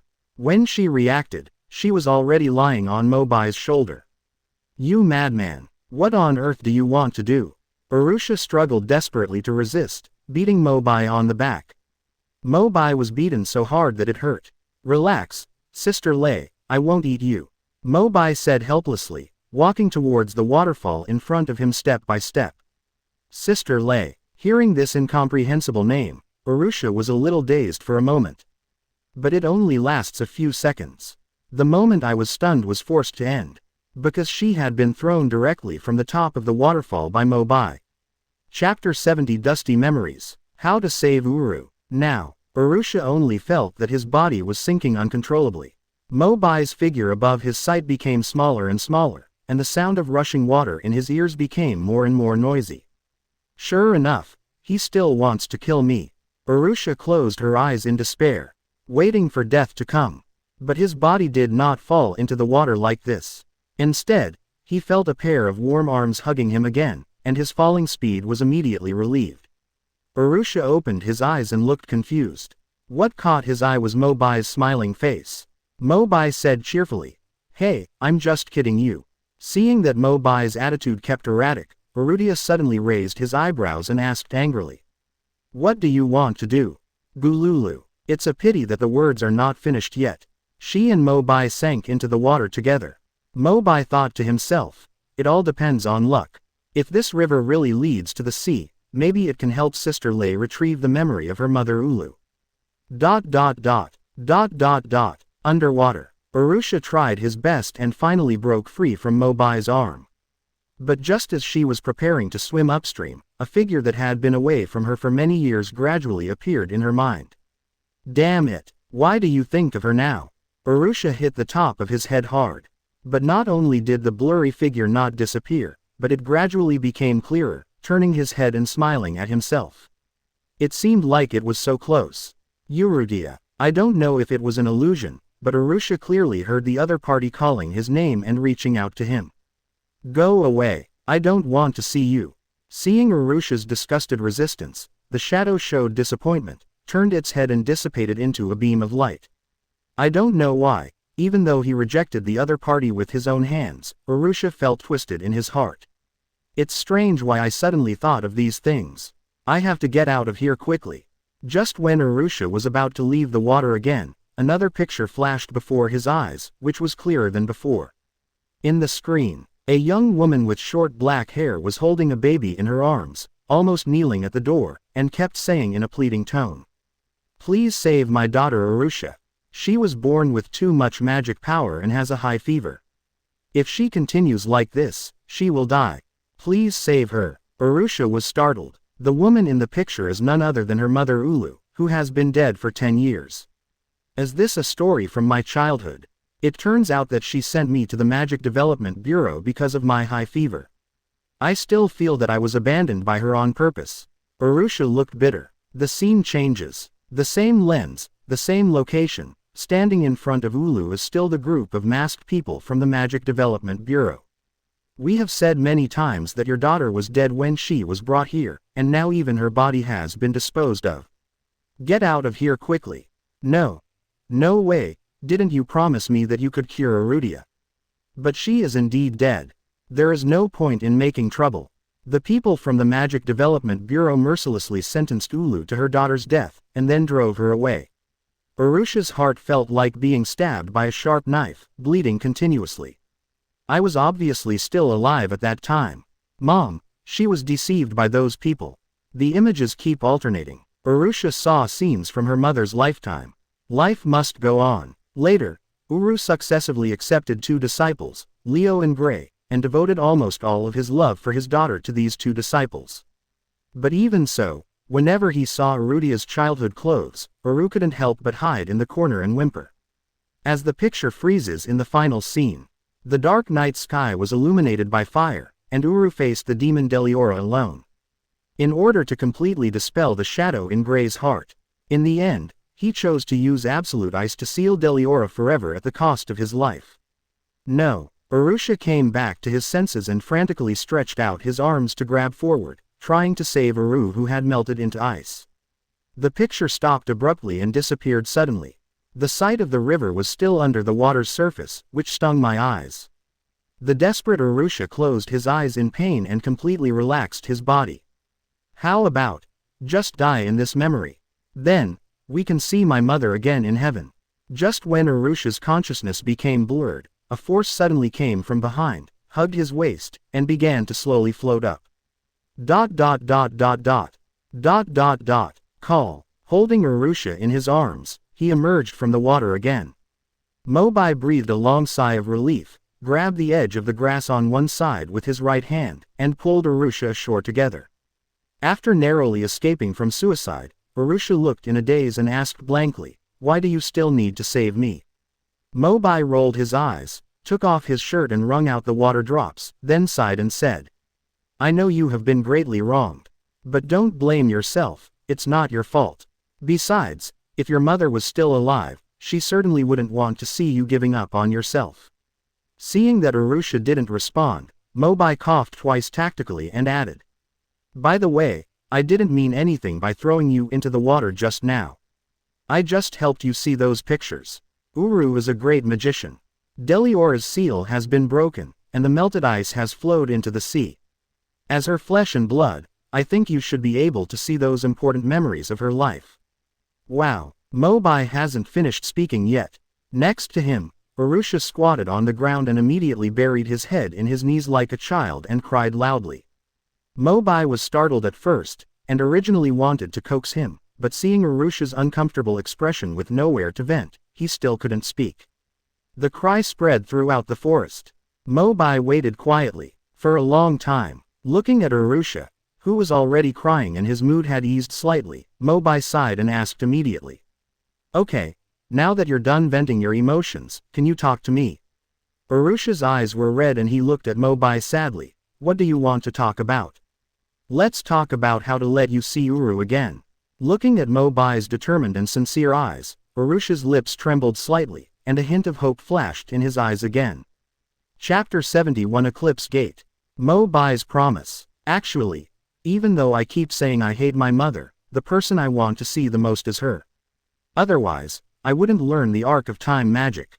But over the years, no matter how powerful the magic power I have mastered, I have discovered that the Arc of Time cannot resurrect the dead. President Hades told me that as long as I follow him to create the era of great magic, there may be a glimmer of life, so I have stayed in the heart of the devil all these years. After briefly recounting his experience, Urusha immediately asked Mobai impatiently, "So, do you really have a way to help me save my mother?" Mobai said seriously, "I don't dare to say it's 100%, but I can at least give it a try." Urusha's eyes couldn't help but be a little more suspicious. "I must warn you first. If you study the magic of resurrecting the dead, you will be cursed by God like Zirf." Mobai nodded. "Of course I know this. But since we can't resurrect the dead, we might as well change our thinking. What if we go back in time and solve the cause of Uru's death?"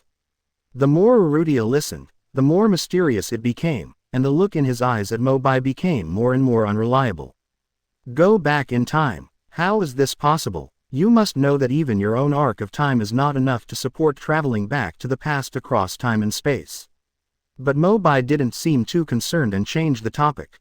Devil's Heart made sufficient preparations before assassinating me, which is enough to show that you have a fairly reliable intelligence network for gathering information. Am I right? Urusha nodded angrily. Mo Bai continued, but, even if we look at the entire kingdom, I'm afraid only a few people in the royal family know about this matter.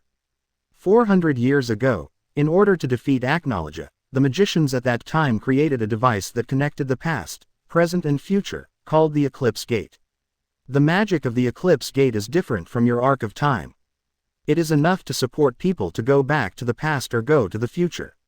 I'm thinking that if we can make good use of the Eclipse Gate, we might be able to go back to the day when Uru fought with Deliora and prevent her from using absolute ice. This is also the plan that Mo Bai had been conceiving before meeting Urusha. He didn't want to be like Zirf, who was cursed for resurrecting the dead and suffered hundreds of years to remain immortal. Eclipse Gate is the safest way.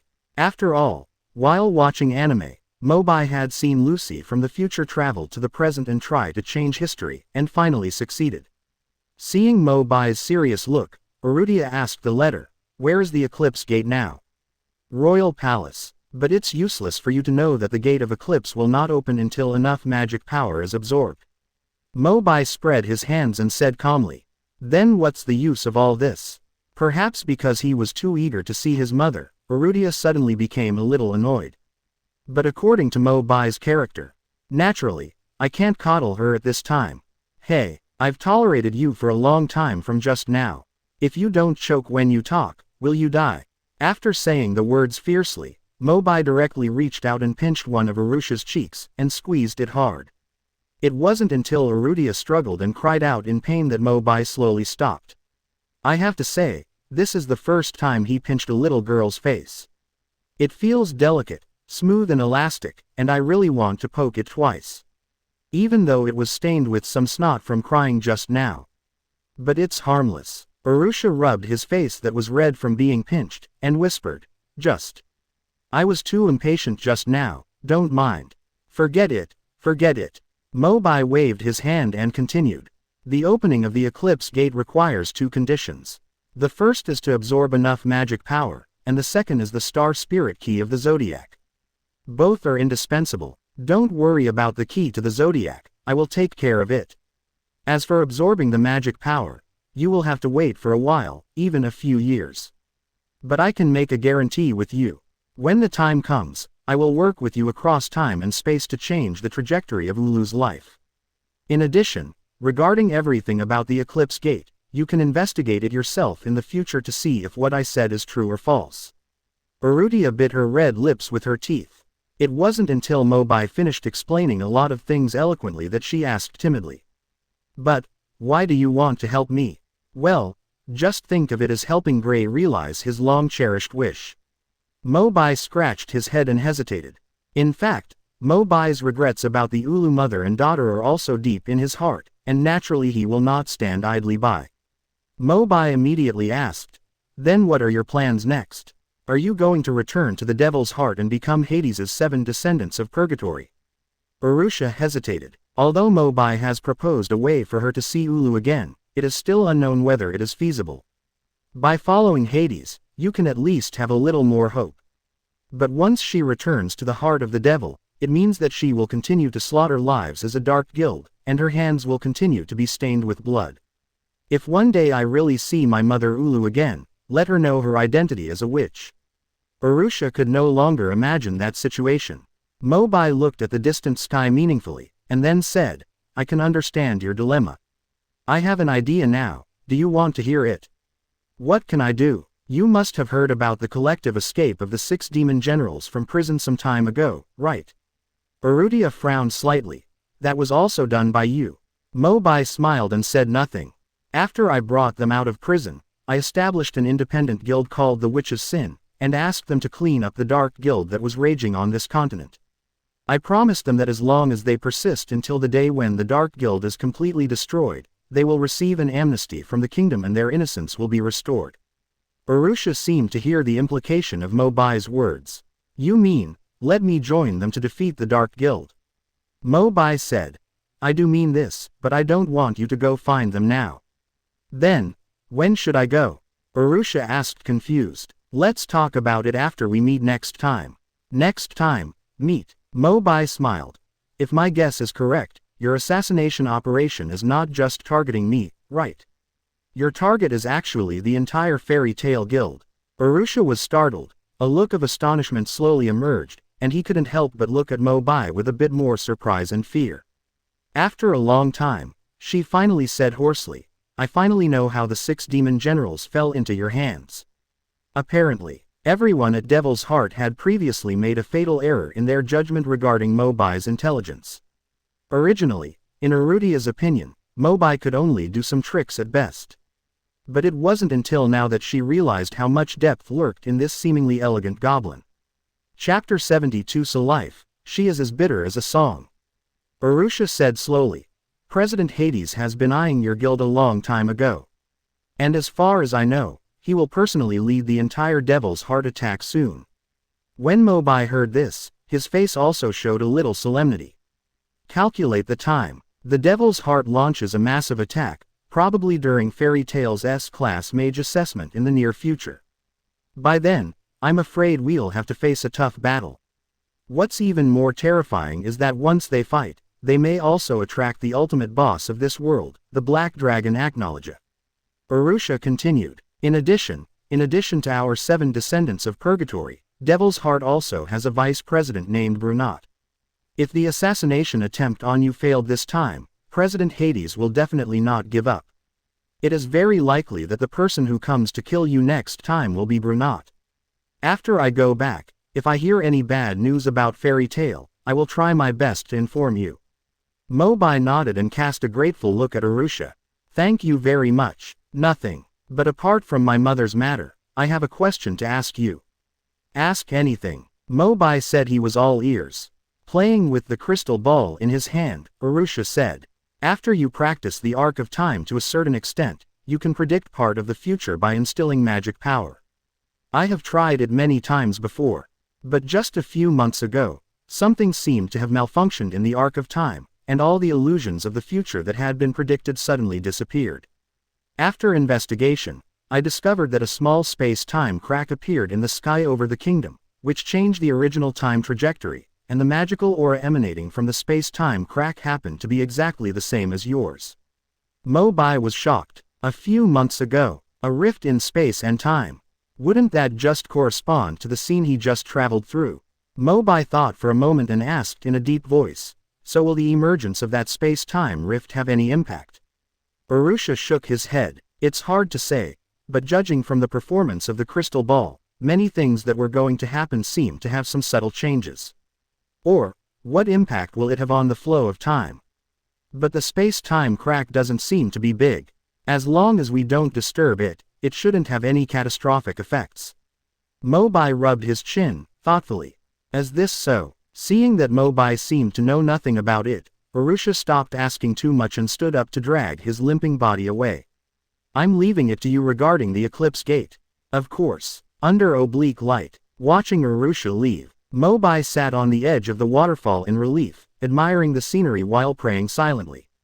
So life, she is as bitter as a song. I hope the Eclipse Gate plan can go smoothly. Fate has been too unfair to Arusha and her mother, and they have suffered too much. ... Magnolia. Fairy Tail Guild. The hall was as noisy as ever. Crunch. As the door was pushed open, a short figure entered the hall, walking heavily towards the counter. President, welcome back. Seeing Makarov, Marajan raised a smile and said. Makarov just nodded slightly, his expression still serious. Erza and Natsu are probably still in the guild, right? If you see them, tell them to go to the Haze Forest immediately. Mo Bai may be in danger. Mo Bai. Marajan suddenly became frightened and uneasy after hearing this. The dinner plate that was originally held in his hand was also dropped to the ground while shaking, making a crisp and shattering sound. No wonder I always feel uneasy today.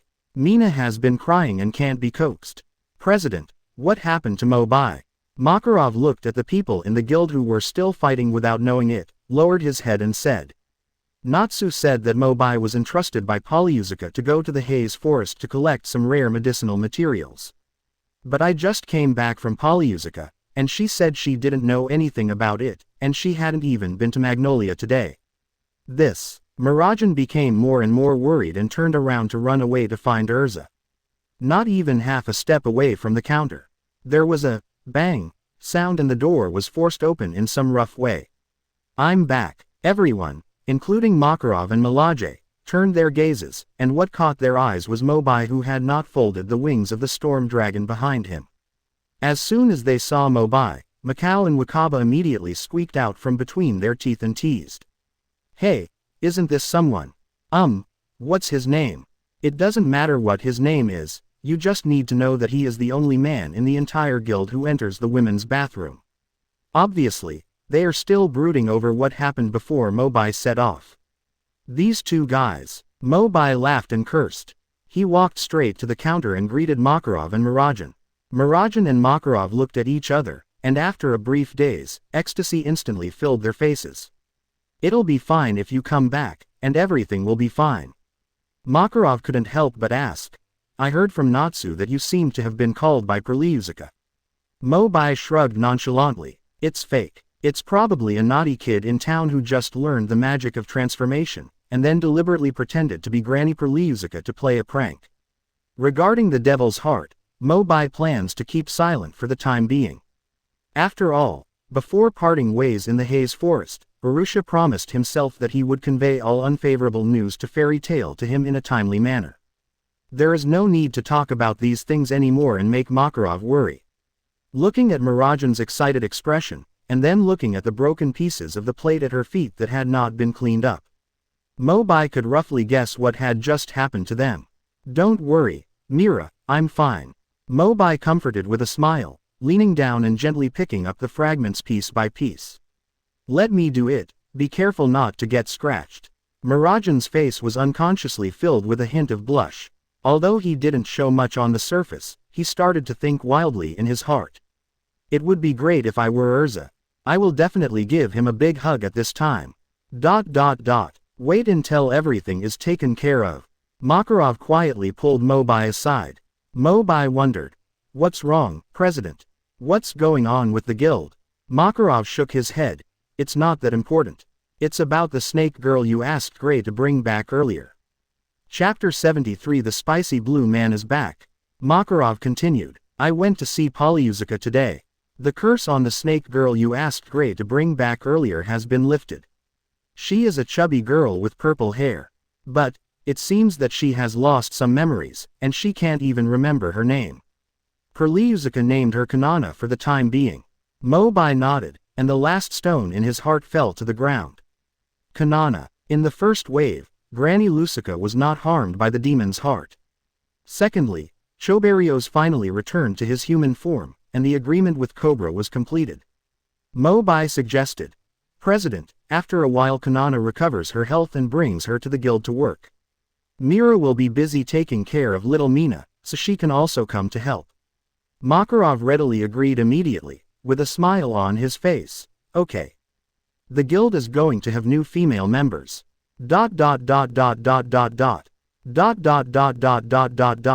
Hee. Another morning of staying in bed. Warm air blew into the bedroom through the screen window, gently caressing Mobai, who was still dating the young lady in a magical dream. He was completely unaware that the table, chairs, and the half-empty juice in the glass were quietly trembling at this moment. As the tremors continued to intensify, drops of juice kept dancing and splashing, resonating with the glass and causing slight displacements. Gradually he came closer to the table. The crisp sound of the glass breaking reached my ears. Mobai was awakened instantly, sat up and looked at the messy floor and everything around him that was still trembling. WTF? Was there an earthquake? Maybe it's the instinct engraved in my bones. Mobai casually picked up a pair of shorts, activated the storm dragon wings and quickly broke through the window to escape. Jumping in midair outdoors, only then did Mobai discover that not only the area near his home, but also the entire town of Magnolia seemed to be shaking violently, with increasing amplitude. A drop of cold sweat dripped from his forehead. As Magnolia located in some earthquake zone.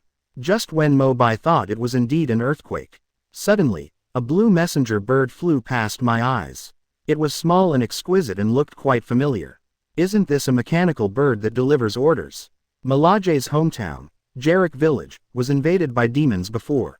The half-finished order was sent by this bird, and Mo Bai still remembered it. It's just different from before. This time, the mechanical bird didn't carry any entrusted yellow paper. Instead, it held a trumpet in its mouth. Make a loud announcement every time you fly over a certain distance. Attention, attention, Gildarts is about to return. Magnolia is about to enter Gildarts mode, please be prepared for all the townspeople. Attention, attention, Gildarts is about to return. Magnolia is about to enter Gildarts mode, so all townspeople should be prepared. Notice, Mo Bai was stunned immediately. Gildarts, the spicy blue man is back. In Fairy Tail, apart from the President Makarov, the 5S class mages are recognized as the most powerful. 3 of them, Mo Bai, have already been in contact, namely the demon Mirajan, the Fairy Queen Erza, and Laxus, who was temporarily expelled from the guild.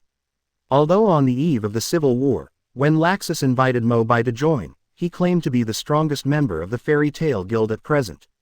But that's also based on the fact that Gildarts' return from the mission is far away.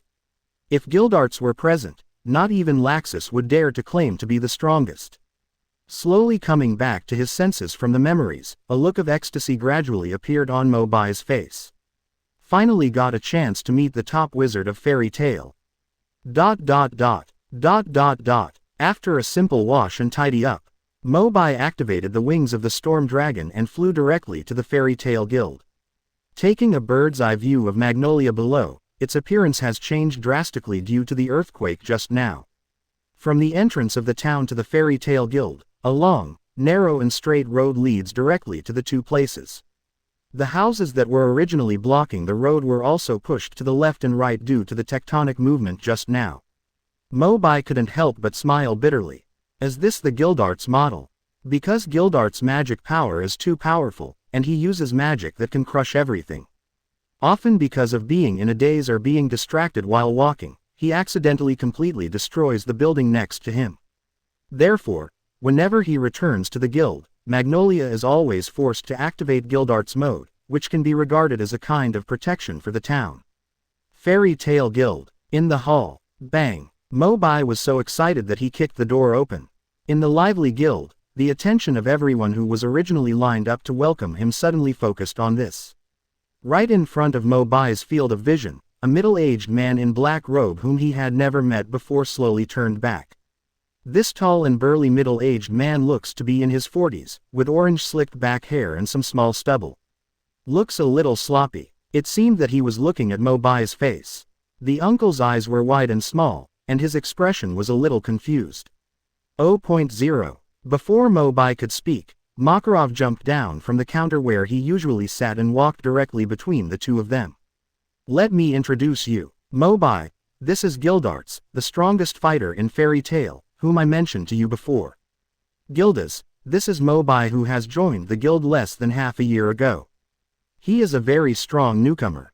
Upon hearing Makarov's introduction, Gildarts nodded thoughtfully and extended his right hand in a friendly manner. Mo Bai also suppressed his inner excitement. Uncle G. Mo Bai was about to stretch out his hand and shake it with Gildas. But there was a familiar strange scream coming from the door, which immediately attracted his attention. Wow, I heard Gildarts is back. Come and have a good fight with me right away. Before the guild members in the hall could react, they saw a fiery red figure rushing past. Natsu. Fire Dragon's Iron Fist. Natsu started his hand at 0 frame, bursting out with a blast of hot flames, and struck Gildarts' body with his fire fist. Clear goals and completely ignore other people. Since he and Erza's team have been performing various tasks one after another, Natsu's strength has also grown by leaps and bounds. According to Mo Bai's observation, most of the people present in the guild would not be able to easily receive the Iron Fist of the Fire Dragon from the front. But, if the opponent becomes Gildarts, Mo Bai can only pray that Naz will not be slapped to death. When Gildarts came back to his senses and saw Natsu, he immediately waved his arms happily. Crack. Then he slapped Natsu away. Your way of greeting is very special, Natsu. Yes, is it? In the blink of an eye, Natsu, who was full of energy one second, had no fighting spirit and was foaming at the mouth the next. Because Gildarts used too much force, Natsu's body was still embedded in the ceiling at this moment, and he squeezed out a few words from his mouth. Hey, can any kind-hearted person passing by help me to pick it off? Chapter 74. What's in Uncle G's backpack? The members of the guild have long been accustomed to this scene. Natsu is still the same as when he was a child. Every time he meets Gildarts, he goes up to challenge him regardless of his own abilities. Yeah, but the result is the same every time. Either I'm pushed to the ground with a blaster, or I'm knocked to the roof. Ha ha ha ha. Gildarts is still as strong as expected. By the way, it has been 3 years since he took on the century-old mission this time, right? I wonder how the completion progress is. Gildas was still greeting everyone enthusiastically. When he heard this, he scratched his head in embarrassment. It's a bit embarrassing to say it, the mission failed. Sure enough, I'm not strong enough to carry it out. Macau, who was watching the excitement on the sidelines, couldn't help but ask in surprise, is that century-old mission so difficult? Gildas nodded silently, with a bitter smile. President Makarov disagreed. It doesn't matter. The Centennial mission is a task that no one has been able to complete since the establishment of the guild. It's good to be able to come back safely. As this so, after listening to Makarov's explanation, everyone realized how dangerous Gildarts' trip was. Gildarts shook his head as if nothing had happened, and then asked, calculating the time, this year's S-Class Magician assessment will be less than 2 months, right? Yeah, it's another year. Wait a minute, you won't be able to take this exam. Gildas suddenly smiled heartily. This is also one of the purposes of my coming back. 2 months later, I will also appear in the assessment as an instructor. I am looking forward to which lucky child will meet me then. Oh. As soon as he finished speaking, everyone started to discuss again. It seems that this year's S-Class Magician assessment will be more exciting than before. I wonder if I will be qualified for the assessment. Save it, Wakaba, and just be your smoker. At least it's certain that no matter who is the unlucky guy who draws Gildarts, he can declare failure in advance, right? Not necessarily. I think Mobai is pretty good. Among the crowd, someone suddenly said this. After a brief silence, a more heated discussion broke out. It's just that this time, in addition to Gildas' an assessment, Mobai was also involved in this topic. Huh, that's right. Hasn't Mobai already had strength comparable to that of the Holy Ten? I'm afraid even the president may not be able to defeat him. I can't wait to see him fight Gildarts. Quote. Now, even Gildas' own attention was drawn to it. Oh, Mo Bai, what a familiar name. Did you hear about it somewhere just now? Why can't you remember? Gildarts tilted his head and thought for a while. For a long time. Then he looked at Mo Bai, whose face was full of black lines. Uncle G, is my sense of existence that low? Gildarts suddenly realized it, patted Mo Bai on the shoulder cheerfully and said with a smile, oh. So that Mo Bai is you. Mo Bai rolled his eyes speechlessly. How careless is this uncle? Bang. At the same time, Natsu finally fell from the ceiling and fell heavily in front of the two of them. But Natsu couldn't see any frustration on his face.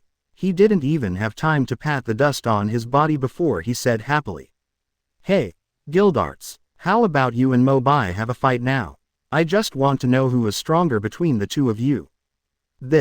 Gildas raised his eyebrows lightly and looked at Mo Bai next to him, as if asking for advice. To be honest, Mo Bai has already had the idea of playing against Gildas. Since coming to this world, it seems that I have never encountered an opponent who truly felt helpless. I wonder if Gildas will be the first. I have no objection, Uncle G. Mo Bai replied with a slight smile. As soon as they heard that there was going to be a fight, everyone in the guild who always liked to watch the fun also echoed. It seems you made the right decision not to go to work today, there's such a good show to watch. Kana, I want to place a bet. I'm betting on Gildarts to win. Wait, where's Kana? I don't know. She is indispensable at times like this in the past. Where did she go today? I guess I'm on a mission, right? No matter. I'll go outside to get the best position first so I can see it clearly later. Quote. Looking at the noisy crowd. A trace of bitterness appeared on Gildarts' weather-beaten face, and he spoke slowly and apologetically. To be honest, I'm a little tired after completing the mission. I don't want to participate in any more battles for the time being. I'm sorry everyone. What a pity. Hearing the sighs from the crowd, Gildarts immediately changed the topic and said to Mo Bai. How about this? As long as you can guess what's in my backpack, we can go out and compete now. If you can't guess it, then you can only wait for the S-Class Magician assessment before looking for a chance. As Gildarts spoke, he put down the heavy backpack on his back and stood in the center of the hall. The black outer skin of the backpack is like an indestructible barrier, wrapping the items inside tightly and making them elusive. Everyone couldn't help but fell into deep thought. Lucy quietly poked Gray's elbow next to her and asked in a low voice, Gray, what kind of pig do you have? I guess they are more powerful magic items, right? After all, if Gildarts is going on a 100-year mission, no matter how powerful he is, he will buy some items for emergencies, right? But didn't the president say before that Mo Bai has a minor magic that can see other people's past? It shouldn't be difficult to guess the items through the backpack, right? Please be quiet first and let Mo Bai think carefully. Seeing that everyone has high hopes. Mo Bai Yali Mountain is big. How can I guess? How do I know what he will have in his bag? It would be great if senior brother was here. I could turn into a little flying insect and get in there to have a look. Mo Bai frowned, scratched his ears and hit his head. Thinking of the reminders and suggestions given to him by everyone in the guild, there was still no pig. In silence, Natsu could no longer hold back in the back row and yelled at the top of his lungs. Hey, don't guess wrong, Mo Bai. I can't see the result of your victory or defeat, so I don't know who to surpass first. Natsu. Mo Bai glanced at Naz distress-edly. A vague memory suddenly appeared in my mind. Wait a minute, I remember that Uncle G and Natsu got the wrong backpack one time, right? Natsu accidentally shook all of Uncle G's things out. Let me think about it, there seemed to be something inside the backpack at that time. Looking at Mo Bai, who was gradually becoming more confident, Gildarts smiled slightly, stepped forward and asked, How's it going? Do you have an answer?